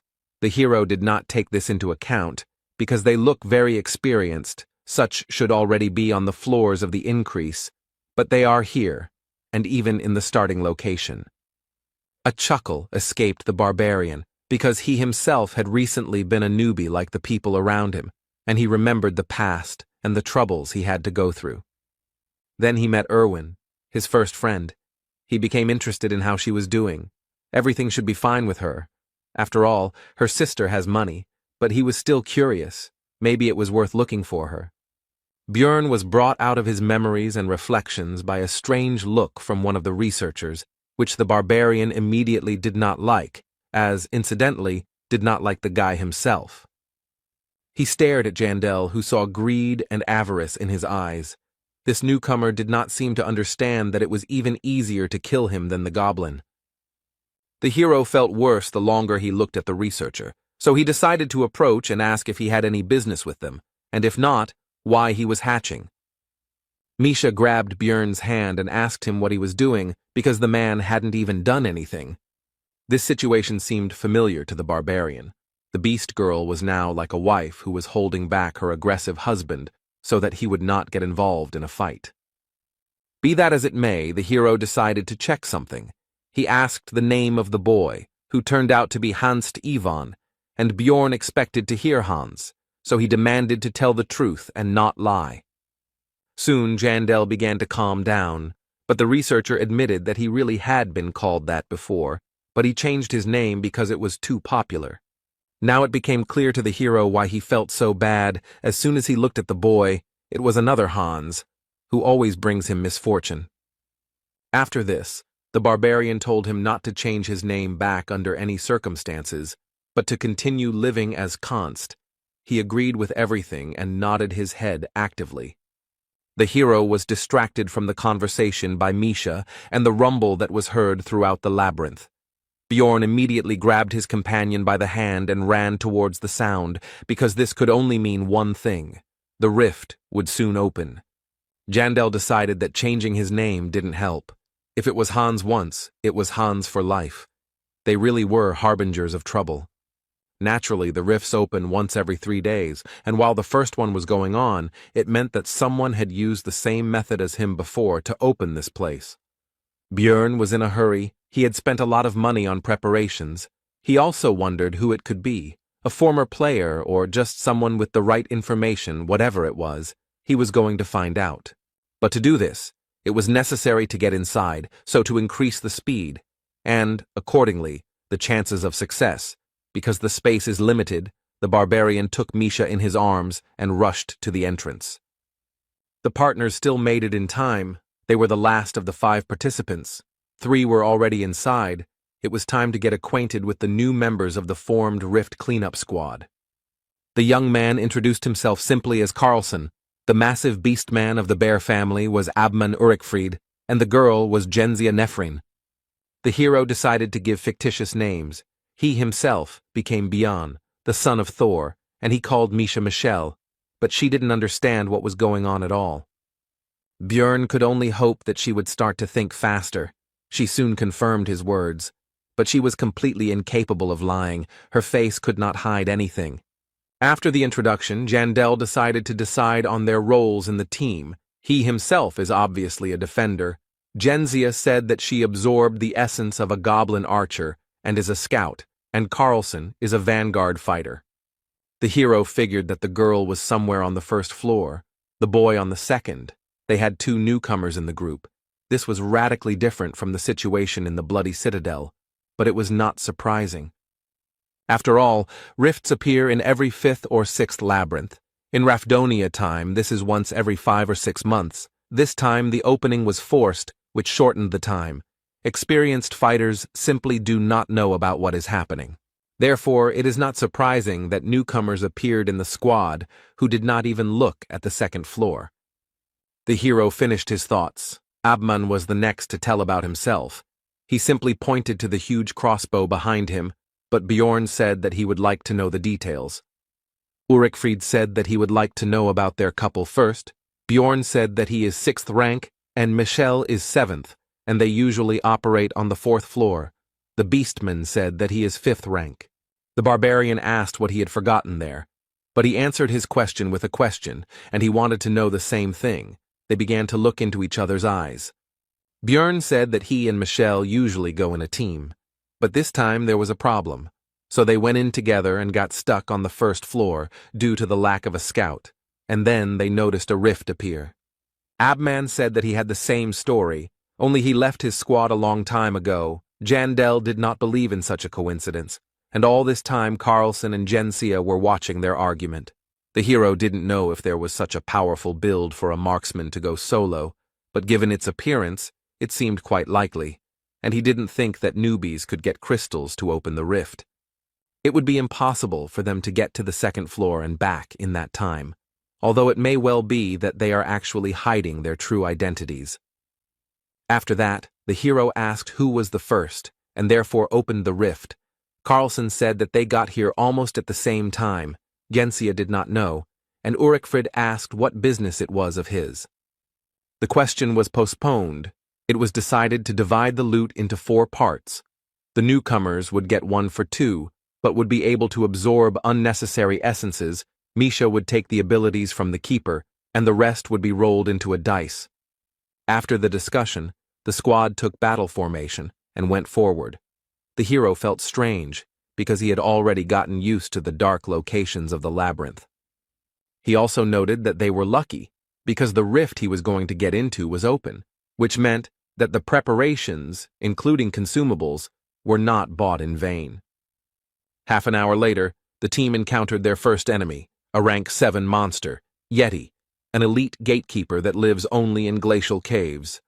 Genzia Nefrin was afraid of the enemy, because she was not sure of victory over such a beast. Abman said that the paths in the rifts that need to be followed are usually guarded by monsters. Urikfried decided to make the first attack. For this, he took his huge crossbow from his back and loaded it, after which he shot at the monster. It hit, but Yeti blocked it with his hand. Now he couldn't pull the arrow out of his body. It was like the effect of the hook arrow skill. Then it was up to the melee fighters, Bjorn and Misha. The newcomers didn't bother. The barbarian, with his favorite cry, ran straight at the enemy. He was going to collide with him head-on. His power collided with no less power. Yeti blocked the run-up with his shield at the ready with his crossed arms, after which Jandel shouted out the fake name of his companion, Michelle. Now was her turn. The girl used her truly cat-like agility. She jumped into the air, where she twisted to end up upside down and directly above the enemy, who raised his head up to observe the new threat. This was the monster's mistake, because now its eyes were vulnerable to attack, so it was natural that soon the beast woman's twin blades were sticking out of its eye sockets. The Yeti was defeated with lightning speed. The hero turned to look at the reaction of the others, because he and his sheep showed very good abilities. If there is a traitor among them, then he should be afraid. After that, they entered the ice cave and chopped down countless clouds of frost wolves. Carlson and Jensia also entered the battle. Everything went as it should, only this type of monster appears in this location. Björn and Misha destroyed most of the opponents. The rest only finished off the remnants, which was natural, given the level of strength of the newcomers, as well as Abman's characteristics. He, of course, also killed a number of wolves, but his crossbow was more suitable for dealing damage to a single target, and he, apparently, does not have area attacks. No one volunteered to lead the group. The hero knew that at the first post he had to turn left, and at the next ones in turn left, right, left, then straight 7 times, and left again.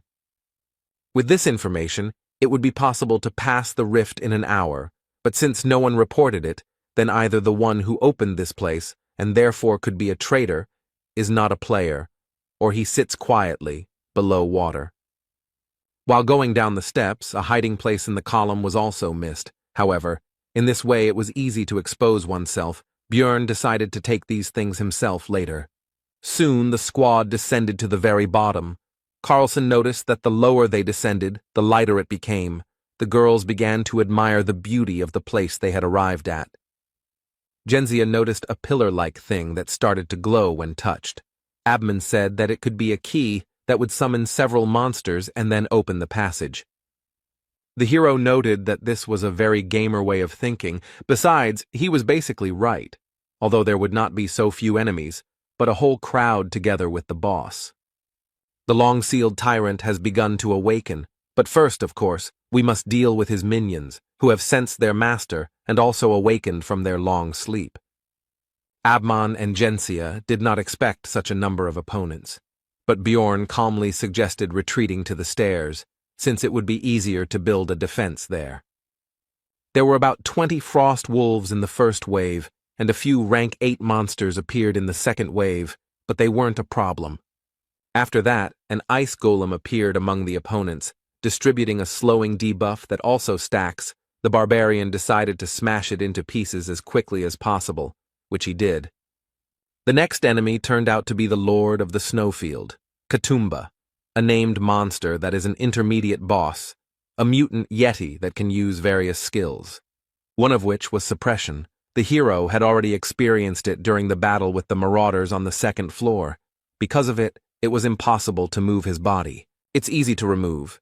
You just need to take damage as soon as you freeze, or bite your lip, like Misha, so that the blood doesn't stop, which will also fulfill this condition.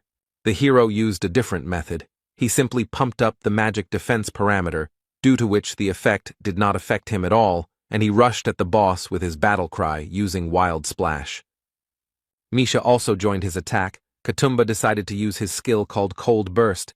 Bjorn took it on his shield. Although the body began to tingle, it did not cause any noticeable discomfort. The monster and the barbarian met in battle. The hero held back the enemy and struck him, practically without suffering in return.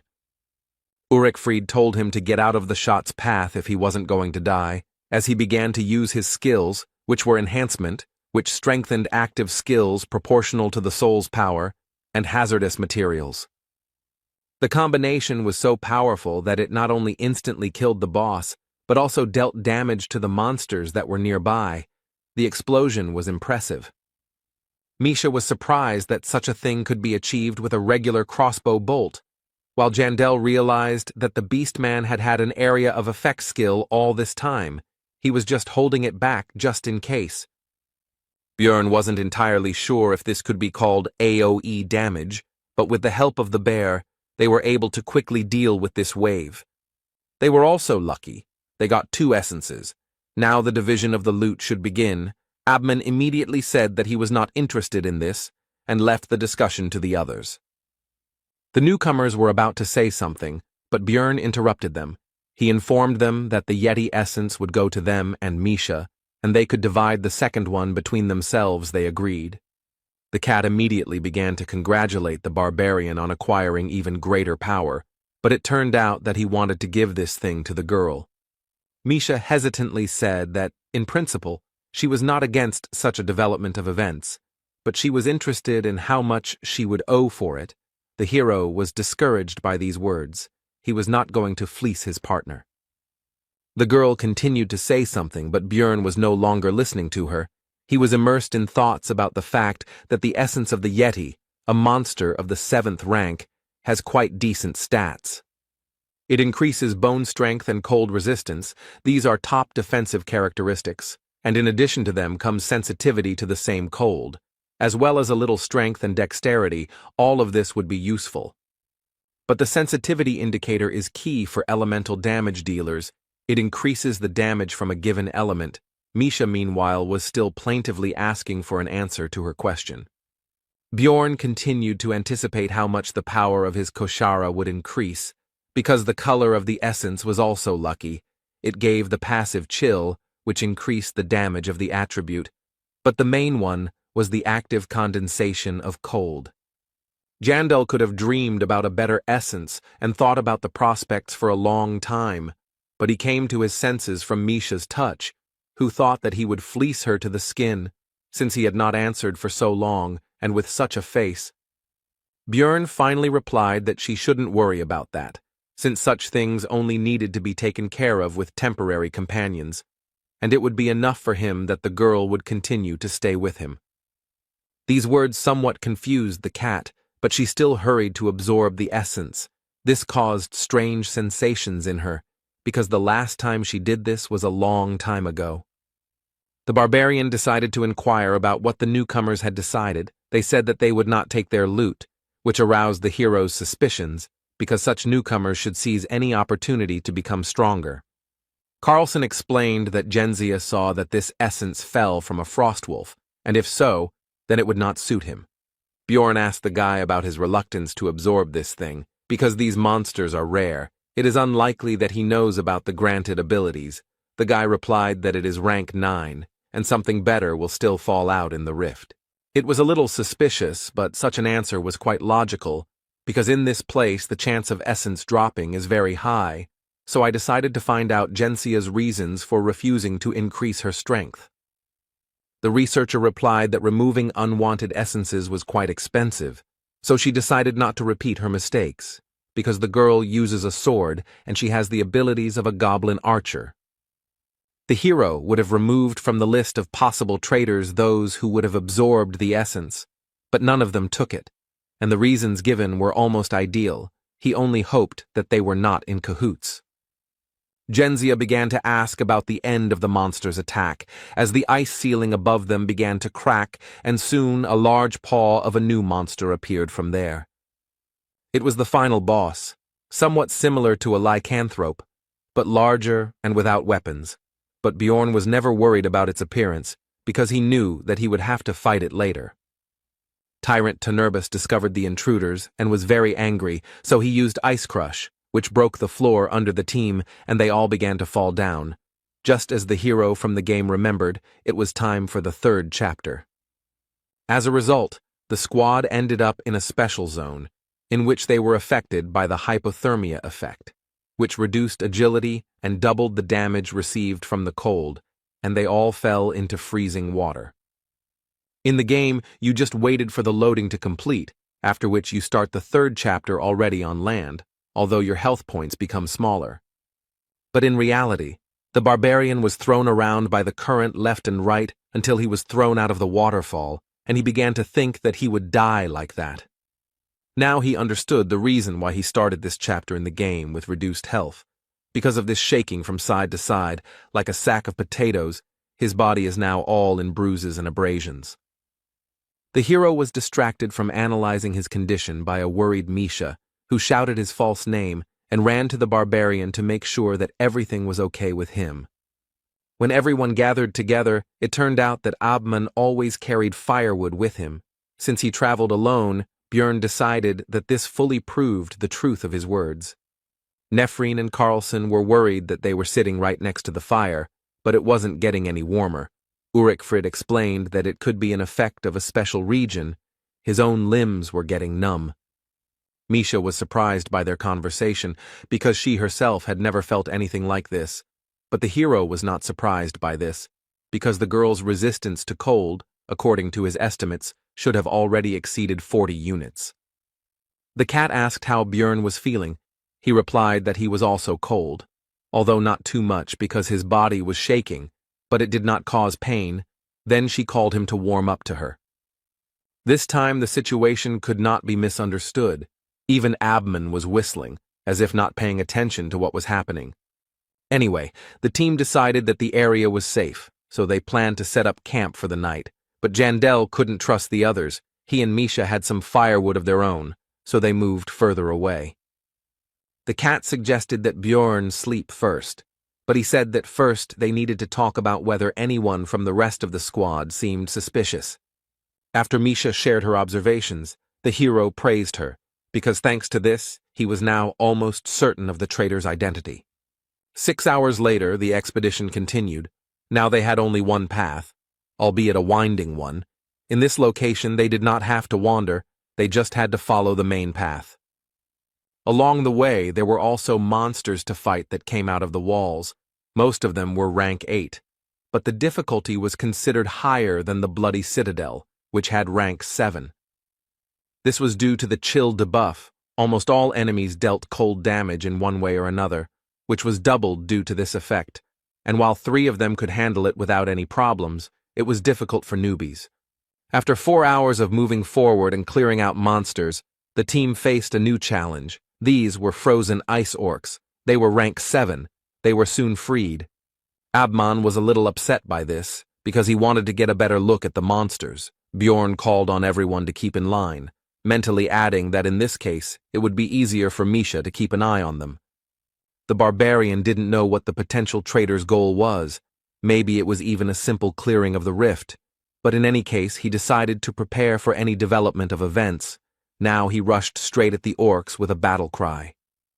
Such a serious skirmish is the perfect chance for him to take action. So, just in case, the hero decided to keep his cards close to his chest and fight at a lower strength.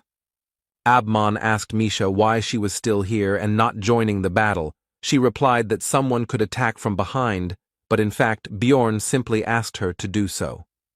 Ulrichfrid decided that the battle was not going in their favor, so he used his contract with the spirit beast. It turned out to be a summoner, so the bear Iradun, the Iron Hero, appeared on the battlefield. Seeing the beast's power in action, Björn finally understood how Abman could explore the labyrinth alone, though that wasn't a good thing right now. At this rate, they would win before the traitor revealed himself. So the barbarian had to go to plan B. He weakened his defense and exposed himself to the orc's attack, while Misha worriedly shouted out his fake name. But in fact, she was closely observing the actions of the rest of the squad, as previously agreed. Björn was actually almost unharmed, because the combination of the helmet, the thickness of the skull, physical resistance and regeneration protected his head. He only got a slight dizziness. Now it's the cat's turn. Carlson temporarily took the place of the defender and began to hold back the opponents, but among them was an orc sorcerer who aimed at 2 beastmen standing at a distance. Abman fired a crossbow at the enemy, who tried to defend himself with an ice wall, but the bolt easily pierced the barrier and hit the greenskin right in the forehead. Even without the barbarian, the team coped with this fight. Jandel was already beginning to think that his whole idea of creating a difficult situation was losing its meaning, when a voice was heard that said that since the essence had appeared, it was possible to begin implementing the plan. Genzia used armament change, which instantly changed all of her equipment to a higher rank, after which she used the skill Beast Walk, which imposed invisibility and speed. Thanks to this, she quickly got closer to Abman and also activated Vengeance, which increased the penetrating and cutting abilities of one blow and also imposed the abnormal state of bleeding. She said that she would receive 30 million for his things, and due to Ulrichfried's critical injury, his spirit beast was recalled. The next moment, Misha threw some potion right at Genzia's head. She didn't understand its effect, so she tried to find out about it. But the thrower interrupted her with a shout that Bjorn must act now. No one noticed when the barbarian had already managed to get up and get closer to Nephrine, and he was already here. Using Wild Splash, he tried to strike. But the traitor was quick enough to avoid the surprise attack. She realized that the enemy had somehow figured out her intentions, but it didn't matter because she still had the skill of stealth. But when she tried to use Beast Walk again, she was in for a surprise. It didn't work. The effect was cancelled by the potion that the cat had thrown a few moments ago. Bjorn insulted her intelligence, thinking that she should have kept her mouth shut because she herself said that she had the essence of a goblin archer, and that was how he learned about the invisibility skill. In general, there were many hints that Gentia was a traitor. For example, she acted as if she knew how to get through the location. She mentioned key things for the passage, although she pretended that she did not understand anything. But he was finally convinced of this after Misha said that after they got out of the water, Nephrin's smell changed. Before, she smelled like the beast's lair.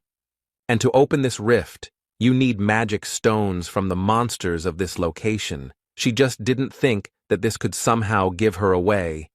But then it became obvious to him who the traitor was here. Despite the hero's thoughts, the fight continued, and as a result of a short skirmish between Genzia and Misha, it became clear that the latter was stronger, so Nephrine had to jump back further to avoid a fatal blow. But there a barbarian was already waiting for her. Before the traitor could do anything, she received a powerful attack from a huge mace on her back. Blood spurted from her mouth.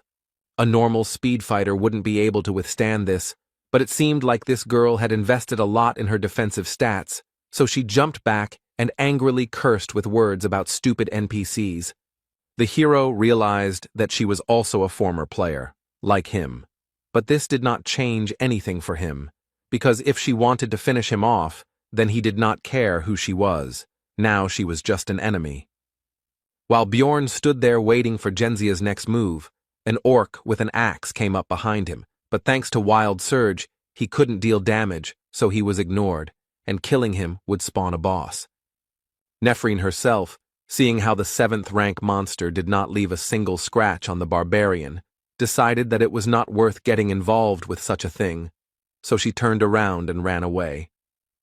But it was pointless. It seemed she didn't know that when the ice orcs woke up, the passage would collapse.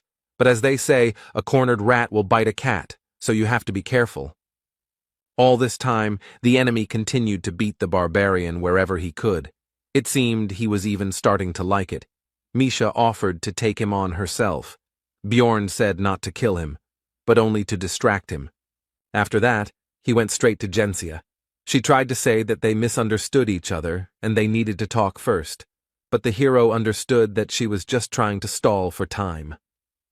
She recently cast Vengeance and is now waiting for the cooldown to be able to use it to win, which she needs to do for about 3 more minutes.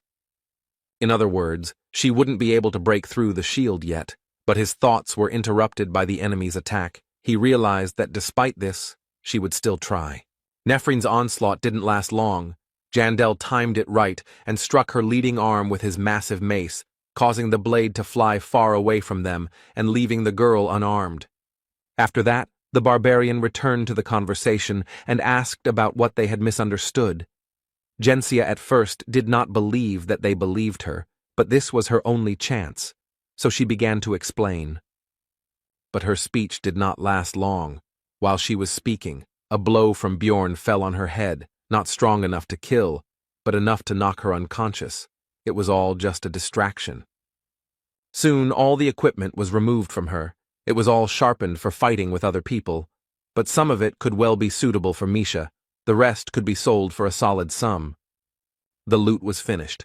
Now it was time for a conversation.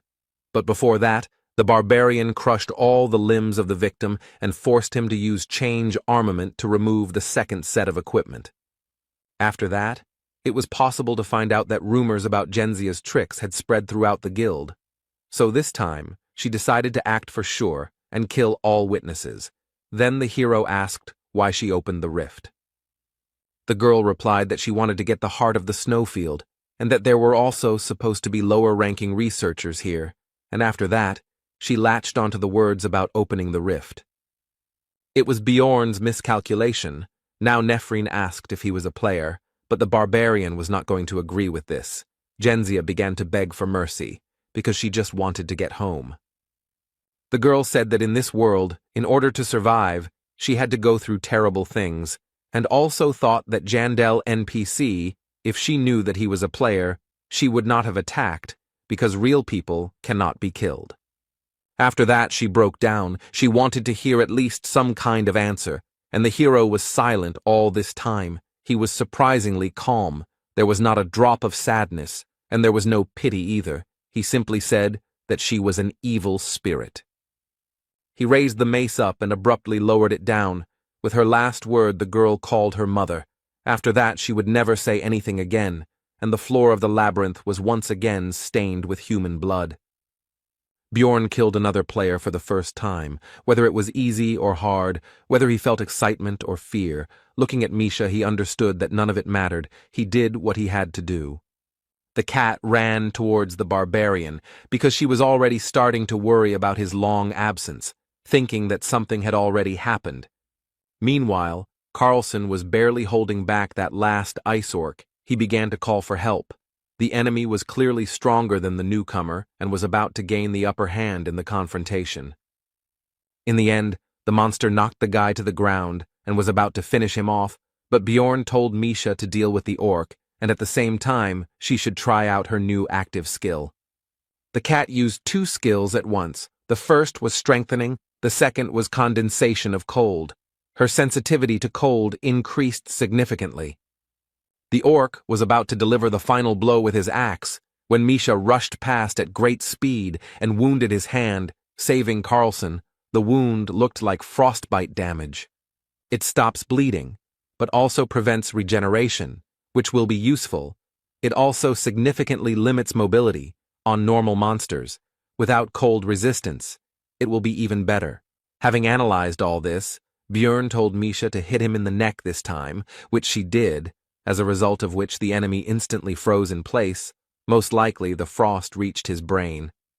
Now, after asking about the cat's readiness, the barbarian attacked the helpless orc with his mace, after which the boss should appear. After this, the tyrant Tarunbus broke through the wall.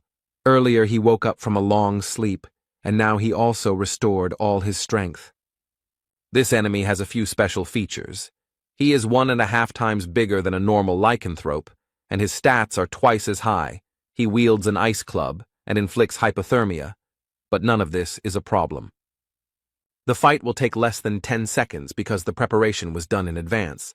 Bjorn ate the thundergrass, which increased the damage from lightning, after which he used a scroll with the same element. This boss is vulnerable to this attribute. After the attack, he fell into a state of paralysis, but it was too early to let his guard down, because Tarunbas has a skill that can remove debuffs that limit mobility, which he soon used. However, since the skill was used, it will now be recharged, so you can just do the same thing again that Misha did, throwing lightning bombs at the enemy. All this was taken into account in advance. This time the tyrant Tarunbas fell into a state of complete unconsciousness. Only 3 seconds had passed since the start of the fight. Everything would be as easy as pie. The preparation was at the highest level. Now Misha and Bjorn began to beat the boss with weapons enchanted to deal lightning damage. It reminded him of the good old days when he and Einar also killed death demons. The essence fell from the keeper. It was previously decided that it would go to the cat. She again began a conversation about the same as last time, but he did not listen to her and simply forced her to absorb the prey. Here they were attracted by the weak voice of Abman, who asked to get a potion from his bag. Misha was glad that he was alive, although she could have sworn that a second ago he had not been breathing. Carlson and the girl found the best potion and, telling the wounded man not to complain about the waste later, began the treatment. But it didn't help, so they continued. The hero realized that the blade was probably lubricated with poison that prevents healing and regeneration. The antidote also didn't work. The bleeding didn't stop. Ulrichfried was getting worse. Then Misha remembered the advanced healing potion that she and Bjorn had acquired earlier and suggested using it. After using 5 regular and 1 advanced elixir, the bear's condition improved more or less. It should even grow back the severed limb. His poison was very strong. After this, Jandel gave Carlson his share. He noticed that there was too much here. Then the barbarian said that it was because he did not receive the promised essences, and also he should not talk about what happened here. Misha seemed to think that Bjorn did it out of the kindness of his heart and cast a warm glance at him, but he didn't understand why she was staring at him like that. When Carlson left, Abman finally woke up. The first thing he said was that he was very lucky to stay alive. The hero was pleased that he understood this. Ulrichfried assured that he would pay for the potion. Jandel said that it would cost 5 million. The bear noted that it was only 1 million, but agreed, because the price of items can change depending on the circumstances. He left one of his numbered items as collateral. It was 7611, Gravedigger's Deception, which after receiving fatal damage plunges the wearer into suspended animation and gives immunity to damage for a certain time. It was thanks to this that the bear was able to survive. There were only 2 out of 3 uses left. But the barbarian still thought about simply taking the debt with the artifact. But Abman understood his thoughts and did not agree. At parting, Ulrichfried promised that he would not forget everything that the hero did for him. Bjorn noticed that he looked very cool at that moment. After that, the barbarian called Misha with him and turned back. She was surprised that they were not leaving, to which he explained that he still needed to take something from here. These were the caches that he learned about in the game. Besides everything else, a consumable was hidden in 1 ice block, increasing sensitivity to cold by 3 points. It, of course, went to the cat, and he himself increased his resistance to frost with another find. After that, Jandel explained that they had not slept much due to being on duty, so they should rest before continuing the hike, and besides, there was no place safer than a cleared rift. But the barbarian was in no hurry to fall asleep. Now was the time to think about today and the decisions he had made along the way. First of all, he thought about what would have happened if he had been here alone. As soon as the hero killed the player, all sorts of thoughts began to creep into his head. He suddenly began to hope that she would still open her eyes, at least in her world, and her dream would come true. Bjorn was disappointed in himself. And even so, despite all his actions, he was overcome by greed. For Abman's equipment, he could get 30 million. This would allow him to raise his seal to the 6th level. He just had to wait. However, Jandel poured the potion on his wound, deciding that it would be wrong to let him die like that in front of the one he was going to work with in the future. Despite his corrupted morals, if it weren't for Misha, who was now looking at him and asking about his thoughts, how far he would have gone, he didn't know the answer to this question and didn't want to know. It was cold, so the cat and Bjorn spent the night under 1 blanket. The heat of the fire embraced them. They dozed off for a while. On the 3rd day of being in the labyrinth, the partners returned to the 1st floor, where Misha needed to check his new sword, which previously belonged to Genzia. It was some kind of numbered item. When the girl realized this, she realized that the blade was very expensive, so she tried to return Bjorn's loot, but he refused. He was still unhappy with the way she thought of him. Misha continued to get used to her new powers and equipment, and Jandel was going to continue these trainings on the 3rd floor. Now he did not interfere in the cat's battles, so she asked just in case whether the barbarian was forcing her to fight alone because of his laziness. He answered negatively. Looking at how much stronger Misha had become, Bjorn began to be proud of her. Because she had grown so much in such a short time, he did not expect that they would be able to catch the essence. The essence of the lycanthrope is as good as the Yeti. It increased agility, cutting power, sensitivity to cold, resistance to it, physical defense, fighting spirit.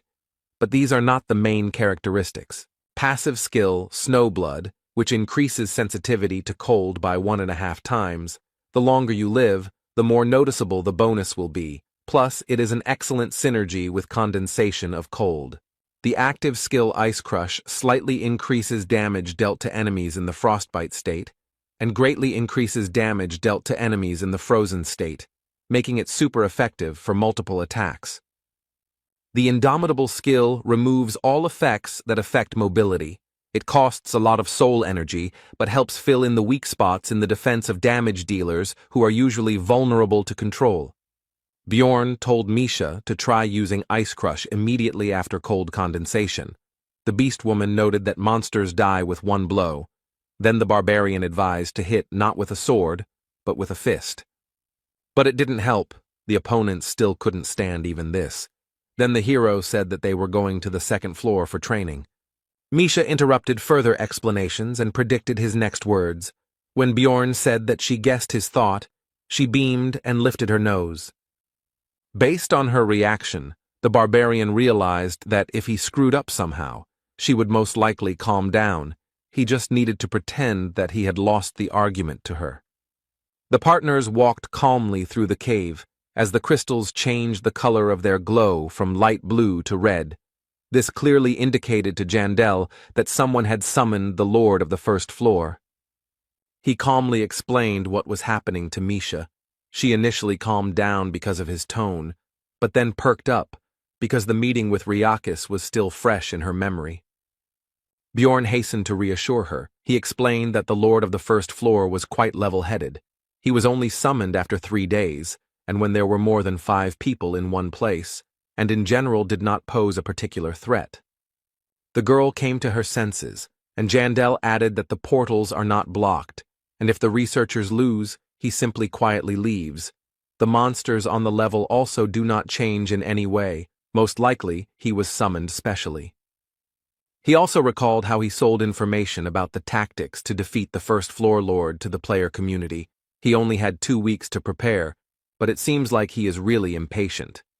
The duo reached the second floor, the land of the dead, in a whole day. The absence of a scout in the team took its toll. Rothmiller's absence was really noticeable. The views of this location reminded Bjorn of the good old days when he and Einar broke the bones of skeletons here and beat death demons into mush. It evoked pleasant emotions. But the next moment, he remembered his meeting with that crazy woman, because of whom they almost died, which made him feel somehow worse. The reason Bjorn chose this path was simple. It was just much easier to get to the 3rd floor from here. You just need to stomp north. This time there were only 2 of them, so they could open a raid on the Death Knight, a 6th-rank monster, in the battle with which it will become clear how much stronger Misha has become, and they will also receive experience. Soon the duo encountered 2 death demons. They would be good targets to test the girl's new skills, so she would hold off the opponents while she focused on consecutive attacks. The plan was immediately put into action. Misha used cold condensation and ice crush. This immediately caused the entire lower part of the monster to be covered in a ball of ice. He was unable to move, but he was not going to give up, so he used Call of the Dead. New opponents pounced on Bjorn while he held back the second death demon, which made him unable to defend himself. The dead man, despite all the hero's physical protection, managed to bite through his skin and draw blood. The damage was not particularly significant, but it was unpleasant. Misha became worried and rushed to help the barbarian. But this was not such a dangerous situation as it seemed to the cat, because a moment later the wound began to rapidly regenerate with a hiss. The beast woman asked if Bjorn was a monster. He told her not to look at him, but to return to the battle, and the thought also came to his mind that the further he leveled up, the less he would resemble a human. Soon the opponents were easily defeated. Their bodies began to dissolve, and the duo continued their journey north, simultaneously fighting other monsters. The girl continued to train. As a result, Misha began to understand how much cold damage was needed to inflict the frostbite effect, but not to the point of freezing. They even came across a chimera wolf who had a control skill, allowing the cat to test indomitability. Bjorn advised his partner to use this skill only in case of emergency because it was spending a lot of soul power, to which she replied that she understood everything.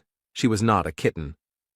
But a little later, as the barbarian thought, Misha overdid it with her energy expenditure and began to feel tired and devastated. The barbarian began to carry his partner by the scruff of the neck as if she were an ordinary cat, while simultaneously recommending that she spend her soul power wisely next time, while she justified herself by saying that she felt fine until the last moment. Some more time passed, and it was decided to set up a camp for rest in some ruins. The girl was resting, and the hero was on duty. Everything was calm. But soon the voices of some researchers were heard nearby. They seemed not to notice the presence of Jandel and the beast woman nearby. Bjorn decided that it was time to leave here, so it was time to wake up Misha. But he froze when he heard the guests begin to discuss a certain barbarian, in particular, how he slept carelessly, and that they could cut out his heart right now, but the magicians preferred fresh ingredients. The hero heard something he couldn't ignore. It was obvious that his fellow was lying there, unaware that he was surrounded by hyena explorers.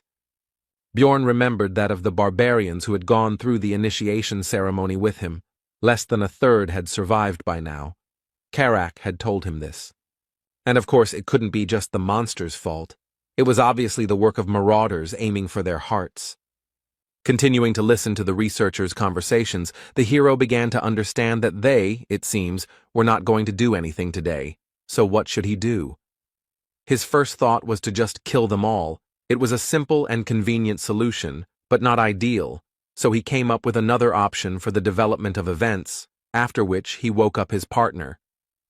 The researchers were resting peacefully. One of them, as expected, was on duty. No one expected any incidents. But suddenly they heard a loud cry which woke up the entire detachment, except for the barbarian who was sleeping extremely soundly.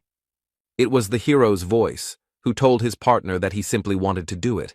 The researchers heard them and were surprised by the unexpected guests, but did not lose their heads and told them not to come closer.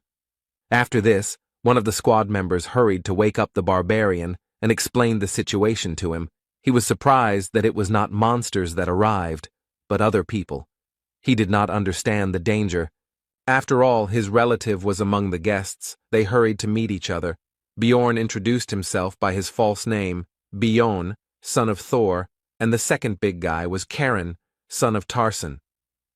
Watching the actions of the barbarians, Misha did not understand what they were doing, although she knew that the hero was pretending, but she still wanted to move away from them because of the atmosphere. After the introduction, Charon turned to his team and said that they needed to lower their weapons because Bayan was not a bad explorer, and Jandel confirmed these words while they seemed to shine. One of the members of this squad twice began to address the barbarian, but he first told him to call him by name, but he made a mistake in this too, calling him Thor. He corrected him again, and soon the hero got him angry. The explorer was still able to correctly name Jandel and said that they should leave here because this is their camp. Then Bjorn said that they can become friends for the night.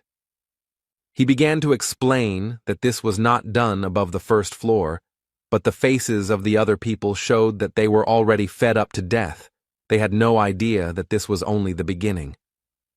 The researcher continued his speech. He said that you need to go up with those you trust.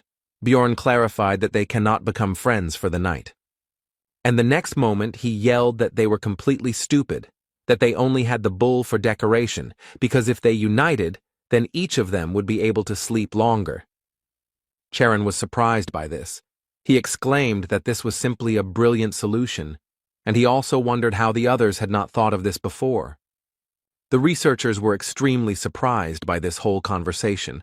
They decided that there was no point in even talking to these stupid barbarians. They even tried to somehow object, but this did not bring any results.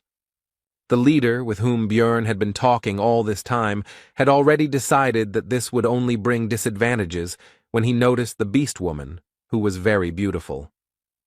He asked her opinion. The cat replied that since they were in the company of a barbarian, they could not be bad people, so she was not against their temporary unification. After which she told that her companion had lost his weapon, so she could not trust him to be on duty. This news pleased the squad leader, and Bjorn added that he had stuck the weapon into the monster and it had run away. The hero came up with a ridiculous excuse, but they believed him, looked at each other and decided to agree. Sometimes the reputation of not the smartest barbarians can be useful. The duo began to pretend that they were sleeping. Misha asked if they had to lie together. Bjorn replied that it was necessary. In exchange, he would then fulfill any wish of his partner. Soon the people stood up. Jandel squeezed the cat's shoulder tighter. The researchers decided to split up to deal with all the targets at once. 2 went to the hero and the beast girl, 1 to Karen. Bjorn pretended to wake up. He asked if they also got up because of hunger. They answered in the affirmative and said that they had dried meat. The hero turned away. Then the researcher struck him, which did not cause him any damage. The attacker was so surprised by this result that he simply froze, not even continuing the attack. Jandel turned around and asked about the fact that he had done this by accident, and also said that you can't make a mistake like that even if you are very hungry. The leader of the squad began to justify himself. But before he could say 3 words, he received a punch in the face. Several of his teeth flew off, after which the hero said that it happened by accident because he was also hungry. Charon, meanwhile, woke up because of the noise. Then one of the squad members shouted to the archer who was standing behind Tarson's son to shoot him. But the barbarian still managed to defend himself from the arrow. Although it pierced his arm through and through, the tip almost reached his eye, but he still survived. This made Karen very angry. He grabbed the archer by the neck and began to demand answers. The situation of the researchers was getting worse and worse. Misha dealt with the last one. She told Bjorn that at first she was a little doubtful, but he turned out to be right. These people really are marauders. All the enemies were neutralized. Now it was time for interrogation. These researchers had a notebook with their conversations, which they conducted in writing so as not to be heard by their future victims. Charon did not understand the reasons for their attack. The archer read these conversations. From them, the reasons for which the squad accepted Bjorn became clear. They discussed the stupidity of the barbarians, and at some point he stopped. But the hero forced him to continue, and then the conversation turned to the fact that they had already killed many of them, and they also believed that these blockheads were just walking monsters, about the same in intelligence and aggressiveness. Charon was furious about the whole situation. He asked whose last words were. The archer answered, after which Bjorn ordered the prisoner to continue. Then the conversation turned to the fact that, in addition to the barbarians, they had good prey, the same stupid beast woman, but pretty, although she probably doesn't just travel with her companion. At these words, Misha interrupted it. She snatched a notebook, read something, and then asked the prisoner who had written certain lines, and upon learning this, she said that the researcher would be hers, to which the hero agreed. After that, they skimmed through the dirty words about the cat. Then there was talk about who would kill whom, and now there was the archer's own phrase about taking on Karen, since he had infuriated him with his condescending attitude toward his class. A shadow fell over the barbarian's face. He asked about what he had done wrong and asked Bjorn for advice, because he did not know what to do next. Soon the archer's head was cut off by Karen's axe. The leader was stabbed to death by Misha, and the last guy, who began to beg for mercy, was taken on by Jandel, who broke his neck. Tarson's son decided to leave himself a battle mark. He dropped a little healing potion. Barbarians consider scars medals. They keep them so that they serve as a reminder of mistakes in order to become stronger later. The marauders had obtained some valuable equipment. Bjorn offered Karen to take some of it for himself. He initially tried to refuse, but was soon convinced. In the end, he took the hammer for himself, saying that he would use it if he couldn't finish someone off with an axe, and the hero thought that having a weapon in each hand was just the thing for a barbarian. Misha and Bjorn suggested that he take something else, even if it doesn't suit him, then he can sell it. After that, they decided to take Karen to the first floor. When the squad reached the crystal cave, the hero decided to introduce himself again, because earlier he had given a false name. Tarson's son immediately recognized the celebrity. He said that it was an honor for him to meet little Balkan, and also added that in that case, he would not mind taking his booty, although before that he wanted to give up his share. Bjorn said that this was right, and also that Karen should not forget that the stronger he became, the easier life would be for the young warriors. At the moment, barbarians are the weakest species. They are in the most vulnerable position, unlike other non-human races. They have a lot of personal potential, but they are often targeted by people with bad intentions, and they are too naive. And the lack of proper training and support also has an effect. As a result, many newcomers become victims of marauders hunting for valuable hearts, and loners become victims of monsters. But what will happen if we gradually increase the number of capable barbarians? This will lead to the fact that the youths will live longer, and then they themselves will become advanced researchers. Then the cycle will start, the influence of the race will increase, and now this is the hero's people, so if he rises, then it will be better for him too. The Magi prove this quite well, because if it weren't for the tower, they wouldn't be able to afford such impudent behavior. So far his actions are practically nothing, but if Bjorn starts helping such people, then everything can change. Having completed his thoughts, Jandel turned to Charon and began to give him a lot of advice, starting with the fact that when looking for a team, you need to choose one where there is at least one non-human. When Bjorn finished speaking, Tarson's son thanked the hero and said that hiding the axe behind a kind smile was indeed an excellent tactic, which surprised Misha and her partner. Charon continued his speech. He said that he would only take people as friends for the night, and if someone showed their true nature, he would open their skulls. And when he meets the young warrior, he will tell his story and give advice, exactly the same as little Balkan gave him, all for the sake of their people. Björn, meeting his gaze, realized that anyone who crossed this guy would find themselves in a very bad situation. After that, Misha and Jandel returned to the second floor, where they wandered for 2 more days. Now they were looking for one special monster. The hero was already beginning to think that he could forget about it. The cat told him not to be sad and asked what this story was about, a huge tombstone in the lands of the dead, from where a death knight emerges on the 7th day. She had never heard of anything like that. After that, Misha said that books don't always tell the truth, so the hero should stop sitting around in the library and start walking with her. Björn was surprised by this specific alternative. But further conversation had to be interrupted. Both felt something strange and became alarmed. They did not know yet, but they were subjected to the effect of the resentment skill, which reduced the effectiveness of healing and regeneration. The hero suspected what had happened, thanks to the time spent in dungeon and stone, so he immediately bit his lip and began to time the time it took for the blood to stop. He was right. Everything indicated that the Death Knight was very close. Apparently he was aggroed immediately upon his appearance. Someone was waiting for him and immediately attacked. Possibly a player, but not a fact. All they need is experience from this monster. There is an option to act, even if someone is already fighting it. Soon the duo ran to their destination, where the researchers actually started a fight with the Death Knight. The hero did not stop the speed of his run and attacked the monster with a swoop. After this, Björn switched on his stupid barbarian mode and shouted to the squad that had just been fighting not to be afraid, because he had saved them.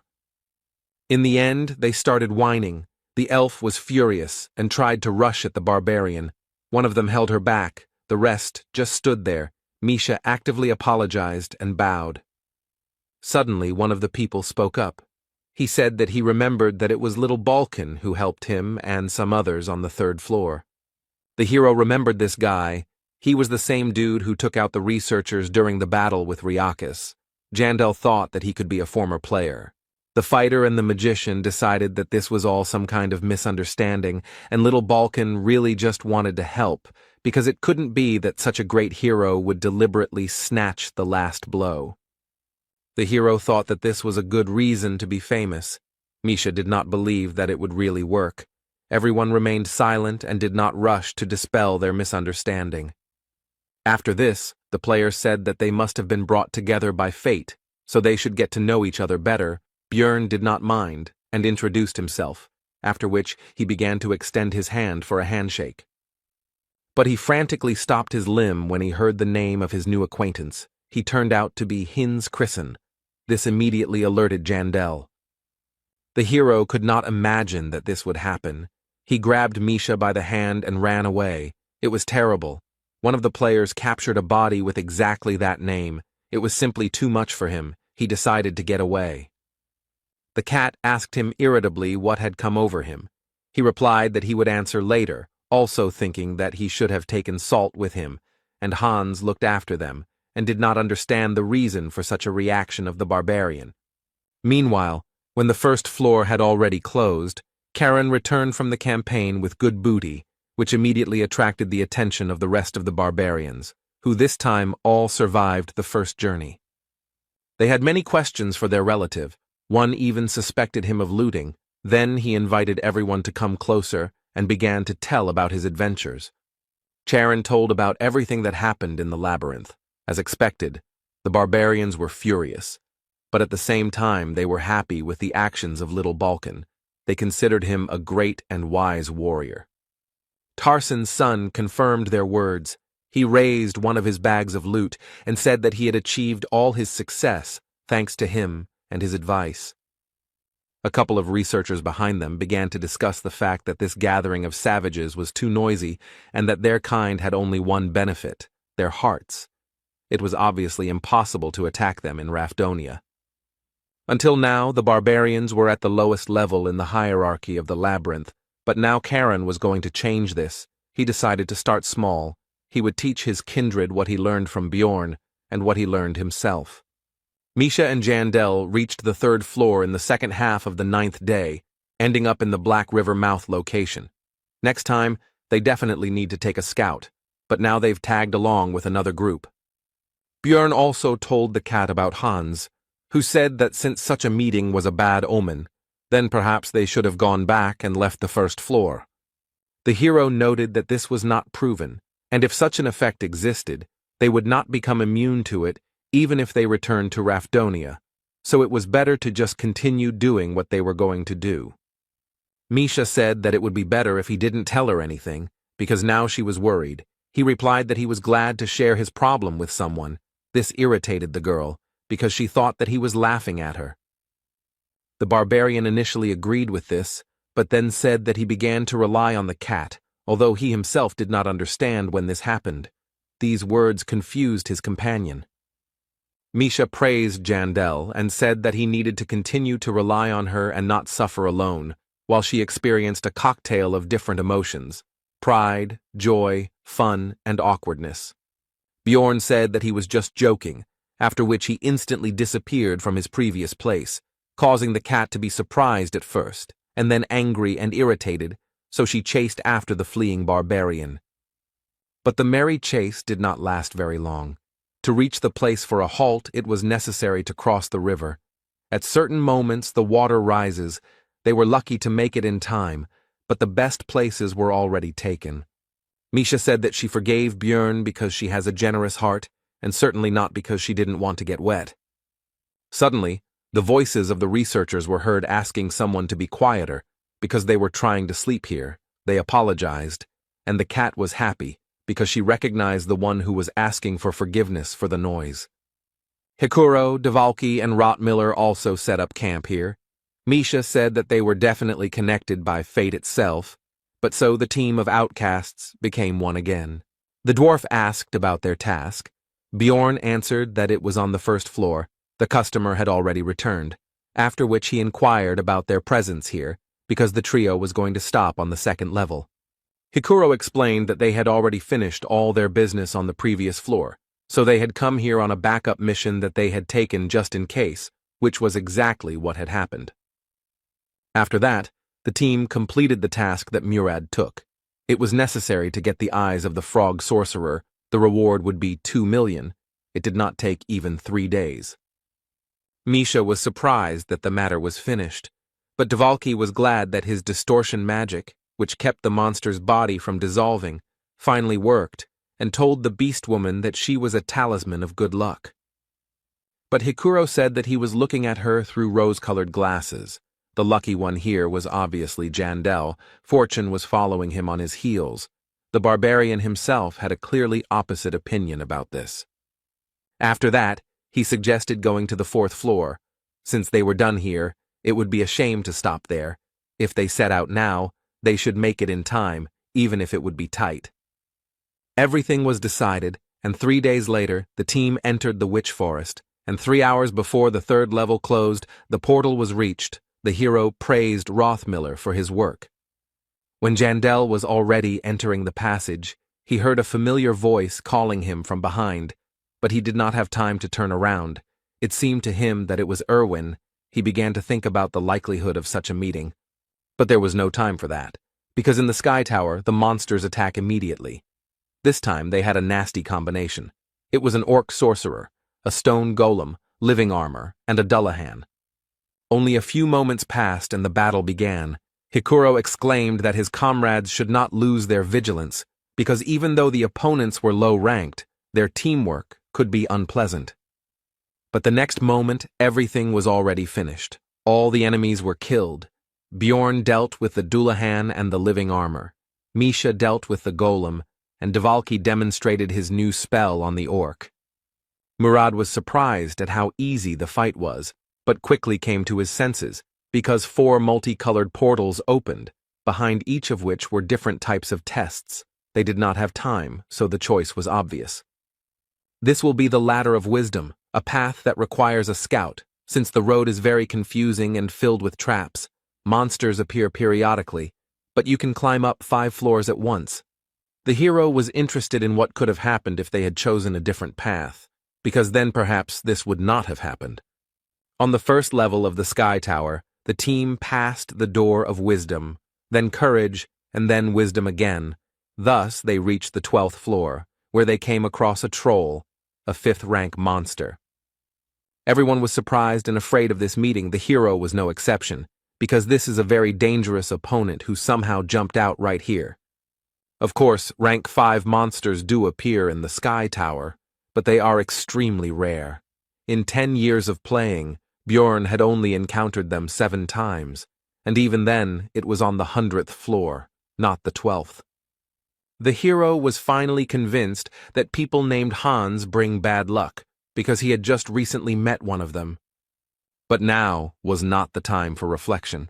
The barbarian shouted to his comrades to pull themselves together, after which he used Wild Splash and rushed into battle, because if this happened, then he needed to strike ahead. Even with a skill that significantly increased physical characteristics, Jandel had a hard time taking the blows of such a powerful monster on his shield. Hikuro rushed to the rescue. He used weight balance, which increases resistance to repulsion and absorbs inertia, but even with this, the shield was damaged, which is why emergency recovery was used. Be that as it may, the short distraction of the enemy allowed the hero to stop defending and go on the attack. Although this did not bring much result, the troll turned out to be too strong. Rothmiller began firing his crossbow, trying to hit vulnerable spots, and Dvalki finished preparing his spells. He used enhancement on Ice Spear. The projectile rushed towards the monster, but despite its size, it was fast enough to break the attack with its huge hand. The wizard could not believe what he saw. But the team was in no hurry to give up. Now it was time for Misha to try her strength against the enemy. She began to cut him, but the skin turned out to be too strong for her blades, but she managed to freeze him a little. The troll's defense left a lasting impression on the squad. Dvalki began to shout that they needed to retreat because it was impossible to win, but Bjorn reminded his comrades that they had nowhere to run. The hero remembered that during his previous encounter with a monster of the same level of power, he had a 6th-rank sorceress with him, and for wizards they are considered 1.5 times more powerful than for other researchers. In addition, she knew and used spells of the element of light, to which the Guardian was vulnerable, and before the battle, the tear of the goddess was used on him. Only thanks to all this and other factors was it possible to win. And even so, the battle turned out to be extremely difficult, and this despite the fact that the vampire has high regeneration, but low defense, and the troll has both of these indicators the best among all the monsters of the 5th rank. If the build is not specially adjusted for it, then you can't even count on pure luck. But despite all his thoughts, the hero was not going to give up. They had to have a chance. A plan quickly appeared in his head, which he began to tell his comrades. It would be a protracted battle. Soon 15 minutes of battle had passed. All this time, Dvalki spent mana only on curses, such as aggravate wounds, slow, and weaken. Hikuro, as the second tank of the squad, also took the brunt of the monster's attacks. The shield was not the best quality, so in addition to defensive skills, he had to spend energy on emergency recovery.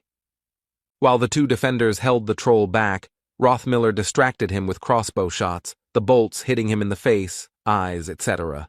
And Misha, as the squad's damage dealer, focused on dealing damage. She attacked only one single place, which Bjorn had previously indicated when explaining the plan. At some point, the troll got angry at the situation. He broke through the rest of the researchers and attacked the ranged fighters. Rothmiller took the slow Dvalki in his arms and hurried to retreat. The team walked along the edge of the abyss, but the tanks still managed to take control of the situation and began to hold back the enemy again. Bjorn also used Wild Splash, which attracted the attention of the monster. The hero asked the wizard about the remaining mana, and he replied that there was only enough for 2 or 3 minutes. Then the barbarian said to refuse to use slowdown. Dvalki replied that in that case, the time would increase by about 3 times. The fight continued, but now the squad was on a timer. Misha still couldn't cut through the troll's tough skin. The situation wasn't the best, so the barbarian decided to go to plan B. To do this, he left the defense on Hikuro and went around the enemy from behind and dealt a crushing blow with a mace to the enemy's hand, which the cat had been cutting all this time, which had already caused him damage.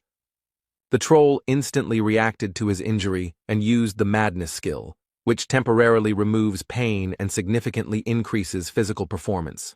The monster threw a huge stone at Bjorn. He only managed to partially dodge. The projectile hit him tangentially, but it was not significant. The hero attacked the enemy's arm once again with his favorite cry praising Yahello. This attack caused the most damage ever. His arm was now broken. Then Misha attacked.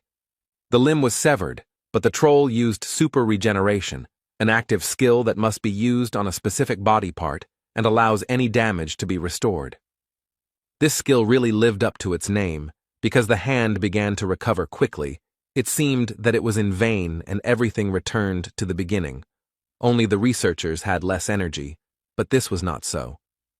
Now super regeneration is on cooldown. The hero began to throw off all his equipment. He needs to deal with the enemy as quickly as possible while he cannot heal. Having gotten rid of the equipment, the barbarian could use gigantification. In the allotted time he needed to destroy the monster's brain or heart. Now the battle of 2 giants would begin. He had to cope in 2 minutes. The colossal barbarian immediately hung on Troll's neck, starting to strangle him, and at the same time he began to give orders to Misha. The cat immediately took action. She needed to hit the enemy in the eyes, and also cut Bjorn himself, so that his blood would start to flood the enemy, because due to the essence of the corpse, golem, it is acidic. The troll was rushing and waving his hand. He was trying to throw the 2 researchers off himself, but he hadn't been able to do it yet. Rothmiller could no longer shoot for fear of hurting his comrades, so he simply watched and hoped that they would succeed, while Dvalki continued to weaken the enemy with his curses. It was impossible to reach the brain through the eyes, so Misha tried to break through the skull directly, but the sound that was heard showed that the strength of this 5th-rank monster was too great. The girl said that she couldn't do it, but the barbarian told her not to give up and continue, because they vitally needed to get to the creature's brain. The blinded monster seemed to have already given up hope of throwing the enemies off his body, which is why he became enraged and rushed to those he could reach. To Rothmiller and Dvalki, the monster did not intend to tolerate the curse. It is unknown how he aimed at the wizard, because he should not have seen anything, but it was now and it did not matter. Brown, as a more resilient and physically developed one, took the magician in his arms and began to run away. The troll became extremely purposeful and was no longer distracted by anything. He decided to pursue his new goal to the end. Perhaps he had sensitivity to mana. The battle quickly began to take a different turn. A moment ago, it seemed that victory was near, and now the situation has become extremely dangerous. The most vulnerable members of the squad are at risk. Hikuro tried to stop the huge carcass, but right now his soul energy ran out. which is why he was unable to use his defensive skills. The shield was broken, and the dwarf was wounded. The situation was getting worse. Misha was worried about her comrade, but Bjorn shouted at her to focus on the troll. The girl began to strike with even greater force and speed, putting her whole soul into it. Despite numerous wounds, the monster did not stop, so it soon reached its target. Dvalki received a blow from a 5th-rank monster. The curse's effects stopped affecting the troll, and Misha, after a moment of confusion, pounced on the enemy with unprecedented fury, simultaneously using skills to inflict more damage. Tears flowed from the girl's eyes. Curses at this monster burst from her mouth, but she did not stop, continuing to cut, pierce, and freeze the monster. But Bjorn's energy was not endless. Gigantification consumed it in huge quantities. So soon it ran out. The skill's effect was cancelled, and the barbarian and the beast woman fell off the troll. They both lay limp on the ground. The creature turned around and bowed its eyeless head over them, as if looking at the enemies who had caused it so much trouble. It seemed that this was the end. But it turned out that the troll was on its last legs, and the next moment he died, leaving behind only a single magic crystal, and no essence or anything else. The hero rose to his feet, simultaneously beginning to think about the situation, because all this was not his dream. These were the consequences of the decisions he made, because of which Dvalki suffered. Misha quickly checked Rottmiller and Hikuro, who were lying nearby. The first one only had a leg injured, and the second one was knocked out. There were no critical injuries. The real problem was in Dvalki. He wasn't breathing. The young mage's frail body had suffered the most from the encounter with the fist of the 5th-rank troll. Misha was at a loss. Tears were flowing from her eyes. Bjorn simply poured the potion into the mouth of the injured, but still living wizard, although he understood that this was a temporary solution. Dvalki is an ordinary human magician who is known for his fragility. Now his spine is almost folded in half, his leg is also broken. There are also internal injuries, since blood is coming from his nose and mouth. At that moment, the hero regretted wasting his advanced healing potion on Abman. All sorts of petty thoughts came into his head that the situation should change. But it turned out not to be so bad. Rottmiller had one of the same elixir, which he bought just in case. Soon the potion took effect. Dvalki felt better. The crisis was overcome. Now he just needed to rest. After that, Misha started crying tears of joy. She said that she was happy that it was all over and no one died. But Bjorn couldn't be happy because too many things had happened that were stressing him out. Jandel's son understood that everything ended well, not because he planned everything correctly, not because of his efforts or because of the right reaction. It was just luck. Now, recognizing this fact and remembering his past misadventures, the barbarian truly understood what the life of an explorer meant in this accursed world. The hero was also sure that luck, like today's, would not be with them forever. Death might await them in one of their next journeys into the labyrinth. Soon Hikuro came to his senses, and having learned all the details, was glad that everyone survived. Rothmiller said that it was worth leaving a donation at the temple when they returned. Bjorn bowed his head and began to apologize to his comrades, because he did not expect such behavior from the troll at the end of the battle. They were not going to blame him, because without him, no one would have survived. He made the right decisions. The conversation was interrupted by Dvalka's cough. He woke up. Everyone immediately rushed to come closer to him and began to calm him down and explain the situation. The potion hadn't completely healed everything, so some blood was still coming out of his mouth, but he said he was glad to see all his comrades were okay. Hikuro laughed and said that this story was not even worth bragging about, because no one would believe that they managed to kill the troll. Misha shared her indignation over the lack of normal prey. Rottmiller was also glad that they all survived, after which Murad remembered that the squad scout had spent an expensive potion and said that everyone would chip in for a new one. He did not refuse. While Brown and the dwarf were talking, Misha asked Bjorn about their next steps. She wanted to know if they would be going up further. He was outraged that a cat could think that way about him. The barbarians said that their team would stay here until the labyrinth was closed, but Hikuro was outraged that the girl was asking about such a thing as Jandala, since this dwarf was the leader. After some time, the labyrinth closed, the squad moved back to Rafdonia, a week passed, and their 6th expedition came to an end. Irvin found out which hotel Björn was supposed to stay at and was looking forward to their long-awaited meeting. But a little while ago, right after returning to the city, the team went to the Temple of Letlas with Dvalki in their arms to completely heal all his wounds. Soon the wizard was completely whole. Bjorn expected something like this, because some advanced potion cannot compare with divine power, but neither one nor the other will help with psychological trauma. While Rottmiller asked about any side effects, to which he received the answer that everything was fine, the hero decided to visit the magician later and talk to him about what happened. Now everyone decided to rest and meet in 2 days, since this time they did not get many magic stones. Then the main income will be from tasks. When they receive a reward for them, then everyone will take their share. In the end, it should be 400,000 per squad member. This was very little.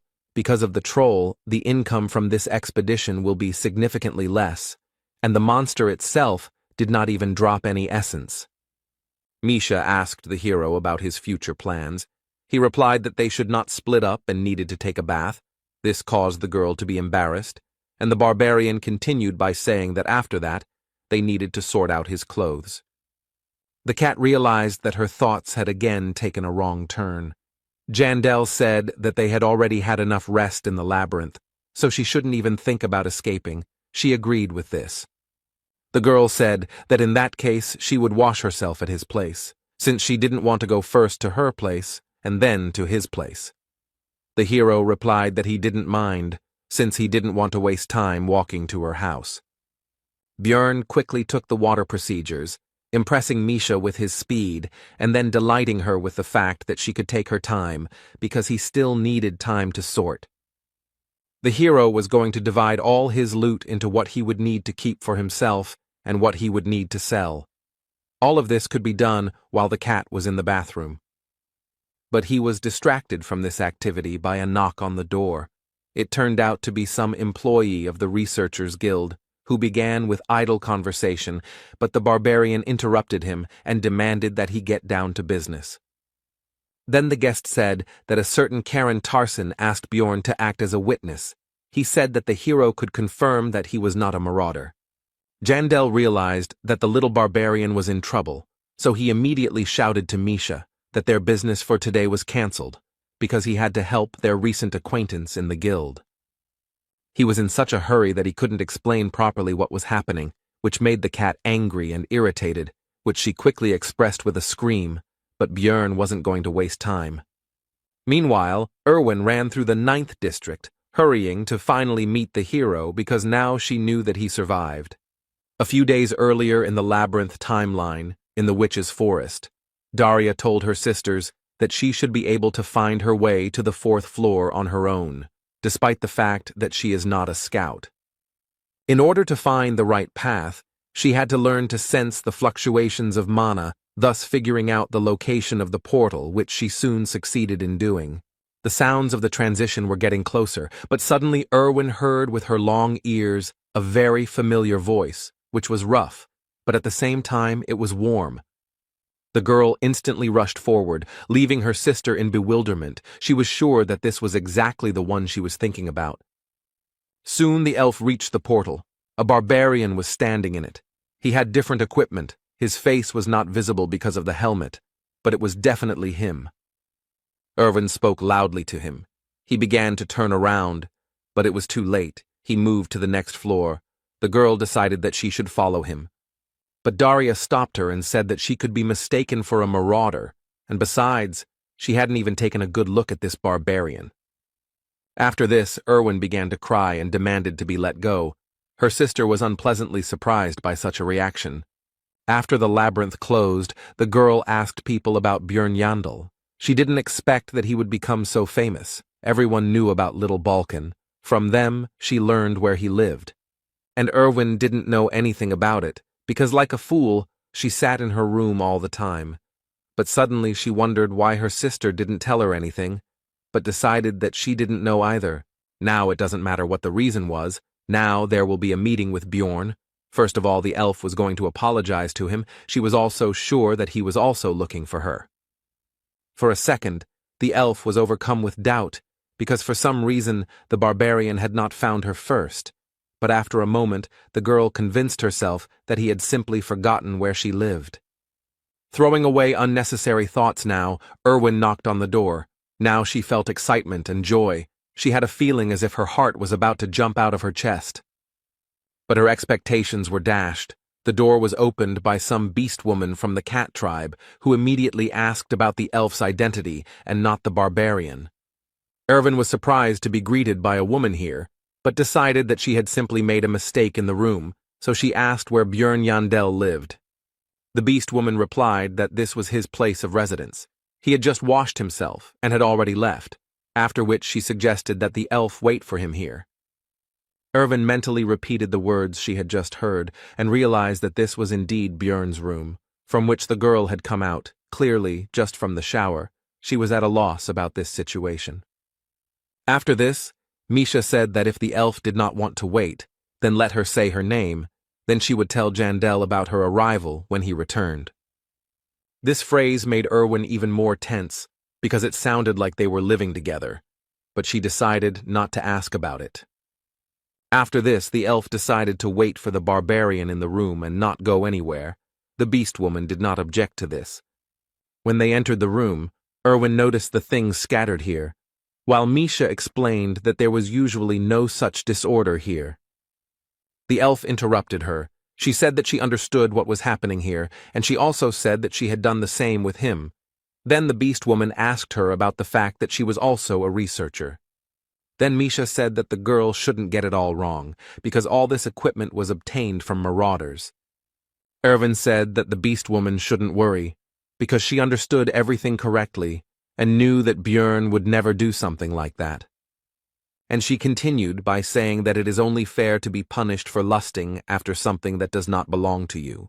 Meanwhile, Bjorn arrived at the Explorers Guild, where he was informed that the girl he had taken hostage for some reason wanted to meet him. The branch manager was reluctant to disclose any details, so the barbarian stood up and said he was going to leave. The man quickly stopped Bjorn. He explained that he could not reveal the details, but it would not harm him. But Yandel replied that he could tell the girl that he was refusing the offer. 20 minutes before, it had become clear that the story with Karen was just a decoy for the hero. He had been told that, with the help of magic, it had just become clear that Tarson was innocent. After which the local chief invited Bjorn to his place and said that Miss Urbans wanted to meet with him. At first he did not remember who it was, but the man reminded him that it was the daughter of the head of the district, whom he had taken hostage. Meanwhile, the girl's father recalled how his daughter spoke out against him, while a woman should know her place. He was amused by this fuss, because what could she do anyway? Sitting in his office, the man read documents with a report that the head of the branch where the escape incident occurred had conspired with his child.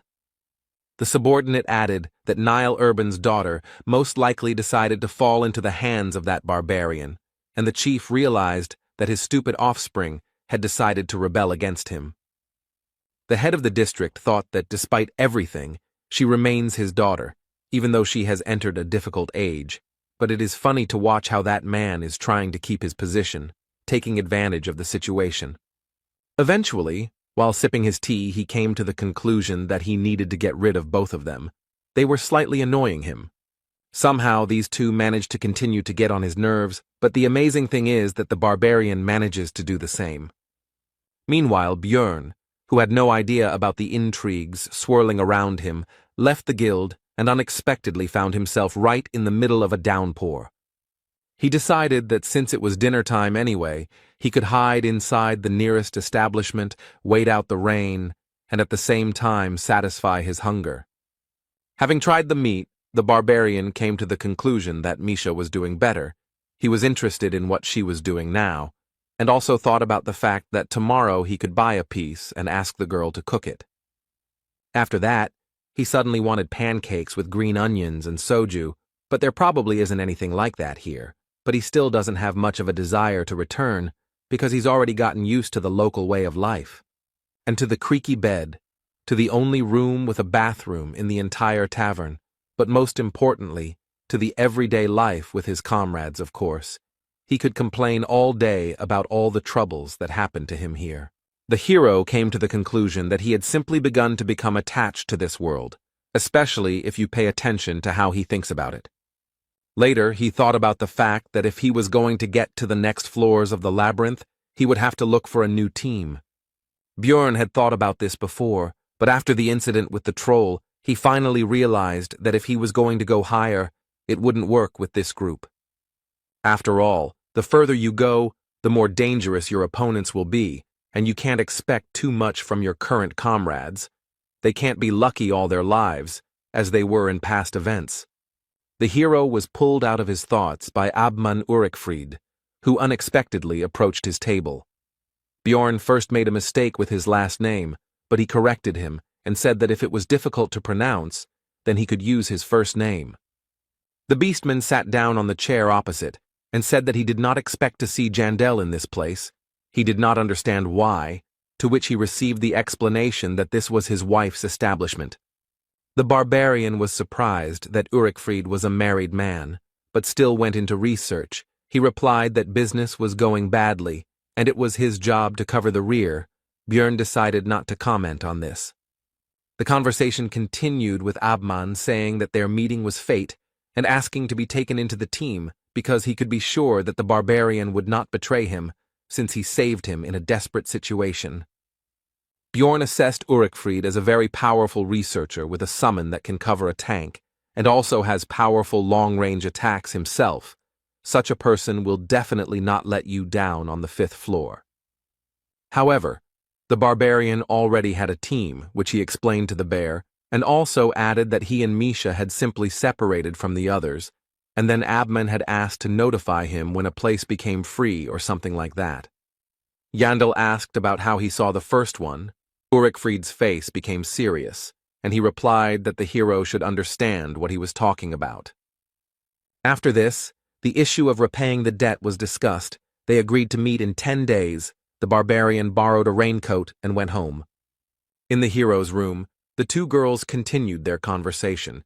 Misha noticed that Erwin was much sterner than he seemed at first glance, and she herself was surprised that she said her phrase about justice out loud. After this, the elf came up with the idea that technically Bjorn could not have been stolen from her, because he was not some kind of thing that belonged to her, and she herself decided to form a team with her sister. But despite all these reasonable arguments, Erwin continued to feel hostility towards this beast woman. She was thinking about what her chances of winning in a direct confrontation were, and the cat herself finally introduced herself. The elf also said her name. Misha admired his beauty. After that, the girls sat down and began to wait for the owner of the room to arrive. An awkward silence settled between them. Erwin broke it by asking if the cat was dating anyone. She blushed and replied that she and Bjorn were just partners. These words made the elf glow with joy. She explained that she had misunderstood Misha's words, thinking that she had taken a shower with the barbarian. Erwin suggested that the cat simply lived far away, since she went to bathe in another man's bathtub, but she replied that her house was not that far away. The elf immediately came to the conclusion that this woman was using dirty, dissolute tricks. She was trying to seduce Jandel. Misha wanted to know how Erwin knew Bjorn, and she told him that they were also teammates before. After that, she added that she had a special relationship with the hero because they were each other's first partners and also had their first drink together upon returning from the labyrinth. Misha noticed that all this was so important, it seemed, only for her, which somewhat upset the elf's mood, who asked for an explanation. The cat grinned and said that she had been with Bjorn for several months, but in all this time she had never heard from him about Erwin. There he instantly jumped up from the table. She could not believe these words, which she loudly told the beast woman, to which she calmly asked her name again. And she continued by saying that she couldn't just turn a blind eye to the elf's behavior, who seemed to be treating her like an idiot and didn't even hide her dislike. Now the cat was angry. Irwin was already out of her mind. She had the feeling from the first glance that this Misha Karlstein would be her enemy. She was trying to steal something important from her, so she needed to be dealt with. But a moment later, the elf's ardor quickly began to fade. When the beast girl became serious, it became clear that the chances of winning in a direct fight were absolutely zero. At that moment, Irwin remembered a moment from his childhood when someone also took away something important from her, which he had succeeded in doing, and now this woman was going to do the same. Tears began to flow from the elf's eyes. She bowed down and began to beg Misha not to take the hero away from her. In the midst of this scene, the owner of the room returned to his home and found an unexpected guest inside. This meeting seemed to Björn as sudden as the rain in the middle of this sunny day. Misha was glad that the barbarian had finally returned, after which she said that Irwin had come to see him, and the hero realized that they had already managed to get acquainted while he was busy. The elf, still with tears in her eyes, finally saw Björn, whom she had long thought dead, so she rushed to him to hug him. But the hero did not appreciate this, so he dodged the girl. She immediately changed her mood to the exact opposite and said that he had such a reaction because of that woman. The barbarian tried to understand the situation. The barbarian was immediately distracted by Misha's voice, who asked in a gentle tone why he was taking so long and whether he had had any troubles, which sent shivers down Jandel's spine. This surprised him, but he still briefly told about how the guild mistook Karen for a marauder, and he put in a good word for him, keeping silent about the other details. Misha praised the hero and tried to touch him. The uncharacteristic behavior of his partner gave Björn goosebumps, so he asked her about it. She explained that this was a common thing, because they were like a family. These conversations were quite irritating to Irwin, but all she could do was just remain silent and watch. The cat continued to take care of the hero, gave him a towel so that he could dry his hair and not catch a cold. The barbarian still did not understand what was happening, but did not resist. After this, Björn addressed the guest with the words that he was glad to see her, and also said that he was going to find her. This made the girl shine with happiness.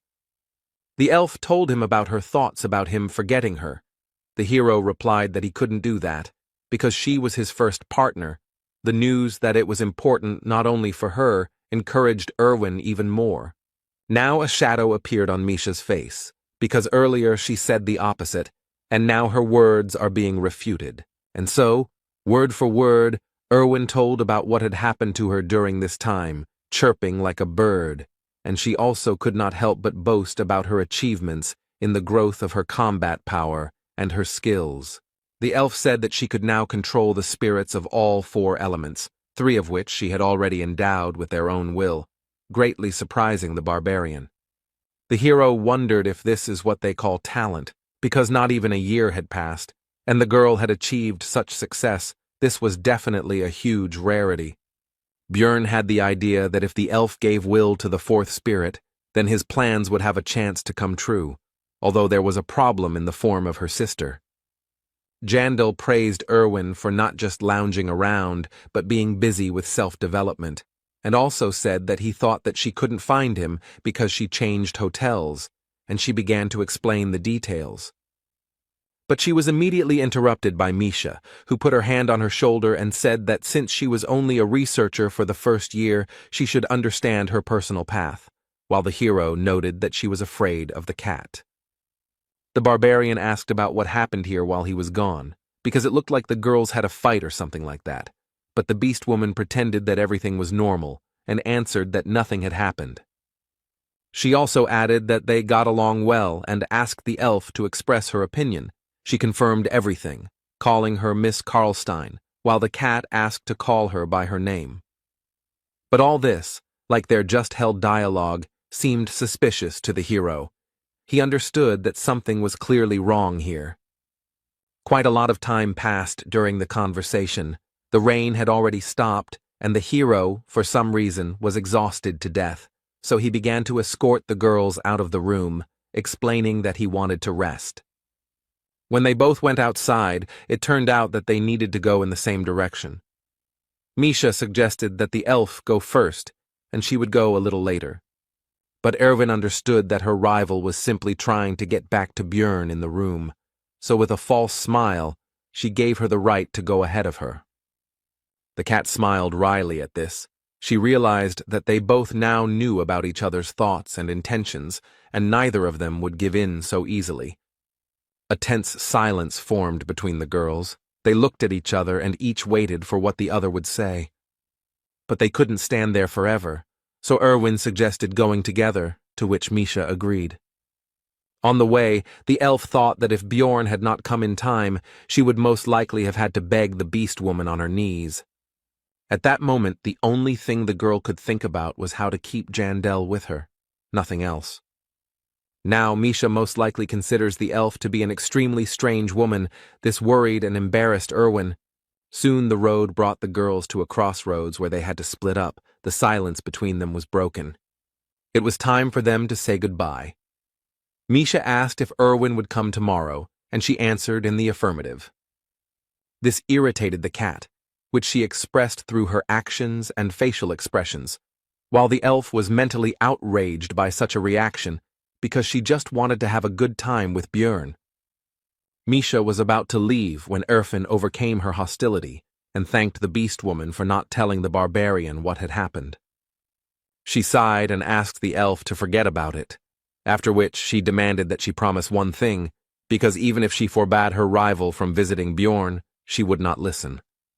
She ended by saying that they should keep what happened between them, since there was no need to bother the barbarian with something like that, to which Erwin agreed.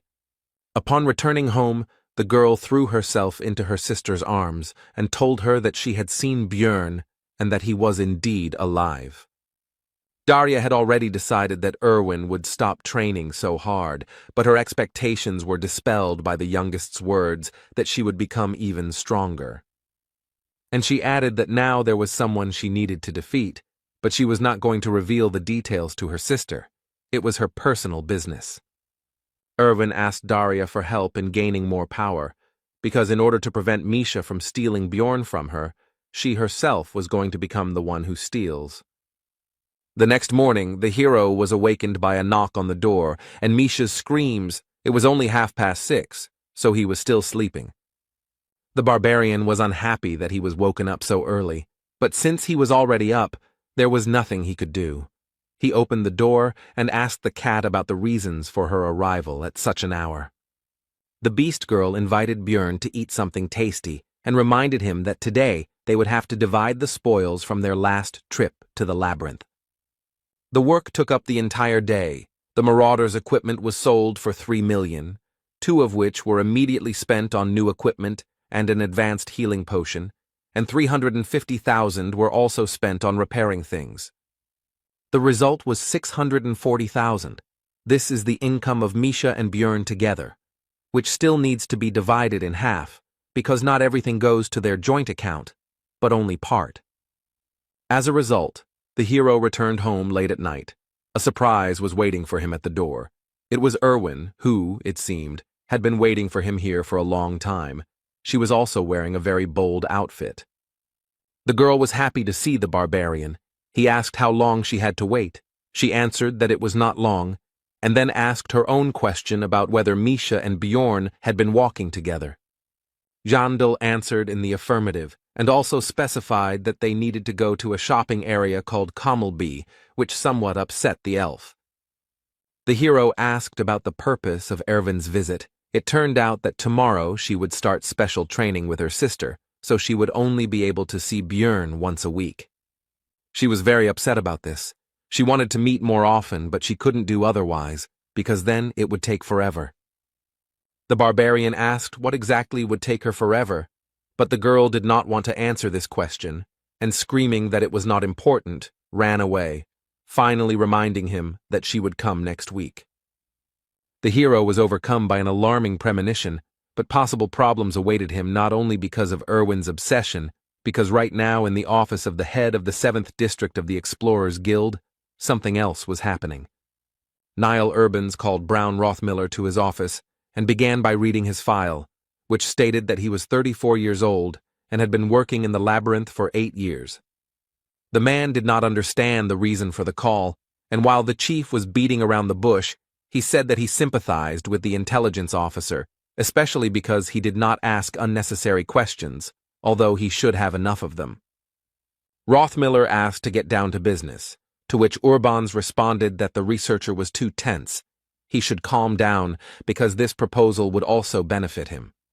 The next day, the team gathered together to dine in a tavern and divide the spoils from the labyrinth, this time the total of the entire squad, which ended up being 550,000 stones per person. The amount turned out to be higher than expected due to the fact that the ingredients from the frog wizard sold for more due to their quality, so the Rothmiller, as the one who masterfully cut it up, received praise from the others. The hero was pleased because the profit was 1.27 million, which was much more than in the last 2 months, and he did not even take into account Abman's debt, the essences absorbed by Misha, as well as the loot from Genzia Nephrine. Altogether, it was a huge profit. Soon he would be able to afford the 6th stage of printing. He decided to celebrate the success with alcohol, which outraged the dwarf, because you can't finish the first mug alone. The hero did not understand the complaint, to which Hikuro explained that they should drink their first glass upon returning together. It was an important tradition. Soon the squad began to celebrate. Everyone celebrated their profit, but the main toast was that they all managed to return alive from the labyrinth. The comrades actively discussed the last campaign and had fun. Misha was the first to leave the company. She still had things to do today, including visiting her family. Hikuro was sorry that she was leaving so early, but nothing could be done, so he simply said goodbye, like the others. Rothmiller was next. He stood up abruptly, slapped the table, and said that he was done too. He had things to do, after which he left. He was a little out of sorts and taciturn. Björn was in an unfortunate situation, because he himself was going to leave, but now that the two had left them so early, if he left too, Hikuro would be furious. But his fears turned out to be unfounded. The dwarf found several acquaintances at the next table, and went to boast about the story with the troll to them. The hero had already decided that in this case he could leave, but suddenly the last member of the squad remaining at the table, besides himself, Dvalki, turned to him. The wizard asked Jandel to talk, because they had never talked like this before. The barbarian did not know what the topic would be. He did not want to refuse his comrade.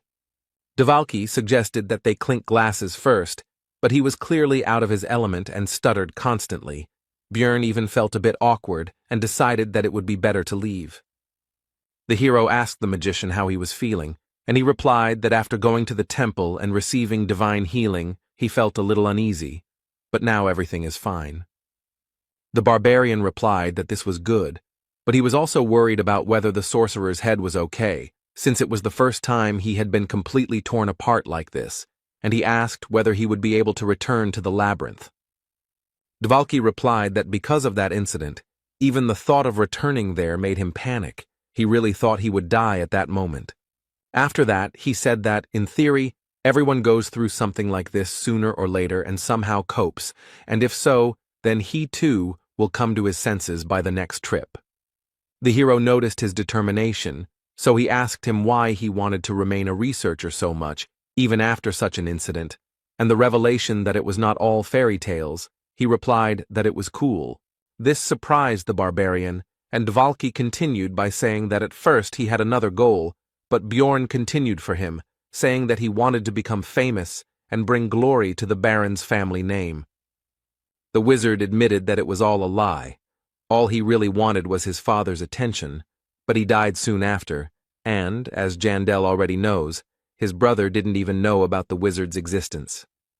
Dvalki suddenly stood up from his seat and said that it had upset him a little, but at the same time it had cooled him down, as if he were floating with the flow, and after this phrase he shouted that he had already overcome all of this.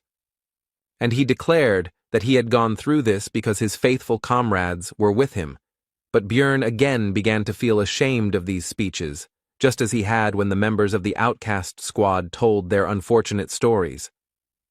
At that moment, the hero envied Hikuro, although he was not burning with desire like the dwarf now to show some tricks with plates and cutlery to his acquaintances.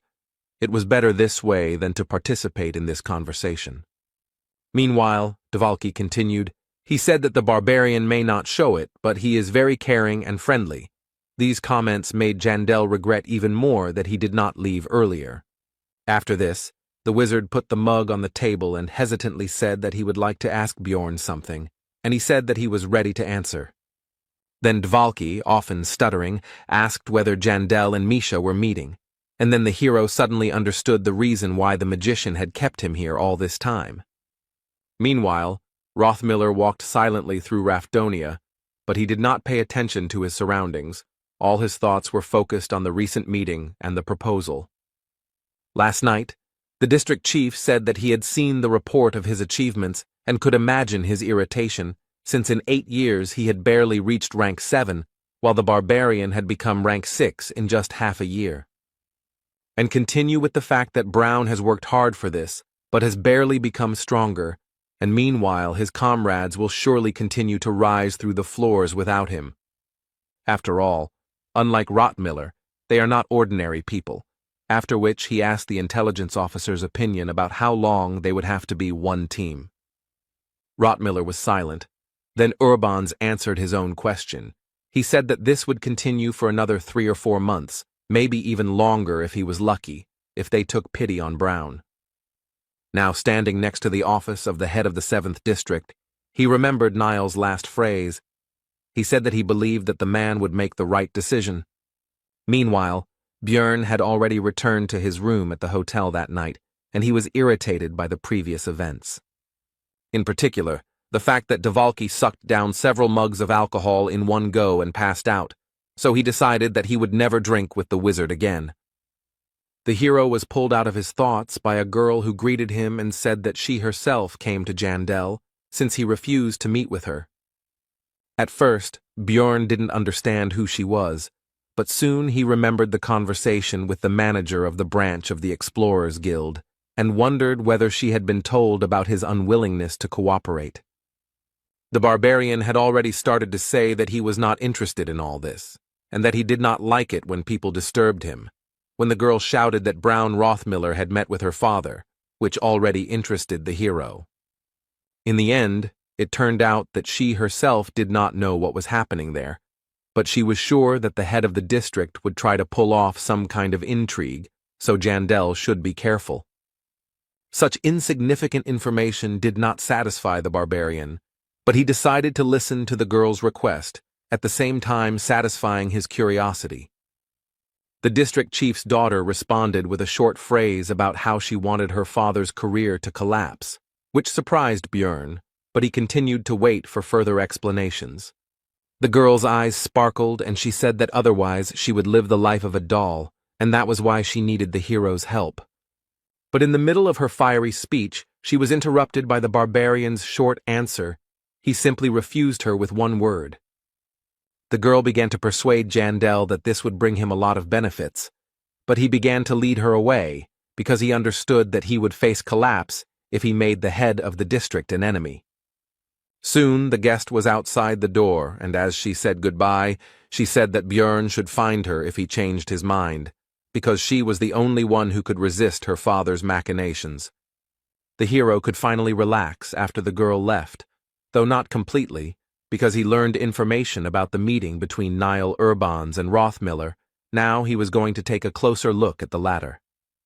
After this event, Björn's days passed as usual. Every morning Misha fried him a portion of meat for breakfast, which he was very pleased with.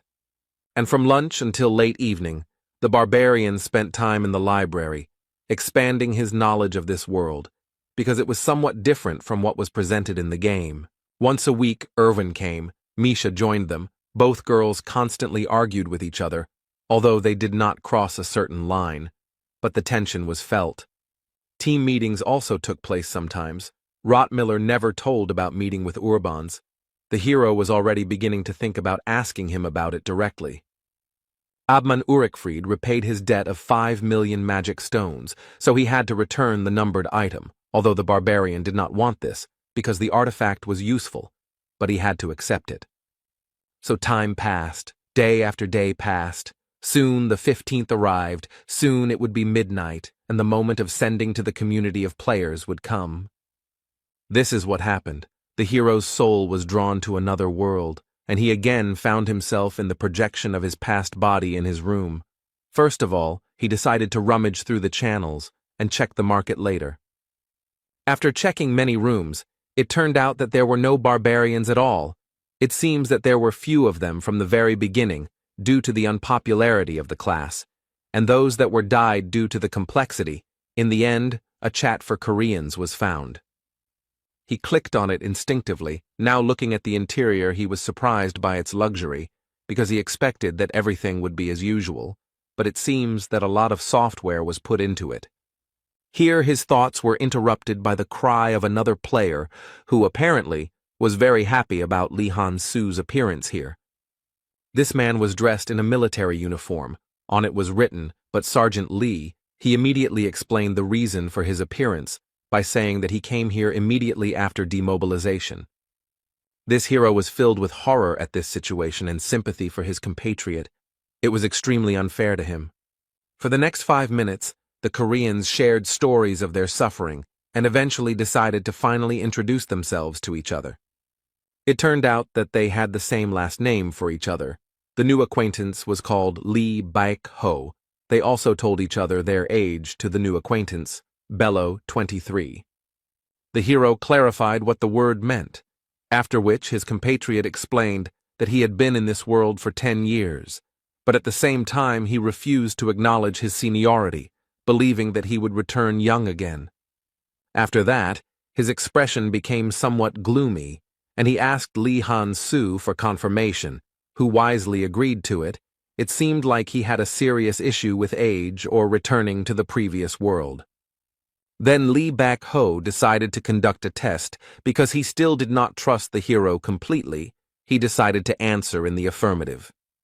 It's a kind of test for Korean affiliation. The compatriot was ashamed to admit it, but it seems his nickname is quite well known in the gaming community.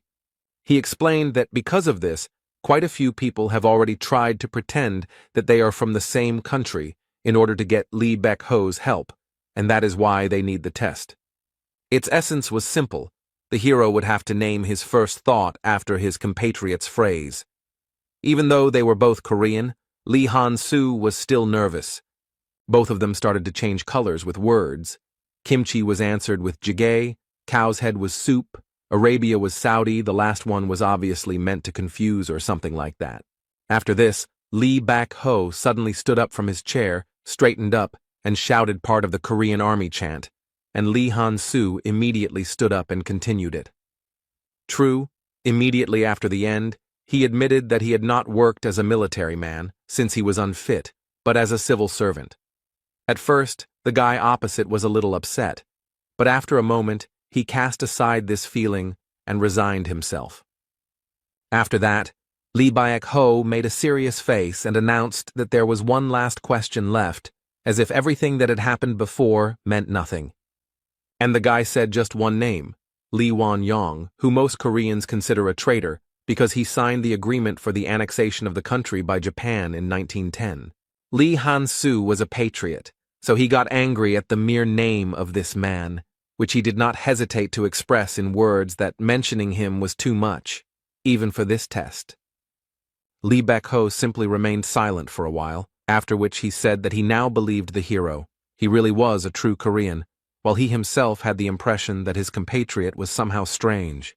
Lee Han-soo thought for a moment about the identity of the new acquaintance. He was a player who was drawn into this world exactly on the day he finished his mandatory military service and had lived here for more than 10 years. To the hero, he seemed like a good guy, but it seemed that something had happened to his head during this time. He changed his emotions and behavior too often, and it was unclear which of his personalities was real. Lee Baek-ho apologized for his behavior after a short time and explained that he had been preparing for a long time for someone to pass his test. He did not expect it to take so long. And now he was simply glad that he had held out until this moment and finally met someone from his homeland. The hero understood that his compatriot was here, since even he had already managed to miss a lot. Besides, he missed simple personal conversations, and Lee Bak-ho was here even before this community was created. So, under such conditions, it's not surprising that he went crazy. The hero decided to somehow help his new acquaintance, but in the end, it was he who questioned the guest in the hope of somehow helping. But in the end, he was interrupted almost immediately, because Lee Han-soo did not want to reveal his identity in this world. The former military man understood the reasons for this, so he did not object, but a new topic for conversation was quickly found. He asked about the difficulty level on which his compatriot completed the game. He himself said that he did it in 10x mode. Lee Han-soo decided not to stand out and answered the same. This made Lee Bak-ho proud of the Korean players. He was convinced that they are the best gamers. The hero decided that he was a true patriot, and he had been lonely all this time among foreigners, and his older friend offered to transfer him some currency, but he replied that he was not going to cash it. Lee Han-soo thought that Lee Bak-ho himself didn't do that either, because it could reveal their personalities in the real world. Their characters were similar, they both wouldn't reveal themselves so easily and would act prudently. In the end, it turned out that they wouldn't be able to provide any material assistance to each other, so the former military man suggested simply meeting periodically, just like now, and just chatting. He also decided that he could at least provide support with information, and suggested asking any question. Lee Han-soo first decided to find out who was in charge of the player community. Lee Bak-ho was surprised by what his new friend decided to start with, but still said that he himself was not sure about it for sure, but named 3 magicians whom he suspected of this. After this, the elder comrade gave advice, which was that it was better never to reveal one's identity in this community, because among its members there were those who sided with the royal family. Then the hero asked if the administrator of this little world could find out who he was, to which he received the answer that he shouldn't, because they weren't even the creators of this place, they just rebuilt it.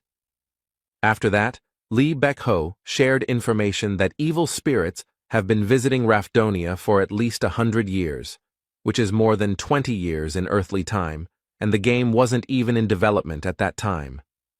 And they came from other dimensions. These people were transferred by various methods, for example, by reading a book about this world. There were very few of them, but each of them had unique abilities, and one of them was a powerful magician who created this community. And the current administrator, presumably, simply inherited it. For the hero, this was shocking information, and he was interested in how his compatriot knew all this. Lee Han-soo decided to put the matter aside and focus on gathering even more information. However, Lee Bak-ho admitted that he was currently in hiding, so he had very little current information, but he had something to offer in return. He decided to tell his ward about a room where he could get information about the latest events. It was something like a club for internet addicts, but they could be useful. These are the Round Table Observers, a society of experienced players who meet in secret, and not everyone can get in. Lee Bak-ho described them in great detail, as if he were sending his child on his first school trip, but eventually became upset and said that it was time for him to go. And he explained that the pill he swallowed himself was a prototype, so he was only here for an hour. He got it in a raid on the headquarters of the Ministry of Security. The latter greatly discouraged the hero. Lee Han-soo was curious about who he was to carry out such operations, but soon his compatriot left, and after him the second Korean, he tried to join the Round Table Observers. You can only enter there from 3 to 3:10. The hero registered there and joined their ranks. The meeting guaranteed the anonymity of the participants, and he appeared in the personalization room. Lee Han-soo wasn't too thrilled, but he decided to disguise himself, since that was the rule here, so he took a lion mask and dressed in a blue suit. The hero opened the door and entered the main hall, where players wearing masks of a jester, a fox, a deer, and a crescent moon were sitting at a round table, all of whom immediately began to stare at the newcomer. The clown remarked that he had never seen a person with such a disguise before, and the girl in the animal mask asked how the player got here, since they had not accepted new participants since last year. Lisa demanded that he identify himself and the person who recommended him, which made Lee Han-soo clench his fist and tense up. Lee Baek-ho has already said that if you lie in this place, the mask will instantly break, and the liar will then be thrown out of this channel. However, this rule only comes into effect after the meeting has started, and these people are simply watching the newcomer. Apparently they either agreed in advance, or they are simply curious. Lee Baek-ho recommended that he hold himself rigidly from the first second, and if it becomes too difficult for him, then he should simply follow his instructions. Now the hero understood why his compatriot insisted on this so much. He immediately began to pretend that he was uncomfortable and the like. Lisa immediately tried to put pressure on the newcomer. But he immediately interrupted the girl with an answer to the question about who recommended him here, saying that her mother had advised her to drop in last night. This was done because he had learned everything about the members of this club from Lee Baek-ho. The hero understood that these people could not do anything to him. The fox was shocked by these words, so she asked again, to which the newcomer repeated his words. The girl got angry and used a skill that can only be used in the spiritual world, like this Ghostbusters community, a dimension where will and emotion are important, that is, killing intent. This caused some strange sensations in the hero. His skin tingled, something like goosebumps. But they were in this special space where they travel only with their souls. It's not a very useful thing, but Lee Han-soo heard that it's great for scaring noobs. He started to pretend to be confused and scared again. Lisa believed him again and pressed. But the hero understood that these were just pathetic tricks of experienced players. The girl demanded to repeat after her word for word. The intensity of the threat increased. Lev agreed. But instead of what was expected, he again said that her mother had advised her to drop in last night, which surprised Lisa because she thought that the new guy should have already shit his pants from fear. The other participants intervened in this performance. They were unhappy with how far these jokes went from the newcomer, who with such an attitude seemed to be looking for enemies. The hero simply shrugged his shoulders at their reproaches. He tried very hard to create such an image for himself, but apparently, since they were veterans, it didn't impress them all that much. The fox was already trembling with anger, and Lee Han-soo continued to think. He quickly outlined the members of this club, one curious, one impudent, one pathetic, and one annoying. The hero withstood the pressure quite easily, because Lee Baek-ho had already demonstrated this effect on a compatriot. He also said that with excessive exposure, it can cause psychological problems. This technique is stronger the will, so it is used mainly by veterans who have finished off many opponents and themselves have been on the verge of death more than once, although some are born this way. The hero asked how to apply this. It turned out that you need to look at your target as an enemy, someone who needs to be killed no matter what. Now Lee Han-soo decided to do this. The fox quickly became so ill that saliva began to flow from her mouth, and the lion did not understand what was happening. He quickly turned his gaze to the deer. He was also injured, although not as much as the main object of the impact. Then the gaze fell on the jester, who immediately began to justify himself by saying that he had not even said anything. And Crescent just silently leaned forward, the hero surprised that his killing intent was working so well. Lee Han-soo's thoughts were interrupted by a sharp pain in his head. His brain began to be wrung out like a wet rag. Lee Baek-ho, for some reason, did not talk about this effect. This was already the hero's limit, so he could not continue to use killing intent. Lisa had just started to beg him to stop. In an instant, it was all over, and the club members breathed a sigh of relief. The deer remarked that there would be a lot of problems with the new member, and the jester said that it had been an interesting experience, and he was curious when he could do the same. The heroes didn't quite understand what had happened, but it worked. He managed to build an image of a tough guy that no one should mess with. Soon, all the doors suddenly slammed shut, and Lisa announced that it was time to start the meeting, while Crescent admitted that due to the level of murderous intent Leo had, he thought that this was not his first time here. However, he noticed that this mask had been hanging on the wall all this time, which meant that perhaps the master himself had invited him, which he immediately asked about. Crescent said that he was even ready to pay for this information, although it would not be easy to satisfy Leo, but he was ready for it, and the hero noticed his polite speech and understood the importance of the first impression. Li Han-su asked him the reason for such thoughts, to which he replied that he was the first newcomer who joined them a year after their master went missing, which is why there were such suspicions. The jester added that this was precisely why the fox had tried to test the water, and as a result had gotten what she deserved, causing the said person to grind her teeth, and the hero suggested that it was this master who had apparently created the room. Crescent continued to try to get information, but was interrupted by Leo's decisive response, who said that they would not get it.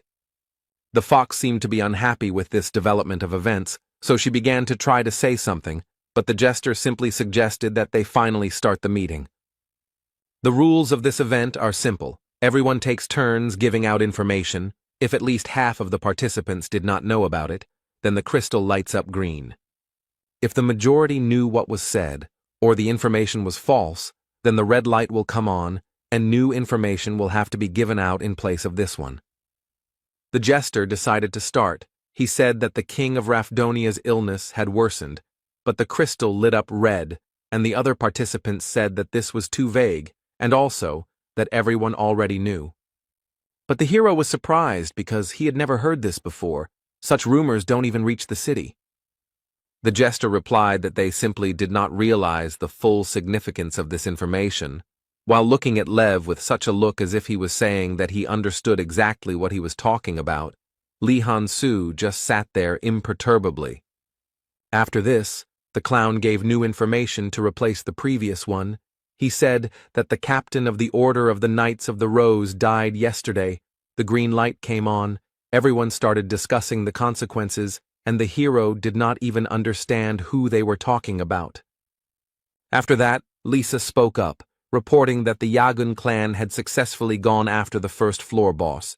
The crystal lit up green again, and the discussion began again.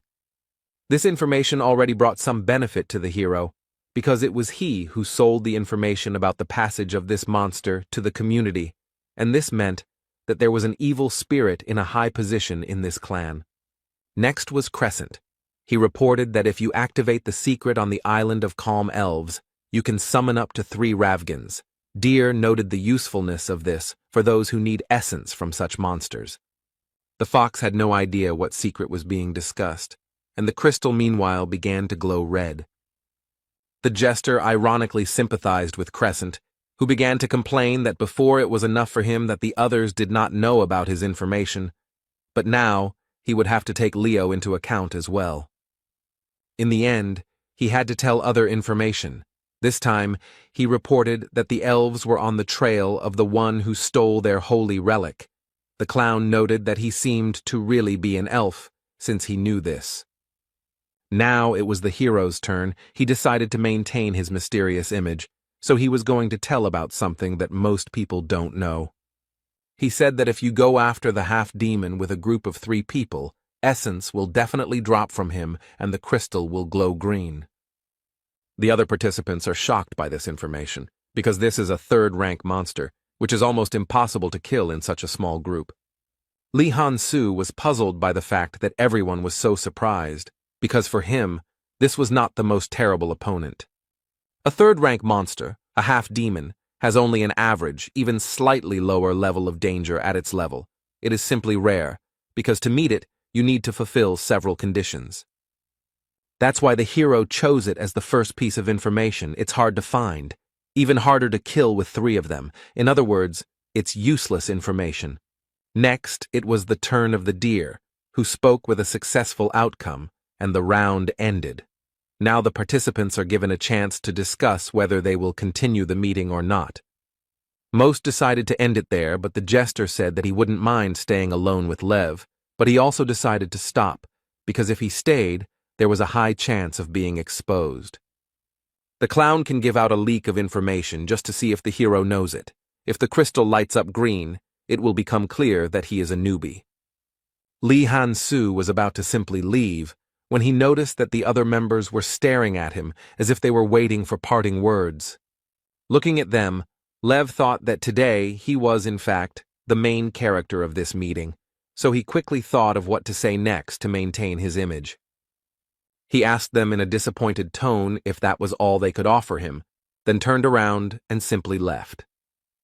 As soon as the hero left, one of the participants asked how Lisa was feeling. She replied that she was still shaking, but Lev stopped before she received serious damage to her psyche. If he hadn't stopped emitting killing intent towards her, things could have ended badly. But what shocked the girl the most was that the hero instantly stopped when he realized that she was at her limit. Then Crescent said that he really hadn't imagined it, and Leo was able to completely hide the manifestation of his will in a second, which had previously been considered impossible. The deer changed the topic to the information provided by the hero. He understood that the information about the half-demon was from the game, but even so it sounded absurd.